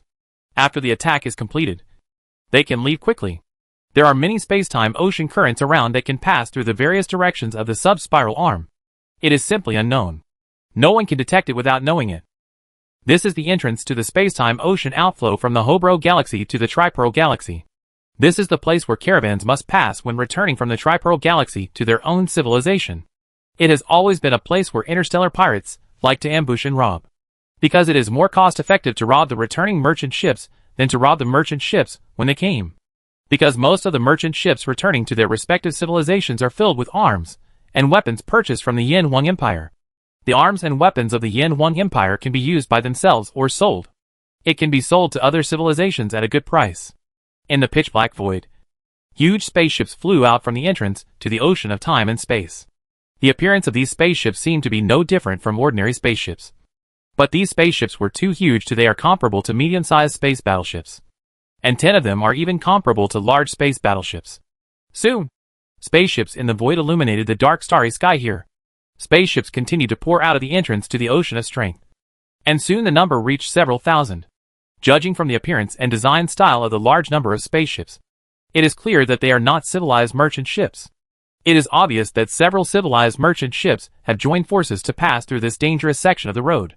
After the caravan consisting of thousands of spaceships arranged their formation in the void, they looked very anxious and hurried towards the entrance of another space-time ocean outflow. All of this was reflected very clearly by the monitors densely scattered in the void to the Black Hole Pirates, an interstellar pirate group that had already been ambushing here for a long time. The Black Hole Pirates' reputation is not very good. and very few people even know about it. Unlike the Redbeard pirates, all passing merchant ships know about it. But this black hole pirate group is the truly terrifying interstellar pirate group. Because all the prey they target are like matter sucked away by the black hole, and will never appear again. Every time the black hole pirate group makes a move, they will never leave behind. Of course, no one who is alive will know how terrible they are. Thousands of spaceships? The Sandfile Civilization, the Lasker Civilization, the Isaac Bell Federation, and the Grange Empire? I didn't expect that these civilizations would actually know how to act together. This time it's a big fish. Are you going to eat it or not? If you want to eat, you have to eat it all. But this time, there are thousands of spaceships. It's not that easy to eat it all. If you don't eat, there must be countless weapons, and weapons from the Yin Huang Empire in these thousands of spaceships. It would be a pity to miss them. There are very few big fish like this. Send the order. Take action. After careful analysis and observation, the black hole interstellar pirates finally could not resist the huge temptation. Thousands of spaceships were still spaceships returning from the Three Pearls galaxy of the Yin Huang Empire. It can be said that among these spaceships, there are definitely filled with countless arms and weapons. This cake was too tempting. Although there were still some puzzling aspects in it, I decided to do it. The space battleships that had been ambushing in all directions, up, down, left, and right, were quickly activated. In the originally dark void, these unactivated space battleships were similar to small meteorites and asteroids. They were not noticeable at all. Especially in the Kuiper Belt area, there are a lot of asteroids, meteorites, etc. As long as the space battleship is parked near larger asteroids and meteorites, it will be more difficult to be discovered. If the surrounding meteorites and asteroids are very dense, it will be an excellent hiding place. In the void, in the dark universe, the powerful engines of the space battleships that had been ambushed for a long time began to start, and soon bright spots lit up in the void. At the same time, from these bright spots, countless small spots spread like fireflies. Soon, this bright spot was covered by large swarms of fireflies. Soon, the bright spot was covered by large swarms of fireflies, and formed straight lines heading towards the caravan spaceship group. Call out! A series of extremely powerful energy beams began to break the calmness of the void, like a sharp sword cutting through the dark curtain, directly attacking some spaceships at the front of thousands of spaceships. Boom! Huge and dazzling balls of fire rose up in the void, causing all the spaceships in the caravan to go into chaos. They actually encountered interstellar pirates. Ha ha! Everyone, listen up. Congratulations on becoming the captains of my black hole pirate group from now on. You can choose to resist until the end. In that case, we don't mind turning you into interstellar dust. Of course, if I were you, I would choose to surrender wisely. I am in a good mood today. I only need your goods, and I can be kind enough to spare your lives. Electromagnetic waves spread in the void, and the black hole interstellar pirates began to shout. After all, it was for the cargo of the merchant ship, so if they could allow the other party to sneak attack, it would naturally save a lot of trouble. Hey, we really met interstellar pirates. I want to see which civilization you are pretending to be. The Black Hole Pirates group? Among the space caravans, aboard a space merchant ship that was comparable to a large space battleship, Lu Xiling looked at the huge group of fireflies that were rushing towards him in the dark void outside, and couldn't help but smile. This huge merchant fleet was carefully disguised by Lu Xiling's army. Among the thousands of spaceships, there were more than 1,000 Imperial space battleships, as well as thousands of unmanned spaceships. All space battleships, and spaceships, and so on were all covered with camouflage SH/LS, so it was impossible to tell that they were Imperial battleships and spaceships. Humph! How dare you touch the Empire's cheese? It's not just a matter of cutting off your hand. Dispatching tens of thousands of space battleships at once is such a powerful force that ordinary civilizations can never achieve. Moreover, I have never heard of this black hole pirate group before. It is estimated that they have all been wiped out by them. Even a little bit. The news has not been leaked out. Obviously because we are afraid of being known by our empire. Lu Xiling looked at the statistical data in the monitoring system. In the surrounding void, tens of thousands of space battleships were gathering at this time. At the same time, there were tens of millions of space fighters, like a huge swarm of fireflies, rapidly coming closer. It is obvious that they want to capture these thousands of spaceships by landing spaceships. Inform Lin Xiaolin and their warships will come over quickly to provide support. When these space fighter planes get closer, use the optomagnetic tractor beam to capture some of them. Hee hee. You will soon find out that the civilization is causing trouble behind. Lu Xulin gave the order very calmly. In the void 2 astronomical units away from Lu Xulin's caravan, a larger group of Imperial battleships had already been ambushed here and were on standby. These battleships all flew through warp engines. When he came over, no one noticed at all, and it was Lu Xulin's arrangement. As Lu Xulin's order was conveyed, the vast starry sky was originally very dark and quiet, but in the blink of an eye, dazzling tail flames began to appear in the void, and the entire void began to become brighter. Getting up, the Empire's space battleships began to rush towards Lu Xulin rapidly. The number of these space battleships is very large, with a total of 50,000 space battleships. Obviously, they are not just used to deal with these interstellar pirates. Chapter 409. Civilization behind the scenes. In the empty and dark void, the space battleships of the black hole interstellar pirates gathered from all directions. Millions of space battleships in the void formed an overwhelming swarm of fireflies. Roaring in the void, heading towards the caravan. A spaceship rushed over. Ha ha. If you don't surrender yet, quickly slow down and do what we ask. Otherwise, you will be left alone. The members of the Black Hole Interstellar Pirate Group are constantly sending messages. And at the same time, they sometimes scare people with random attacks from space battleships in the void. Call out! On each spaceship, small energy beams were continuously shot out, destroying the space fighters trying to get close to the spacecraft. However, this did not stop the interstellar pirates, but made these interstellar pirates even more excited. Obviously, there must be a lot of good things on the spaceship. Among these light pillars, there are some special light pillars. These light pillars are like a straight line, directly hitting the space battleships flying rapidly in the void. However, these space battleships were not blown up. Instead, they were destroyed by this line of light. The light is caught, just like a small insect entangled in spider silk. No matter how high the power system on the fighter plane is, it will only make the traction light tremble continuously. After that, you can only watch yourself being slowly affected by this light. Pull closer to the spacecraft. What the hell is this? Why can't the fighter move? On top of the space fighters, the members of the Black Hole Interstellar Pirates were extremely horrified at this time, because each of them found that they could not control their space fighters, and could only watch their space fighters being pulled by a beam of light. Keep flying towards the spaceship.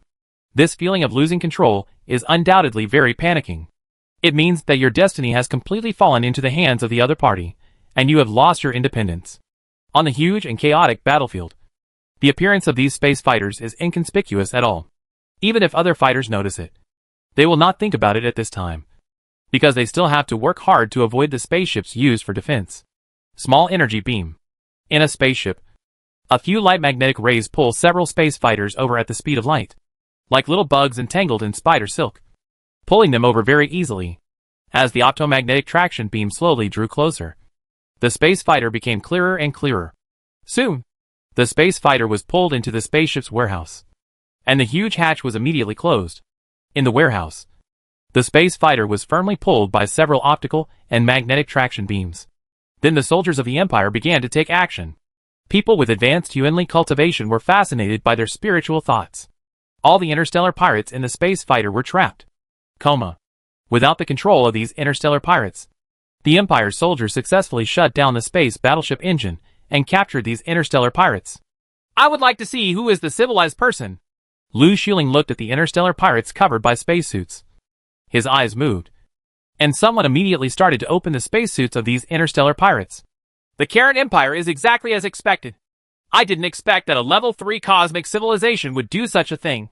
The spacesuit was opened, and the interstellar pirates inside finally revealed their lineup. And they were members of the Karen Empire. All the captured space fighter planes are from the Kalen Empire, although their battleships and space fighter planes are all disguised. These soldiers of the Kalen Empire cannot be disguised.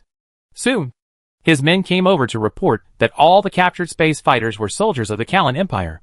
Black Hole Interstellar Pirate Group? The Karen Empire is really dark.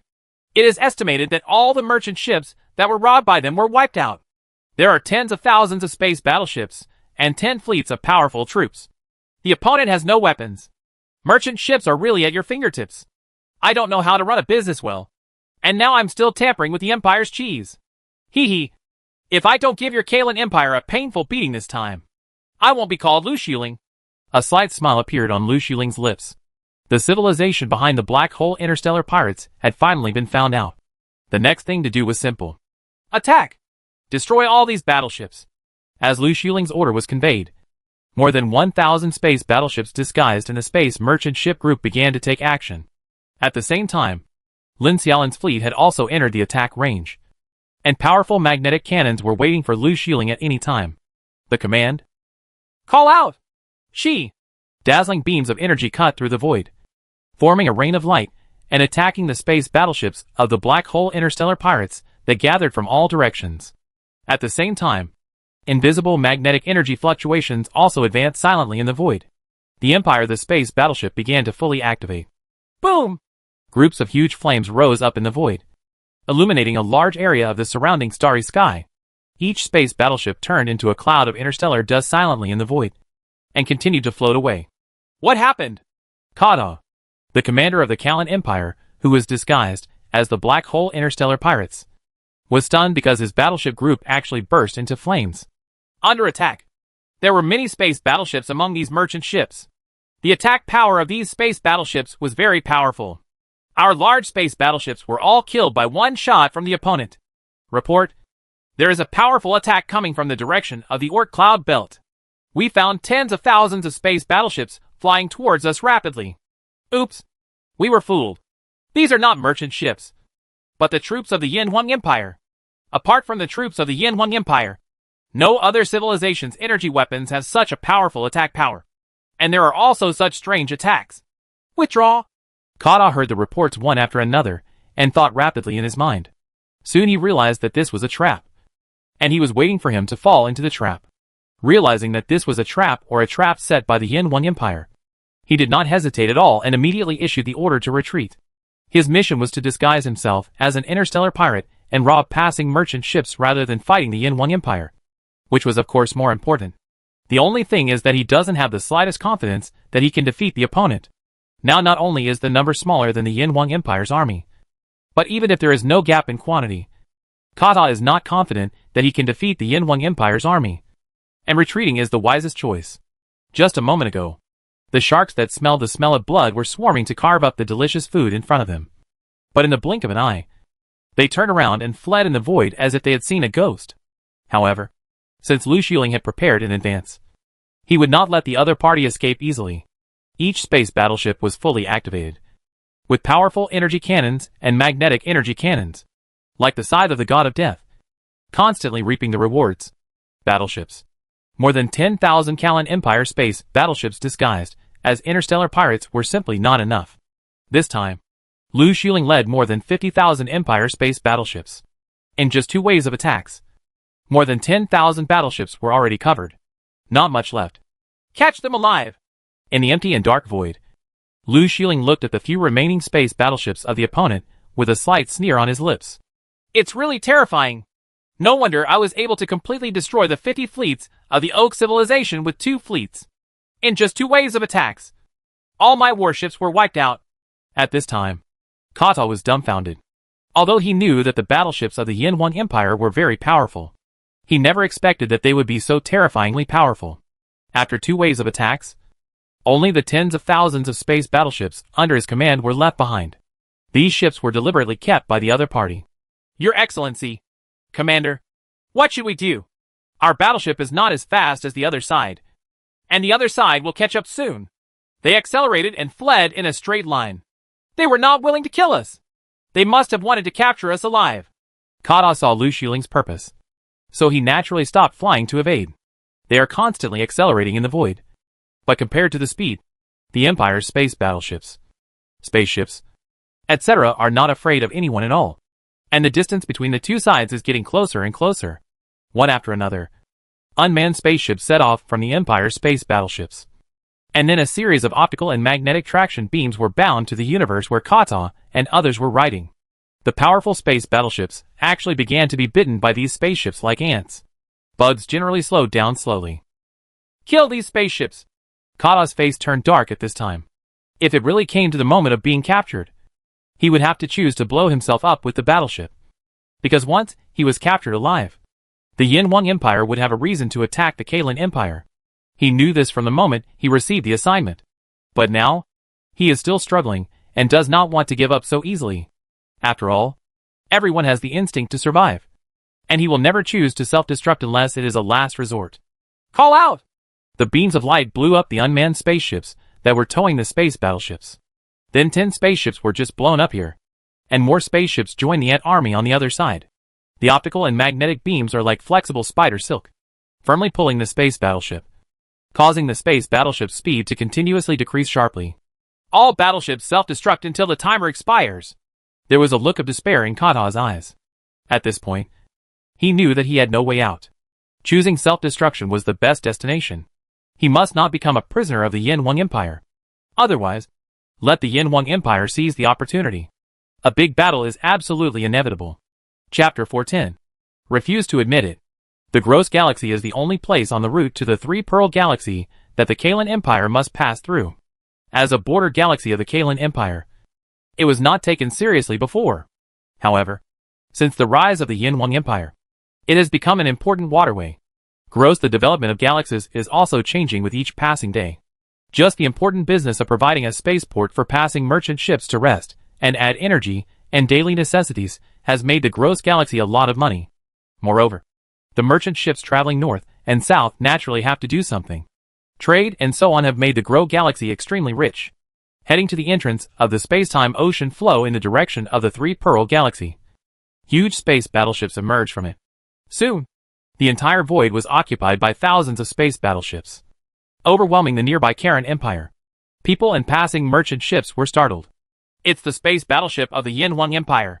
Soon, someone recognized the Imperial warships after removing their camouflage. The logo of the Yin Wang Empire on each warship caused other spaceships to stay away immediately, for fear of accidentally angering these menacing ships. If the battleships of the Yin Wang Empire are killed by one shot, their own civilization will be unable to stand up for itself. The news quickly alarmed Hawk, the top officer of the Karen Empire in the Gross system. The arrival of the Yin Wang Empire's army always smelled unusual, and it seemed that nothing good happened. I am Hawk, the supreme commander of the Gross Galaxy of the Kalen Empire. I welcome friends from the Yin Wang Empire to visit the Kalen Empire. I wonder if I can have a call with your commander. Hawk was still very respectful and polite, and immediately sent a call request to Lu Xuling. The power of the Yin Wang Empire was obvious to all, and it was someone the Kalen Empire definitely did not want to provoke. He was praying silently in his heart, hoping that this army of the Yin Wang Empire was just passing by. Soon, the call request was connected. Your Excellency Hawk, I am Lu Xuling, commander of the Yin Wang Empire's garrison. Lu Xuling looked at Hawk in the video call and smiled slightly. Lu Xuling? It's him, one of the most powerful members of the Yin Wang Empire's military. What's he doing here in person? People from the Kalen Empire are no strangers to Lu Xuling, because the Kalen Empire was severely beaten by the garrison led by Lu Shukong, so he can be regarded as an old friend. Welcome, General, to the Kalen Empire as a guest. Is there anything you need me to serve you for? He is just the top officer of a small galaxy, but the other party is a giant in the Yin Wang Empire's military, so naturally he is shorter. Of course, as long as you obediently gather all the warships in the Gross Galaxy to compete with the army of our empire. Lu Xuling smiled softly. His words were spoken very lightly, but his meaning was expressed clearly enough. Your Majesty, General, it is not wise to randomly provoke a war between two civilizations. Although our Kalen Empire is average in strength, we are not willing to be bullied. Hawk still couldn't tell what was going on at this time, and warned with a solemn look on his face. Randomly provoking a war? I think I should ask you, the Kalen Empire, why do you let the army disguise itself as pirates to rob passing merchant ships? Take a good look at this information. Lu Xuling used a public call channel for his words, and the passing merchant ships in the entire Gross Galaxy soon received the news. If the Empire wants to attack the Kalen Empire, it will naturally have to come up with a reason that convinces everyone. That is, find an excuse. At the same time, relevant information and videos about the Black Hole Interstellar Pirate Group, as well as information about the Imperial Army's annihilation of this pirate group, are also open to everyone in the entire galaxy. Soon, everyone in the entire galaxy, whether it was people from the Karen Empire or passing merchant ships, received the information disclosed by Lu Xuling. The information was very complete, including detailed information about the strength of the Black Hole Interstellar Pirate Group, space fighters and space fighter pilots captured alive, as well as analysis of the wreckage of battleships, etc. Damn! I didn't expect that the Callan Empire was pretending to be interstellar pirates to rob passing merchant ships. This Callan Empire is also a level 3 cosmic civilization after all. Is it necessary to do such a thing? There are always merchant ships disappearing on this route for no reason. Some people have long speculated that there are interstellar pirates. Unexpectedly, it was actually the Callan Empire that did it. They were also very cruel and ruthless. Not a single person was left alive. The Yin Empire has done a great job. The Callan Empire has always relied on its level 3 cosmic civilization to bully us level 2 cosmic civilizations. Now it must have been killed at home. In the gross galaxy, people in the civilized caravan suddenly realized at this time, and finally understood why the space merchant ships disappeared by no means. Everything was caused by the Callan Empire behind it. This is slander. Our Callan Empire is still a level 3 cosmic civilization after all, and we will never do such a thing. Hawk also studied the information in detail, and then responded in the same way using a public channel. His level was not high enough, so naturally he could not access such secretive things. But even if this was really done by the Callan Empire, he could not, you have to admit it. Pretending to be an interstellar pirate and robbing passing merchant ships is not a glorious thing. Then why are there people from the Callan Empire among the interstellar pirates? Lu Shieling also asked harshly. The population of our Callan Empire is in the trillions. It is possible for some people to be tempted by money to privately join the interstellar pirate group. After all, the forest is big and there are all kinds of birds. Then why are all these space battleships the main battleships currently in service of the Callan Empire? The appearance and design style of these warships clearly do not belong to our Callan Empire. How can you slander us like this? Lu Shieling kept asking questions, and Hawk naturally refused to admit it. Even if there were soldiers from the Callan Empire who were captured alive by the Empire, they were blamed on individuals and did not represent the Callan Empire. Humph. Since you refuse to admit it, then we have no choice but to ask your Majesty the Emperor of the Callan Empire for a personal inquiry. Lu Shieling ended the call with Hawk, with a slight sneer on his lips. Just as he expected, the Callan Empire would never admit this matter. When I arrived in the Rutgers system, I was preparing to attack the central system of the Callan Empire from here. The other was that there were many foreign merchant ships here. I wanted to announce the news and let the civilizations in the entire sub-spiral arm know about Callan. What the Empire did behind the scenes can be regarded as giving him a reason to confidently attack the Callan Empire. Attack! Lu Shieling didn't talk nonsense and coldly issued the order to attack. Call out! She! The Imperial warships that had been prepared for a long time began to activate. Dazzling light pillars and invisible magnetic energy attacks began to pour towards the Callan Empire space warships in the spaceport group. Soon, in the originally bustling spaceport, huge groups of the fireball began to rise continuously. General, you should think twice. This is provoking a war between two civilizations, and you will have to bear all the consequences. Hawk did not expect that Lu Shieling would take action directly, and immediately hurriedly criticized him harshly on the public channel. From the moment your Callan Empire dispatched an army disguised as interstellar pirates, you should have been prepared. This day will come sooner or later. All non-Callan Empire space merchant ships should stay away from the battlefield immediately. If you don't want to die, fly farther away. Lu Shieling responded, and at the same time warned the passing merchant ships in the entire gross galaxy. The merchant ships passing by in the gross galaxy were frightened and immediately flew towards the entrance of the spacetime ocean outflow, for fear of being affected by the flames of war. It would be too unfair to die at that time. With a wave of attacks, the spaceport leading to the Three Pearl Galaxy was completely destroyed by the Empire's army. The only dozen Callan Empire warships here were simply not enough. Lu Shieling's army did not stop, and divided into more than 10 small teams to attack the spaceport group at the entrance of each spacetime ocean outflow. At the same time, there was also a small team attacking the life planet in the inner circle of the gross galaxy. Humph! You, the Yin Empire, have gone too far to bully others.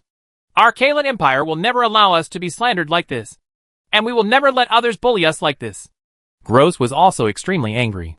The people of the Yin Empire were so unreasonable that they would take action if they disagreed. He himself was polite and polite. All warships in the Gross system immediately counterattacked and defended our great Callan Empire to the death. Hawk issued an order to counterattack to the garrison in the Gross system. But he also knew that the few warships in the Gross system alone could not stop Lu Xuling's garrison. So he also sent people to hurriedly send troops to Cass. The central galaxy of the Lan Empire is here to ask for help. This is no longer something I can control. I hope our Kalan Empire will not suffer an ugly defeat this time. Hawk prayed silently in his heart. The Yin Huang Empire was too powerful. Just the arms and weapons sold to the outside world had caused countless bloody storms in the entire sub-spiral arm. Now the Yin Huang Empire personally used force against the Kalan Empire. Kalan Empire's chances of winning were really low. I don't know what your majesty was thinking. Why he made such a clumsy mistake and sent troops to disguise themselves as interstellar pirates. Now the people of the Yin Huang Empire have seized the opportunity and have an excuse to attack our Kalan Empire. And it is estimated that this time, it will be difficult for the Yin Huang Empire to give up. And most likely it will regard our Kalan Empire as a typical example of killing a chicken and showing it to the monkeys. Chapter 411. Kill the chicken and scare the monkey. The Imperial Army was divided into two groups. One group, led by Lu Xuling, led the Imperial Guard Corps with more than 50,000 space battleships to attack from the Gross system. Approaching the central system of the Kalan Empire, the other group started from the border with the Empire, attacked the central star system of the Karan Empire, equipped with a powerful warp engine. The Empire's army was like the wind blowing through the clouds, or the autumn wind sweeping away the fallen leaves. It was menacing and unstoppable, attacking cities and lands. In less than half a year, the Empire's army successively conquered more than 50 systems in the Karan Empire, converged to the Lamesa Galaxy, which is only 20 light-years away from the central galaxy of the Kalan Empire. The Rambasa Galaxy was once known as the prosperous galaxy in the entire sub-spiral arm of the Karan Empire. It had 5 living planets alone. Such prosperous galaxies were very rare in the sub-spiral arm. In addition, the Rambasa Galaxy is one of the most important galaxies that protects the central galaxy of the Kalan Empire. This Rambasa Galaxy is also one of the few economic, cultural, political, and military centers in the Kalan Empire. It can even be said that if the central galaxy, if it wasn't the origin of the Karan Empire, it wouldn't be as good as the Lamesa Galaxy. However, the once prosperous Rambasa Galaxy has now completely fallen into the hands of the Imperial Army. The tens of thousands of Imperial space battleships have completely blocked everything here. All space constructions in space, the spaceports, space factories, etc. have also been completely destroyed. On the living planet, the people of the Kalan Empire are always in fear, fearing that the Empire will sell their original interstellar slaves. It seems that we have to attack the central galaxy of the Karan Empire.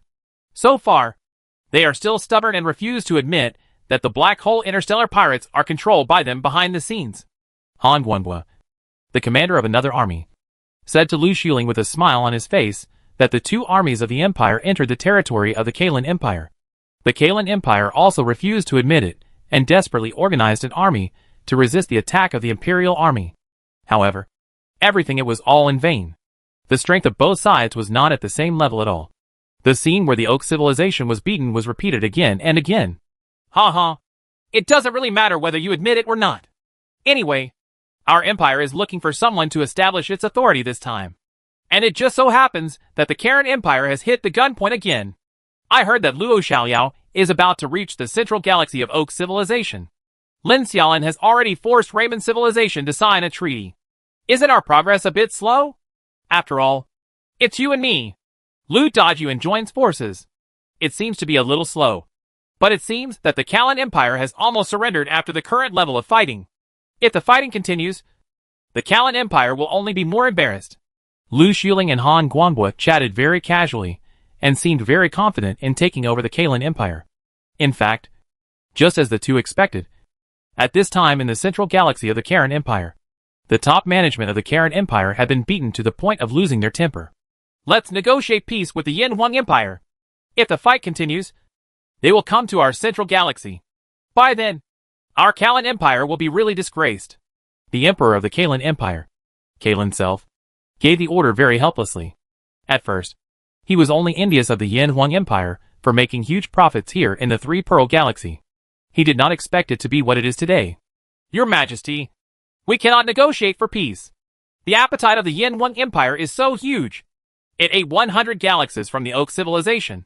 Maybe for the Oak civilization, 100 galaxies were seeded. and there are still more than 900 galaxies. But for our Kalan Empire, if 100 galaxies are cut off, we will only have 200 galaxies left.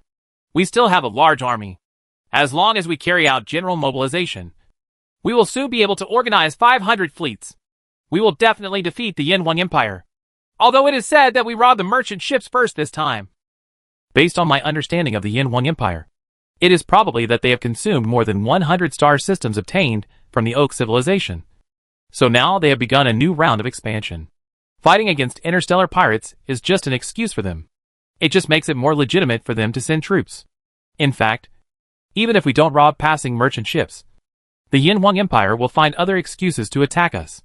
This time, not only our Kalan Empire was attacked by the Yin Wang Empire, but the Oak civilization and Raymond civilization were also attacked by the Yin Wang Empire almost at the same time.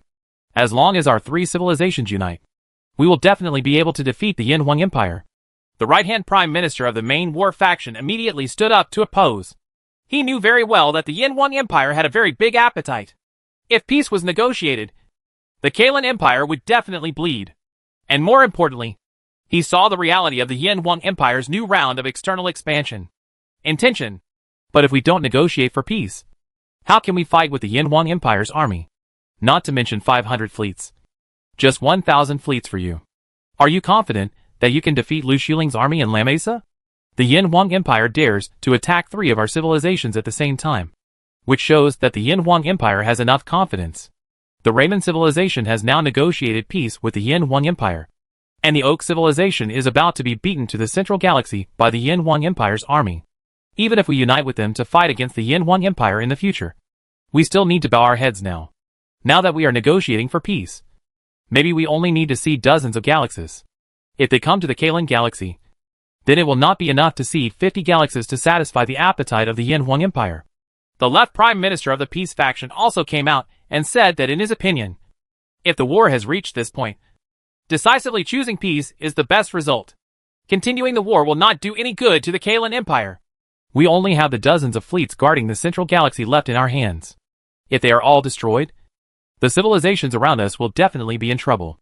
Now the border lines are already ready to move, waiting for the Yin Wang Empire come to our central galaxy. Now our opponent is not just the Yin Wang Empire. Maybe when we were strong, the surrounding civilizations were more friendly to us. Now, most of our fleets have been wiped out by the Yin Wang Empire's army. They were ready to make a move. The left prime minister's tone seemed very helpless. He was not a timid person, nor was he afraid of death. He used to be a well-known militant in the Kalan Empire, but he could see it more clearly. If he continued to fight, Kalan with the Lan Empire is in danger. In the hall, other senior officials of the Kalan Empire also nodded one after another, also feeling very helpless.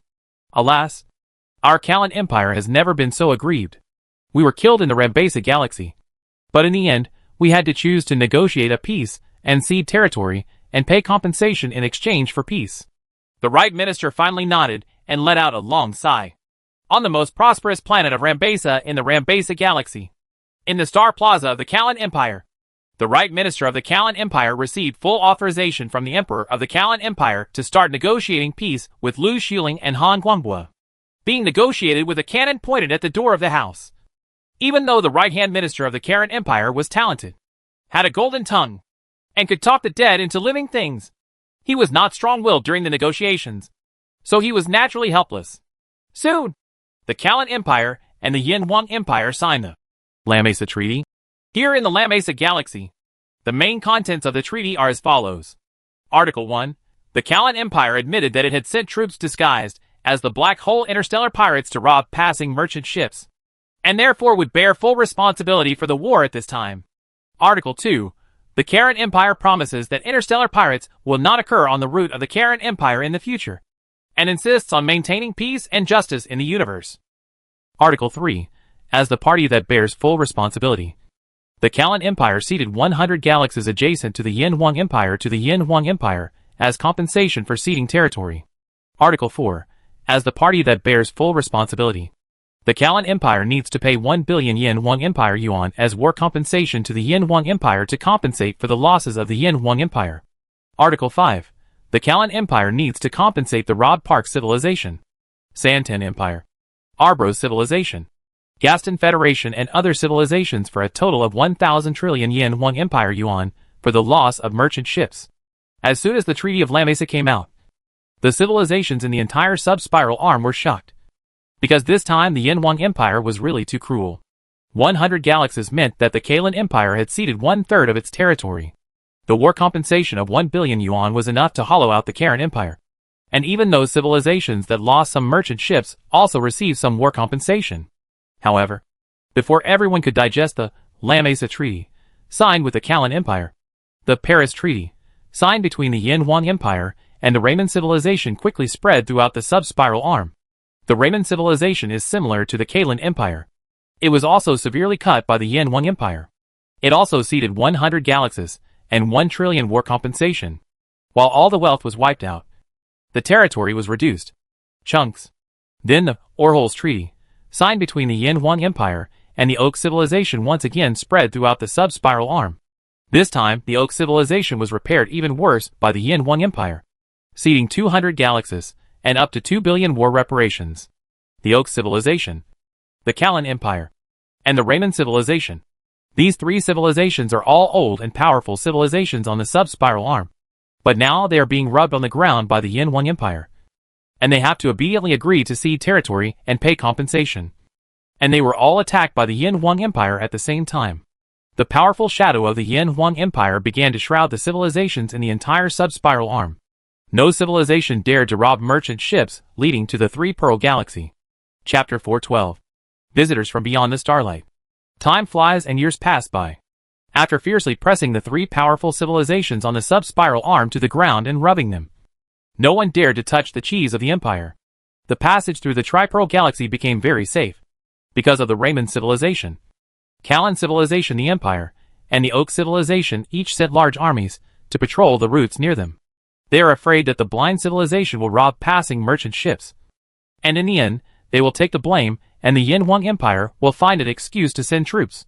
Therefore, these three civilizations now care more about the safety of the waterway than anyone else. It is not easy to be the scapegoat. In addition to becoming safer on the waterway, there is even more turmoil on the sub-spiral arm, because the Empire has severely cut off a large piece of flesh from the three civilizations. Naturally, these three civilizations will try their best to make up for it. The external expansion of these three civilizations became even more powerful and urgent. Level 3 Cosmic Civilization has launched a larger-scale offensive against Level 2 Cosmic Civilization. But the current Level 2 Cosmic Civilization is not completely powerless to fight back. Several powerful Level 2 Cosmic Civilizations, or a group of Level 2 Cosmic Civilizations, unite, using the arms and weapons purchased from the Yin Wang Empire. It is also possible to defeat the Level 3 Cosmic Civilization just like the Abwehr Civilization.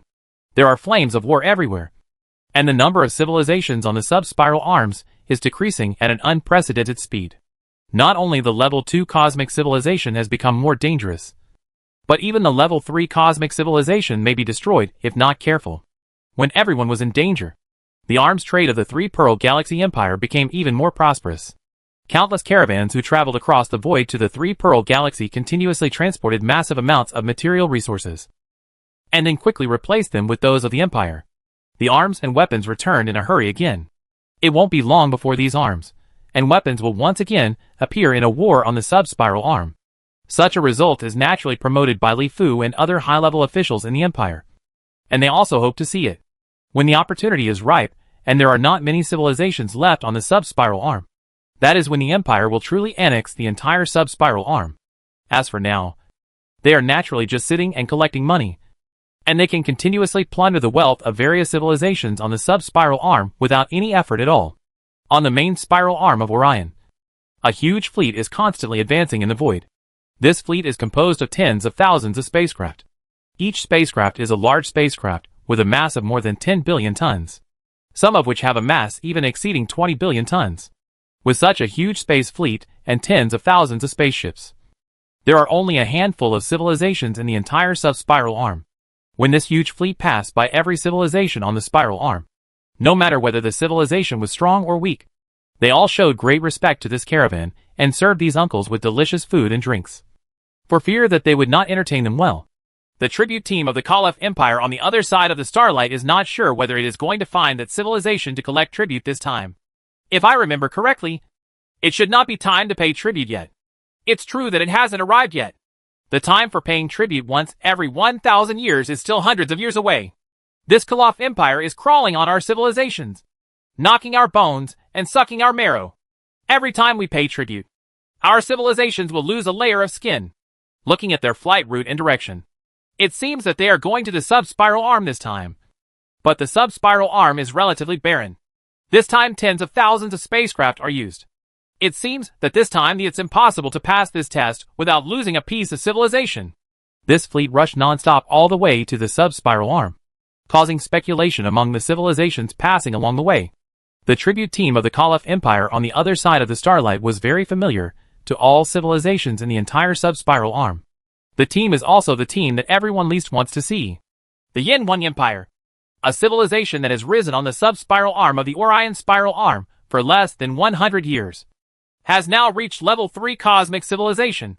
It has risen very quickly and has amazing racial potential. On the largest spaceship in the caravan, the leader of the tribute team, Adrosin, held a piece of information in his hand. After detailed research, he found that Adrosin had the appearance and height of a typical Koloff tribe, about 170 centimeters tall, with green skin, and the skin on the bald head is wrinkled like a Shar-Pei dog. Two small tentacle-like things on the top of the head are constantly swinging. The red eyes are as bright as gems. The nose is small, the mouth is pointed, and the small ears stand up high. It's been some time since I've encountered a civilization with such potential. I didn't expect it this time.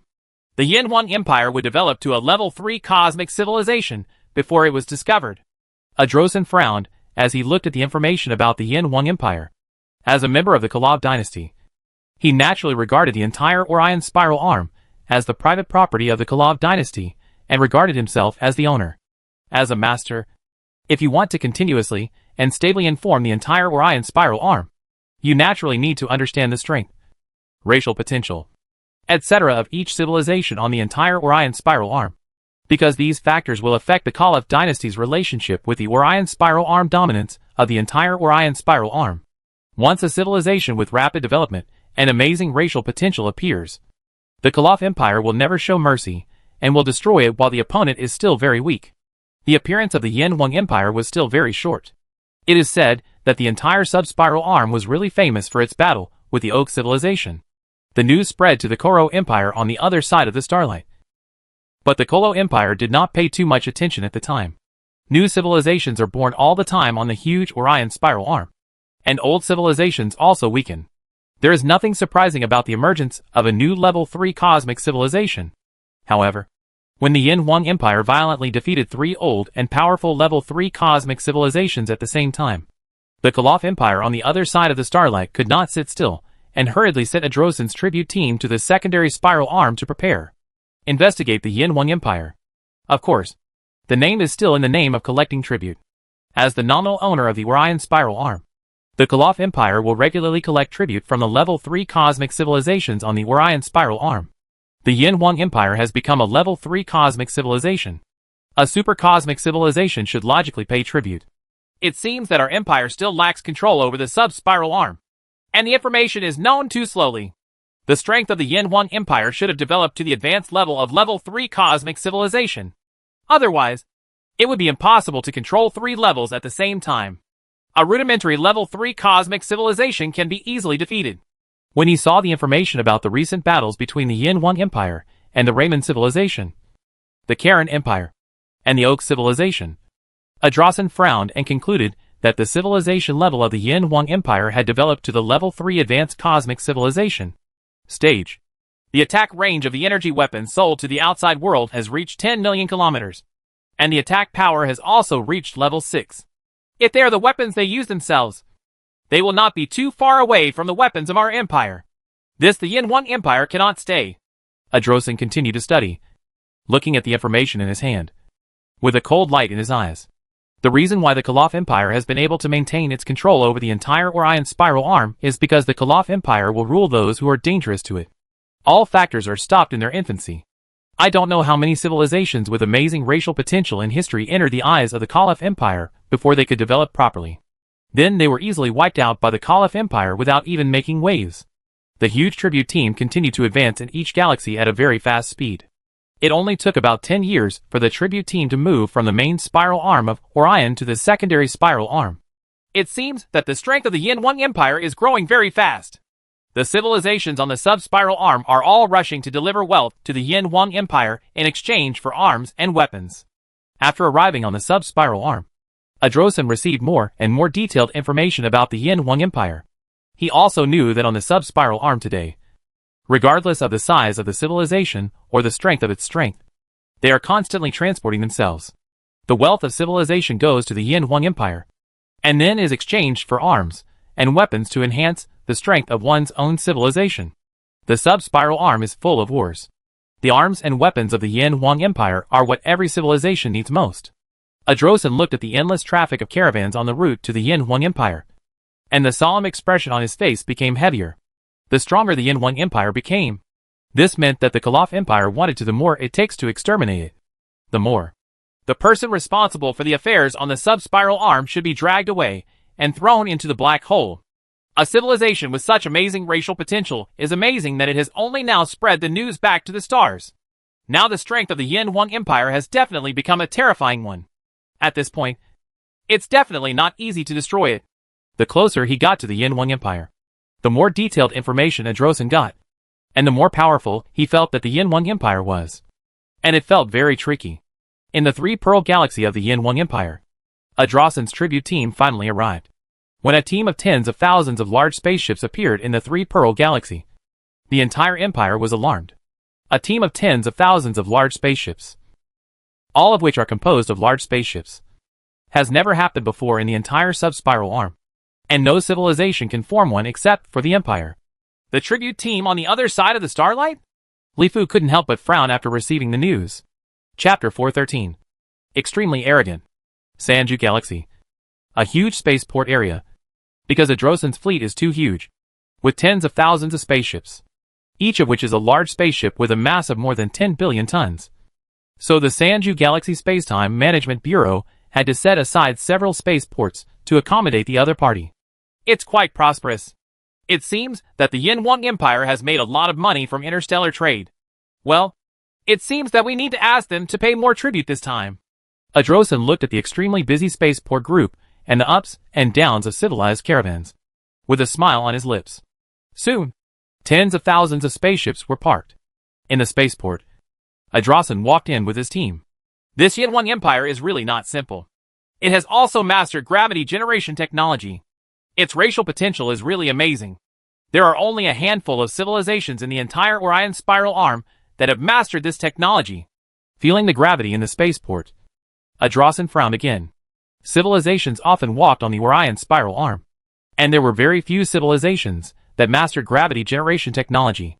We are members of the tribute team of the Koloff Empire on the other side of the starlight. Let your Emperor of the Yin 1 Empire come over immediately to greet us. As soon as they entered the spaceport, there was no one in the entire empty hall, and there was no welcome or greeting ceremony. Adrosin's people started to get mad. They found the staff in the port and said with a mouthful said in an arrogant tone. What did you say? Can you say it again in the common language of the sub-spiral arm? Su Lin looked at the green-skinned alien in front of him. He muttered something in his mouth. Unfortunately, it was not a familiar language on the sub-spiral arm, so he couldn't understand it at all, and the translator couldn't translate it. Have your Emperor of the Yin 1 Empire come over immediately to greet us. The arrogant Mrs. Koloff once again spoke angrily in Koloff language, with a fierce look in her red eyes. What's your name? Can you speak human language? When Su Lin saw the other party's appearance, he was also very angry. He stood up and said loudly to the other party, Who is afraid of whom? Walter. Speak the language of the sub-spiral arm. I guess they don't know the language of our Koloff Empire. Adrosin on the side frowned and said to the person who was arguing with Su Lin. Yes, Lord Adrosin. Walter immediately responded respectfully, and then spoke to Su Lin again in the language of Oak civilization with an extremely angry look.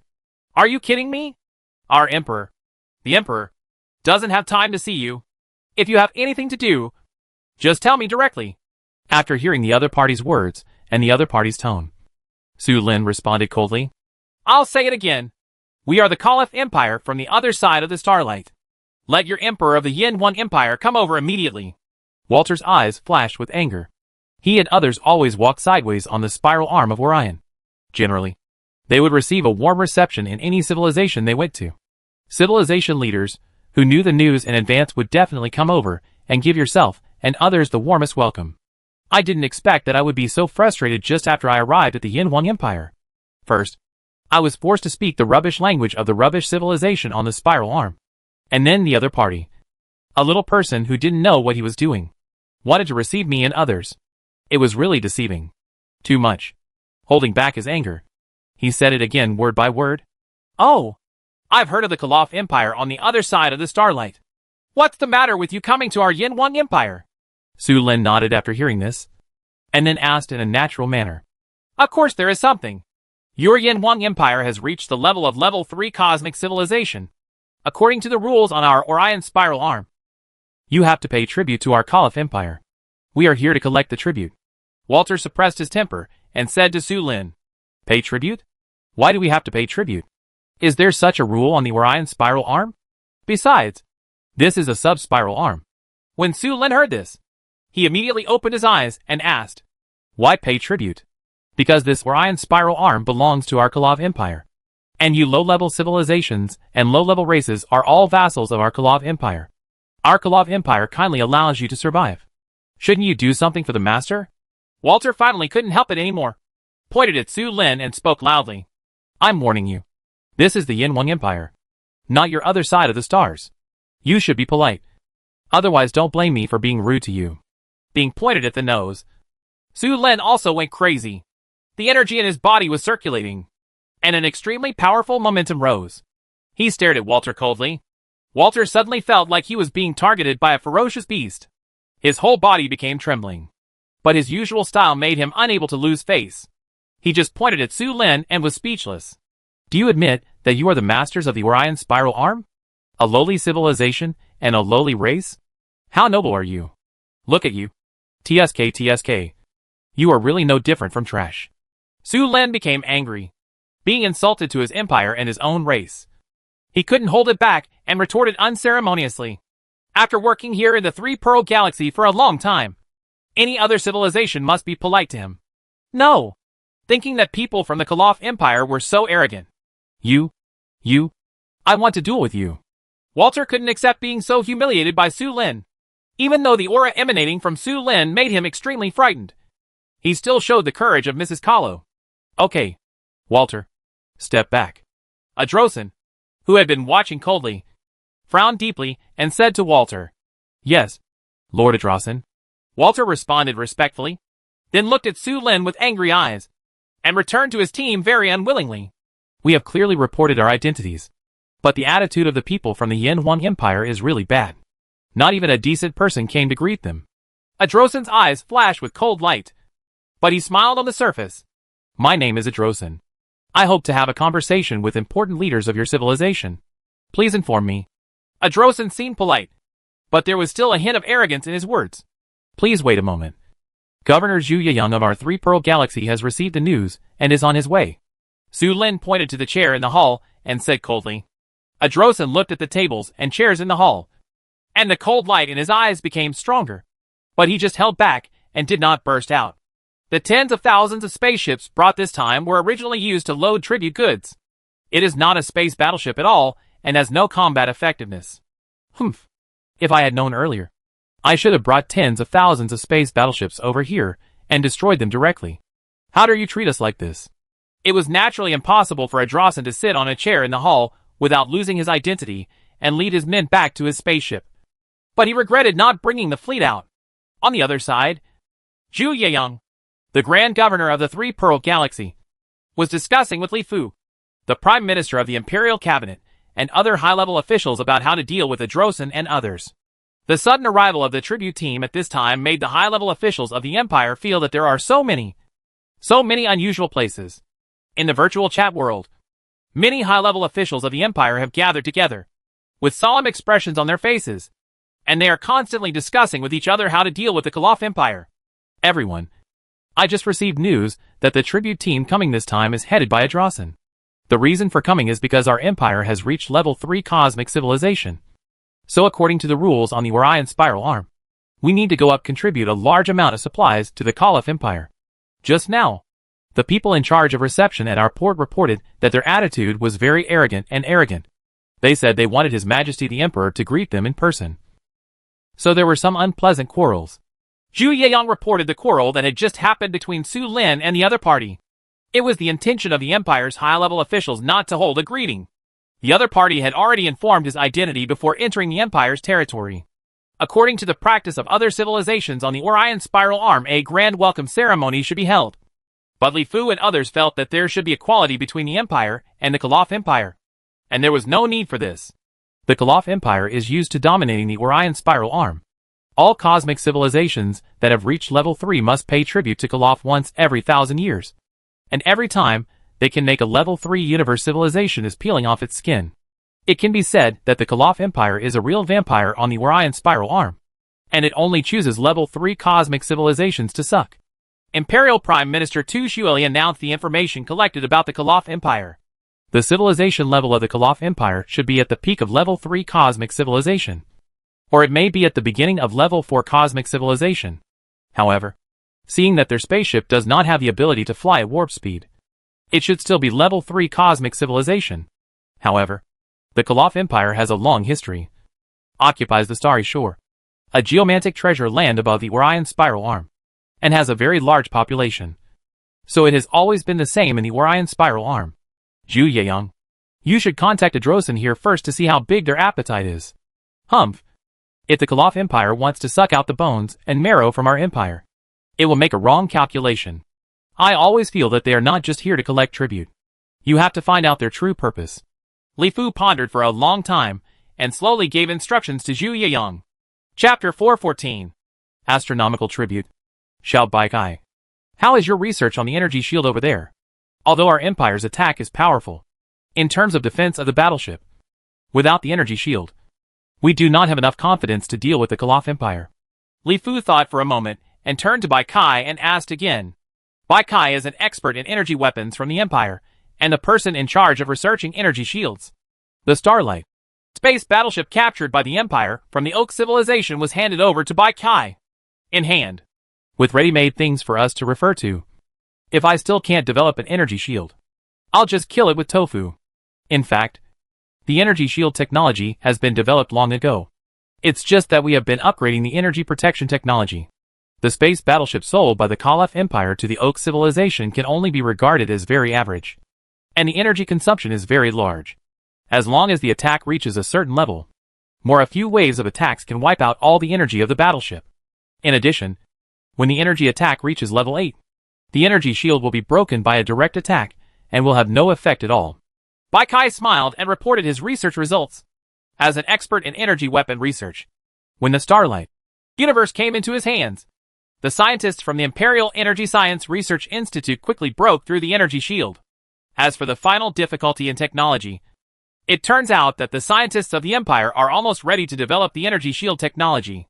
With ready-made finished products available for research, it will be easy to learn quickly. How about our own energy shield technology? Can it be compared with that of the Caliph Empire? When the military representative Luo Xiaoyao heard this, his eyes immediately lit up. It's not yet possible to estimate the energy shield technology of the Caliph Empire. But judging from the energy shield technology on the space battleships they sell, our current energy shield technology is much higher in terms of energy consumption and defense power. There's more than one level of power. Bai Kai said slightly proudly. Great. As long as there is an energy shield. What about the Caliph Empire? I feel very uncomfortable seeing how arrogant they are. After hearing this, Yu Liang grinned happily. We still can't be careless. We should install energy shields on all the space battleships in our empire as soon as possible, and be prepared to go to war with the Caliph Empire at any time. After all, the Caliph Empire is the dominant one on the Orion Spiral Arm. Even if it is our own, if the army is not dispatched, other level 3 cosmic civilizations can work for them. Li Fu nodded silently after hearing this, feeling confident in his heart. On the other side, here in the Sanju Galaxy, a few hours later, Zhu Yeyang finally arrived at the spaceport area. Mr. Adrosin, please forgive me for your neglect. Zhu Yeyang looked at Adrosin, who looked unhappy, and said with an apology on his face. But he was happy in his heart. Ha ha. It's okay. It's okay. I didn't expect your civilization's hospitality to be quite special. Adrosin suppressed the anger in his heart and said with a slightly unhappy face. Naturally, it was impossible for Zhu Yeyang to receive Adrosin in the port hall like Su Lin. This time, he still showed the hospitality of the Chinese nation and held a grand welcome ceremony to welcome Adrosin. According to in terms of level, Zhu Yeyang and Adrosin were at about the same level in their respective civilizations, so it was not considered rude. But for Adrosin and others, they felt insulted. Not only did the emperor of the Yin Huang Empire not come to greet him, not even a heavyweight from the upper echelons of the Yin Huang Empire came over. They simply refused to treat Kalaf. The empire is in sight. However, for this mission, Adrosin has been holding back and not having an attack. This time, one is to collect tribute, and the other is to find out the true situation of the Yin Huang Empire. These two tasks are the most important. Above the luminous star of the Tripearl Galaxy, in the governor's mansion of the Tripearl Galaxy, Mr. Adrosin came from afar this time. What's the point of doing this? Zhu Yeyang had a smile on his face and looked very friendly. He didn't know that he thought he was receiving his old friends. It's like this.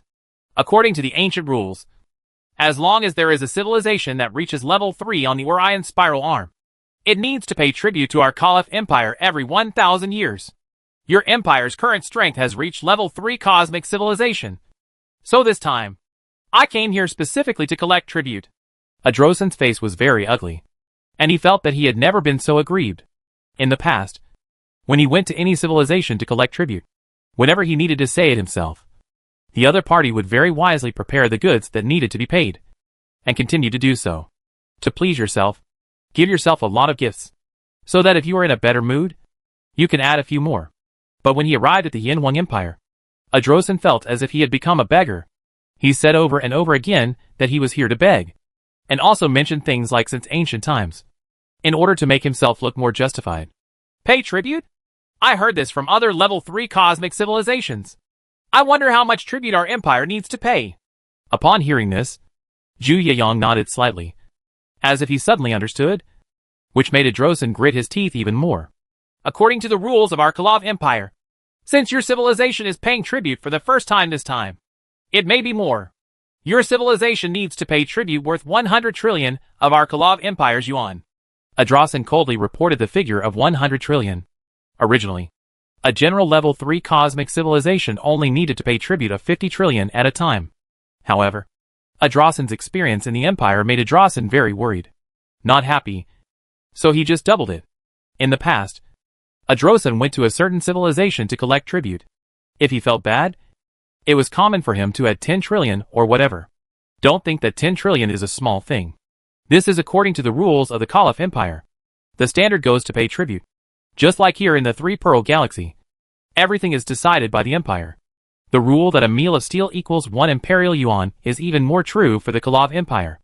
It is naturally impossible for the tribute team of the Kalav Empire to come all the way and bring back a pile of steel. What they bring back is naturally they are precious resources, specialties, etc.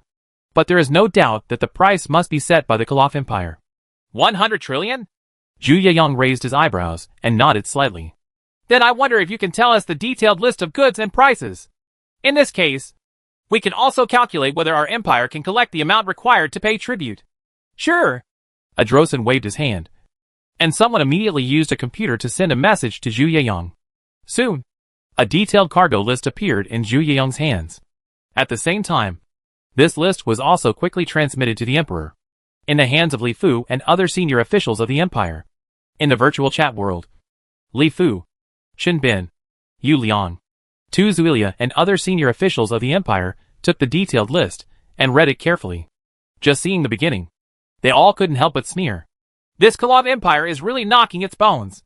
1 ton of gold is only worth $1 Kalav. To collect this 100 trillion tribute, even digging out the gold from the entire sub-spiral arm is not enough.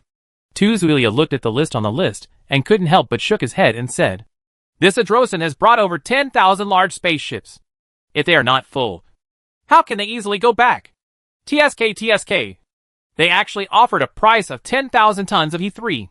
Do they have controllable nuclear power? Fusion technology? Chunbin also smiled and couldn't help but guess when he saw the price of E3. It's not necessarily that they have mastered controllable nuclear fusion technology. The Kolov Empire controls the passage from the Orion spiral arm to the center of the galaxy. It is also the only civilization that can go to the center of the galaxy. I think there must be a civilization in the center of the galaxy. Having mastered the controllable nuclear fusion technology, you can make a lot of money by selling this E3. 10,000 ton is really black-hearted. Our empire's acquisitions are not as black-hearted as theirs. This is still a tribute. It doesn't cost anything at all. Just open your mouth, and others will immediately deliver the goods according to their rules. Go up there. It's so comfortable to live this little life. Li Fu quickly read it from beginning to end and smiled coldly. Of course it's comfortable. I did the math. Based on the list price above, if this 100 trillion tribute is converted into the currency value of our Yin Wang Empire, it would be almost 10 billion imperial yuan. Yu Liang had an angry look on his face at this time. He had just done a simple calculation and came up with an astronomical figure of 10 billion. Such a huge number. Even though the empire has become extremely rich through interstellar trade. But if you want to take out such a huge amount of goods, you must definitely peel off the skin. 10 billion? Damn it. Our empire won't even give them a stone. When Qiao Haidao heard this, his eyes widened and he started swearing. That's right. I didn't give them a stone or anything. They sent a fleet over and asked us to pay a tribute of 10 billion. There is such a good thing in the world. I still want them to pay us a tribute of 10 billion. Tu Zulia also said categorically that if these 10 billion were paid as tribute, the empire would not be able to recover for the next few hundred years. Haidao is right. We won't give them a single stone. Tell Zhu Yiyang to tell Adrosin to get out of here as soon as possible. Our empire will not give them a single stone. Li Fu also had an angry look on his face at this time. With such a huge amount of wealth, the empire would have to sell iron to get it out. The Kolov Empire was too greedy. Chapter 415. Go back. The governor's mansion of the luminous star in the Three-Pearl Galaxy. As far as I know, the average tribute from level 3 cosmic civilizations is only 50 trillion. Why does our empire have to pay 100 trillion? Zhu Yiyang asked Adrosin with a frown. It is natural for a weak level 3 cosmic civilization to pay 50 trillion. But your Yin Wang Empire is an extremely powerful level 3 cosmic civilization. It can defeat 3 civilizations of the same level at the same time. This shows that your empire is amazingly powerful and powerful. Naturally, I have to take on more responsibilities and obligations. Adrosin said this as a matter of course, as if it was only natural that the entire civilization on the Orion arm should pay tribute to the Kolov Empire. I don't know who gave you the confidence to be so shameless. Zhu Yiyang smiled softly after hearing this. What do you mean? Adrosin immediately turned dark and asked sternly. What do you mean? My meaning is very simple. Go back to where you came from. Our empire will not give you a stone. You should understand now. Right. Zhu Yiyang's aura suddenly rose, with a smile on his face. You and I hope you understand who you are talking to. If this is what your Yin Wang Empire Emperor means, then our army of the Kolov Empire will kill you in the central galaxy. I thought about it at that time, and I didn't mind more raising an interstellar slave. Adrosin laughed angrily and said coldly. Humph. Based on the disrespect you just showed to His Majesty the Emperor of our empire, it stands to reason that I should kill you on the spot. However, since you are the envoy, I will not kill you today. However, the death penalty can be avoided, and the living penalty cannot be escaped. You can leave something as a souvenir. Zhu Yiyang snorted coldly, and the entire hall suddenly seemed to have fallen into an endless abyss of H.L. Then, before Adrosin could react, Zhu Yiyang moved his hands, and Adrosin's 2 hands and the 2 heads above his head moved. The tentacles were cut off by a knife of light. Ah! Adrosin didn't react at first, but then a huge pain surged up instantly, and he couldn't help but cry out in pain. Lord Adrosin! The people accompanying him immediately came up to support Adrosin, and then looked at Zhu Yiyang nervously. I want your entire civilization to perish. I want to turn all of you into the lowest interstellar slaves, and you will never stand up for generations to come. Adrosin's eyes were full of endless hatred. He thought it would be a very easy task, but he didn't expect that his hands and the tentacles above his head would be cut off. And the key is that he hadn't seen clearly what happened. In addition to the overwhelming hatred in his eyes, there was also incomparable fear. Get lost! If you keep nagging me, I'll kill you all. Zhu Yiyang glared coldly, and Adrosin and others were all startled by Zhu Yiyang's eyes. The words in their mouths could not be said, and they were all suppressed. Snort! Adrosan snorted coldly, gritted his teeth, did not scream again, and took the lead to walk out. His men wanted to pick up the hands and tentacles that fell on the ground, but were frightened by Zhu Yeyang's look and did not dare to do anything. They could only take Adrosan back to their spaceship in a hurry for treatment. A civilization that doesn't even have Yuanli cultivation is so arrogant. Bah! Watching them leave, Zhu Yeyang said calmly. Ah! Several spaceships flew rapidly from the luminous star towards the spaceport group. On the spaceship, Adrosan could not help but scream in pain. The others could only help stop the bleeding and transfuse blood at the same time, for fear that Adrosan hangs here. Soon, Adrosan lost too much blood and fell into a coma. Fortunately, he was back in the spaceship. With the help of various advanced treatment equipment, Adrosan's life was not in danger. A few hours later, Adrosan woke up from his coma, feeling waves of pain. Looking at the original position of his hands and the tentacles above his head, Adrosan immediately passed out again. Having no hands is nothing. With the technology of the Caliph Empire, it is possible to transplant another pair of hands using biotechnology. However, the tentacles are the most precious thing and the most sacred and inviolable thing to Mrs. Caliph. Once lost, he will be looked down upon in the Caliph Empire. Lord Adrosan, the people of the Yin Empire are so arrogant. Not only did they refuse to pay tribute, they even dared to hurt Lord Adrosan. They are finished. Walter, who was accompanying him, said categorically that the identity of Adrosan was quite extraordinary. He was not just the head of the tribute team. He was actually a prince of the Caliph Empire and the current leader of the Caliph Empire. He is the son of the emperor of the Husband Empire. So Walter is also very respectful to Adrosan. Another half an hour later, Adrosan woke up again. This time, he did not fall into unconsciousness, but his eyes flashed with endless anger, like a ferocious beast that wanted to choose people to devour. How long will it take to reach the Adrosan spacecraft? There was a hint of coldness in Adrosan's tone. It is estimated that it will take another 4 hours to return to the Adrosan spacecraft. Walter responded respectfully. Bump! When Adrosan thought about his hands and tentacles, he couldn't help but want to throw things out of habit. Suddenly he realized that he had no hands, and he violently beat the bed with his feet. Yin Empire! Adrosan read each word by word, with endless hatred.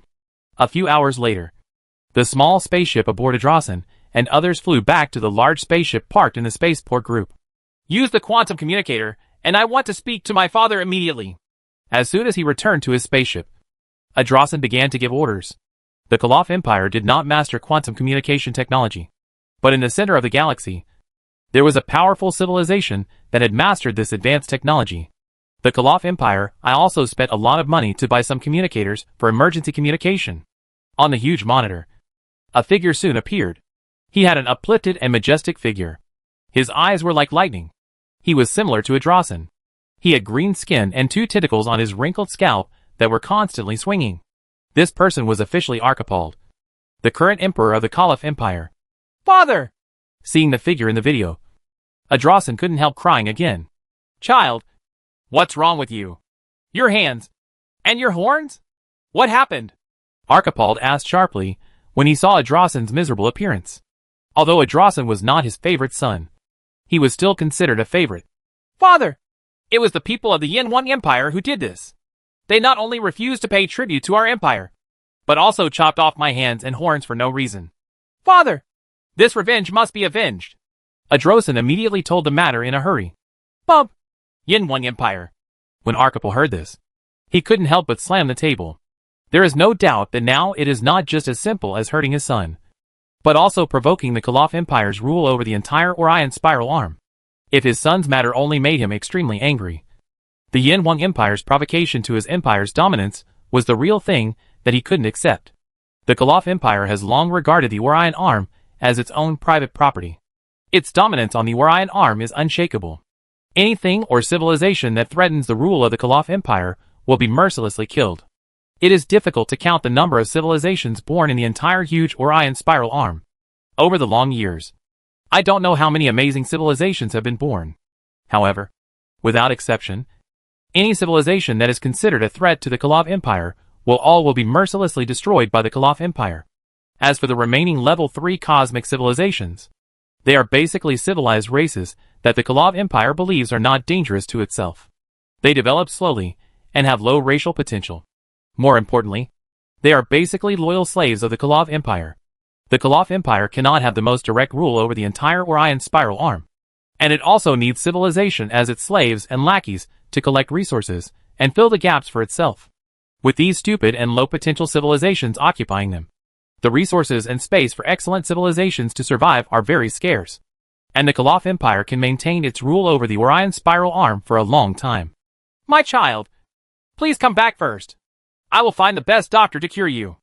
I will also destroy the Yin One Empire to avenge you, Archipald gently ordered, while constantly thinking about how to uproot the Yin One Empire. No, Father!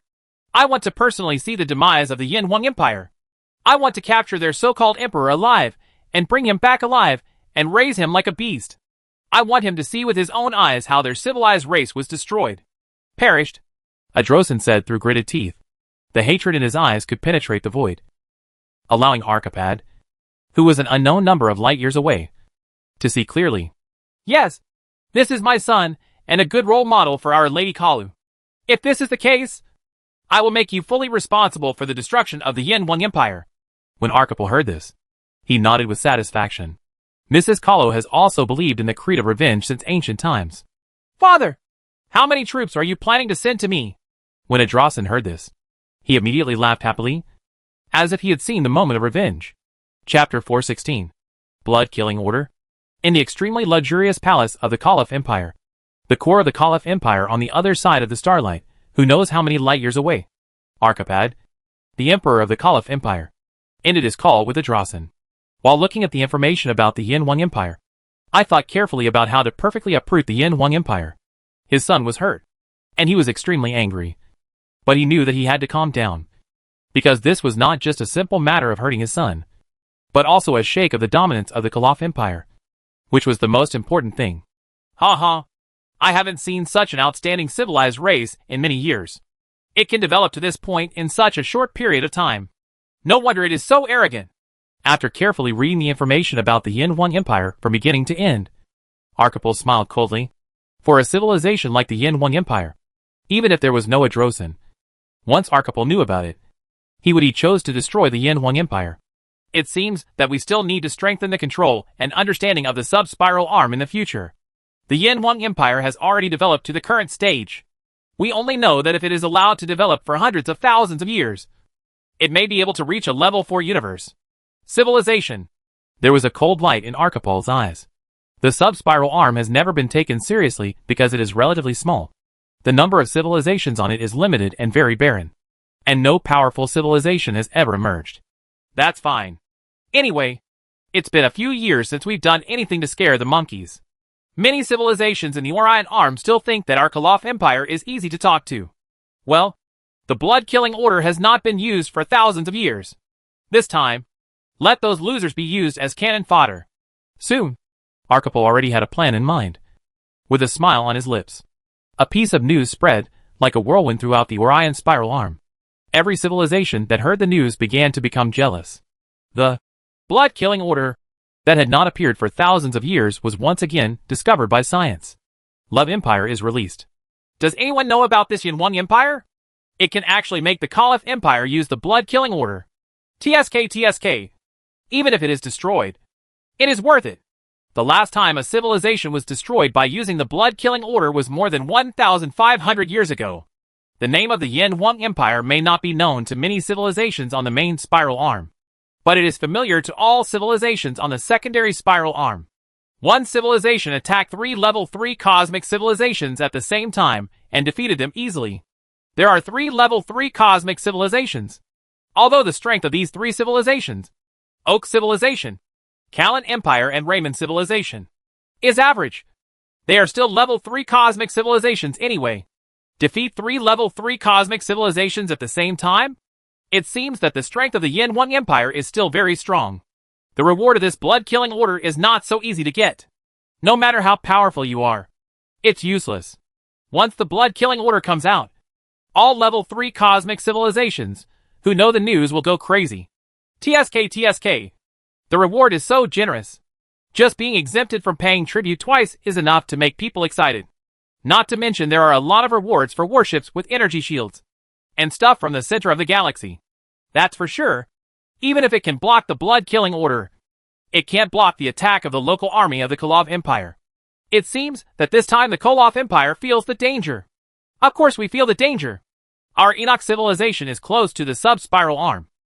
And we know a little about the Yin-Wang Empire. It is said that their history is only a few thousand years old. And they have only entered interstellar civilization for more than 200 years. But now they have developed, it has reached the advanced stage of level 3 cosmic civilization. How did I hear that it was because the tribute team from the Kolov Empire went to the Yin-Wang Empire to collect tribute? Not only did the Yin-Wang Empire fail to pay tribute, but they also beat the leader of the tribute team, Prince Adrosin. Is there such a thing? This is what the Yin-Wang Empire personally said, saying that Prince Adrosin insulted the emperor of the Yin-Wang Empire. This Yin-Wang Empire is finished, and it will definitely not escape death. Whether it is the potential of civilization seeds that threatens the rule of the Kolov Empire, or whether it is Prince Adrosin who defeated the Kolov Empire. Is there any civilization that wants to send troops together? The opportunity of the blood-killing order is rare. The more troops you send, the more achievements you make, and the more reward levels you will get from the Kolov Empire. Your Stanro civilization is about the same strength as the Oak civilization. So aren't you afraid that your army will never come back? What are you afraid of? I don't know how many civilizations will send troops this time. No matter how powerful the Yin-Wang Empire is, it will definitely not be able to escape the fate of destruction when facing enemies 100 times, 1,000 times, or even 10,000 times stronger. Hey! The entire civilization on the Orion spiral arm began to boil. The rewards of the blood-killing order dispatched by the Kolov Empire were very generous. As long as you make great contributions, all kinds of rewards that everyone dreams of will be generously rewarded. This has been confirmed by the blood-killing orders in past history. Suddenly, the entire Orion spiral arm was turbulent. On the main spiral arm, armies of level 3 cosmic civilizations began to gather and rush towards the secondary spiral arm. According to the requirements of the Kolov Empire, these armies will all under the command of Prince Adrosin. The Orion spiral arm is more than 100,000 light-years long and thousands of light-years wide. It contains tens of billions of stars, and has given birth to a very large number of civilizations. The number of civilizations that have developed to level 3 cosmic civilization alone is also excessive. 10,000. As for the number of level 2 cosmic civilizations and level 1 cosmic civilizations, I don't know how many there are.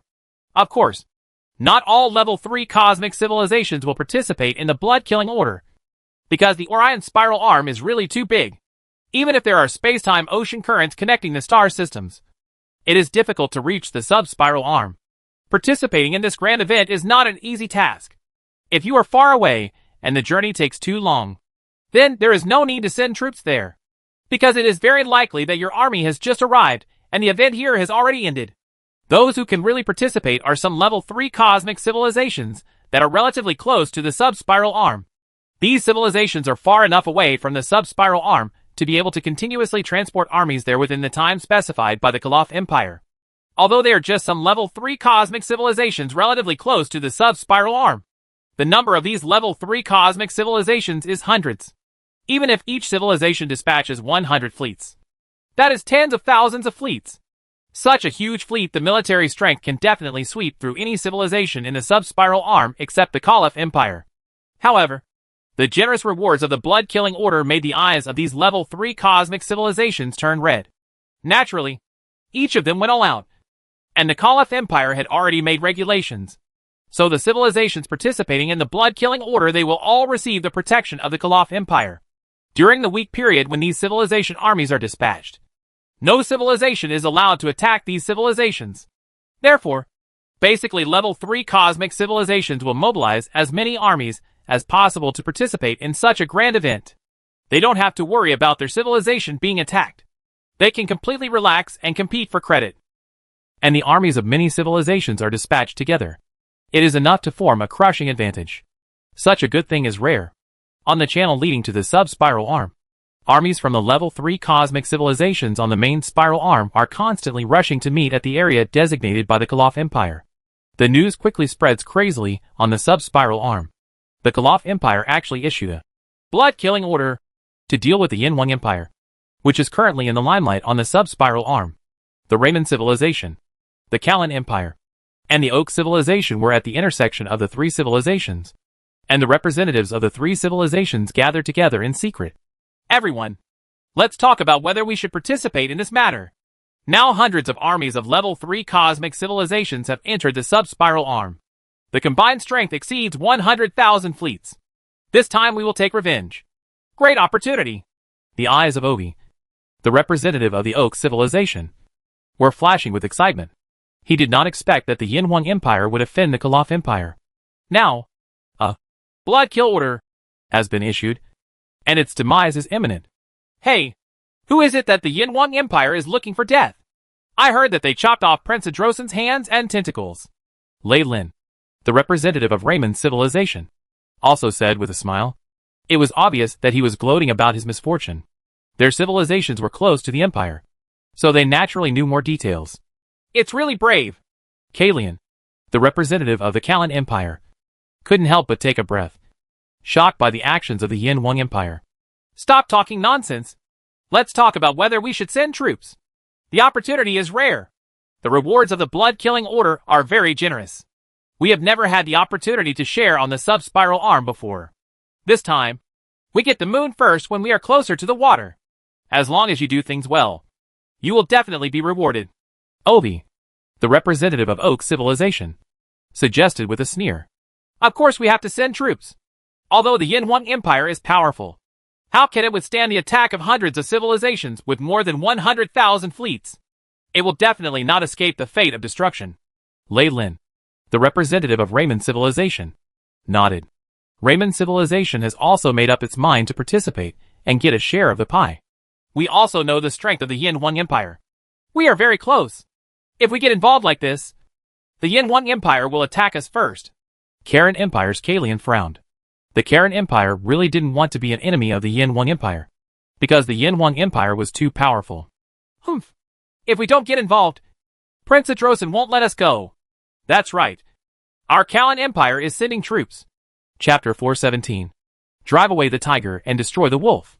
The entire Orion spiral arm was turbulent, and the sub-spiral arm was even covered with war flags. Such a huge movement naturally could not be hidden from the eyes of the Empire. Not to mention that the Empire had already begun to prepare to deal with the Colossus when it decided to tell Adrosan to get out. The attack of the Love Empire army. In the Imperial Palace of Yinhuang Star, the Empire's base camp. In a large conference room, all the top officials of the Empire were present. The few who did not arrive in time also participated in the meeting in the virtual conference room. Everyone, according to the information we have obtained, the Kalaf Empire has launched a blood-killing order against our empire. Because this blood-killing order has very generous rewards, there are hundreds of level 3 universes in the main spiral arm alone. Civilization has sent troops to join the attack on our empire, and the number of fleets that have poured into the sub-spiral arm now exceeds 100,000. Imperial Prime Minister Tu Shueli looked very serious. He opened the virtual Orion spiral arm star chart and began to explain in detail. Please take a look at the three most important waterways between the main spiral arm and the secondary spiral arm. The Seville route, the Serrero route, and the Blanca route. The armies coming from the main spiral arm basically have different directions according to their own directions. Most of them reach the sub-spiral arm through these three routes. These 100,000 fleets are currently stationed in the Calder system connected to the Raymond route in the direction of Seville, the Portree system connected to the Oak civilization route, and the Guard system connected to the Kalan Empire route in accordance with the requirements of the Kalaf Empire. Jarmi Galaxy. As long as the Kalaf Empire gives an order, these 100,000 fleets can form an encirclement against our empire from three directions at the same time. Moreover, we speculate that the Oak civilization, Raymond civilization, Kalan Empire, and other sub-spiral arm level 3 cosmic civilizations will definitely participate and become the bridgehead to attack our empire. On the virtual star map, 3 routes are marked in 3 colors, and at the same time, large red dots flash out for the Calder Galaxy, the Portree Galaxy, and the Garjade Galaxy. With 100,000 fleets, it seems that the rewards of this blood-killing order are really rich enough. Hundreds of level 3 cosmic civilizations are excited. Li Fu looked calmly, as if he didn't take the 100,000 fleet seriously. This is the consistent policy of the Kalaf Empire. If the Kalaf Empire wants to deal with a certain civilization on the Orion spiral arm, it usually rarely sends out the local army of its own civilization, and basically lets other losers take action. In this way, we can reduce the losses and casualties of our own civilization's army as much as possible. In addition, it can also greatly weaken the power of other level 3 cosmic civilizations. It can also deepen the hatred and grievances between level 3 cosmic civilizations on the Orion spiral arm, so that everyone can weaken each other's strength, so that our own rule can be more consolidated. Zulia continued to explain. During this period, he had been studying the Koloff Empire a lot, and he knew a lot about the Koloff Empire. Everyone, let's talk about it. What should we do? This is just the first move of the Koloff Empire. Their local army has not even been dispatched yet, and most of them are still watching the excitement. Li Fu nodded slightly, then smiled and said to the senior executives present, looking very confident and as if he had a plan in mind, which made everyone who was originally extremely worried feel relieved. Although this number is a bit scary, there are 100,000 fleets and hundreds of millions of space battleships. But they are just a ragtag group of level 3 space civilizations with uneven strength. There is definitely no problem in fighting a smooth battle. But if they are frustrated, these rabble will just turn into birds and beasts and scatter. Shinbin rarely spoke, but this time he pointed out the weaknesses of these rabble. As long as they don't master the warp drive. It doesn't matter if they have a fleet of 100,000. As long as we guard the entrance to the space-time ocean outflow, the 100,000 fleet can only be slowly replenished by us, and we will destroy them. There is no need to be afraid of them at all. Yu Liang also grinned, looking very relaxed. I think we should take advantage of this opportunity to let all the civilizations on the Orion arm see the strength of our empire and annihilate these 100,000 fleets in one fell swoop. Let's first send the fleet to block the 3 main routes connecting the main spiral arm and the secondary spiral arm. And then we'll take advantage of the fact that they have just assembled and haven't officially attacked us yet. So we can strike first. Directly attack these 3 galaxies with a large army and catch them off guard. Luo Xiaoyao from the Imperial military raised his eyebrows and operated on the virtual star map to express his thoughts. When everyone heard this, everyone immediately smiled. They were professionals after all. Yu Liang only thought of guarding the entrances and exits of time and space ocean currents. But he did not think of closing the door and beating the dog. Actually, I think this time is not only a good opportunity for our empire to make a name for itself, but also a good opportunity for our empire to occupy the entire sub-spiral arm. Think about it. Everyone. Among these 100,000 fleets, the number of space battleships exceeds 100 million. Even if there are only 10,000 people on each space battleship, it is still a huge population of 1 trillion. With such a huge population, the food eaten every day cannot be described by a mountain, but by a planet. The supplies required are very huge. So what Luo Xiao just said, as long as we cut off these 3 routes, cut off their supplies, and cut off their escape routes, then our army will sneak attack on these 3 galaxies and defeat these 100,000 fleets in one fell swoop. By then, the remaining fleets will definitely flee to various galaxies in the entire sub-spiral arm. These fleets from the main spiral arm level 3 cosmic civilization have no food, drink or supplies. They will naturally plunder everywhere in the entire secondary spiral arm. This will naturally cause conflicts and contradictions with these local civilizations. We will not be needed at that time. If we take action, these fleets from the main spiral arm can help us clean up the secondary spiral arm. When the time comes, it will be enough for our fleet to continue chasing them in various galaxies above the sub-spiral arm. In this way, we can kill 3 birds with 1 stone. Yang Yiping has a lot of clever ideas and has always been known as a genius. Based on Luo Xiaoyao's strategic plan, he has improved and supplemented it. He wants to use this opportunity to wipe out the entire sub-spiral arm in one fell swoop and achieve the Empire's strategic goal of monopolizing the sub-spiral arm. 100 many years ago, the Empire formulated the strategic policy of first monopolizing the sub-spiral arm, then using the sub-spiral arm as a base to map out the entire Orion spiral arm, and then using the Orion spiral arm as a base to map out the entire galaxy. This is a good idea. This time, not only the civilizations on the main spiral arm, but also the civilizations on the secondary spiral arms are cheering for joy. They have dispatched their armies to prepare to join the war against our empire. We just took the opportunity to defeat them in one fell swoop. Li Fu gave a thumbs up and praised Luo Xiaoyao and Yang Yiping. Currently, our empire has 1,000 fleets. If we were to occupy the entire sub-spiral arm by ourselves, it would still be a bit stretched. However, if it is only used to drive them away, there is no problem at all. Li Fu began to calculate the strength of his empire. In recent years, relying on the trade of the Three Pearl system, the empire's military industry has developed extremely rapidly, laying a solid foundation for the expansion of the empire's army. There are economic conditions, as well as industrial and technical conditions for expansion. It is easy for the empire to reach 1,000 fleets. Your Majesty, I think it is better for us to be more cautious. I think we can carry out general mobilization for war. With our current strength, it is very easy to arm hundreds of fleets. This newly formed fleet does not need to fight. It only needs to be just use it to strengthen our homeland's defense. After all, the opponent has a fleet of 100,000, and the Koloff Empire is behind it. So I think we can't be too careful. We should strengthen our defenses to prevent mistakes. In case there is an enemy fleet by attacking our homeland, we can eliminate them as soon as possible and reduce our own losses and casualties. Tu Zuilia thought for a while and then added. His words made everyone present nod. The safety of the empire is the first priority, and this matter must be given top priority at all times. The academic considerations are good. Li Fu also nodded. This is just the first move of the Koloff Empire. Even if we destroy these 100,000 fleets, there will be no losses to the Koloff Empire. Their local armies will follow. We should take advantage of now to expand more troops. This is a very frustrating part. After fighting back and forth, the real enemy, the Koloff Empire, suffered no losses at all. They didn't waste a single soldier. They just gave out some rewards. And these rewards, most of them came from the previous level 3 cosmic civilizations on the Orion Spiral Arm. The landlords had a huge advantage. The Koloff Empire has offended our empire, and its good days are almost coming to an end.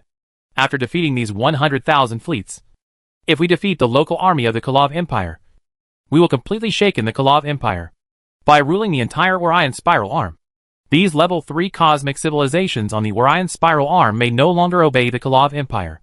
We just need to continue to sell arms on the Orion Spiral Arm like now. Secretly support some civilizations that oppose the Koloff Empire, and let the war continue on the Orion Spiral Arm. Many civilizations are constantly fighting among themselves. Slowly, the remaining powerful civilizations will eventually unite to oppose the Koloff Empire. And sooner or later they will be able to drive the Koloff Empire out of the starlight. Yang Yiping smiled and pointed to the brightest and dazzling area on the star map, where a large number of stars gathered together to form the bustling starry sky. Chapter 418, Strike First to Gain the Upper Hand. Raymond Civilization's Calder System, as one of the 3 major assembly points of the coalition forces, has gathered a cosmic army of more than 30,000 fleets here. With an army of 30,000 space fleets, the number of space battleships alone exceeds 30 million. Such a huge group of battleships almost overwhelms the entire Calder galaxy. In the void of the entire galaxy, huge spaceports are dotted in a very regular manner in the void. The number of these spaceports is very large, and they are neatly arranged in a large area of the void.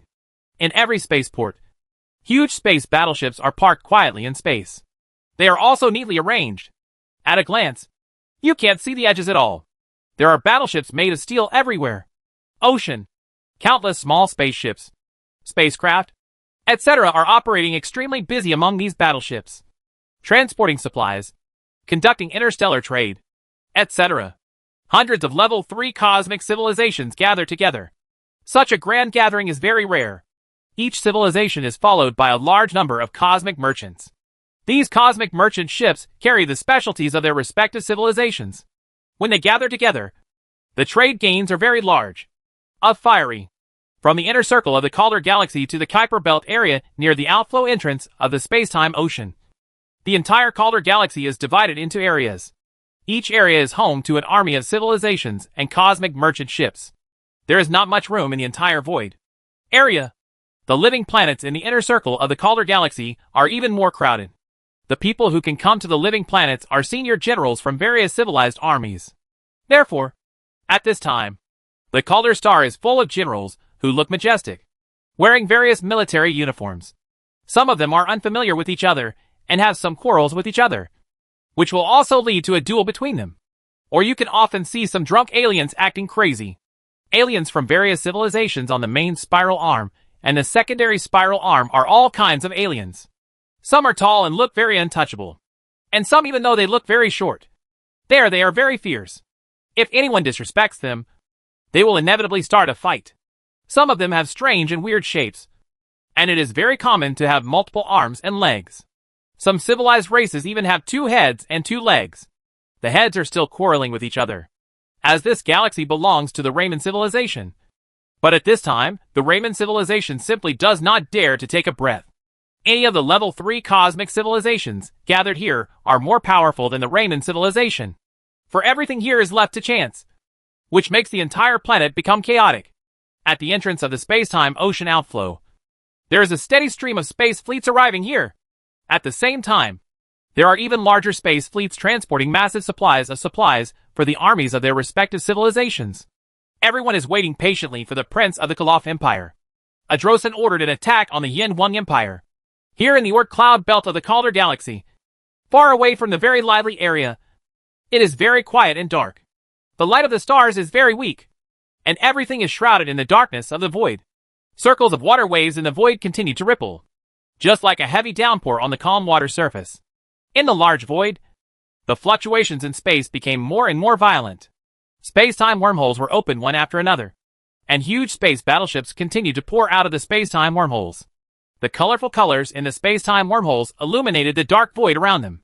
Each space battleship was just like a firefly. Soon, a huge group of fireflies gathered in the entire void. The Imperial army of more than 300 fleets jumped here directly through warp speed, preparing to launch a sneak attack on the coalition forces in the Calder system. Because the scale of the battleships was too large, they chose to go to the Oort cloud belt, here far away from the Calder Galaxy. It is very dark and quiet. Even if such a large army comes here, it is difficult to be discovered. Finally arrived at the Calder system, Luo Xiao looked at the dark void outside, with a smile on his face. In order to sneak attack on the Calder Galaxy, the Empire's army had been constantly jumping through the void at warp speed without resting in any galaxy. So it was not necessary to rush all the way here. Quite tired. But at this time Luo Xiaoyao seemed very excited. The Imperial army was like an extremely dense machine, and began to operate crazily. Various monitoring equipment, monitors, etc. began to spread crazily into the Calder system. All kinds of information in the entire Calder system began to gather in front of Luo Xiaoyao. At the same time, more than 300 fleets began to fly continuously in the void in accordance with the arranged division of labor, encircling the entire Calder Galaxy. When the time comes, they will attack the Calder Galaxy from all directions. Up, down, left, and right at the same time. Ha ha. God is really helping me. These mobs have no defense at all. All the space battleships are arranged so neatly. Gee, such a huge group of battleships can kill them all this time. Luo Xiao looked at the picture transmitted back by the monitor, and couldn't help laughing happily. At this time, in the Calder Galaxy, the cosmic armies from various civilizations were still quietly waiting for orders from Prince Adrosin. And at this time, there are still several days before the final assembly of the blood-killing order. So they are basically resting and preparing for the next battle. Of course, what's more important is that no civilization knows about the Empire's mastery of warp engine technology. The galaxies along the way to the Calder Galaxy are all under the control of the coalition forces. There is no trace of the Yin Wang Empire's army at all. Naturally, I would never have thought that I would be attacked by the Imperial army here. Attack! Luo Xiaoyao gently gave the order to attack. At this time, the Empire's army was already distributed in all directions of the entire Calder Galaxy. 300 fleets, and as many as 300,000 space battleships began to rush towards Calder like tigers descending from the mountain. The battleship group of the German Galaxy Alliance. Space fighter planes flew out one after another from the space battleships. And soon a large group of space fighter planes formed in the void near each battleship. The Empire's army has not been so serious for a long time. In the past, whether it was the Karen Empire or the Oak Civilization, the Empire's warships rarely let the space fighter group take off. Because when the numbers were about the same, the Empire's warships had a large number of space fighters. The advantage is that the space battleship alone is enough to completely destroy the opponent. But this time it was completely different. There were more than 30,000 enemy fleets, which was 100 times larger than the Empire's army. With such a huge gap, the Empire's army had just begun its sneak attack. The warships inside could easily quick reaction and action, coupled with a time limit for recharging the battleship attack, make it difficult to destroy the opponent with the Empire's space battleships alone. Therefore, at this time, the space battleships are needed to assist and kill as many enemy space battleships as possible. The huge group of battleships and space fighter planes continued to advance in the void, reaching their maximum speed, heading straight towards the unsuspecting coalition forces to attack. The first to launch the attack was the magnetic cannon on the battleship. This extremely powerful attack not only has a very long range, but more importantly, it is silent and difficult to detect. Even if the attack hits the enemy may couldn't react for a moment. Call out! Electric snakes circled the space battleships, and the rail guns on the battleships formed bursts of red light rain that gradually dissipated in the void. Although the rail guns seemed a little behind, their attack speed was too slow. However, because the rail gun relies on inertial flight, it has no limit on the attack distance. And the most important thing is that it does not require a cooling time. As long as there is enough energy, it can continuously launch the rail gun. As for the energy, it is equipped with the most indispensable thing for the Imperial space battleship that controls nuclear fusion power is energy. Now the coalition forces have no defense. Basically, the space battleships are parked in the spaceport. The railgun attacks do not need to be aimed at all. They only need to pour wave after wave towards the inner circle of the Calder system. Here is the entrance of a space-time ocean outflow. There are hundreds of huge spaceport groups nearby. Each spaceport group has a large number of spaceports here. These spaceports are neatly distributed, as if they form a brightly lit world in the void. In each skyport, huge space battleships are parked neatly, and small spaceships come and go. Aircraft and so on formed a very busy scene. At this time, the coalition forces had no defense at all. In each space battleship, the coalition soldiers were still having fun and relaxing before the war. Each battleship was like a lively playground with bright lights. Bright and cheerful. Laugh! Magnetic energy attacks from the depths of the universe came here silently and continuously. The space battleships that were hit one after another seemed to be intact on the outside. But the lights on the battleships were all extinguished at once, and the battleships were bustling. The extraordinary voice also stopped abruptly. However, none of this attracted anyone's attention, because there were too many battleships in the void. Even if someone noticed the changes in these battleships, they would not pay too much attention until there were small spaceships and spacecraft. Wait until you want to dock on these battleships like before. They suddenly discovered that these space battleships seemed to have passed through hundreds of millions of years, becoming decayed, and constantly dissipated into the void with the slightest touch. Chapter 419, Strike first to gain the upper hand. Among the battleships, space battleships continued to dissipate in the void, which quickly attracted the attention of the civilized commander. However, before he could figure out what happened, the brutal shockwave composed of rail guns descended on each of them. The huge spaceport complex is here. Just like being shot by a machine gun, the shockwave composed of the rail cannon hit the void with thunderous force. The unsuspecting space battleships were hit by the rail cannon in an instant. In an instant, all the powerful energy was released to huge holes were instantly opened on the battleship. In this huge cave, the army of alien civilizations who were still enjoying themselves and living in a dream were beaten to death by the sudden attack, along with the distortion of steel, the flash of electric sparks, and the burst of explosions on the battleships. Some unlucky ones, the battleship was hit vitally and instantly exploded in the void, turning into a huge ball of fire. In the huge spaceport, one rail cannon shot through the void. The spaceport's defense was even weaker than that of the space battleship. It was directly penetrated by the powerful rail cannon, causing a huge explosion. The bustling spaceport suddenly had turned into AHL, with countless aliens trying to escape. Enemy attack! Finally, the alarm sounded, and the huge spaceport group began to become extremely chaotic. The other space battleships that had not been attacked looked at the alarm with bewildered faces, and they had not yet figured out what happened. The people on the battleship, the soldiers, were all confused at this time, and there was an alarm sound at this time. But soon, space battleships began to activate one after another, and the tail flames continued to lengthen in the void. There were masses of flames in the void. The warships were dissipating, and the spaceports were blown up, waiting to tell everyone that there is really an enemy attack. However, the previous wave of railgun attacks has just passed, and the next wave of railgun attacks will follow. There is no need for a cooling time, and the railgun attacks can be continuous, one after another. Boom! In the void, unlucky space battleships began to explode one after another. The powerful impact caused huge holes to appear on each space battleship. Some space battleships were hit by 2 consecutive waves of railguns, and even one battleship was directly beaten into 2 pieces and collided with other space battleships in the void. Where is the enemy? Although it has been attacked, no enemy has been found so far in the large void around it. The same is true for other civilized battleship groups. Balls of flames are constantly getting angry, and waves of railgun attack waves are coming without any pause. Although the attack power of the railgun is not as powerful as the attack of the magnetic cannon and energy cannon, the attack of the railgun does not need to be cooled down. It comes one after another without stopping. It may not be a big deal if a battleship is attacked by a few railguns, but with a few more waves of attacks, no matter how powerful the battleship is, it will not be able to withstand such a brutal attack.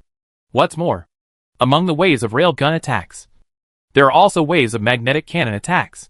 The front was stunned by the railgun attacks. When the waves of magnetic cannon attacks came, one space battleship immediately after a complete break, he was hit by a rail cannon and quickly dissipated in the void, turning into interstellar dust. The bustling spaceport group quickly turned into a L-like battlefield under the powerful attack. With huge flames rising from explosions, space battleships with scars were desperately heading westward. Escape from this L in all directions, and space battleships slowly disappearing silently. Lucky small spaceships, spacecraft, etc. flew and fled rapidly in the void, like headless flies, and radio waves continued to spread in the void. Buzz! Buzz! Closer to the inner circle, civilizations that had received the alarm sounded the alarm one after another. In the spaceports and space battleships, everyone felt extremely shocked. The Imperial Army finally appeared in the Coalition's surveillance field of view. From all directions in the Calder Galaxy, the Empire's space battleships continue to fly towards the inner circle of the Calder Galaxy while still pouring out railgun attacks. Once the magnetic cannons and energy cannons are fully charged, they have no intention of wasting time and continue to attack the Coalition warships. Boom! Each spaceport group was completely destroyed by the Empire's warships. The closer the spaceport group was to the outer reaches of the Calder system, the more it was attacked first by the Empire's army. There was no defense, and the Empire's attack was so powerful that there was no reaction at all. More than 3,000 fleets were completely destroyed by the Empire's army using sneak attacks. Of course, a sneak attack is a sneak attack after all. There are more than 30,000 fleets gathered here in the Calder system. The closer to the inner circle of the Calder system, the more Coalition warships there are. The periphery was attacked by a sneak attack, and soon the many civilized warship groups in the inner circle began to react. Each warship left its own spaceport and rushed towards the periphery.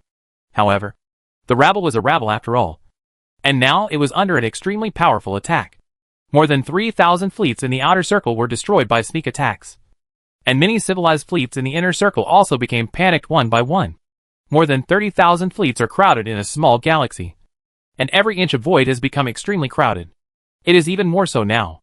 Every civilized warship wants to rush out as soon as possible, because the longer they stay in the inner circle, the longer it takes, the smaller the space for your warship to move, and the greater the probability of being hit by the enemy. Therefore, every civilized battleship wants to rush out as soon as possible.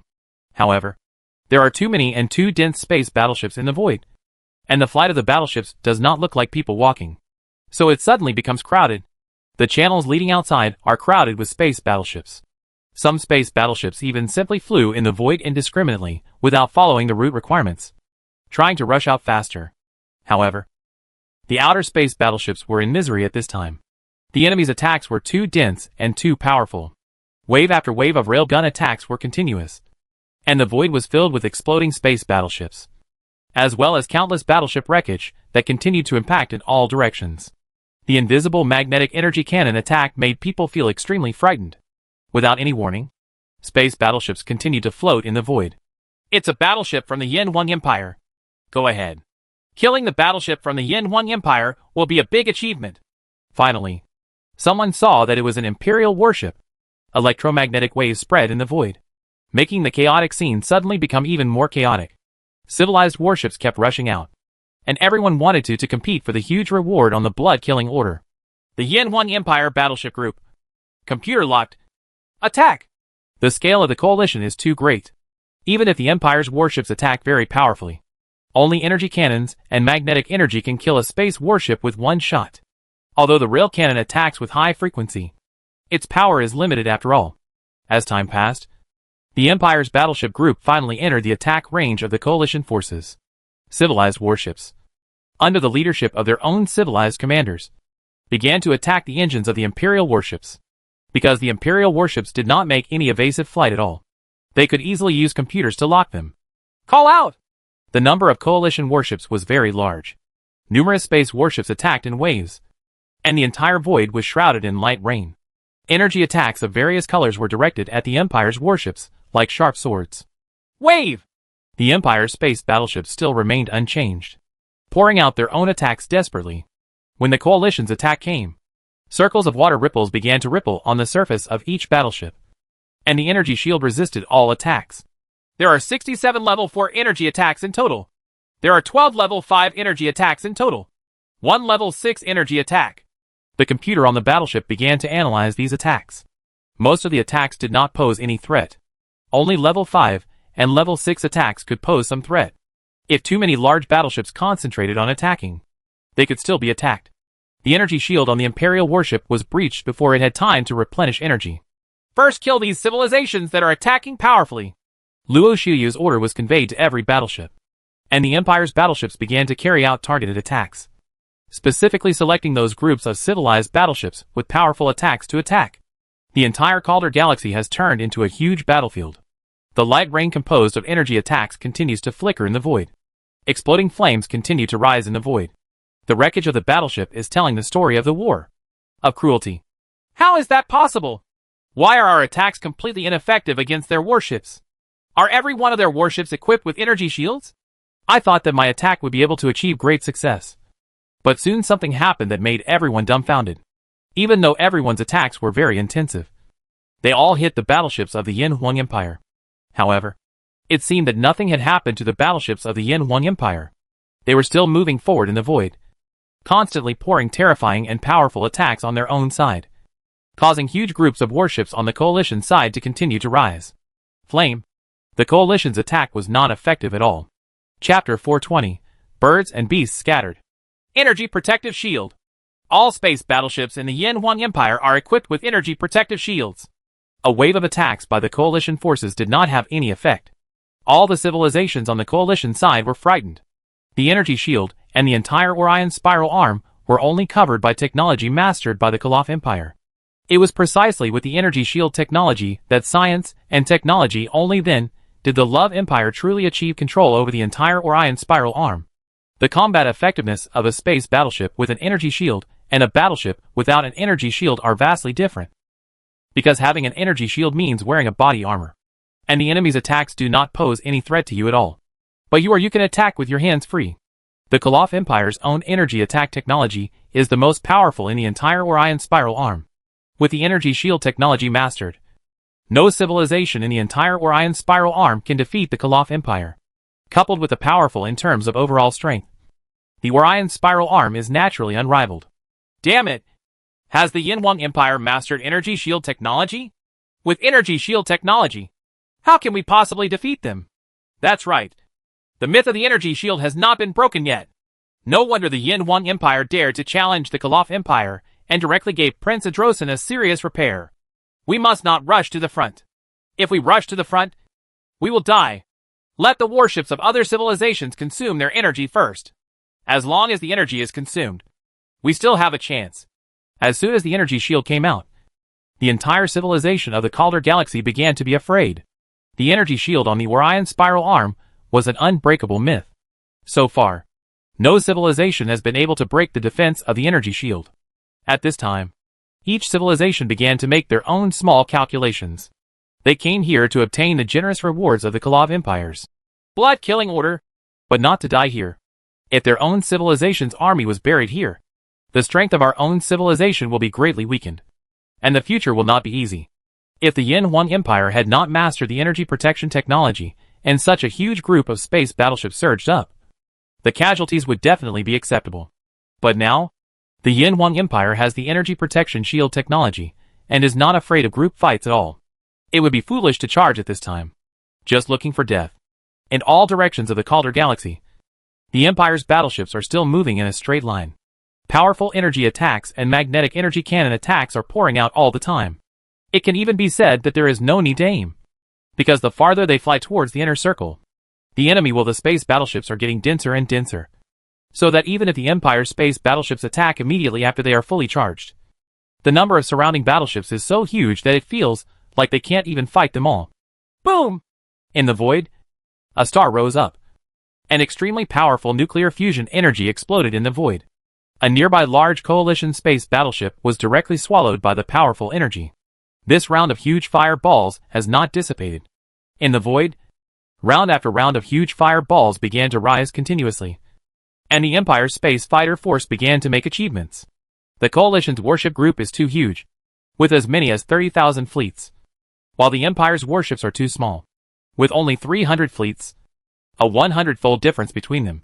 If you want to win this battlefield with the Empire's warships alone, obviously it was very difficult. So the space fighter force had to be released. Call out! Waves of light rain are still flashing in the void, and the huge coalition forces are still unwilling to sit back and wait for death, trying to break the myth of the energy shield. However, the Empire's energy shield technology is very powerful. Along with the waves of water, all attacks are completely neutralized. Energy attacks can only be a threat if they reach level 5 or 6.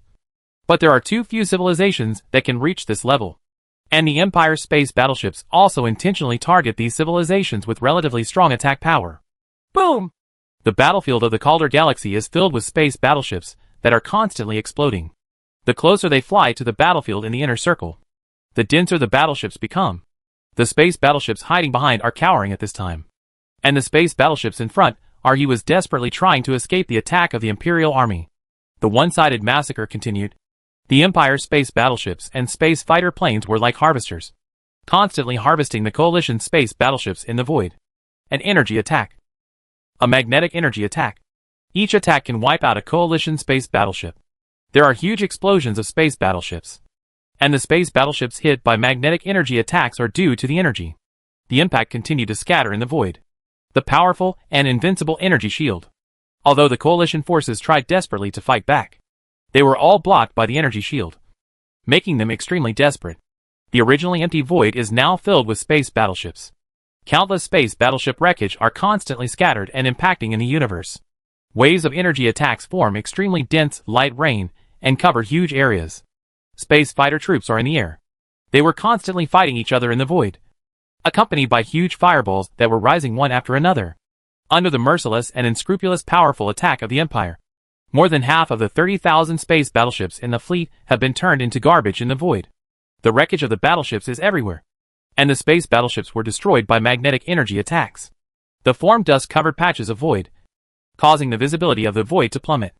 At the same time, the Empire's space battleship group began to cut and surround the coalition's battleship group, as if they wanted to swallow all the coalition forces in one go. Run away! The Yen 1 Empire space battleships are small in number and cannot stop us at all. I don't know which civilized person was the first to roar through radio waves in the void. When the war has reached this point, there is no need to persist. Maybe the energy of the Yen 1 Empire's battleships has not been exhausted. The 30,000 fleets here of 7 or 78 of them have been wiped out. All the warships line up in a straight line and rush out.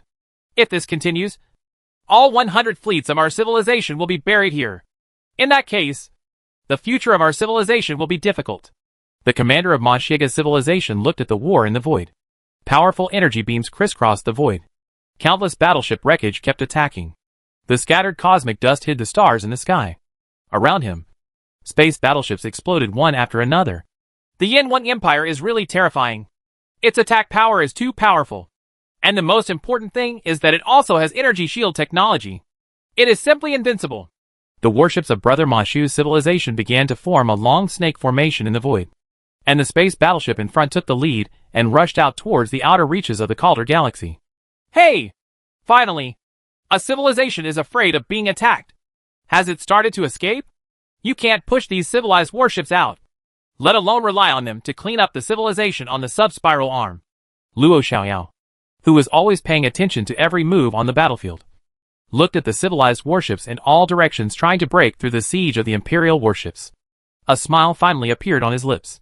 He knew that there was no suspense in this war.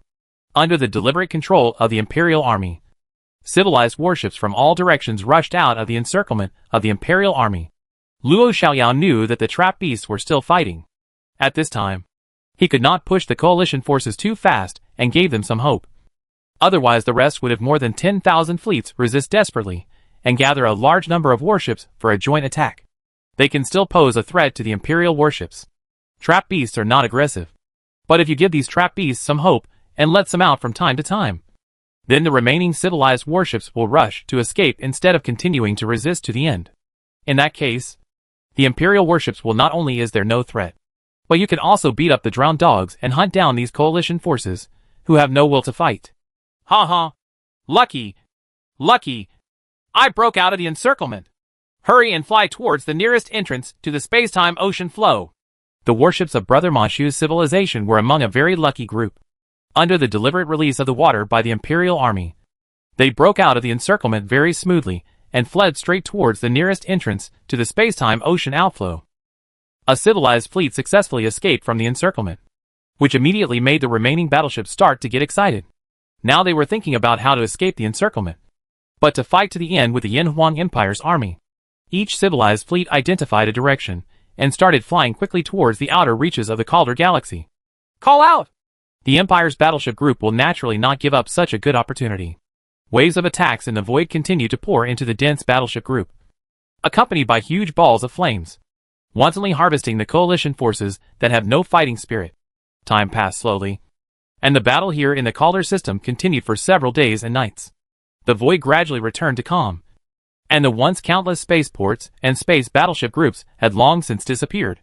At this time, the entire Calder Galaxy was filled with rapidly floating battleship wreckage, spreading interstellar dust, and a ship and Imperial space battleship and spaceship that are constantly searching for and rescuing in the void. The living planets in Calder's inner circle have become devastated.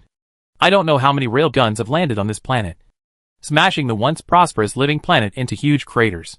Meteor showers continue to fall in the sky of the planet. The wreckage of battleships from space and atmospheric friction burned blazingly. As for the once huge coalition forces, they had already turned into birds and beasts and fled into the space-time ocean outflow entrance around the Calder Galaxy.